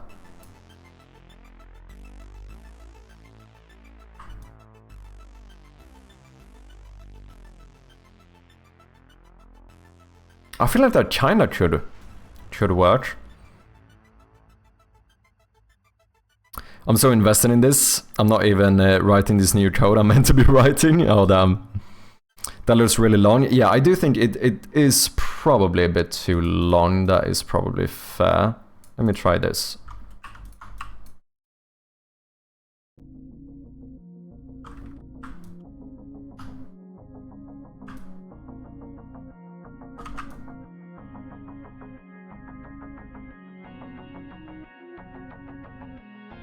Wait, how does it look when it's connected? No, I think it goes here.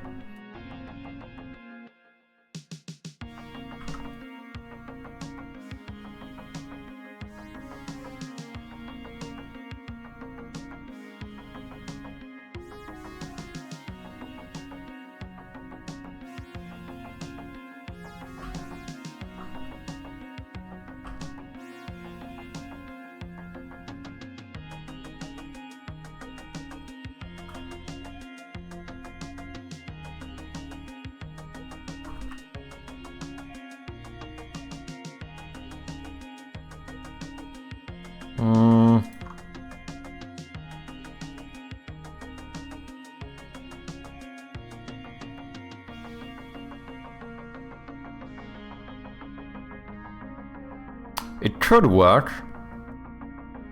What if you even... Maybe it would be better if we even made it a bit dotted.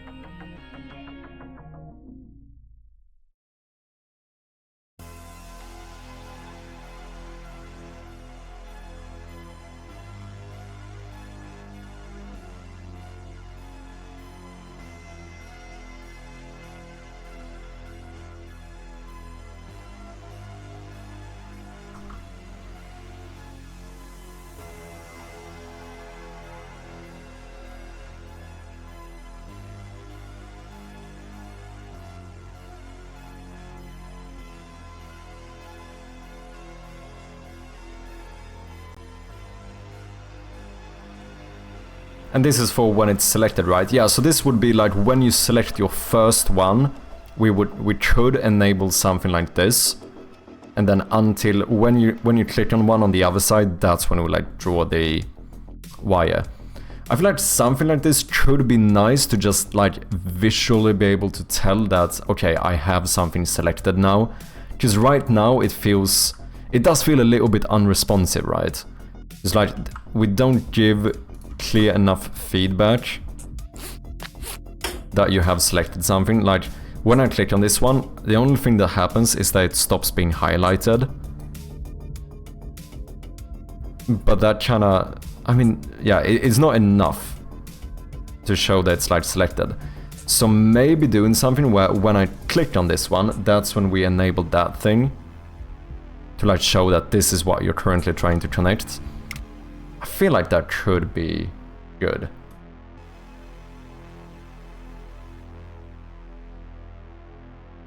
I feel like it's worth a shot. I didn't move this one, did I? I hope I didn't. Oh wait, no, that's fine. Take this one.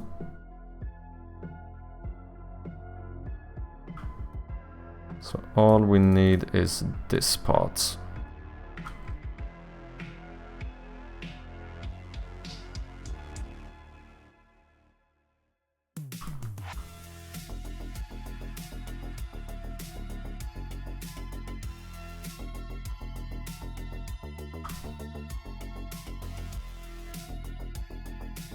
Don't know until you try it. True.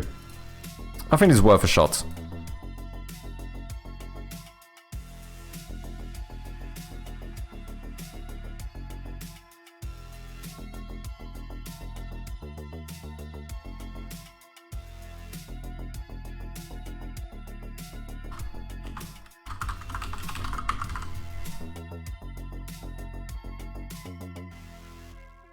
And these should be prefabs, right?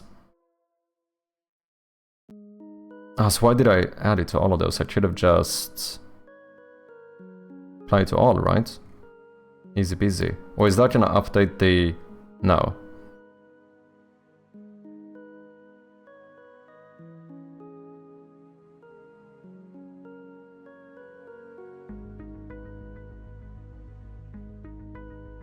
That's a bit odd.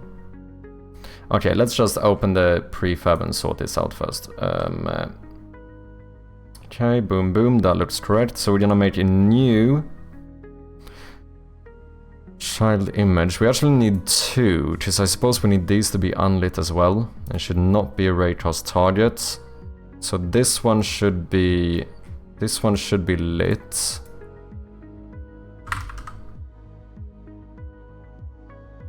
Boom. Then we would put you right about here 10.5.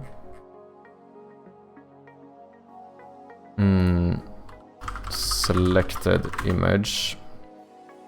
Then we are going to duplicate this one, child object, make it unlit, and then add the non-lit interface layer.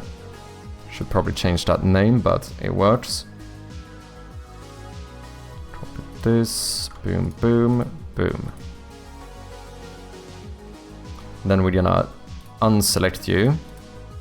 We're gonna go in here into our wire puzzle connector. We're gonna make a reference to this object. So we're gonna go serialize field private game object. Cheers.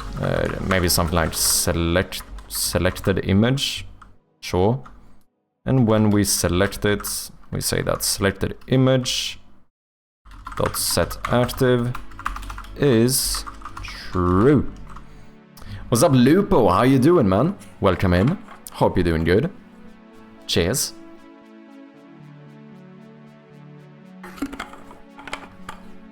Nice to have ya. Are you having a good Friday? Okay. Bum bum bum. Disconnect. Enable connector.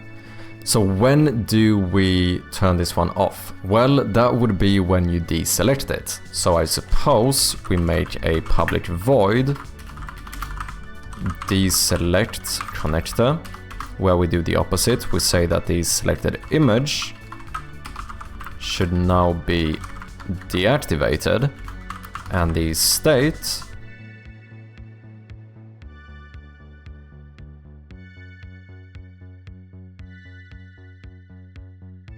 do I need to change the state? No. You should only turn off that one. That's all we want to do. So whenever we successfully connect to add wire, try adding wire, bum bum bum. Selected connectors.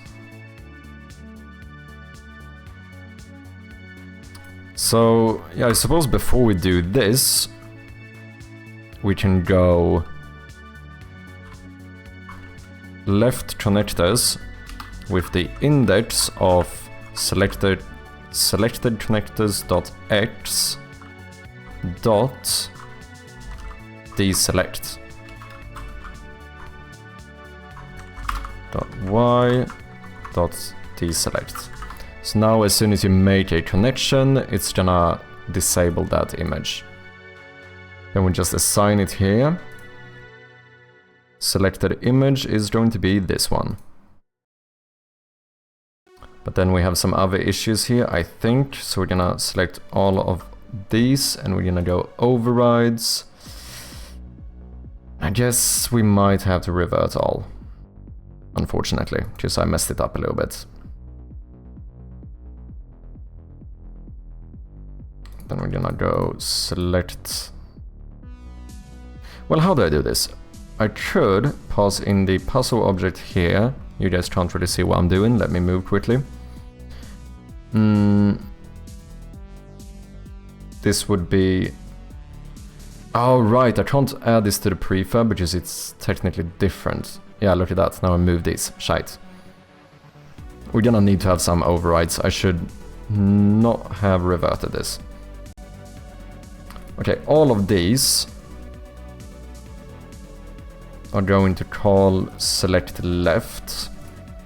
Then we just need to update the index. All of these are going to be flipped that way. And then you should call select right connector. Of course, with the correct index. Let's see if this works. I'm doing okay, how are you? So far so good. Where are you using a state machine? I'm trying to do this little like close-up puzzle or whatever we're gonna call it. So not all puzzles will be like in the room as they have been before, but instead we can actually do little zoom-ins on stuff to solve a puzzle. So these connectors currently have like a state, I suppose. So now if I select one, we crash the game. Lovely. Why? Why a puzzle 89? Disable connector.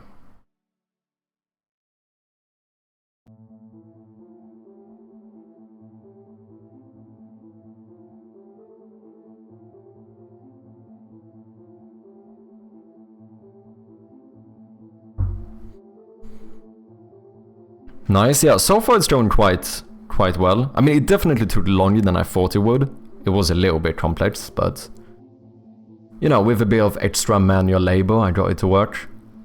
I mean, you still can't finish it technically, but we're getting there. We're getting there, you know?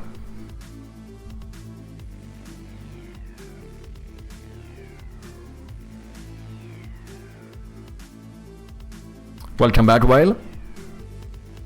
Disable connect. Why is this crashing? I get a null reference.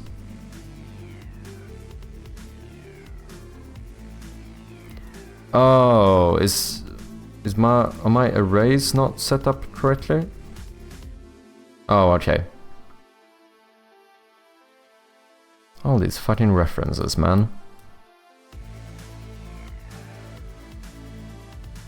I should just get these instead of assigning this manually, because I could just loop through the child objects, get this script, and make an array of it. If that happens again, I'm gonna do it programmatically instead. Managed to get my time down to 1:33. That's pretty damn good, man. Not bad. I think the world record currently is 41 seconds. From Red Raka. He does have a video on YouTube from when he got that time.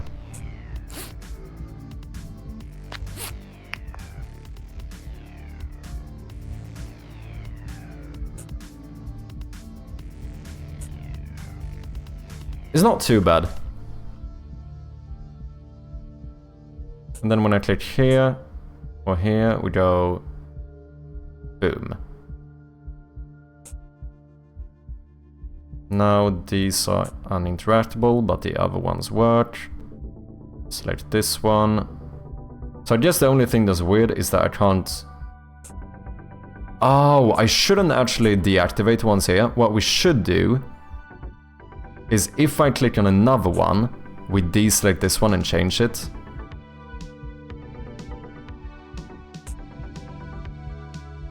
Because it feels weird. Now I'm like... Oh yeah, and if I click... Maybe this one should stay interactable as well. Like maybe if I click on it again, we deselect it.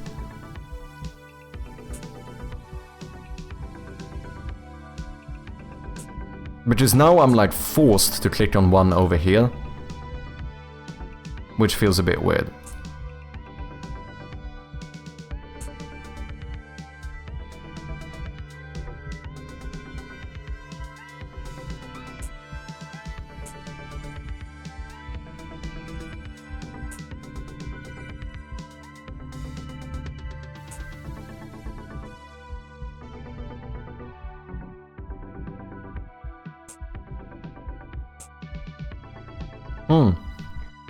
We are getting that though.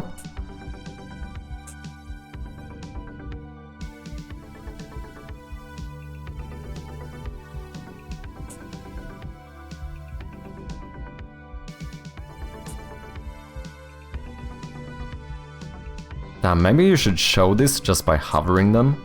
Maybe. What's up, Zenith? How you doing? 53 seconds? Stretch. Damn. Should definitely be able to click the select one to unselect it. I think so too. I should stretch, that is true. Ugh. Looks so good though, thank you man. I need to get off pretty soon.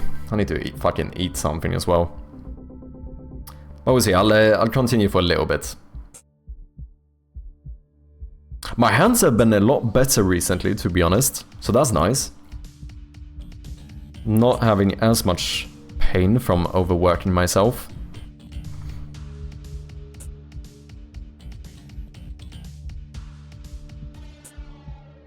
Yeah, it still feels a little bit stiff. Of course, we're missing a few sound effects and stuff. Could actually sort that out. I think we're gonna do... I think we're just gonna reference sound effects here.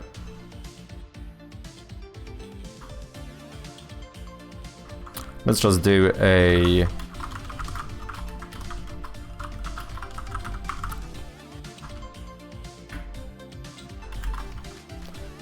Let me serialize a private. We're gonna do a... I don't even remember what I call these anymore.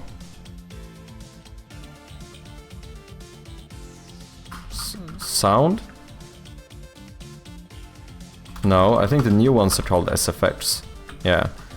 Private. I recently refactored my audio system, so that's why I get a little bit unsure about the naming here. How's the game going? Quite well, to be honest. SFX? What's up, Atrium? What are you on about? Have I done something wrong now? Oh shit, can I not call them SFX? Is that illegal? Do I have to rename them? Yeah, trying to get this minigame thing working is fine. Okay, good. Just checking. Double checking. But overall, I feel very excited about the game, to be honest. I feel like we're going in a very good direction now. Just need to sort the story out and start actually working on content. 49 seconds? Damn, you're getting close, man. You might have to start recording this. You might have to start recording it if you get too close here. You're only, what, 8 seconds behind the world record?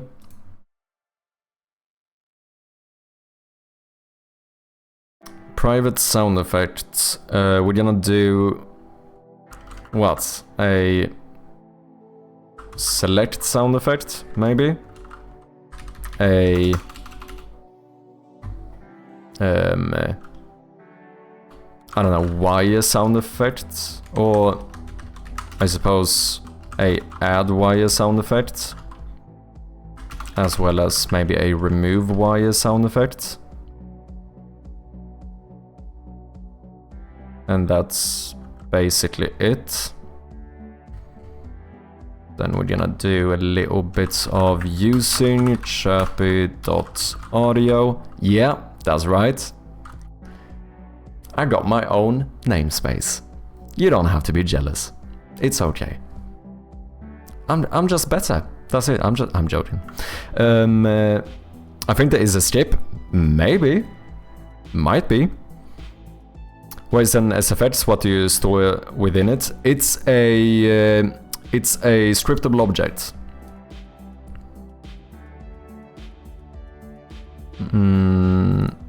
Audio. Sound effects. So what I store is a reference to the clip, the volume I want to play it at, the pitch I want to use, and how much variation I want in the pitch. And then I do similar things for music and stuff, just some different variables, I suppose. So here it's looping instead of pitch, just don't really care about pitch for the songs. So far I'm quite happy with it. I used strings for everything before, but then I had to actually remember the name of every single sound effect. Whereas now, with this new system, the thing I really like is that whenever I select one here, I can just search for the sound effect I want. It's so convenient. So now I can just go, select, yeah, this one's good. It's like I can't do misspellings or whatever, and no typos. I quite like it. You can definitely skip the turning off the flashlight in room 2.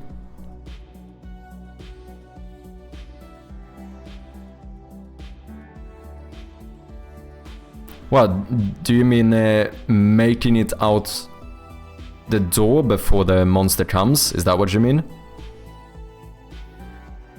I think that's a tough one. maybe. It sounds tough, it sounds tight. I might continue lurking, but might fall asleep before you end the stream, so in that case, hope you have a Gucci weekend, Maddox. Thank you so much, Jin. Wait, did you just change your name? Wait, Ginseng. Did you change your username? Yes? Oh shit, how come?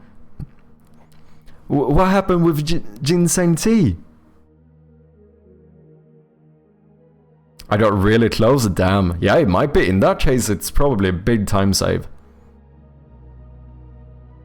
Okay, I need to remember to change your username in the logs for the bots.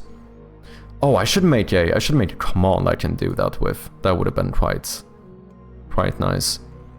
Because unfortunately, I think the bot is gonna see you as like a different user now, you know. But that's fine. That's fine. I will sort it out.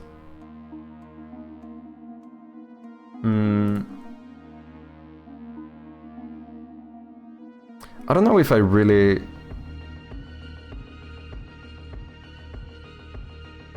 have sound effects for this now. I might just pick some random ones.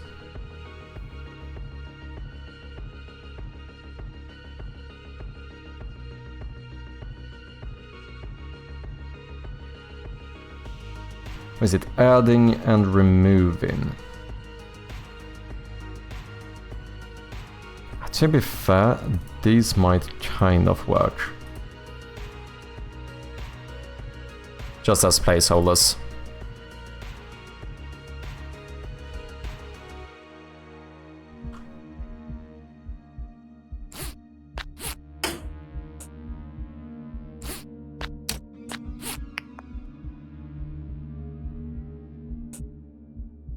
Oh, I forgot to actually call the sound effect. Genius. Okay. That part is done. Now, try adding wire. Whenever we select one, I guess we go audio player dot play.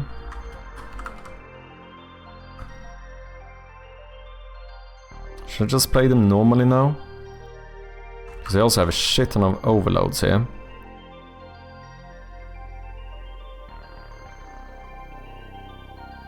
Well, I do need this if I want to play it in 3D.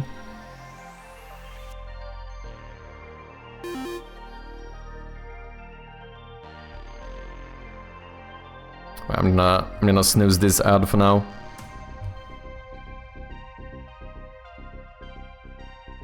I wanted it to be just Jin, but that's been taken for eons. But then Jin H was the same, and then Jin HCB, which is Jin H and then CB for the studio name.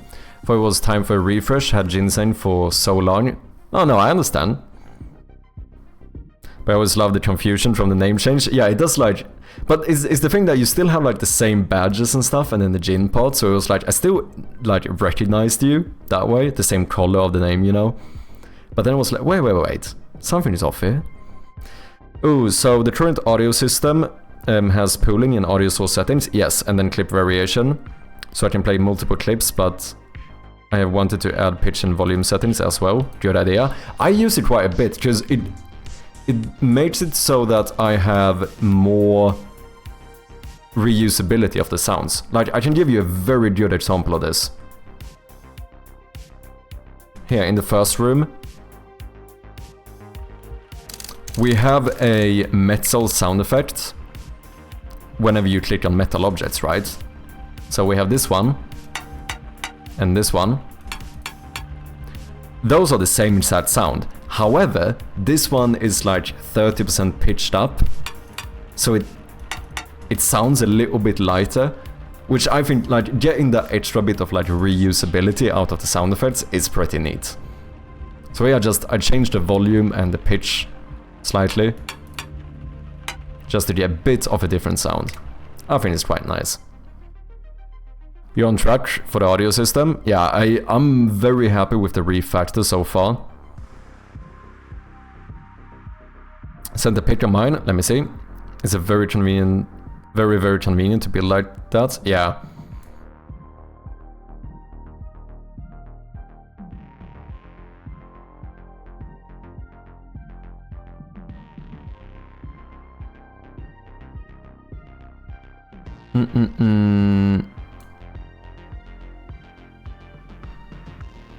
settings preset. In scriptable objects. Mode dynamic. Okay, interesting. Pooling count. Oh, this is a audio player where you have a dynamic. Oh, so you could set this to like static or something where it would keep the same, I imagine. Then you add the clips. So how do you find the clips? Or how do you store your clips? Oh wait, you sent me 2, I think. Is the settings, which shows the mixed group, priority, volume, pitch, stereo. Oh yeah, so that's all the settings for the actual audio source. So how do you store your are your sound effects just clips, or like how do you find them?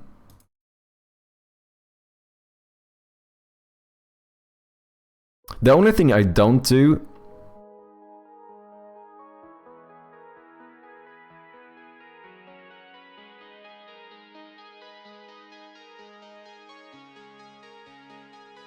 so do you...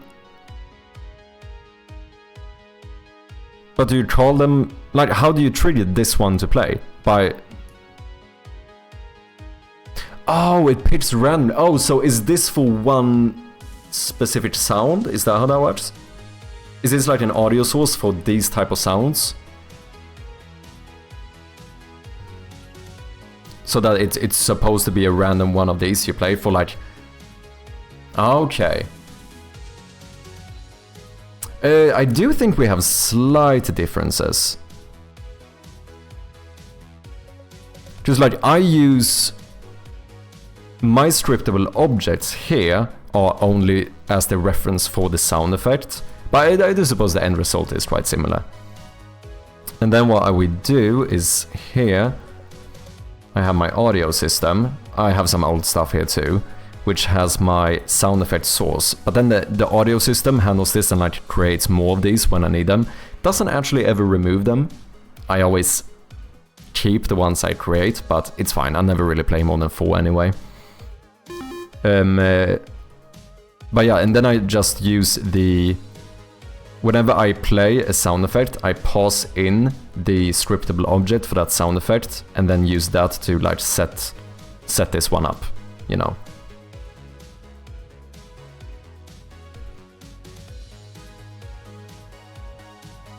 So yeah, we get a sound effect source. So here you can see that if I don't find one that isn't playing, then I create a new one.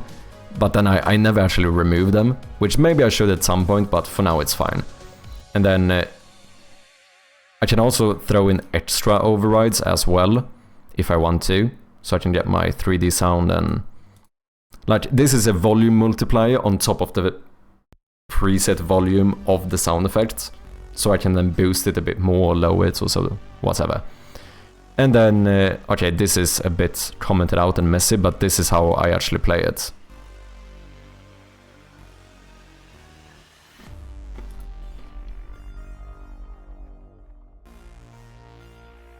So we basically get most of the stuff from the actual clip.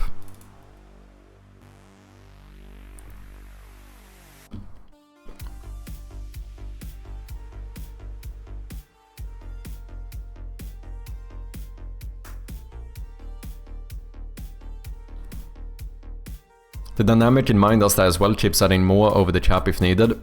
But does it destroy them?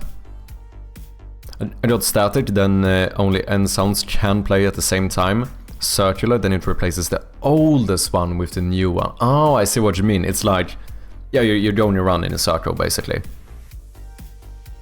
It does destroy down to the cap again. Yeah, because that's the main difference, that mine doesn't.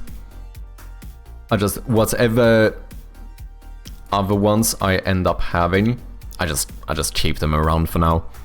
Which I think in, you know, that might be something I implement in the future for like optimization stuff, but I don't know. So far I think it's fine.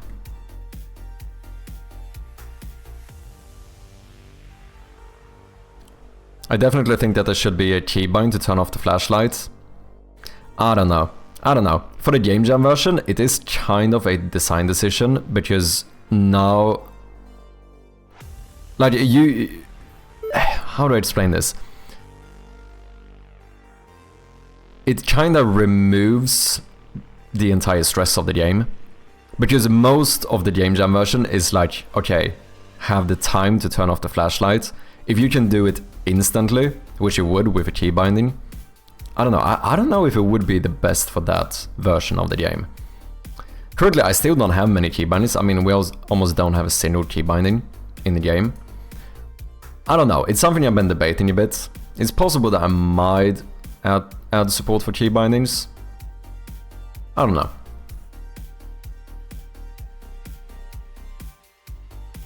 But then again, here in this version, it's like you're not gonna need to turn off the light as often. Like, I'm still gonna have that mechanic in the game at some point, but it's not gonna be like the main mechanic. So at that point, it's also like, if you're not doing it constantly, do you need a key binding, or can we go like diegetic point and click system?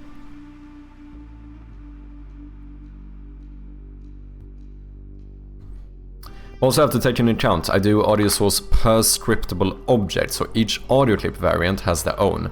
My game had like 100 plus audio sources in the scene, holy shit. But is that not quite like demanding? Because that's what I did before. Just I didn't use scriptable objects, so it was a bit more messy finding my sound effects, but what I did here, this is what I did before. For each sound effect that I had in my array, so I just had an array of all my sound effects, I created a individual audio source for each one with no pooling, so I could only play that specific sound one at a time. But yeah, this would give me like 100 plus sound effects. Whereas now I only use a small pool of sound effects for everything in the game. So I only have like, I mean, it looks like I only start with 1. I should probably start with at least 5 or something, but then we dynamically create them when we need. I've never seen the game actually run up to something more than like 5 audio sources at once anyway. Because it's also the whole point and click thing, where like you only have mainly like one type of interaction. How many sound effects do you need to play when you click one thing at the same time? Very rare that you will need more than like 3 sound effects, right? So I do suppose depending on the game you might be playing like 12, 20 at the same time, which is obviously different. For the Jam version, definitely the right choice, I think so. For this one, I don't know, like I said, it is something I'm kind of debating. Same thing, like, should you be able to open up the map with M, open the inventory with I? But at that point, should I remove the point and click interaction with the UI? And then what, it feels a bit, because now you play like this, you hold like M and I and the cursor, it feels a little bit odd. Like when you don't really use the keyboard otherwise. I don't know, like I said, I'm not fully decided. Because your game is 2D, you could actually use audio source.play one-shot clip. This lets you call it multiple times per audio source. Oh, I didn't know that. We are constrained to the audio source settings and position. Oh yeah, that's true. And that wouldn't work now since I do use... I still play the audio in 3D.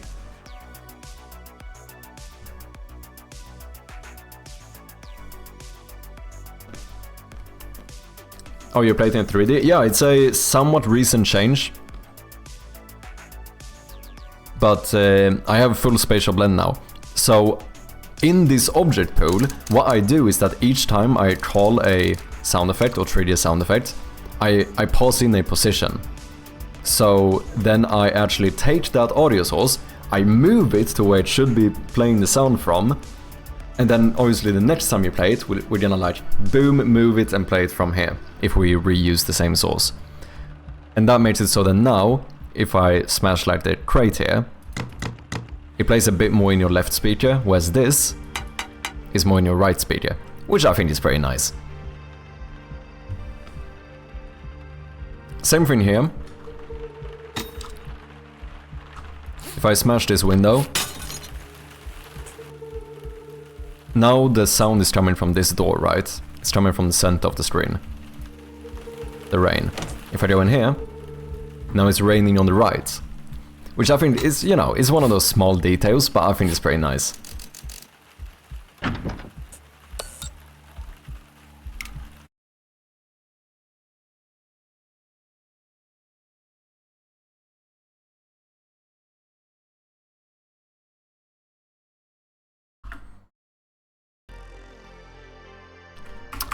I think I'm just gonna play this for now. Without the overload. Try adding wire, bum bum bum. Yeah.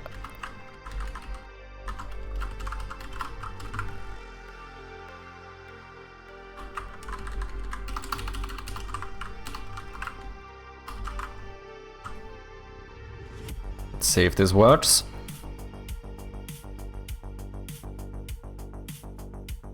So that is what I can do with my audio plays. I can tell them to play and follow transform. Oh, that's clever. Then it would make the audio source follow my transforms. That might be useful at some point for me to have as well. Like, what if you have something where, say that you clicked on some object and something like flies across the room. Now the issue is that I would position it at the starting position, right? And the sound would continue playing from the right, even though it's like traversing the room. So that might actually be, I might need a similar function at some point. I don't think I have any use for it as of right now, but I could see potential moments where I might actually need it to follow a transform as well. Like, so I guess while it is playing, I think that's the thing, maybe I should stop. No, wait, a reference to a transform. No, that still works. Oh no, because I think I throw in a vector 2, which is not a vector.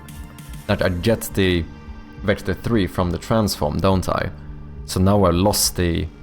that might be a smaller refactor to enable that. Because you need an actual transform as your reference, right? Since that is the one that, like, a vector 3 would just be like data, whereas the transform would actually be a reference to the transform of this object. Yeah, so I actually add the script on the audio source. All it does is follow a target transform until the audio is finished playing, and then it disables the script itself. You can do linear interpolation, go from start to end. Yeah, that is true. However, I need to know the end before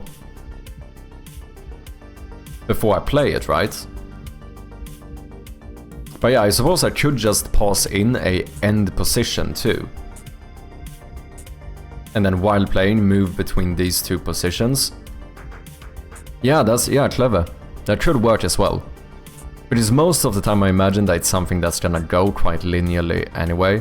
Or am I gonna have something that, like, goes all over the place? Maybe. We'll see. I think this is one of those things that I'm gonna fix when I have the need for it, you know? Real bad, gotta take the dog out, no worries, man. See you soon, Atrium.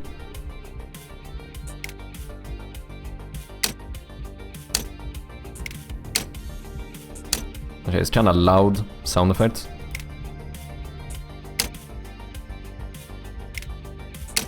But it's better than no sound effect, that's for sure.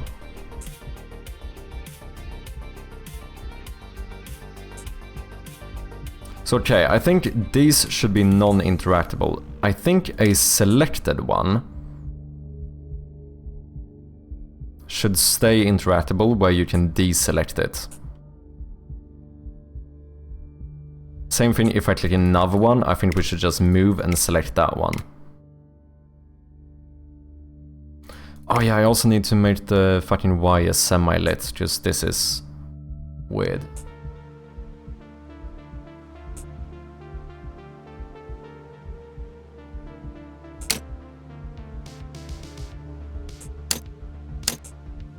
And in terms of polishing, I would also like to make it so the last wire I connected should be at the top of the layer. I think that would look better. Okay, this sound effect is definitely too loud. Let's do like, I don't know, 60% volume. 1 in pitch. Can I just go vector 3 here? You know what, we can just pass in the transform dots position, that's fine.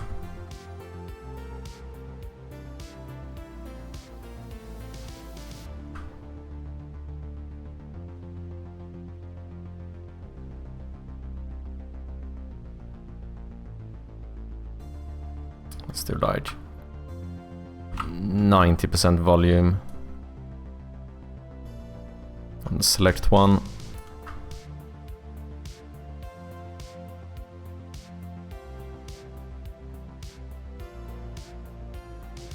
You guys been watching any good shows recently?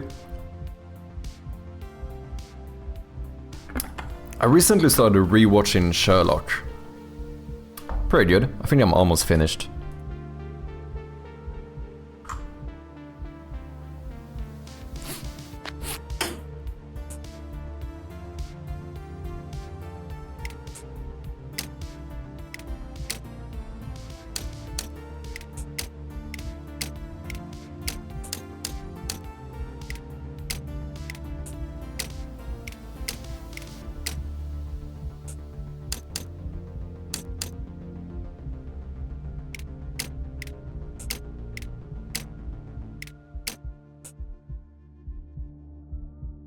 I mean, this is pretty nice though.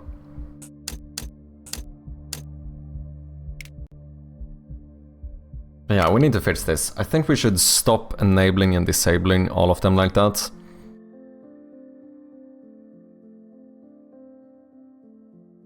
Select left connector.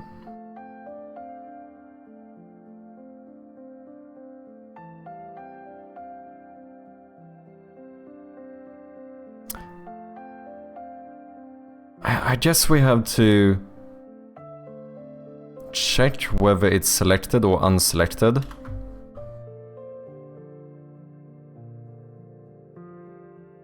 Right? So we do something like if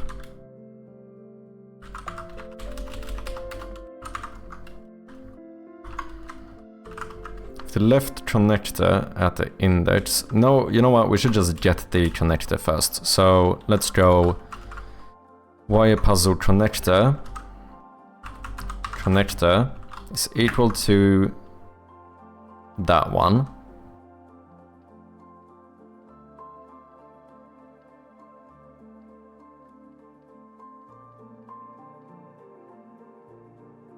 And then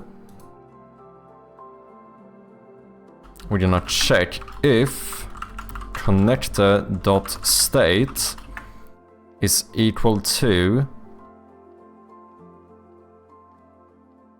if it's equal to disconnected, that means that we want to connect it, right? And select it. If it's disconnected, we want to select it. It should be uninteractable if it is... What are the states we have? Incorrect and correct. That should be uninteractable. It's only disconnected and selected where you should be able to click on it. So in this case, else means disconnected. But we could actually do an else if just to be specific. Why not? Hey Whale, thank you very much for the follow, man. Appreciate ya. I've been watching Dragon Ball Z Kai. I never really watched Dragon Ball, to be honest. I think I read one when I was young. I never really watched it too much. It's been a while since I watched anime in general, to be honest.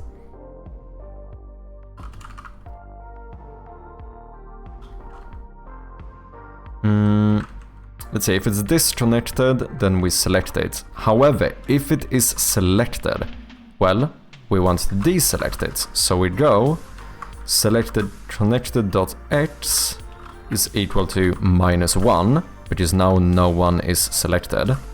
And then the... Well, I don't even need to say this anymore, because now we have a reference to it, so we just say connector.select connector. Which means that now we no longer need to disable all of them. Or do we? Well, if I select one that is disconnected, I have to make sure that all of the other ones are deselected, right? What do you do? Deselect, only deselects them. Okay. So if it is disconnected, I don't think we want to disable all connectors anymore. However,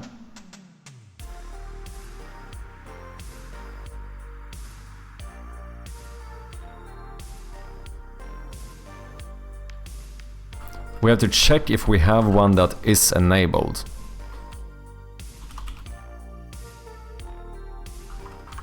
So just we can loop through the connectors we have and see if anyone is... Because I don't have a no, wait. Ah, we still have the reference to this. So all we do is check if selected connectors.x is not equal to -1. That means that we have at least one, or we have one connector that is selected on the left side.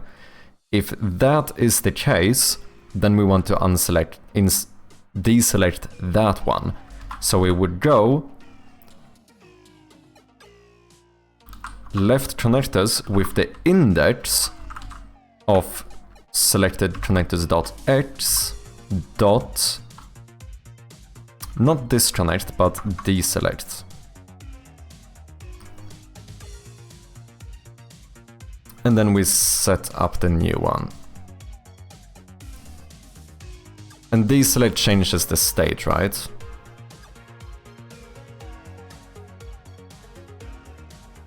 It doesn't.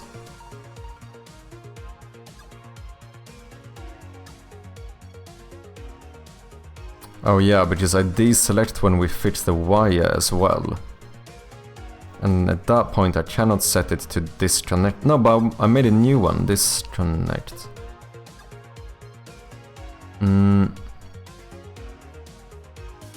Okay, what if we do one for like connected and use that instead? Finally managed to get the skip twice in a row, damn. What's your time?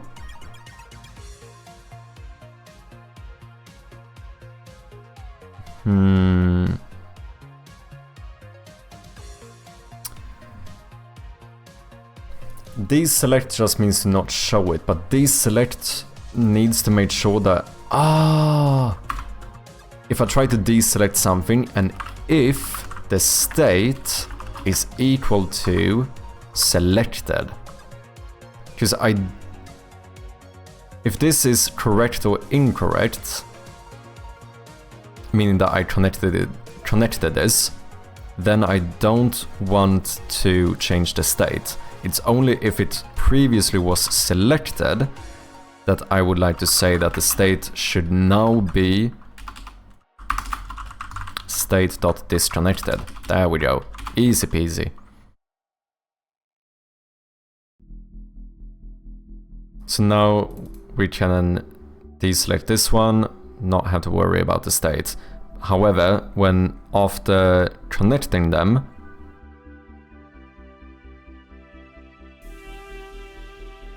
after we add the wire... Wait, when did I use this? I used this somewhere. Here I use disconnect. Here it is, deselect connector. When I do it here, we're not gonna change the state. We do need to set up a function to actually change the state to whether it was correct or incorrect, but that's something we have to figure out later. Right now I just want to get the general mechanics to work. Practicing right now, damn. You might take it. There's definitely time to save. Rutger has a good time, but there is time to save. That is for sure.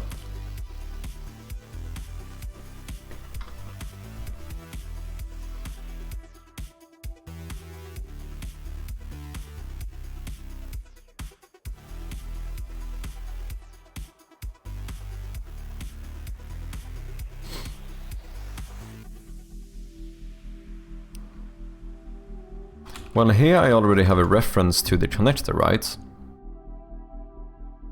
This is the one I'm trying to select. If that one is already selected, then we go connector.deselect, and then we set this to -1.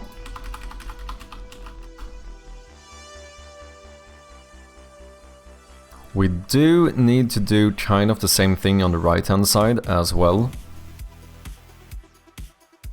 I think it's easier to just copy all of this.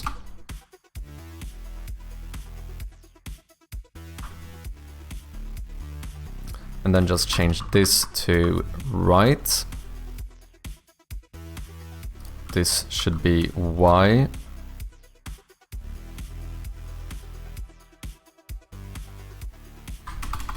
This should be right. Y. Y.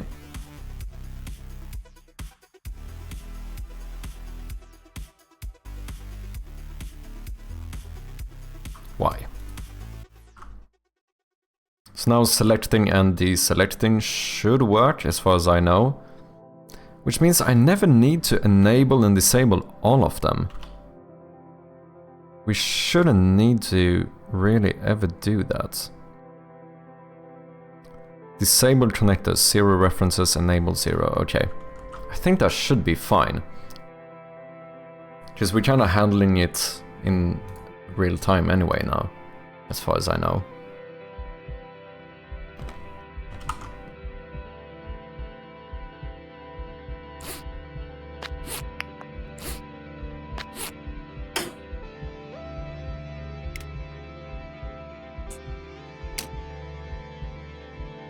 Okay, that's an issue. I can still select it now. However, if I click here, I should deselect it, right? And if I click here, I should switch to this one.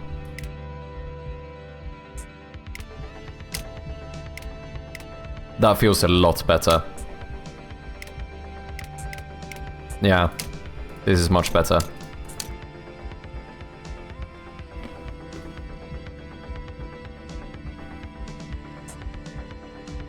This is a long stream. Yeah, we're getting there. Where are we at? 8 hours? Not bad, not bad. I do tend to do quite long streams in general, but I do need to get off pretty soon. I'm just kinda excited. Do you know what I mean? It is most certainly possible to do the third room without turning off the flashlight. I know that you can... I know that you can get the key in the third room. Which, yeah, it probably should be, because you don't have to make any noise there either. It should probably be, to be fair. It requires accuracy though, that's for sure.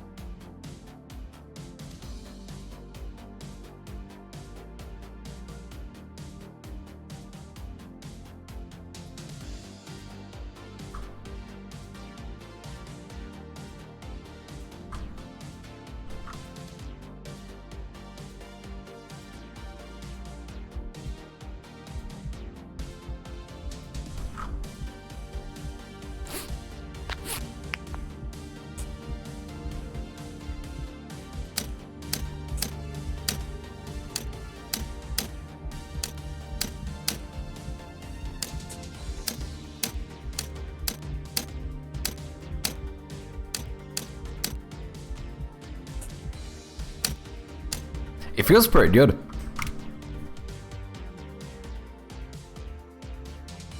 But why can I select the same one again? Well, that must be an issue here. Select connector, selected image true. So yeah, the issue is that I never not deselect it, I never inactivate it or whatever. Do I? No. So now, I suppose all we need to do is, whenever you select one, we just make sure to disable it.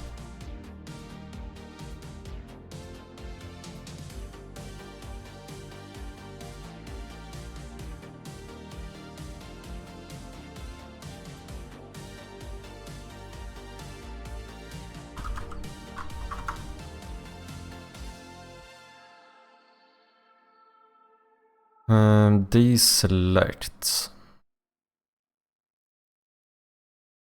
If it goes into the disconnected state, we need to make sure to enable it again.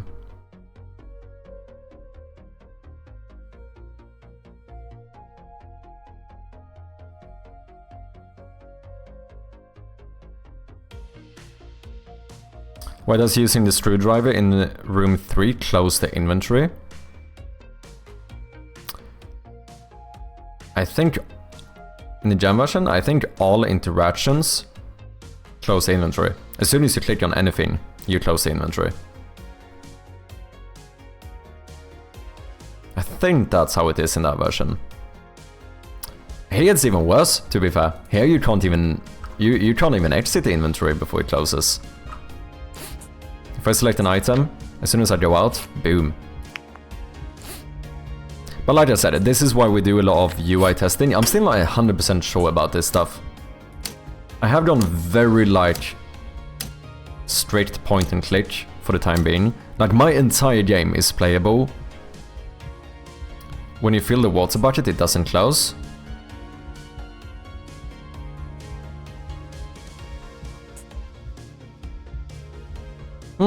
Interesting. Yeah, I might need to check that. That's kind of interesting. I don't remember. It's starting to actually be a while ago. Holy shit. But yeah, like I was saying, I'm still not 100% sure on like the UI in general.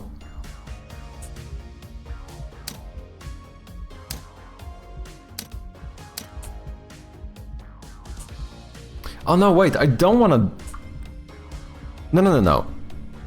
I don't want to disable it when I select it.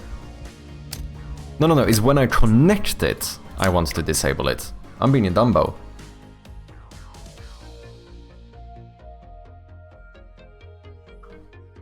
I don't want to do this. You should stay interactable. It's only after I add a wire. Try adding wire. Here I deselect them.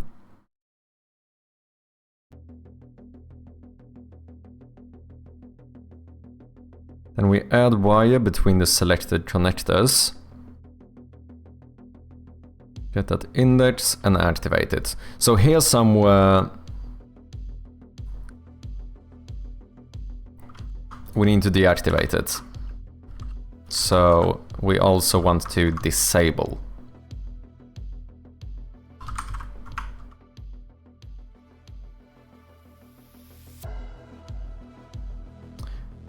Maybe I should only disable. If I ever disable it, I always want to deselect it, right? It should never stay... Yeah, maybe. This is fine, let's just do this for testing purposes now. Do I enable this though when I remove the wire? Yeah, because then we call disconnect, which is going to enable it again.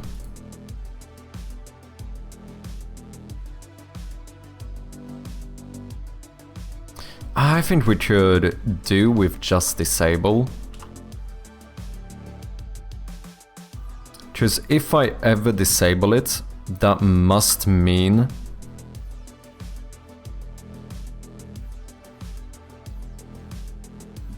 that I also want to deselect it.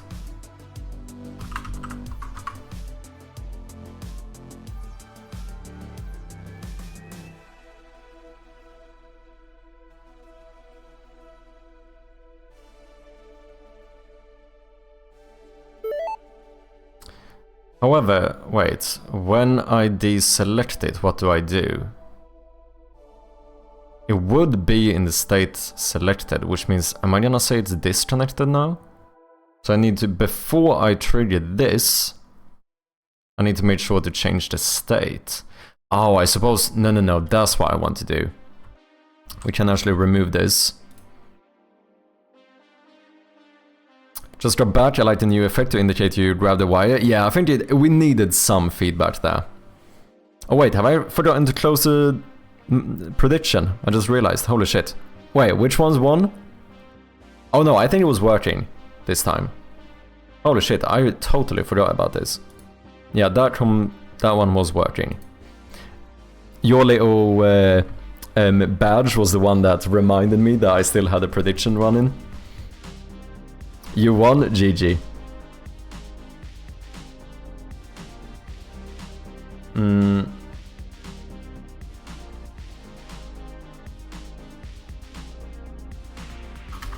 guess we do a public void connect. But then we need to like maybe pass in a bool whether or not it is correct. So whenever you connect one, we would like to say we want to deselect it. We also want to disable it. And then we want to say that the state is equal to, depending on whether it is correct or not, we should set it to state.correct or state.incorrect. So if is correct is true, we set it to correct. So now, here, we just say connect true, sure. Connect true.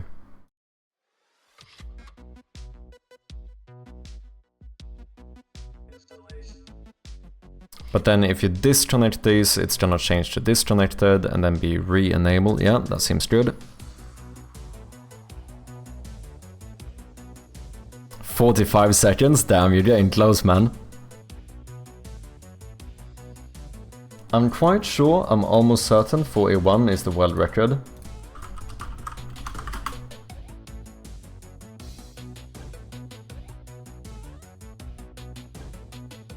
Indeed. World record speedrun, 41 seconds. So yeah, 40 seconds and you have the record.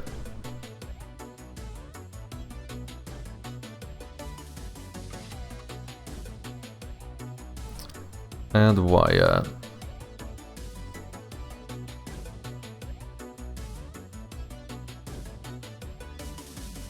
I think this is fine. So I suppose that something we need to do is each time we add a wire, I guess we want to loop through and check if it is finished or not. So we go like for each var connector in, and we only need to check one side since they connect side to side.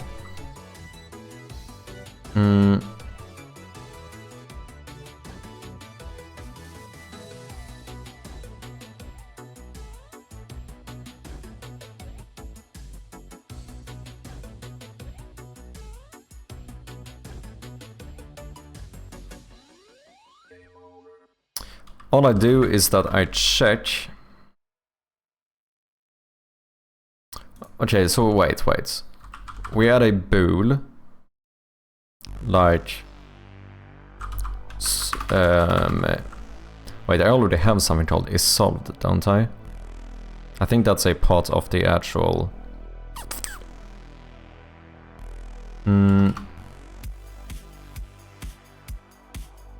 Is it? Is solved capitalized, okay. Bool is solved is equal to false. We loop through all of our connectors and check if we should actually do the opposite. We should say that it is solved.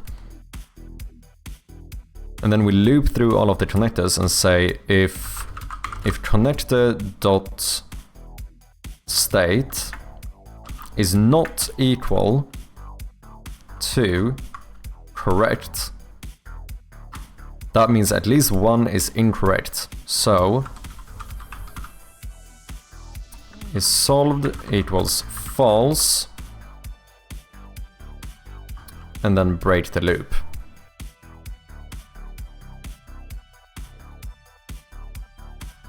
Whereas if all of them were correctly placed, that means all of these are going to be correct, this is never going to run, so is solved is going to stay true.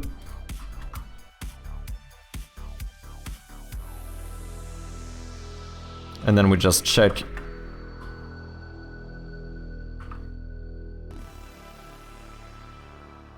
if it is solved. If it's still solved after looping through these, then we do a debug log saying puzzle is solved, GG, well played, 10 out of 10, good job mate, catch you next time. Oh shit, 41? Damn. Close, close. I mean, technically Shad, but he did get it first, so arguably second place. But still, I should have added milliseconds. Did I? No, I don't think I did. Did I? Did I add milliseconds?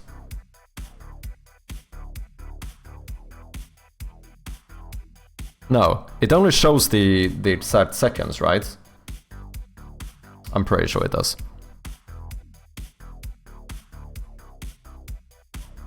Damn, it's interesting how I didn't realize how much I forgot about the game jam version until I started like really speaking about the specifics. It's actually been a little while since I made that version. Am I getting old? Okay, so no matter how we connect this now, we should get it correct. Since I always say that it's correct.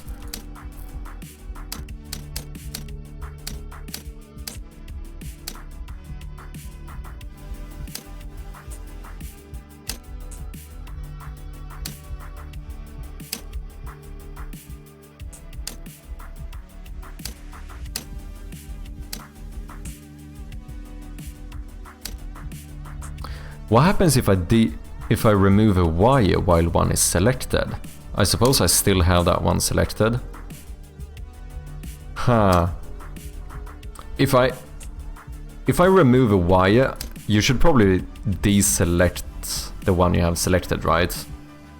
And if I click here now, that should disappear. I think so.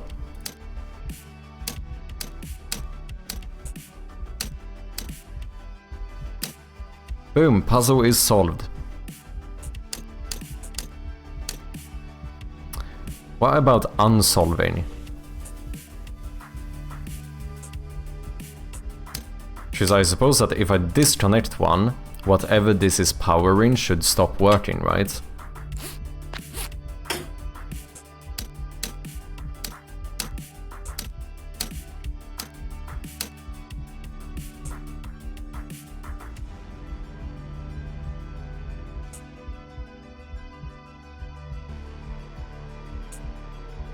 Oh, I also need to deselect when I exit, because I think if I select this one now, go out, and go back in again, it's still selected. That feels a little bit weird. Okay, so we have two places where we would like to deselect whichever one is selected. I want to hear if it's easier to just do a function for that. Private void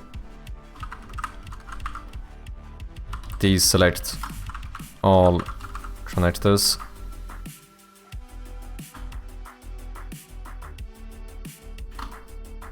Where we go for each one in the right one,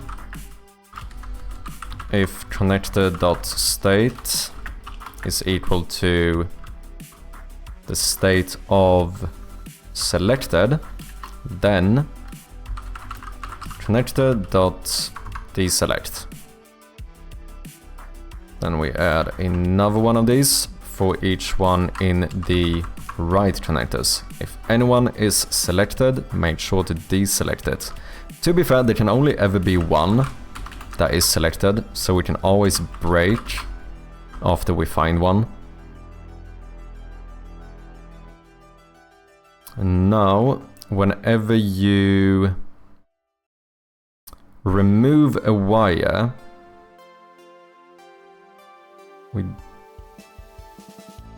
disconnect those.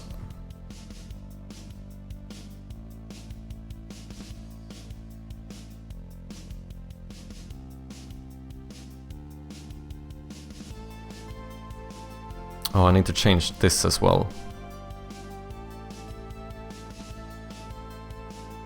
So we also need to say that selected connectors.x is equal to -1. Y equals -1. Yep. Okay, so if I try to remove a wire, I would like to deselect all connectors.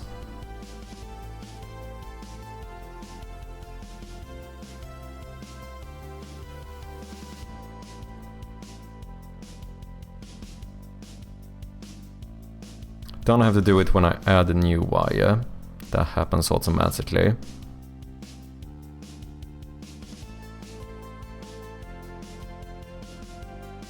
How do I exit? What does this back arrow button actually do? Close puzzle. Oh, am I just blind? Oh no, that's part of the thingy. Okay. That's fine. So we just override it, right? Public override void close puzzle. We do the base and then we deselect all.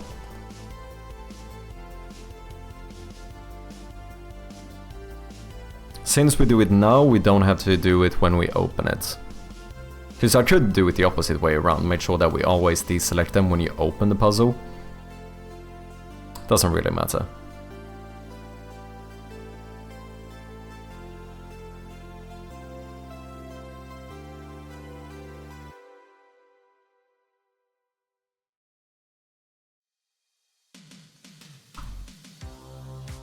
Let's have a look.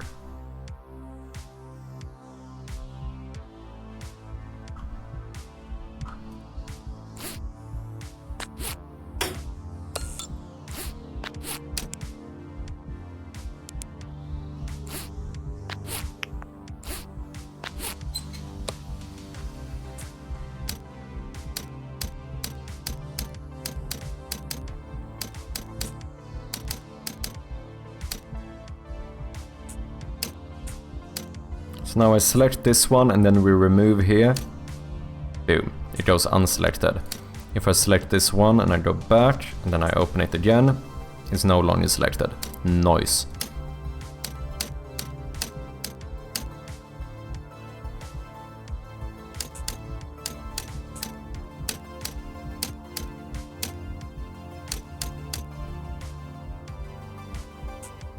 Which is fine, right? Yeah, for sure. I think you want it to not stay, because even with this one, if I select one and then remove this, it feels weird that this would still be selected, right?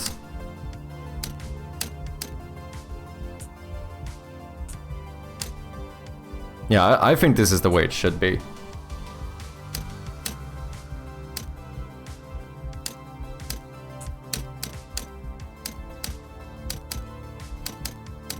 I like it.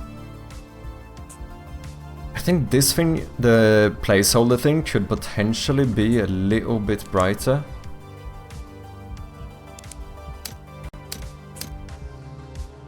Oh wait, is this affected by the fucking... Oh, that's cool. Unintended. You know what I just realized? The puzzle works and is lit up if I have the light on in the room. If I turn the light off and I go in, the puzzle is dark. Unintended, but pretty nice fucking detail. The puzzle itself reacts to the light in the room.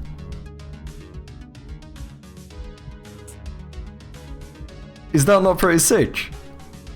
I didn't even think about it. This is pure accident. That's pretty nice. That is pretty nice.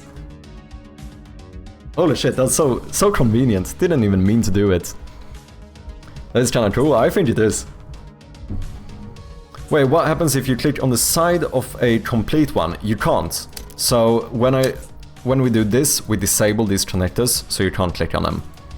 Until you remove the wire, then they become interactable again. But yeah, good thinking. Okay, wait. Did you actually do it? Well, did you actually do it? Oh shit. Oh shit. Oh shit, he did it. He actually did it. 40 seconds, world record. Raka got actual competition. Let's have a look at this. What happened here? Why is my taskbar not disappearing? Oh, did it crash? Of course it did. Lovely. Lovely. Bum bum bum. Explorer. Can we just go ahead and restart you real quick? Thank you very much. There we go. Let's have a look.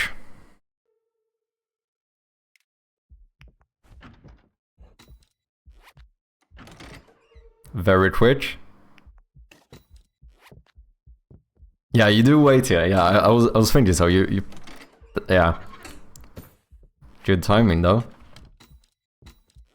Do you do this before he comes? Ah, okay, okay. Yeah, for that one, I think it might be possible, but it would be difficult.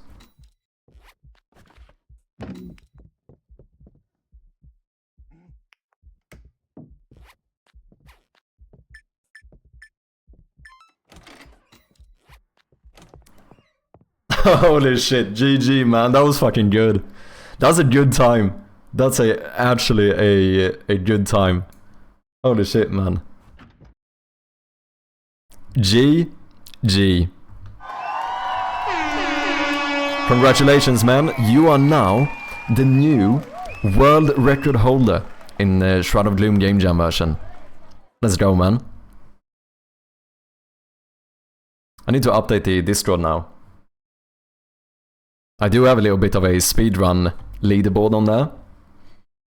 And you just took the #1 spot. Congratulations.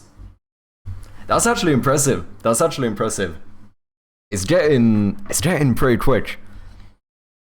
I think it might be possible to save some time, but it's not a lot. It's very little. I think that is like almost a perfect run. I can get to sub 40. I think you could. I think you could. How long did you spend making that version? 155.5 hours over 25 days. That's how long it took. I should say those are, you know, it's streaming hours as well, so you can argue about the level of productivity. As if you watched the stream before, you might be aware that I'm not always the most productive. Like, I do shout a bit of shit every now and then, but yeah. That's pretty fast actually. Streaming or not. Yeah, I mean, focus. I'm so focused, man. I'm so focused. I'm so tuned in. You couldn't even believe it. But yeah, I mean, it's not a lot of time for, like, in some regard, it's a long game jam, right?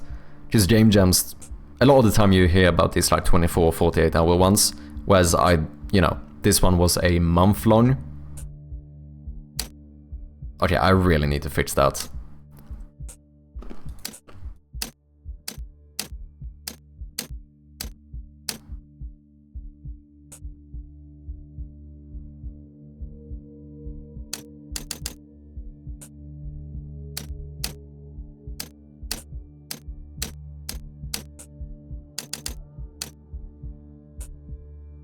Okay, so we need to fix that thing. What should this do?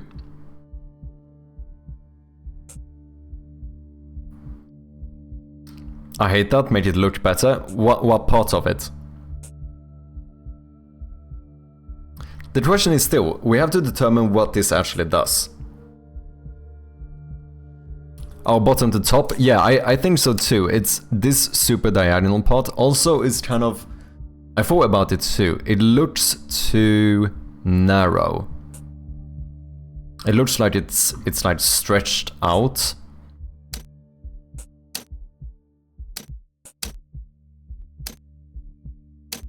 Yeah, maybe we should even go like under a bit and then go up. Like really make it look even more like it's hanging down, you know? Maybe. Yeah, I think I agree that that one can definitely be fixed. It doesn't really fit the other ones. Doesn't feel like the wires are affected by gravity. Yeah, this one I did do a bit of a... Yeah, even these I suppose. I mean, there's an argument about how thick these wires are, because that would affect how much they are affected by gravity. But I do think that the one top to bottom is definitely... That one definitely sticks out.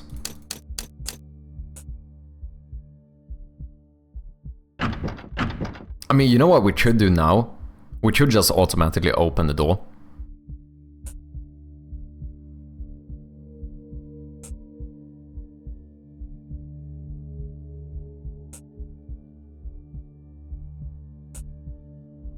Can I?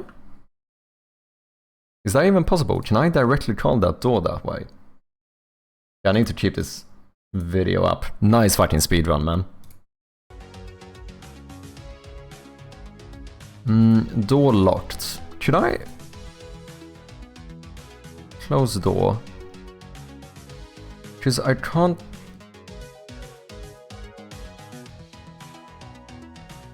I don't know if I can do it with a Unity event. I mean, obviously I can do it if I do a bit of coding, but just curious, should I trigger my interact thing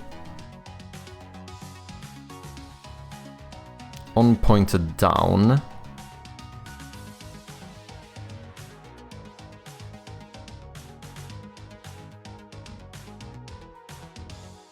Interact is just a private void. If I made this public, I could actually call this.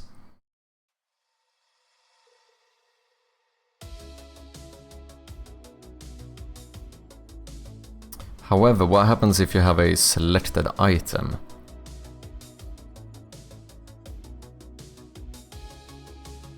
Oh wait, I need a selected... Yeah, this becomes a bit weird.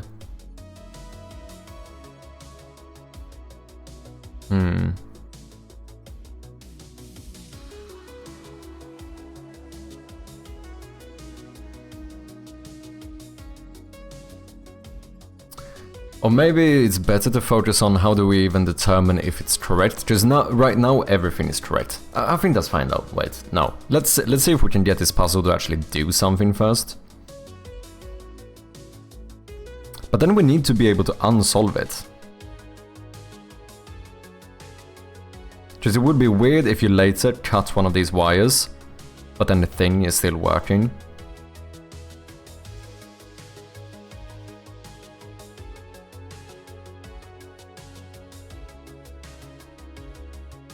It doesn't have to be to a door either, it could be something else. You want to make it... Yeah, it doesn't...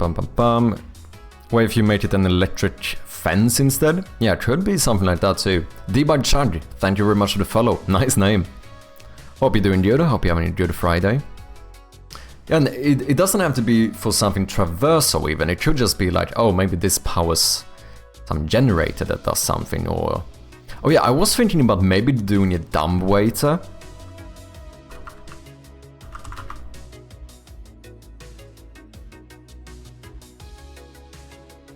One of these. And actually have this be used as an elevator, but it not actually being an elevator.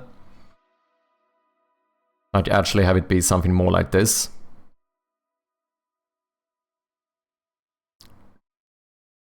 So...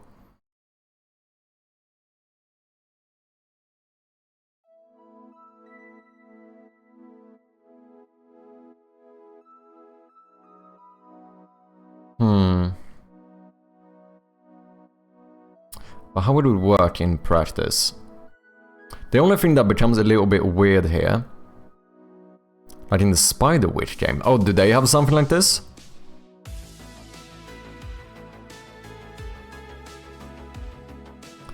The thing is that you can only reach these buttons from the outside. The thing I was thinking about doing is potentially turn these buttons towards the inside so you theoretically could view them and click them to go up and down. So I actually did, like I said, I thought about this idea, so I even made some art for it. I was thinking about doing something like this. So if you open this one, it becomes this, and then these are the buttons on the side to go like up and down. But what I was thinking is that you could do it where, like, if you click here, you actually crawl inside of it, and then we change into a new scene that actually looks more like... How would it be? It would be something like this.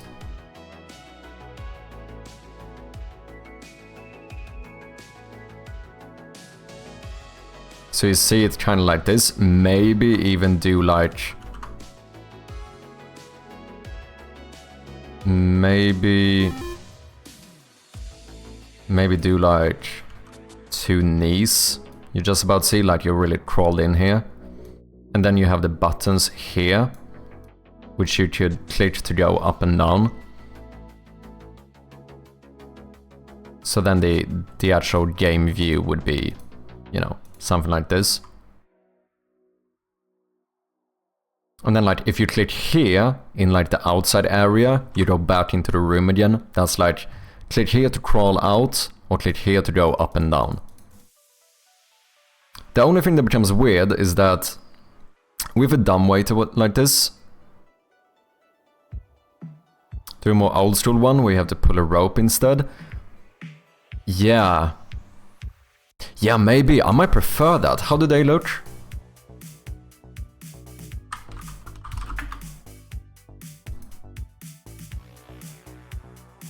But those still, that looks like it might still be buttons.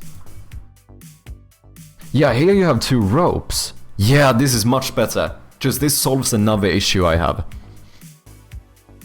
Yeah, this is good idea, good idea. Because the issue with this one is that you can only affect it from outside of this thingy, right?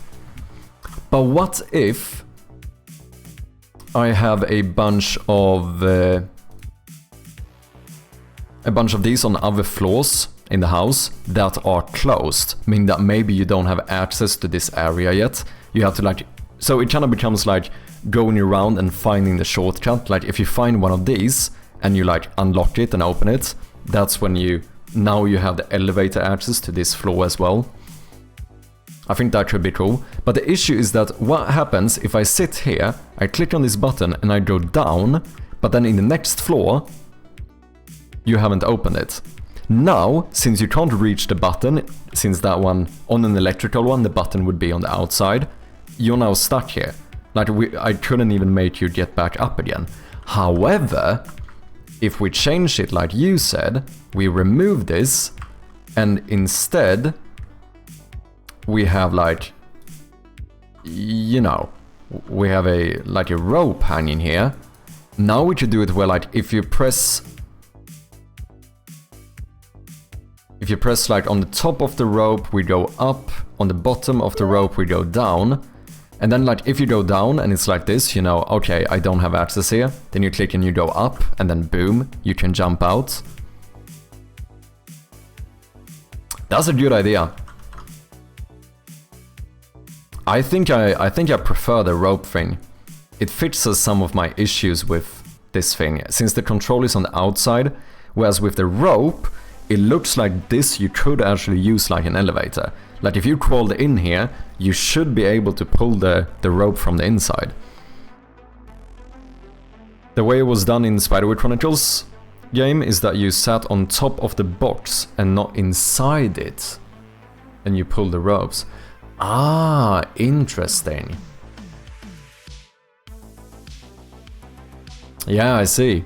What's up, Bly? How you doing? Welcome in. You could make it so you pull the rope with your mouse as well. I could definitely. It's something I need to look into. I currently don't have... The issue right now is that dragging stuff is not supported by my interactable system at the moment. It's something that probably would be nice to have at some point.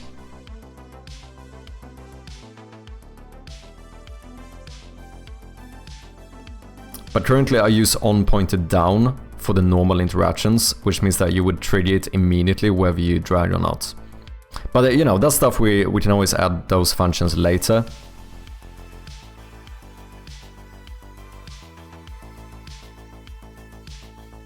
I'm so good, dude. Reaper open beta is so good. Ooh, nice. I've been waiting for the duck bucket for ages. Wait, the duck bucket? DLC feature, I personally prefer clicking on mouse up instead.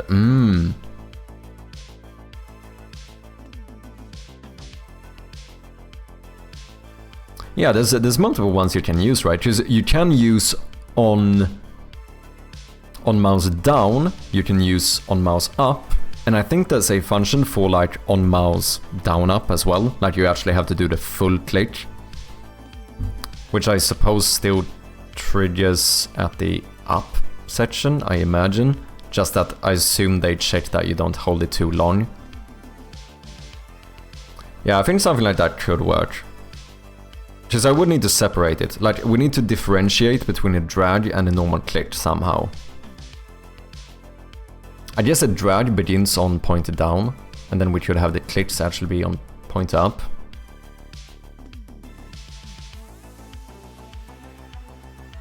There's really annoying duck in Reaper that aggroes you when you touch it. It's a whole job to make you touch it so the bucket works like putting a bucket on someone's head in Skyrim. Oh, damn. So what, it seems like these are actually hanging like in this space, in the space between this little thing and like the box on the inside and the actual like outside of it. I don't know how to explain this. So I guess if we do something like this, what we would actually do is have... If this is the box we're sitting in, then we need to have some extra spacing. So we would have something like this, right? Which is the space in between the box and the outside. And then in between those, like in this space, that's when we have the actual rope.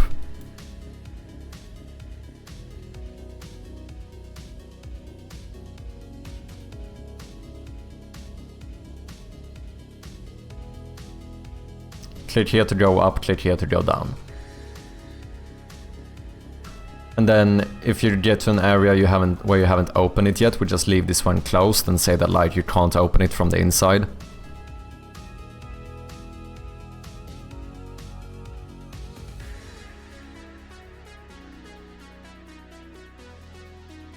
I kinda like it. That would mean that I no longer need this part. However... Oh no, fuck. We have an issue. Okay, this still works. This could be the elevator system. However, now it's not electrical, so it can't be connected to the wires. Now that part doesn't make sense. We can still use this like old school dumbwaiter as like a elevator in the game.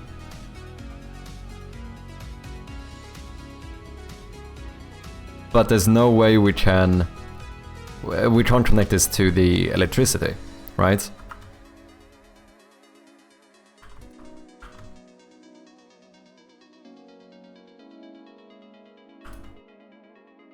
I guess we want to maybe show the spacing here as well then.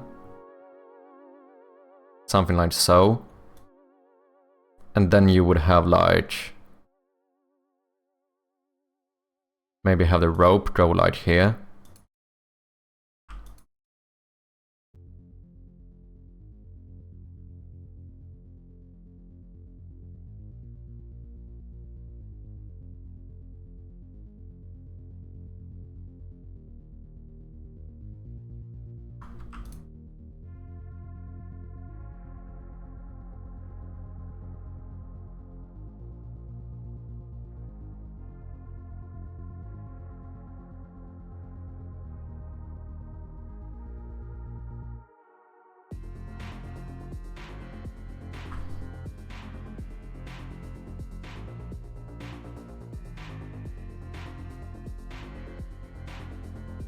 But then we still have the question of what should the bloody electricity power on? The wire puzzle.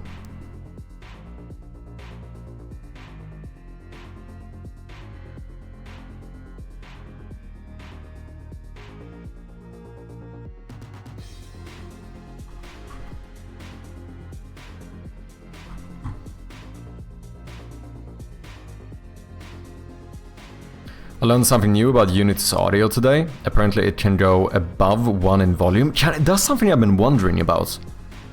Like, I know I can boost a audio mixer, but can you do it on a audio source? I don't know which one you're referring to though. Please tell me. The door should be locked with a padlock. Combination or key? Yeah, absolutely.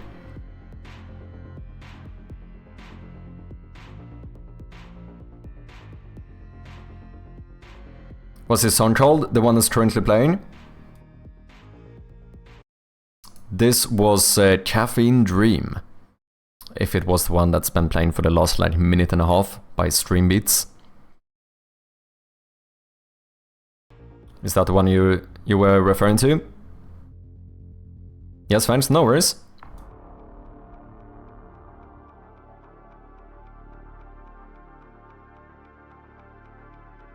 Assume Harry's Hell again? Yeah, you are correct. Dude, I play this playlist like every stream now.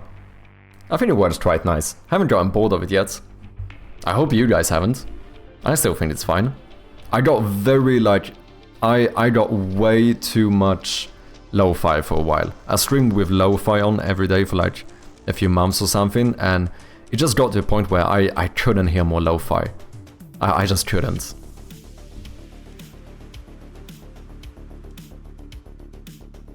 Make the top and bottom parts of the rope be grey so that you get that. Ooh, that's probably a smart idea.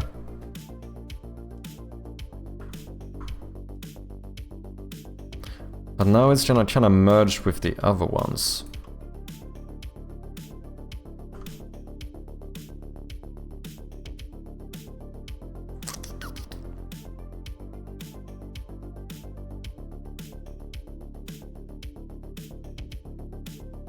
That's the only issue.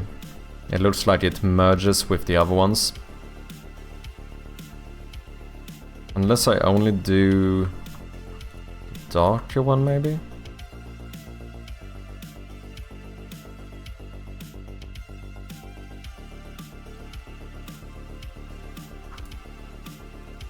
And that kind of works.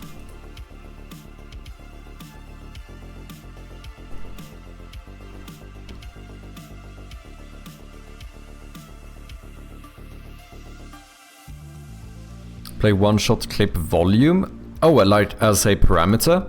Oh, I had no idea. Trying to figure out if I can access the low-level code and modify the volume value to be above 1.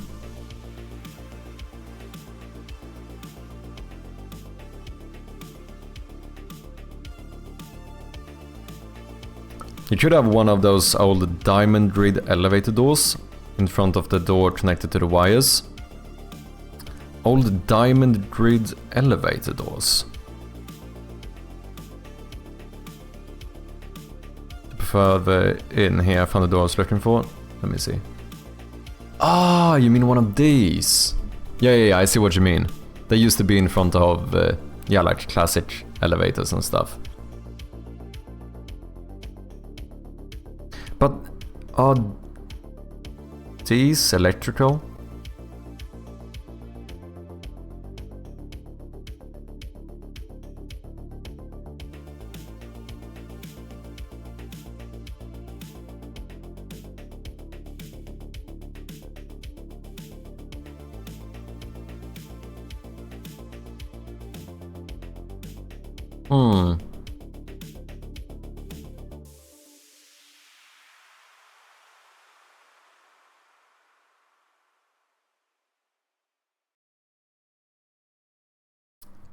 Well, you should definitely attach them to a piston.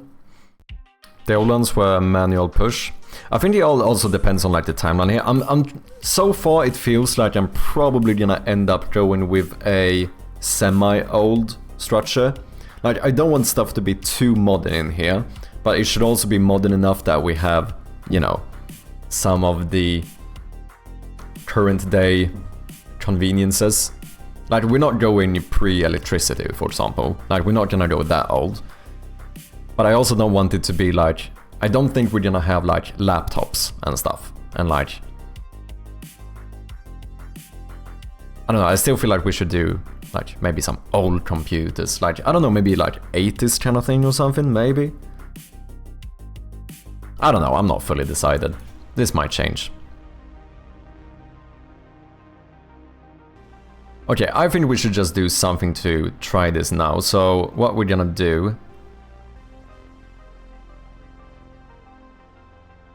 we could just make it fucking open this door. Just to have something to test it with.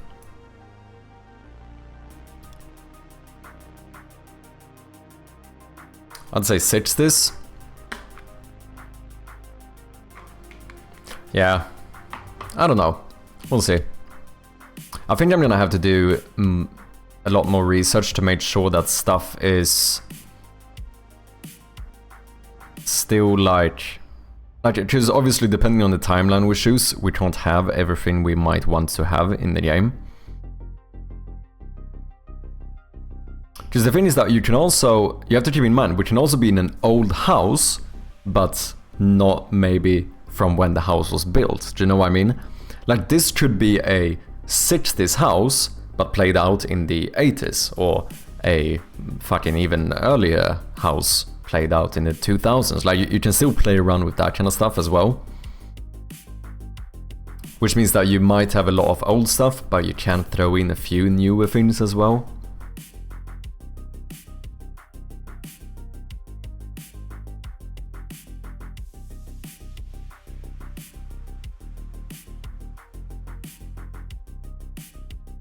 New York building made in the 40s, but game set in the late 80s. Yeah, that's why I'm like, you can definitely do stuff like that as well.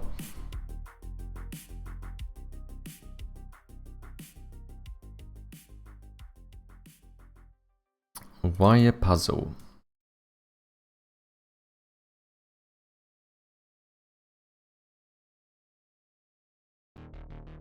To be fair, we could actually do a public override void, just override the puzzle solved one. Which I don't even know if this does anything. It says is solved equal to true.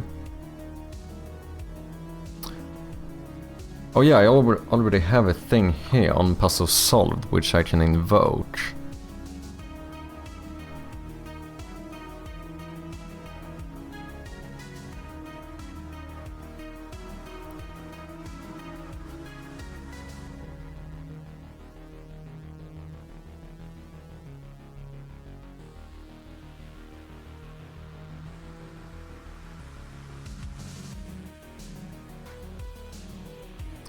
Just realize how I can make failing the puzzle work. We just check whenever you... Because now, whenever you add a wire, we check whether it is solved, right?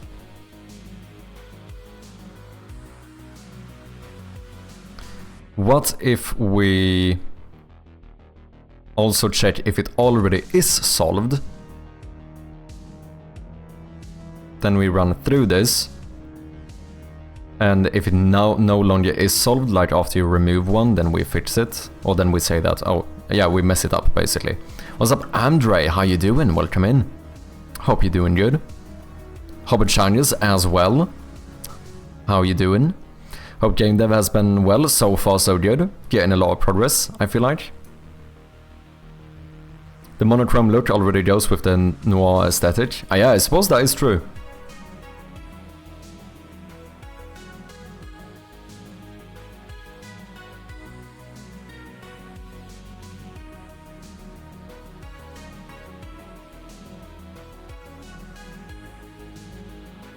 Okay.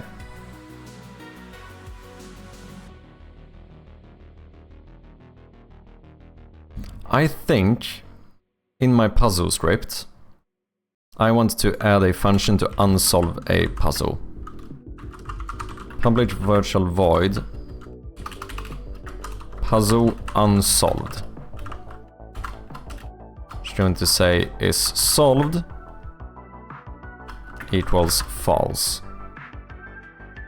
On puzzle solved invoke. Is this even gonna work the way I want it to? Is this gonna be, since this is static, is this gonna affect every... Why does it need to be static though? This doesn't need to be static. What's up, Checks? How you doing? Wire puzzle? Yeah, we have a wire puzzle going. Why did I make this static?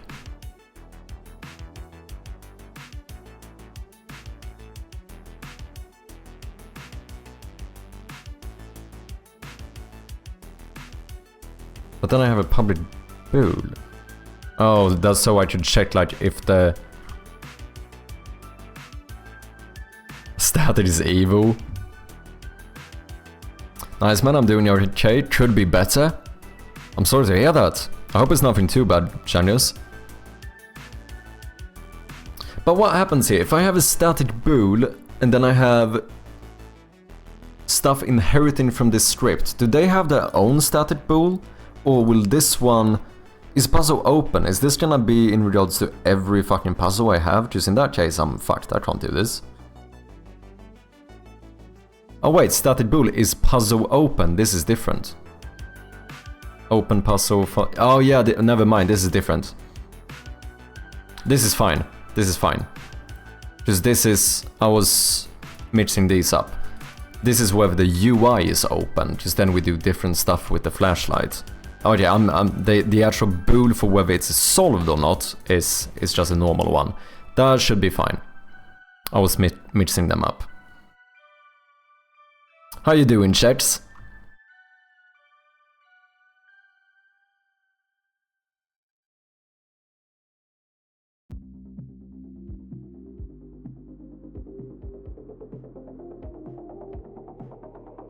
So I don't know if I want this Unity event anymore.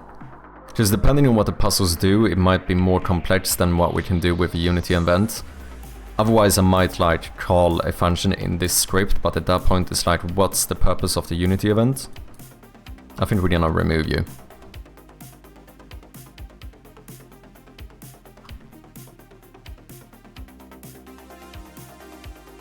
And then what we're gonna do instead, let's go to our wire puzzle. We're gonna find this piece. We're gonna make a new method to check whether it's solved or not, I think. So public void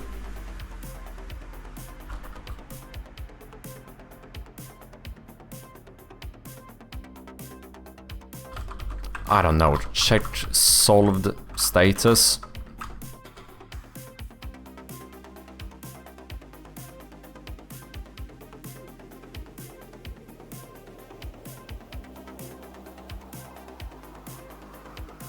Okay, with default is solved to true. We loop through all of our connectors on the left side. We only need to check one side.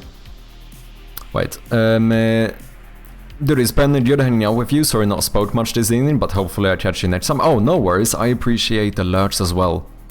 Don't fret. It's completely fine. I'm off to sleep. I have a good rest of your stream. I'm looking forward to the rest of it all. Looking grand so far. Thank you very much, Major, and thank you for sticking around today. I appreciate you. And I hope you have a good night. Cheers, man. Woke up at noon. How are you? I'm doing good. I slept kind of long today as well, not gonna lie. I was a little bit hungover yesterday, so, you know, I don't know. I needed the sleep, I think. But overall doing good. Do you have a story yet? Not fully settled, no. One of the main reasons why I'm not working on proper content at the moment is the fact that the story is not fully decided. I have written a few drafts and stuff, I'm getting there, but I haven't I just haven't made the final call to settle for one, so to speak. Meanwhile, I'm here trying to work out how I stayed away from my intended folder structure. It's like the puzzle argument all over again. Straight away from my intended folder structure. Dude, I went crazy once and spent 2 weeks sorting out all of my folders in my PC. So I have everything categorized and stuff, but I think I might, every now and then I'm straying a little bit away from it too, but it's nice when it's done, because if I'm looking for my assets, I know it's gonna be in gamedev, Unity assets, my assets, boom. It's nice to get it done, but it's annoying to do. I don't know if you meant in general or in terms of the game. I kinda did the same thing in the game as well, to be fair.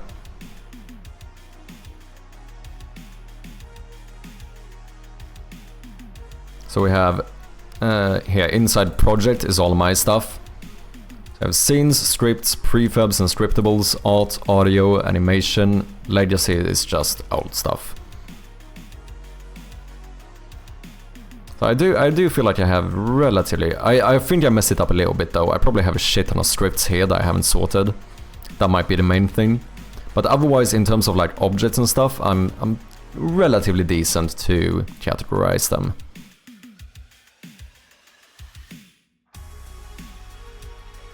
Anyone else here making a horror game or other genre? We do have other people making horror games. I know Irregular Human is making a horror game. Another streamer. Mr. Zombie as well is making a horror game. I know there are a few people on Twitch doing horror games as well. I don't know about in here, anyone else?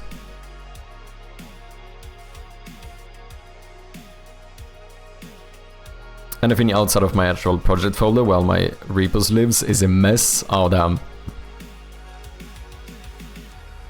I'm not doing horror?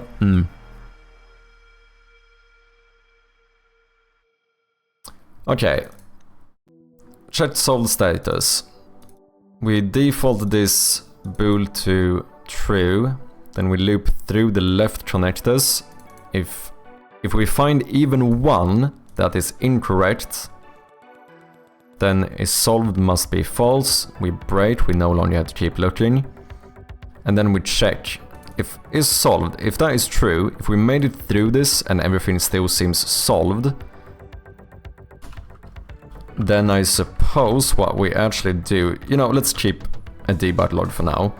But then we're gonna add a elf is statement and check if it isn't solved. This is gonna be so weird. And it is solved. I definitely need to rename this, holy shit. That is the most unintuitive shit I have ever seen. If it isn't solved and it is solved at the same time, that's fucking hilarious. Yeah, we definitely need to sort that.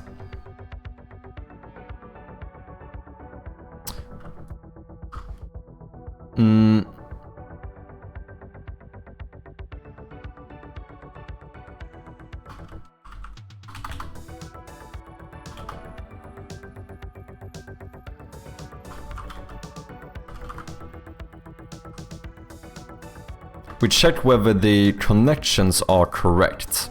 That's what we actually do. And if they are correct, then the puzzle is solved. But if it isn't correct, but the puzzle was already solved, then I would like to call puzzle unsolved. This means that you fucked it up.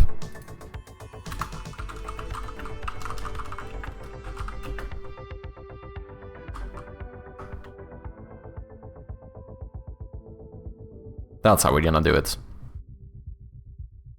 I'm working on a Minecraft minigame. Ooh! Clearly competing with gamedev and Toby Fox on worst possible variable names. My face looking at this code, yeah. It's okay, Chavi, I've written similar code in the past. Sometimes you just need to get it working. I think this is fine though. Is correct and is solved is intuitive enough. Is the thing when I call them the same thing that becomes way too confusing. But now, instead of calling this, since that doesn't actually really do anything... Oh well, it actually does, I need to call this as well. Boom, and then here I would like to do puzzle solved.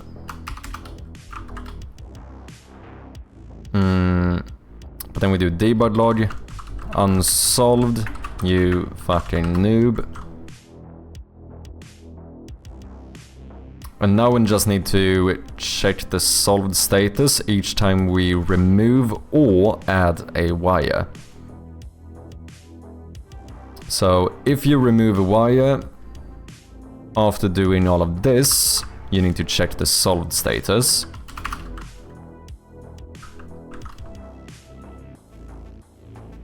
And then whenever you add a wire, you also check the solved status. Let's see if that works.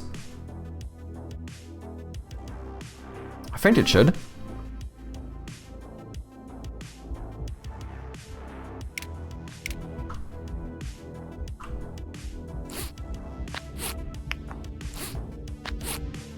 Also, I'm still hyped about this. The unintended feature that this is dark, right? However, if I go out and I fix the light, I turn the light on and I go in again, the puzzle is actually bright, because the room is bright.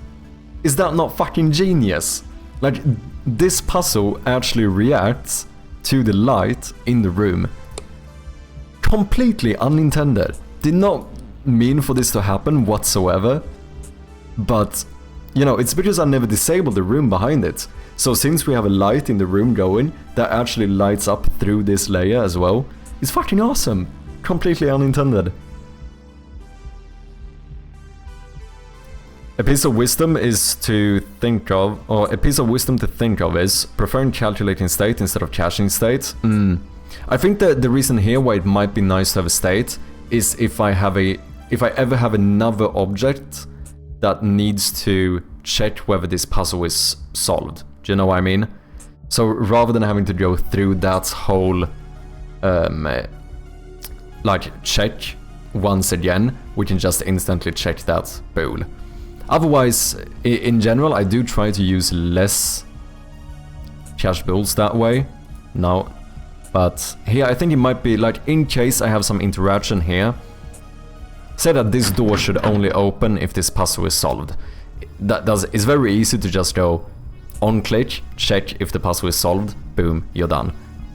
Because calculating if this puzzle is solved requires this every time. Basically, right? I need to make sure that every single connector is in the same state, is in the correct state. That is really the only way to calculate this one, which is a little bit complex for like another object to check, in my opinion. So here left connectors is only necessary state to cache. That is what I'm doing. I only check the left connectors. Since they're paired together, if the left are correct, we know that the right are correct.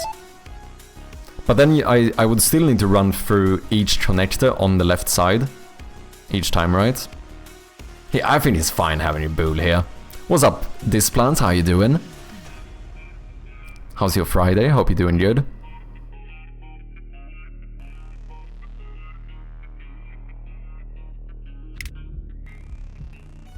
Okay, let's see whether this works or not.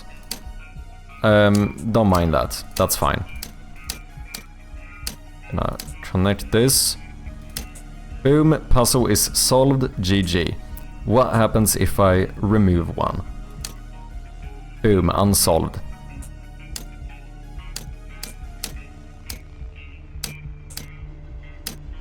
Solved. Nice, okay, so now we can also unsolve the puzzle.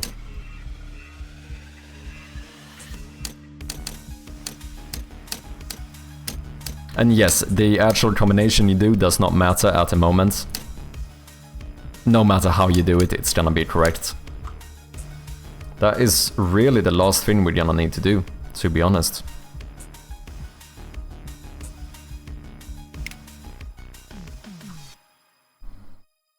But I wanna try making this actually do something. So I think we're gonna maybe use this door for now.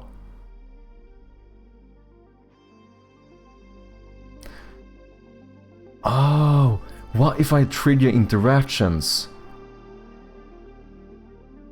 I should be able to do that. What if I handle this like an item interaction? Oh, that would be pretty sick.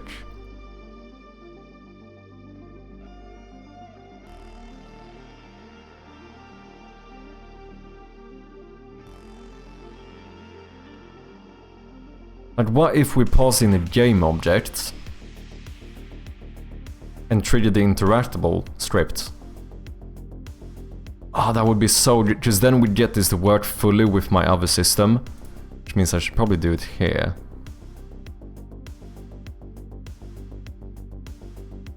So then what we would have is something like a... Yeah, this doesn't need to be public. A private game object called solved interactions. Another game object called unsolved interactions. And then on puzzle solved, we say if solved interactions is equal to null, then return.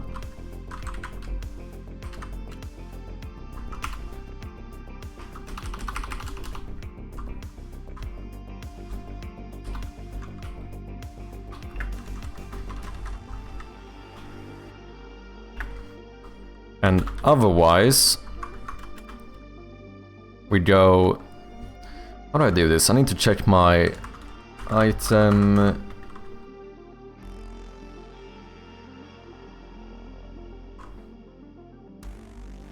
Item interactions.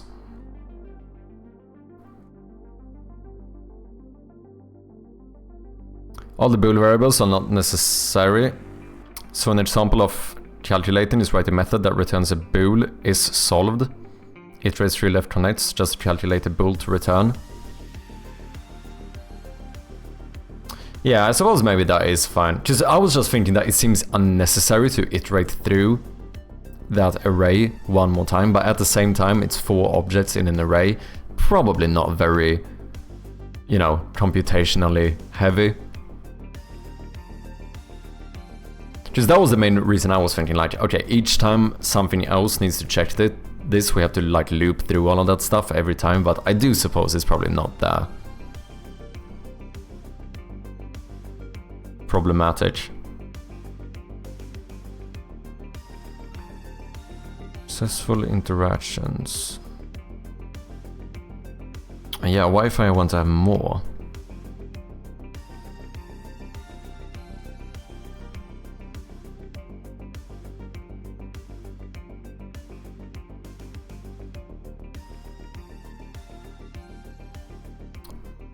Okay, so I think we do object arrays instead. We're gonna do this similar to how my item interactables work. So we're gonna do 2 arrays of objects, solved and unsolved interactions. And then, you know what? For each variable in successful interactions. we can just copy this shit.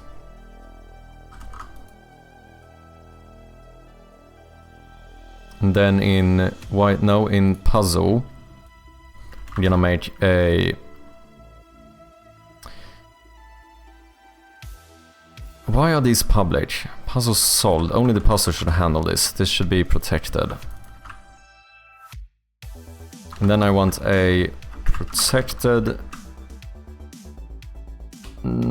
protected void. Private void. Called... something like 3D interactions. And then we're gonna pass in an array of objects. And I pass in an array of objects called objects.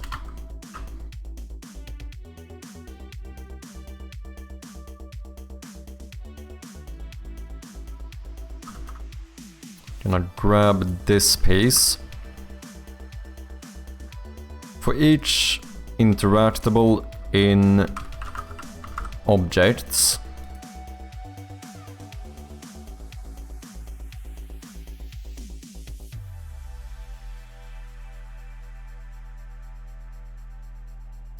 then we check if it's a game object, you do this. If it's a transform, you do this. If it's a interactable, you do this. Otherwise, type not supported.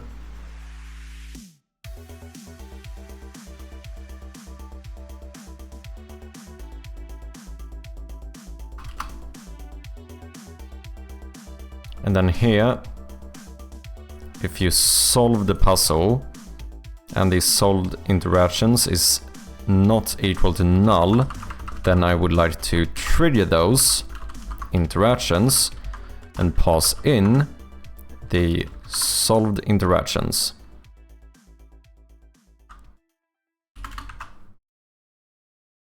And then if the unsolved interactions is not equal to null, we do the same thing and we pass in the unsolved interactions.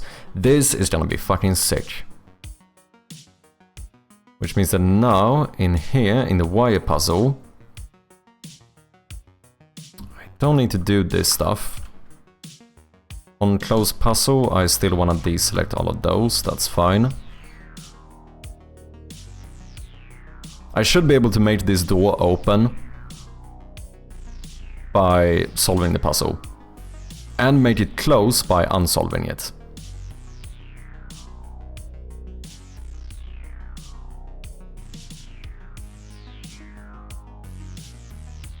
With a single line statement in an if you don't need the brackets. Yeah, I heard about that. I started doing it for a little bit, but then I felt like the inconsistency is formatting seems worse than the convenience of not doing the brackets. Do you know what I mean?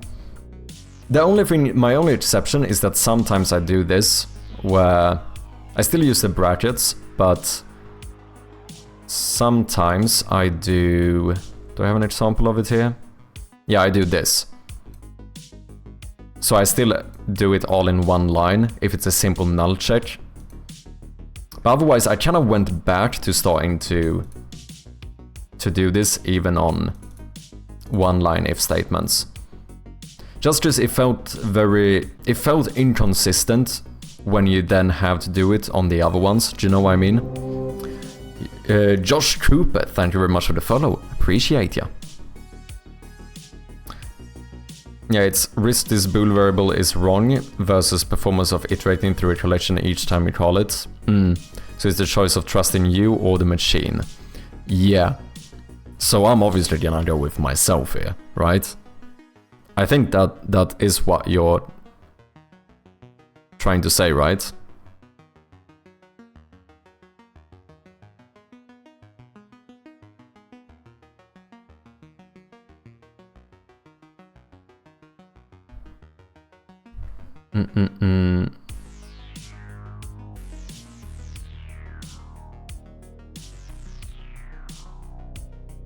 Sorry, give me just 1 minute, 1 second.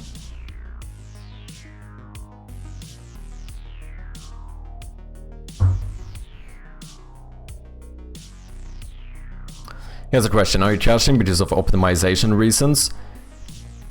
Half yes, half no. Or because it's easier for you to understand the code? No. I am caching because of premature optimization reasons. That's really it. Because I'm not doing it because I noticed it was too, like, computationally heavy or whatever to iterate through it. I'm just doing it to see. It seems like it would be less work for the computer, you know. So it's kind of neither. It's kind of for premature optimization reasons. It is probably not necessary. I think I imagine that I most likely I'd overestimate how much of a burden it is to go through 4 items in an array. It's probably quite easy, let's be honest. So pull over. Thank you for the 30 bits, man. Oh, that's funny.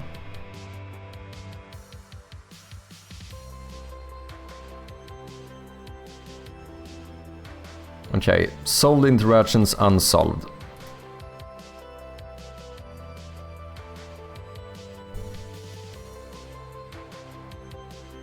Right, closed door. Oh yeah, that's fine.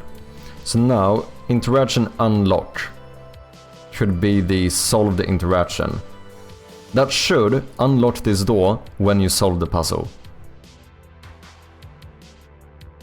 I don't know if I can close it.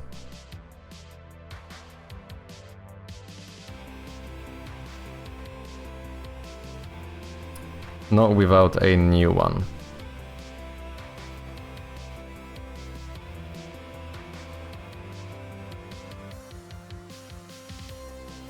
Because this is not gonna lock it. Do I care? Not really. Let's see if it works. Took me a long time to stop premature optimizing, yeah.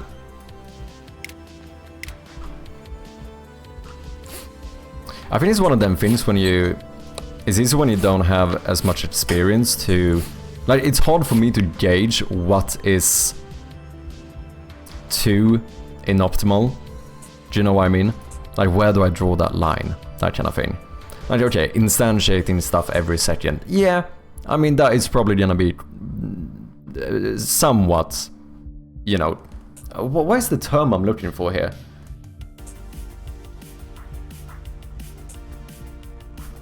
I don't know, it's gonna be quite a process, you know?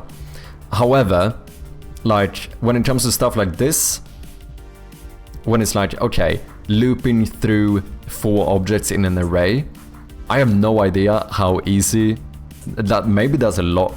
Like, I think I probably suspect it to be worse than it might be. I don't know, Atrium, do you know?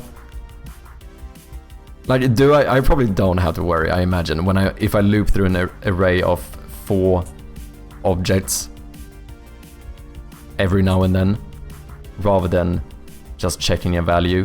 Like, is there a big difference? I imagine it might not really make much of a difference.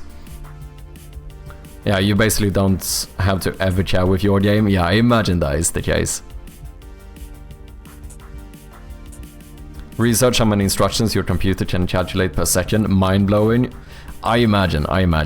Yeah, I think I should probably... Sometimes it's still interesting seeing if I can figure... You know, I kind of find it interesting to figure out if I can do this in a more optimal way. But like with everything, I think there's a balance to it.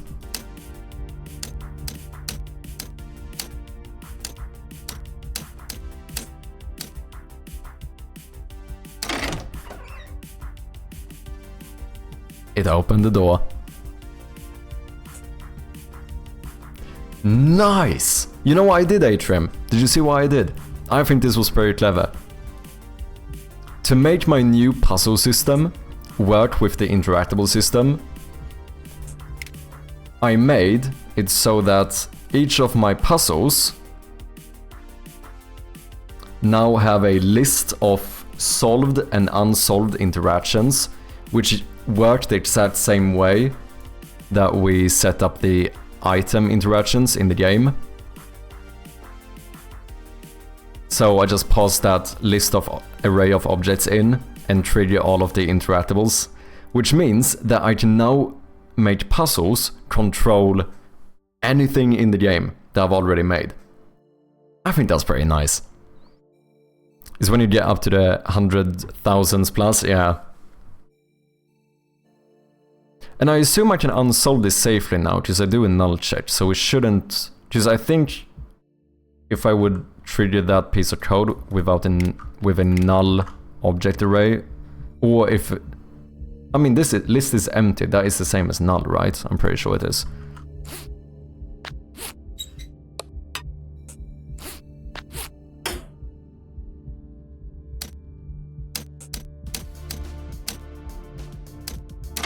Boom. But then if I unsolve it, I should be fine. I am indeed. And here, if I want to, we could make it so it like closes the door again and locks it. I'm not sure this is gonna go to a door specifically. This might be weird though, because the door is open, but... Oh, interesting. Because the game object is inactive.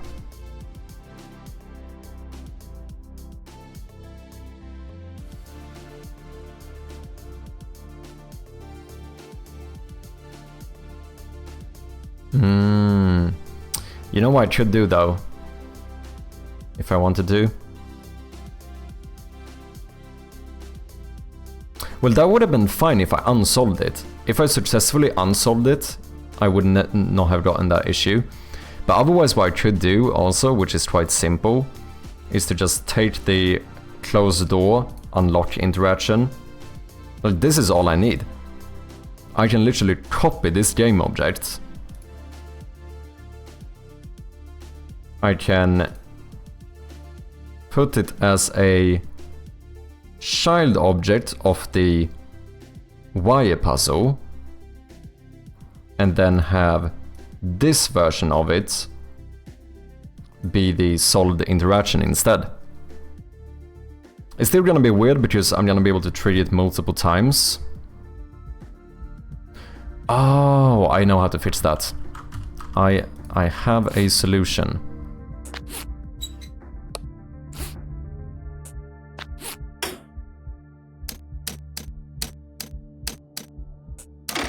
We open up, we remove this. Nope. Oh, it's not because that one is... Oh no, it deactivated this one. Ah, why? What?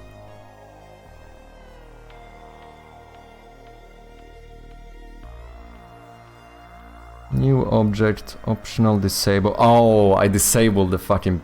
No, but that shouldn't matter. Or is it because I'm trying to do this? Like, which... What are we actually talking about here?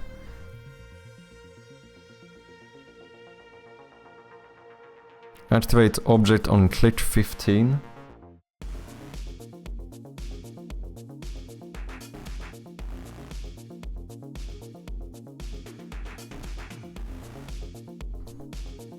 Okay, but I think there's another way I could fix this, because we never want to do it if the state is the same anyway, so what I think we could do is go to our puzzle thing here and do something similar, like...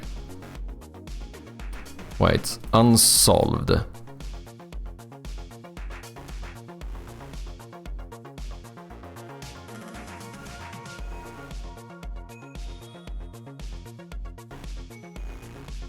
Like, we could only trigger puzzles solved. Wait, it would actually be here, when we check the solved status. Because now, we check if it's incorrect, and it is solved. What if I check if it's incorrect, and it isn't solved? Only then do we solve it, because if it's correct, but it's already solved, we don't really need to re-trigger this unless I have unsolved it. But wait, I do unsolve it. But that doesn't reset the thingy. Fuck, this doesn't work.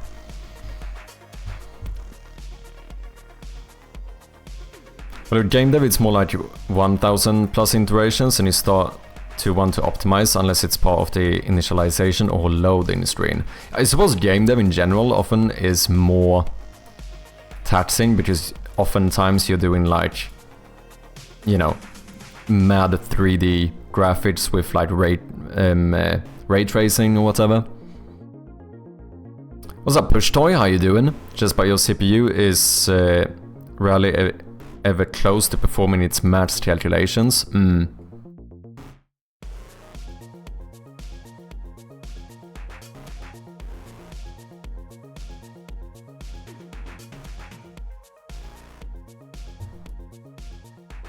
I don't know how to do this. Can I do...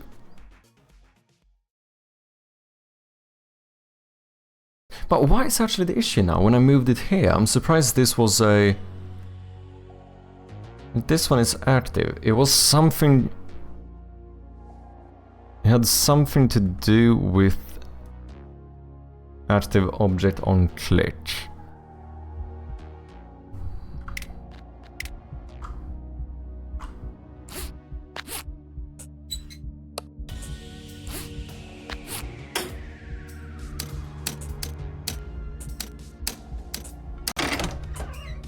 Okay, boom. Now it's unsolved, so the code I just made doesn't fucking do anything. And then... boom. Coroutine couldn't be started. Okay, so it's the coroutines. Where are the coroutines running? Because the game object int unlock is inactive, but that's not true. Like, why are you... Oh, switch object on click. Is that deactivating this object? Yeah, game object set active false. Shite.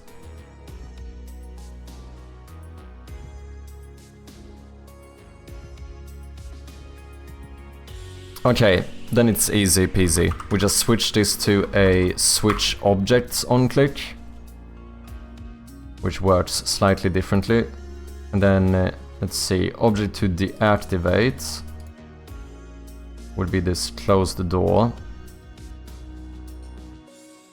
Oh, but here I can't have a delay. Do I care? No. And then object to activate is this one. Now we can remove you, and this should... Did I just do that in play? Shite.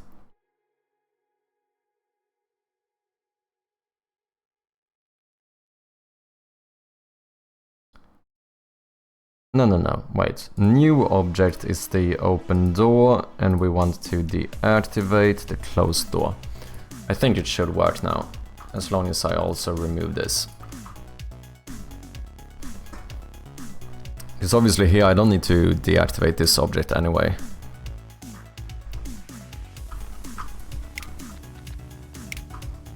Boom, boom. My arena with the raid, what is up? Welcome in, raid message. How are you doing? Thank you so much for the raid. Creative Ways, welcome back. Ticket, sorry if I'm butchering your name, but welcome, hope you're doing good. And thank you for the follow as well, appreciate ya. Things are good, nice, thank you, how are you? I'm doing good, we are making some progress here in the game. For anyone who doesn't know of me, I'm currently working on a point-and-click horror game, which, if you're interested in, you can wishlist it on Steam as we speak. We do very much appreciate those wishlists. Unheard Stoner, welcome in as well. Downloads cool, thank you man, appreciate ya. So yeah, I've been trying to work on these like pop-up puzzles today. So, the way... I can show you what we're working on. So if we turn the light on and we unscrew this one, we can now like zoom into this and do a little puzzle, which I think is kind of cool. Something that happened like in an unintended way, which is fucking sick, is the fact that accidentally this reacts to the light inside of the room. So if I turn off the light and I open this again, now it's dark. This was completely unintended, but pretty fucking cool detail. We have this little puzzle going. And it opens the door for you.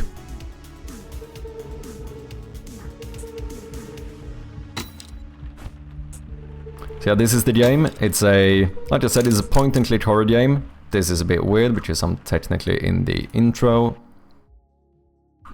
And then we break the game. It's supposed to happen. Surely, surely. What have you been working on, Maya? Anything fun today? What's up, Monsi? How you doing? Welcome in.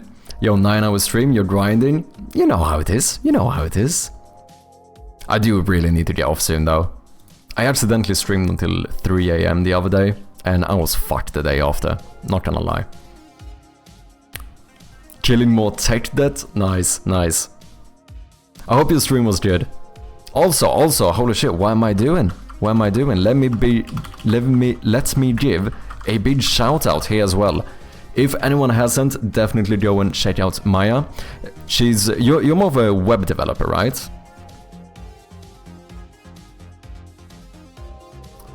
If you have anything you want to share, again, feel free to do so. But yeah, go and give her a follow.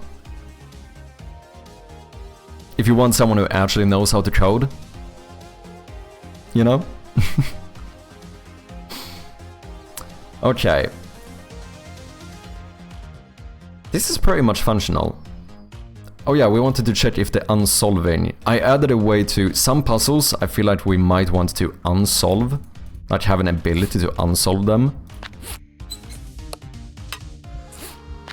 So let's see if that works now. Okay. The door opened up. And then if I take this away... Unsolved, you fucking noob. It works. Let's go. And the game doesn't crash. So here, if we wanted to, we could actually make it so, for example, it would actually close the door as well. If you unsolve it. I'm not even sure this is gonna go to a door. This is just testing stuff.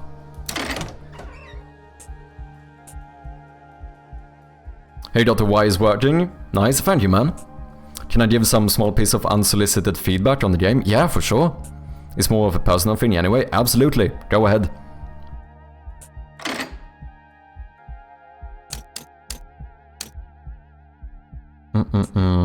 So the only thing we need is to actually generate a random correct thing here. Like a solution. Because right now, every single one is... correct, no matter how I do it.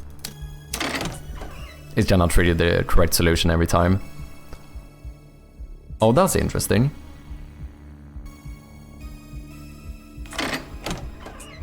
Whoops. I don't know, if anyone has good ideas of what this could actually connect, because I don't know, it doesn't necessarily have to be directly to a door either. It could be something different.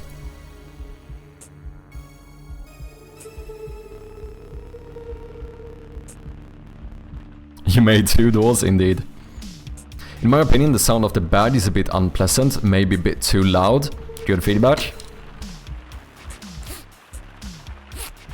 I wonder also if maybe it's the fact that, because it does become a pretty common sound effect. Maybe it's a bit too sharp. Maybe. Oh, also it's trying to force an ad on me. Oh, sorry about that one. We do have some ads running.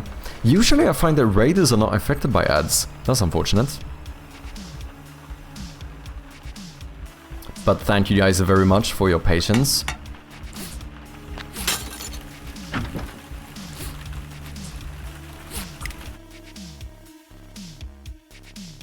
We also need to connect those rooms. And then I guess for now we might make this the finish.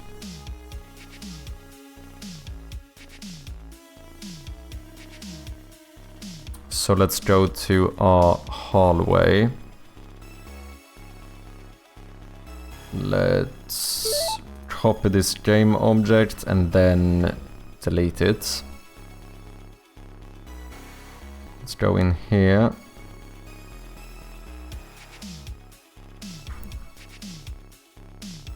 Boom. paste this door. Why are you in the wrong place?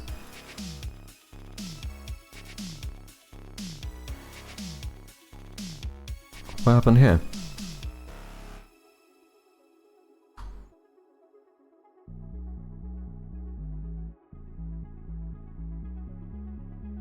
That's odd.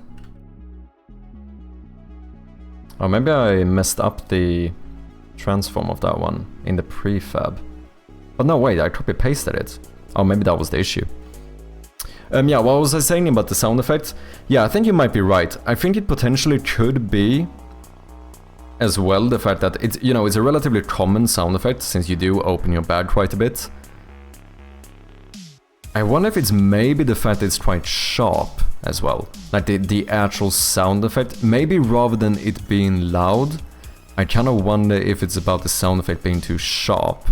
Because it's an actual zipper. You know, we recorded the sound effect with an audio recorder. And I wonder if the sound might be a bit too... Like maybe it would be a bit more pleasant if we slightly like softened the sound of it. Do you know what I mean?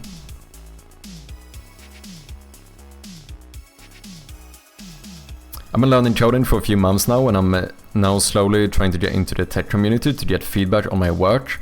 I needed to get out of my little bubble of learning, which is documents and AI. I see what you mean. I've also been learning web development, but I tried to make a simple game in Godot. Oh, interesting. It was a simple platformer, but I sucked at art and animations for the characters. Might try making a game again soon. It's fun. I think game development is really rewarding. It's definitely a long process. Like, at least for me, like, you know, I think for most people, anything you want to make, it's gonna take like 3 times the amount of time you think you can do it in. Like, it's a long haul to make a game. However, I find the process of doing it really, yeah, rewarding, you know. I find it... Yeah, I don't know, I cannot recommend it anymore. It's probably not for everyone, that is probably fair to say, such as with most things, but I love the variety and just the process of making a video game. The fact that I can be doing art, I can do a bit of code, I can do a bit of design, you know, that is fun stuff, it's fun stuff. I think it's definitely worth giving a real shot if you think you'd be into it. My general recommendation would be to start with a very simple game, but that is harder than it might sound. I didn't do it. I tried making a massive RPG game, the first game I ever did. Did I succeed? Nope, absolutely not.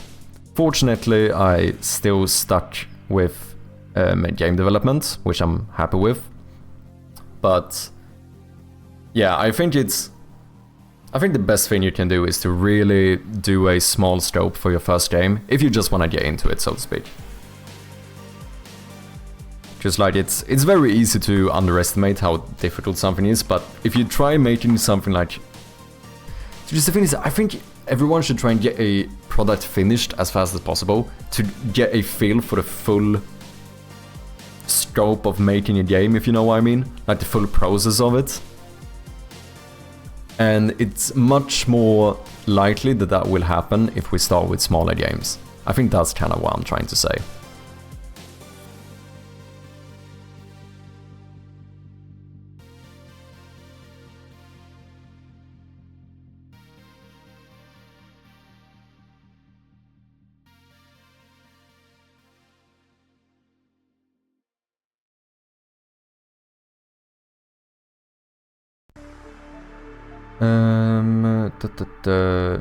Basic key, no. Let's do master key here.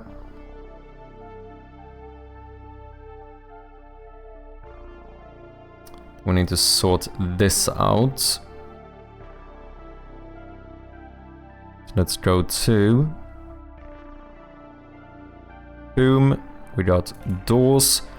Do we need the key for this one? Nah. I think I might even just do a passage, to be honest. But then what the fuck is the point of this room? I suppose that's an argument.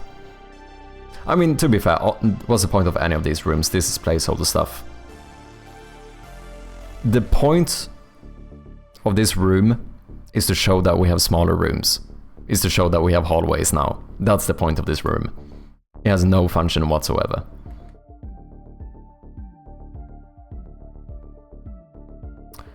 now, let's see, front door should now be the passage. You should lead to the wire room. Back door leads to the hallway. That looks correct. I do want to make it as well so that if you're in a smaller room, you have less reverb on the sound effects, and if you're in like a massive room, we do even more reverb. I think that could be pretty cool. Okay, now we should be able to make it to that room, even starting here, as far as I know. We're not gonna be able to unlock the door though, because our interaction is gonna be incorrect now. So...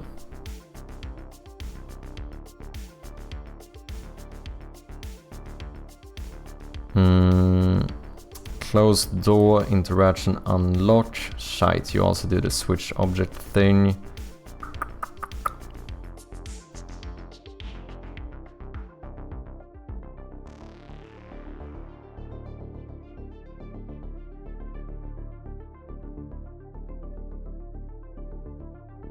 I guess I should change that on all my doors then. This should be a switch objects on, but then I can't have a delay. Okay, let's just do this for now. We're gonna copy this one. Gonna go to the puzzle, interaction unlock. Gonna remove that one. Gonna paste this new one. Boom. Then this is now going to be the successful interaction. And that we should at least be able to open it. Even starting here.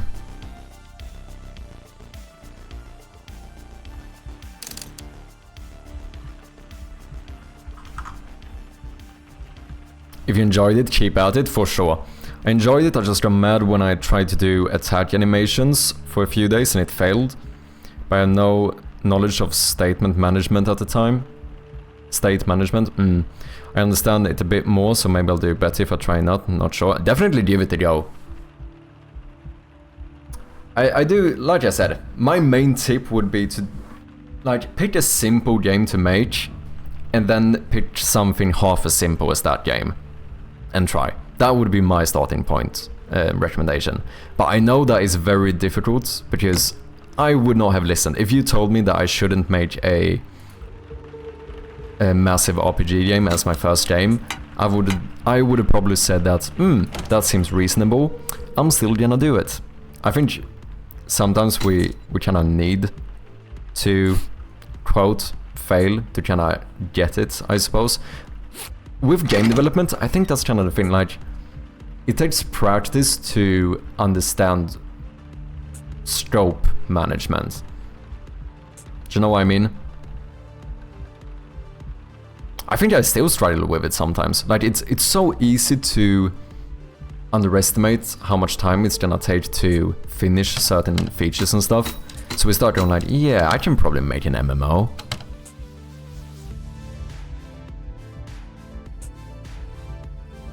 How you doing, Damien? Welcome in. Hope you're having a good Friday. I want to get back into it. I liked web development because I was able to understand front-end development pretty easily. Now I'm getting into back-end, it's getting a little hard, interesting. I haven't really tried any web development so far. I would be interested in trying it at some point, but it's not something I've ever given a go. I do want to try more like non-game dev coding as well, just for fun.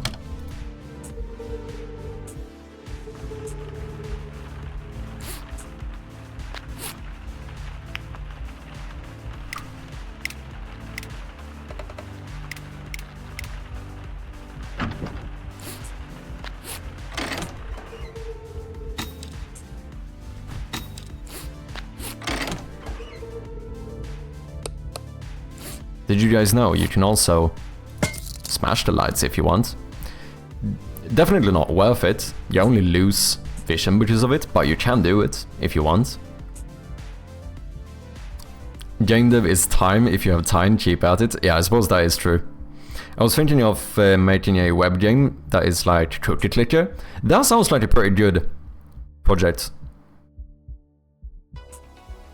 Would you like to see my portfolio I made yesterday? Maybe give some feedback? I can have a look. I don't know if my feedback is worth anything whatsoever. As someone who also has absolutely zero professional experience in the like tech field. But I can definitely have a look.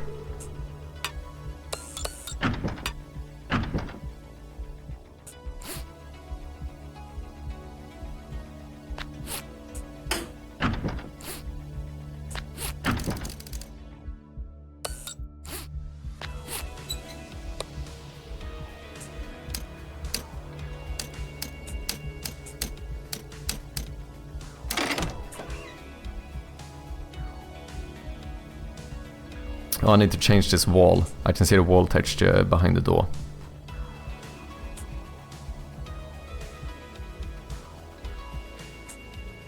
Nice! We're getting there. I love helping people with back-end, front-end projects. Oh, do you? That's my first portfolio I finished.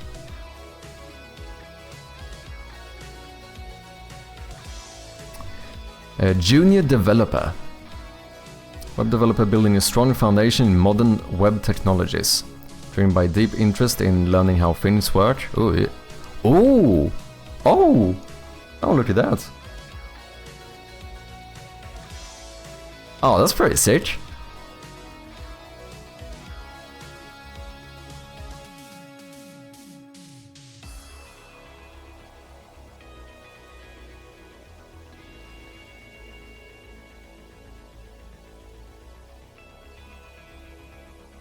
That's very cool. Sorry, I got a little bit distracted here. Anyway, what was the thingy?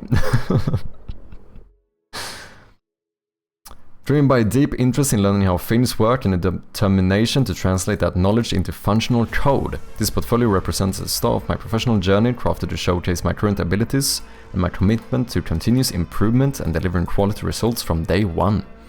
I'm ready to contribute. That sounds nice. Oh! Do a little shockwave thing when we click here as well.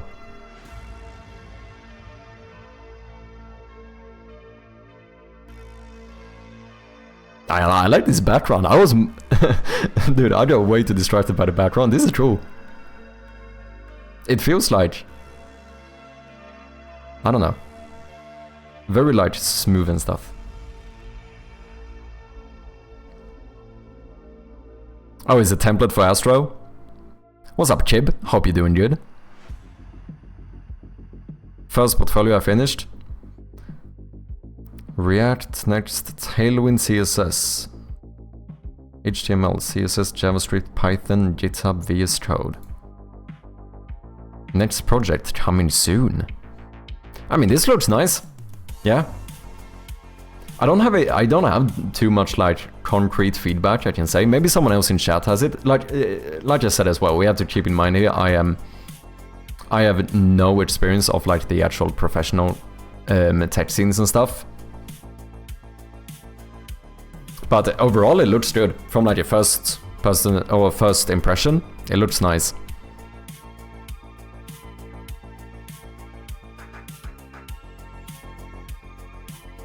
Animations took forever. Yes, it is a little distracting. I think it's cool though as well, because it kinda, you know, it would make me remember the portfolio in some regard.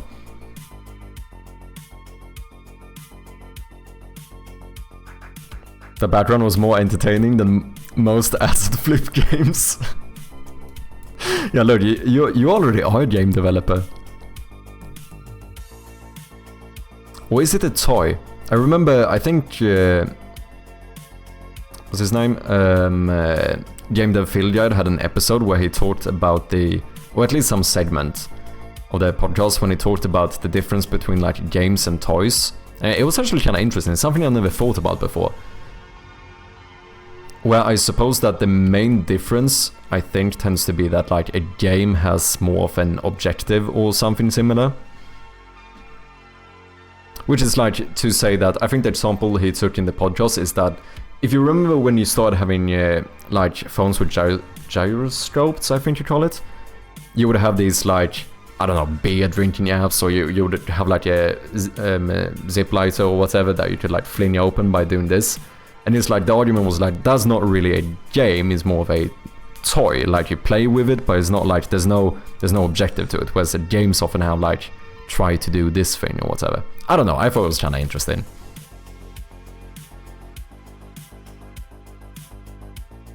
When you said functional code, someone might think you're referring to the functional coding paradigm. Oh yeah, that's probably a fair point. Yeah, as in like functional in like as a difference to object-oriented. Yeah, just if you mean it generally, like just as in that this is functional, like it functions, that could potentially, I suppose, be a little bit. It could be misunderstood. Yeah, I didn't think about it first either. I didn't read it as functional as in the paradigm or whatever, but now when Chets pointed it out, yeah. I suppose that is true. I only didn't make the load animation, was just simple grid at first. It didn't have any animation after load, the rest was me. Ah, I see. But yeah, overall, I think it looks good. Just changed it to functioning. Yeah, I mean, that would sort of fix it, to be honest. That would sort of fix it. Let's see, the front wall, you need to have a door opening. Nice. However, ladies and gentlemen, I really need to get out of here. How long have I been streaming? Almost 10 hours. Please stick around though, let's see if we can find some we can throw a little raid at. Of course, if you haven't, make sure to follow the stream if you want to catch more of this stuff. I will be back on... When will I be back? I will be back on Monday with some more Shroud of Gloom development. Exciting. We'll see. I might do a little bit of work this weekend as well. But if that's the case, I will catch you guys up on Monday as per usual. Hey, Arnold Stoner. Thank you very much for the follow. Appreciate ya. Have a good one. Nice talking. No worries, man. Thank you for dropping by. Nice wire puzzle. Yeah, I'm quite happy with it. I think we got something good going here. I think those like close-up puzzles could be quite interesting to do more of. Of course, as well, if anyone hasn't, please go ahead and wishlist the game on Steam. Would very much appreciate that. If anyone wants to connect more with the community, you can also join the Discord. We have like, I think we're closing in on like 150 members or something. We're getting there. Feel free to join if you want to. And now, let's see, who should we go over to? Let's go over to... Should we go to Welfas? I did raid them relatively recently. We also have Captain Onosa. I don't think I've been able to raid Captain Onosa before. He's also working on some game dev stuff. He has been live for about an hour. You know what? Let's go to Captain Onosa. He's a cool guy, but I don't think I've raided him before, so let's make it a first. Wishlisted, thank you, man. Appreciate ya. Yeah, let's jump over to Onosa. Send that chirpy raid in the chat. And as always, thank you all so much for watching. I really do appreciate each and every single one of you. Thank you so much to all of the raiders today. We have Maya Rayner. Also checks with the bits, appreciate ya. A lot of new followers. Creative Waste with another raid. Sorcery Story. Acrylic Pixel. Smallster Kobold. Q Mizu. We had a lot of raids today. Also shout out to Phil for that offline subscription as well. Badass. And yeah, like I said, I will see you guys on...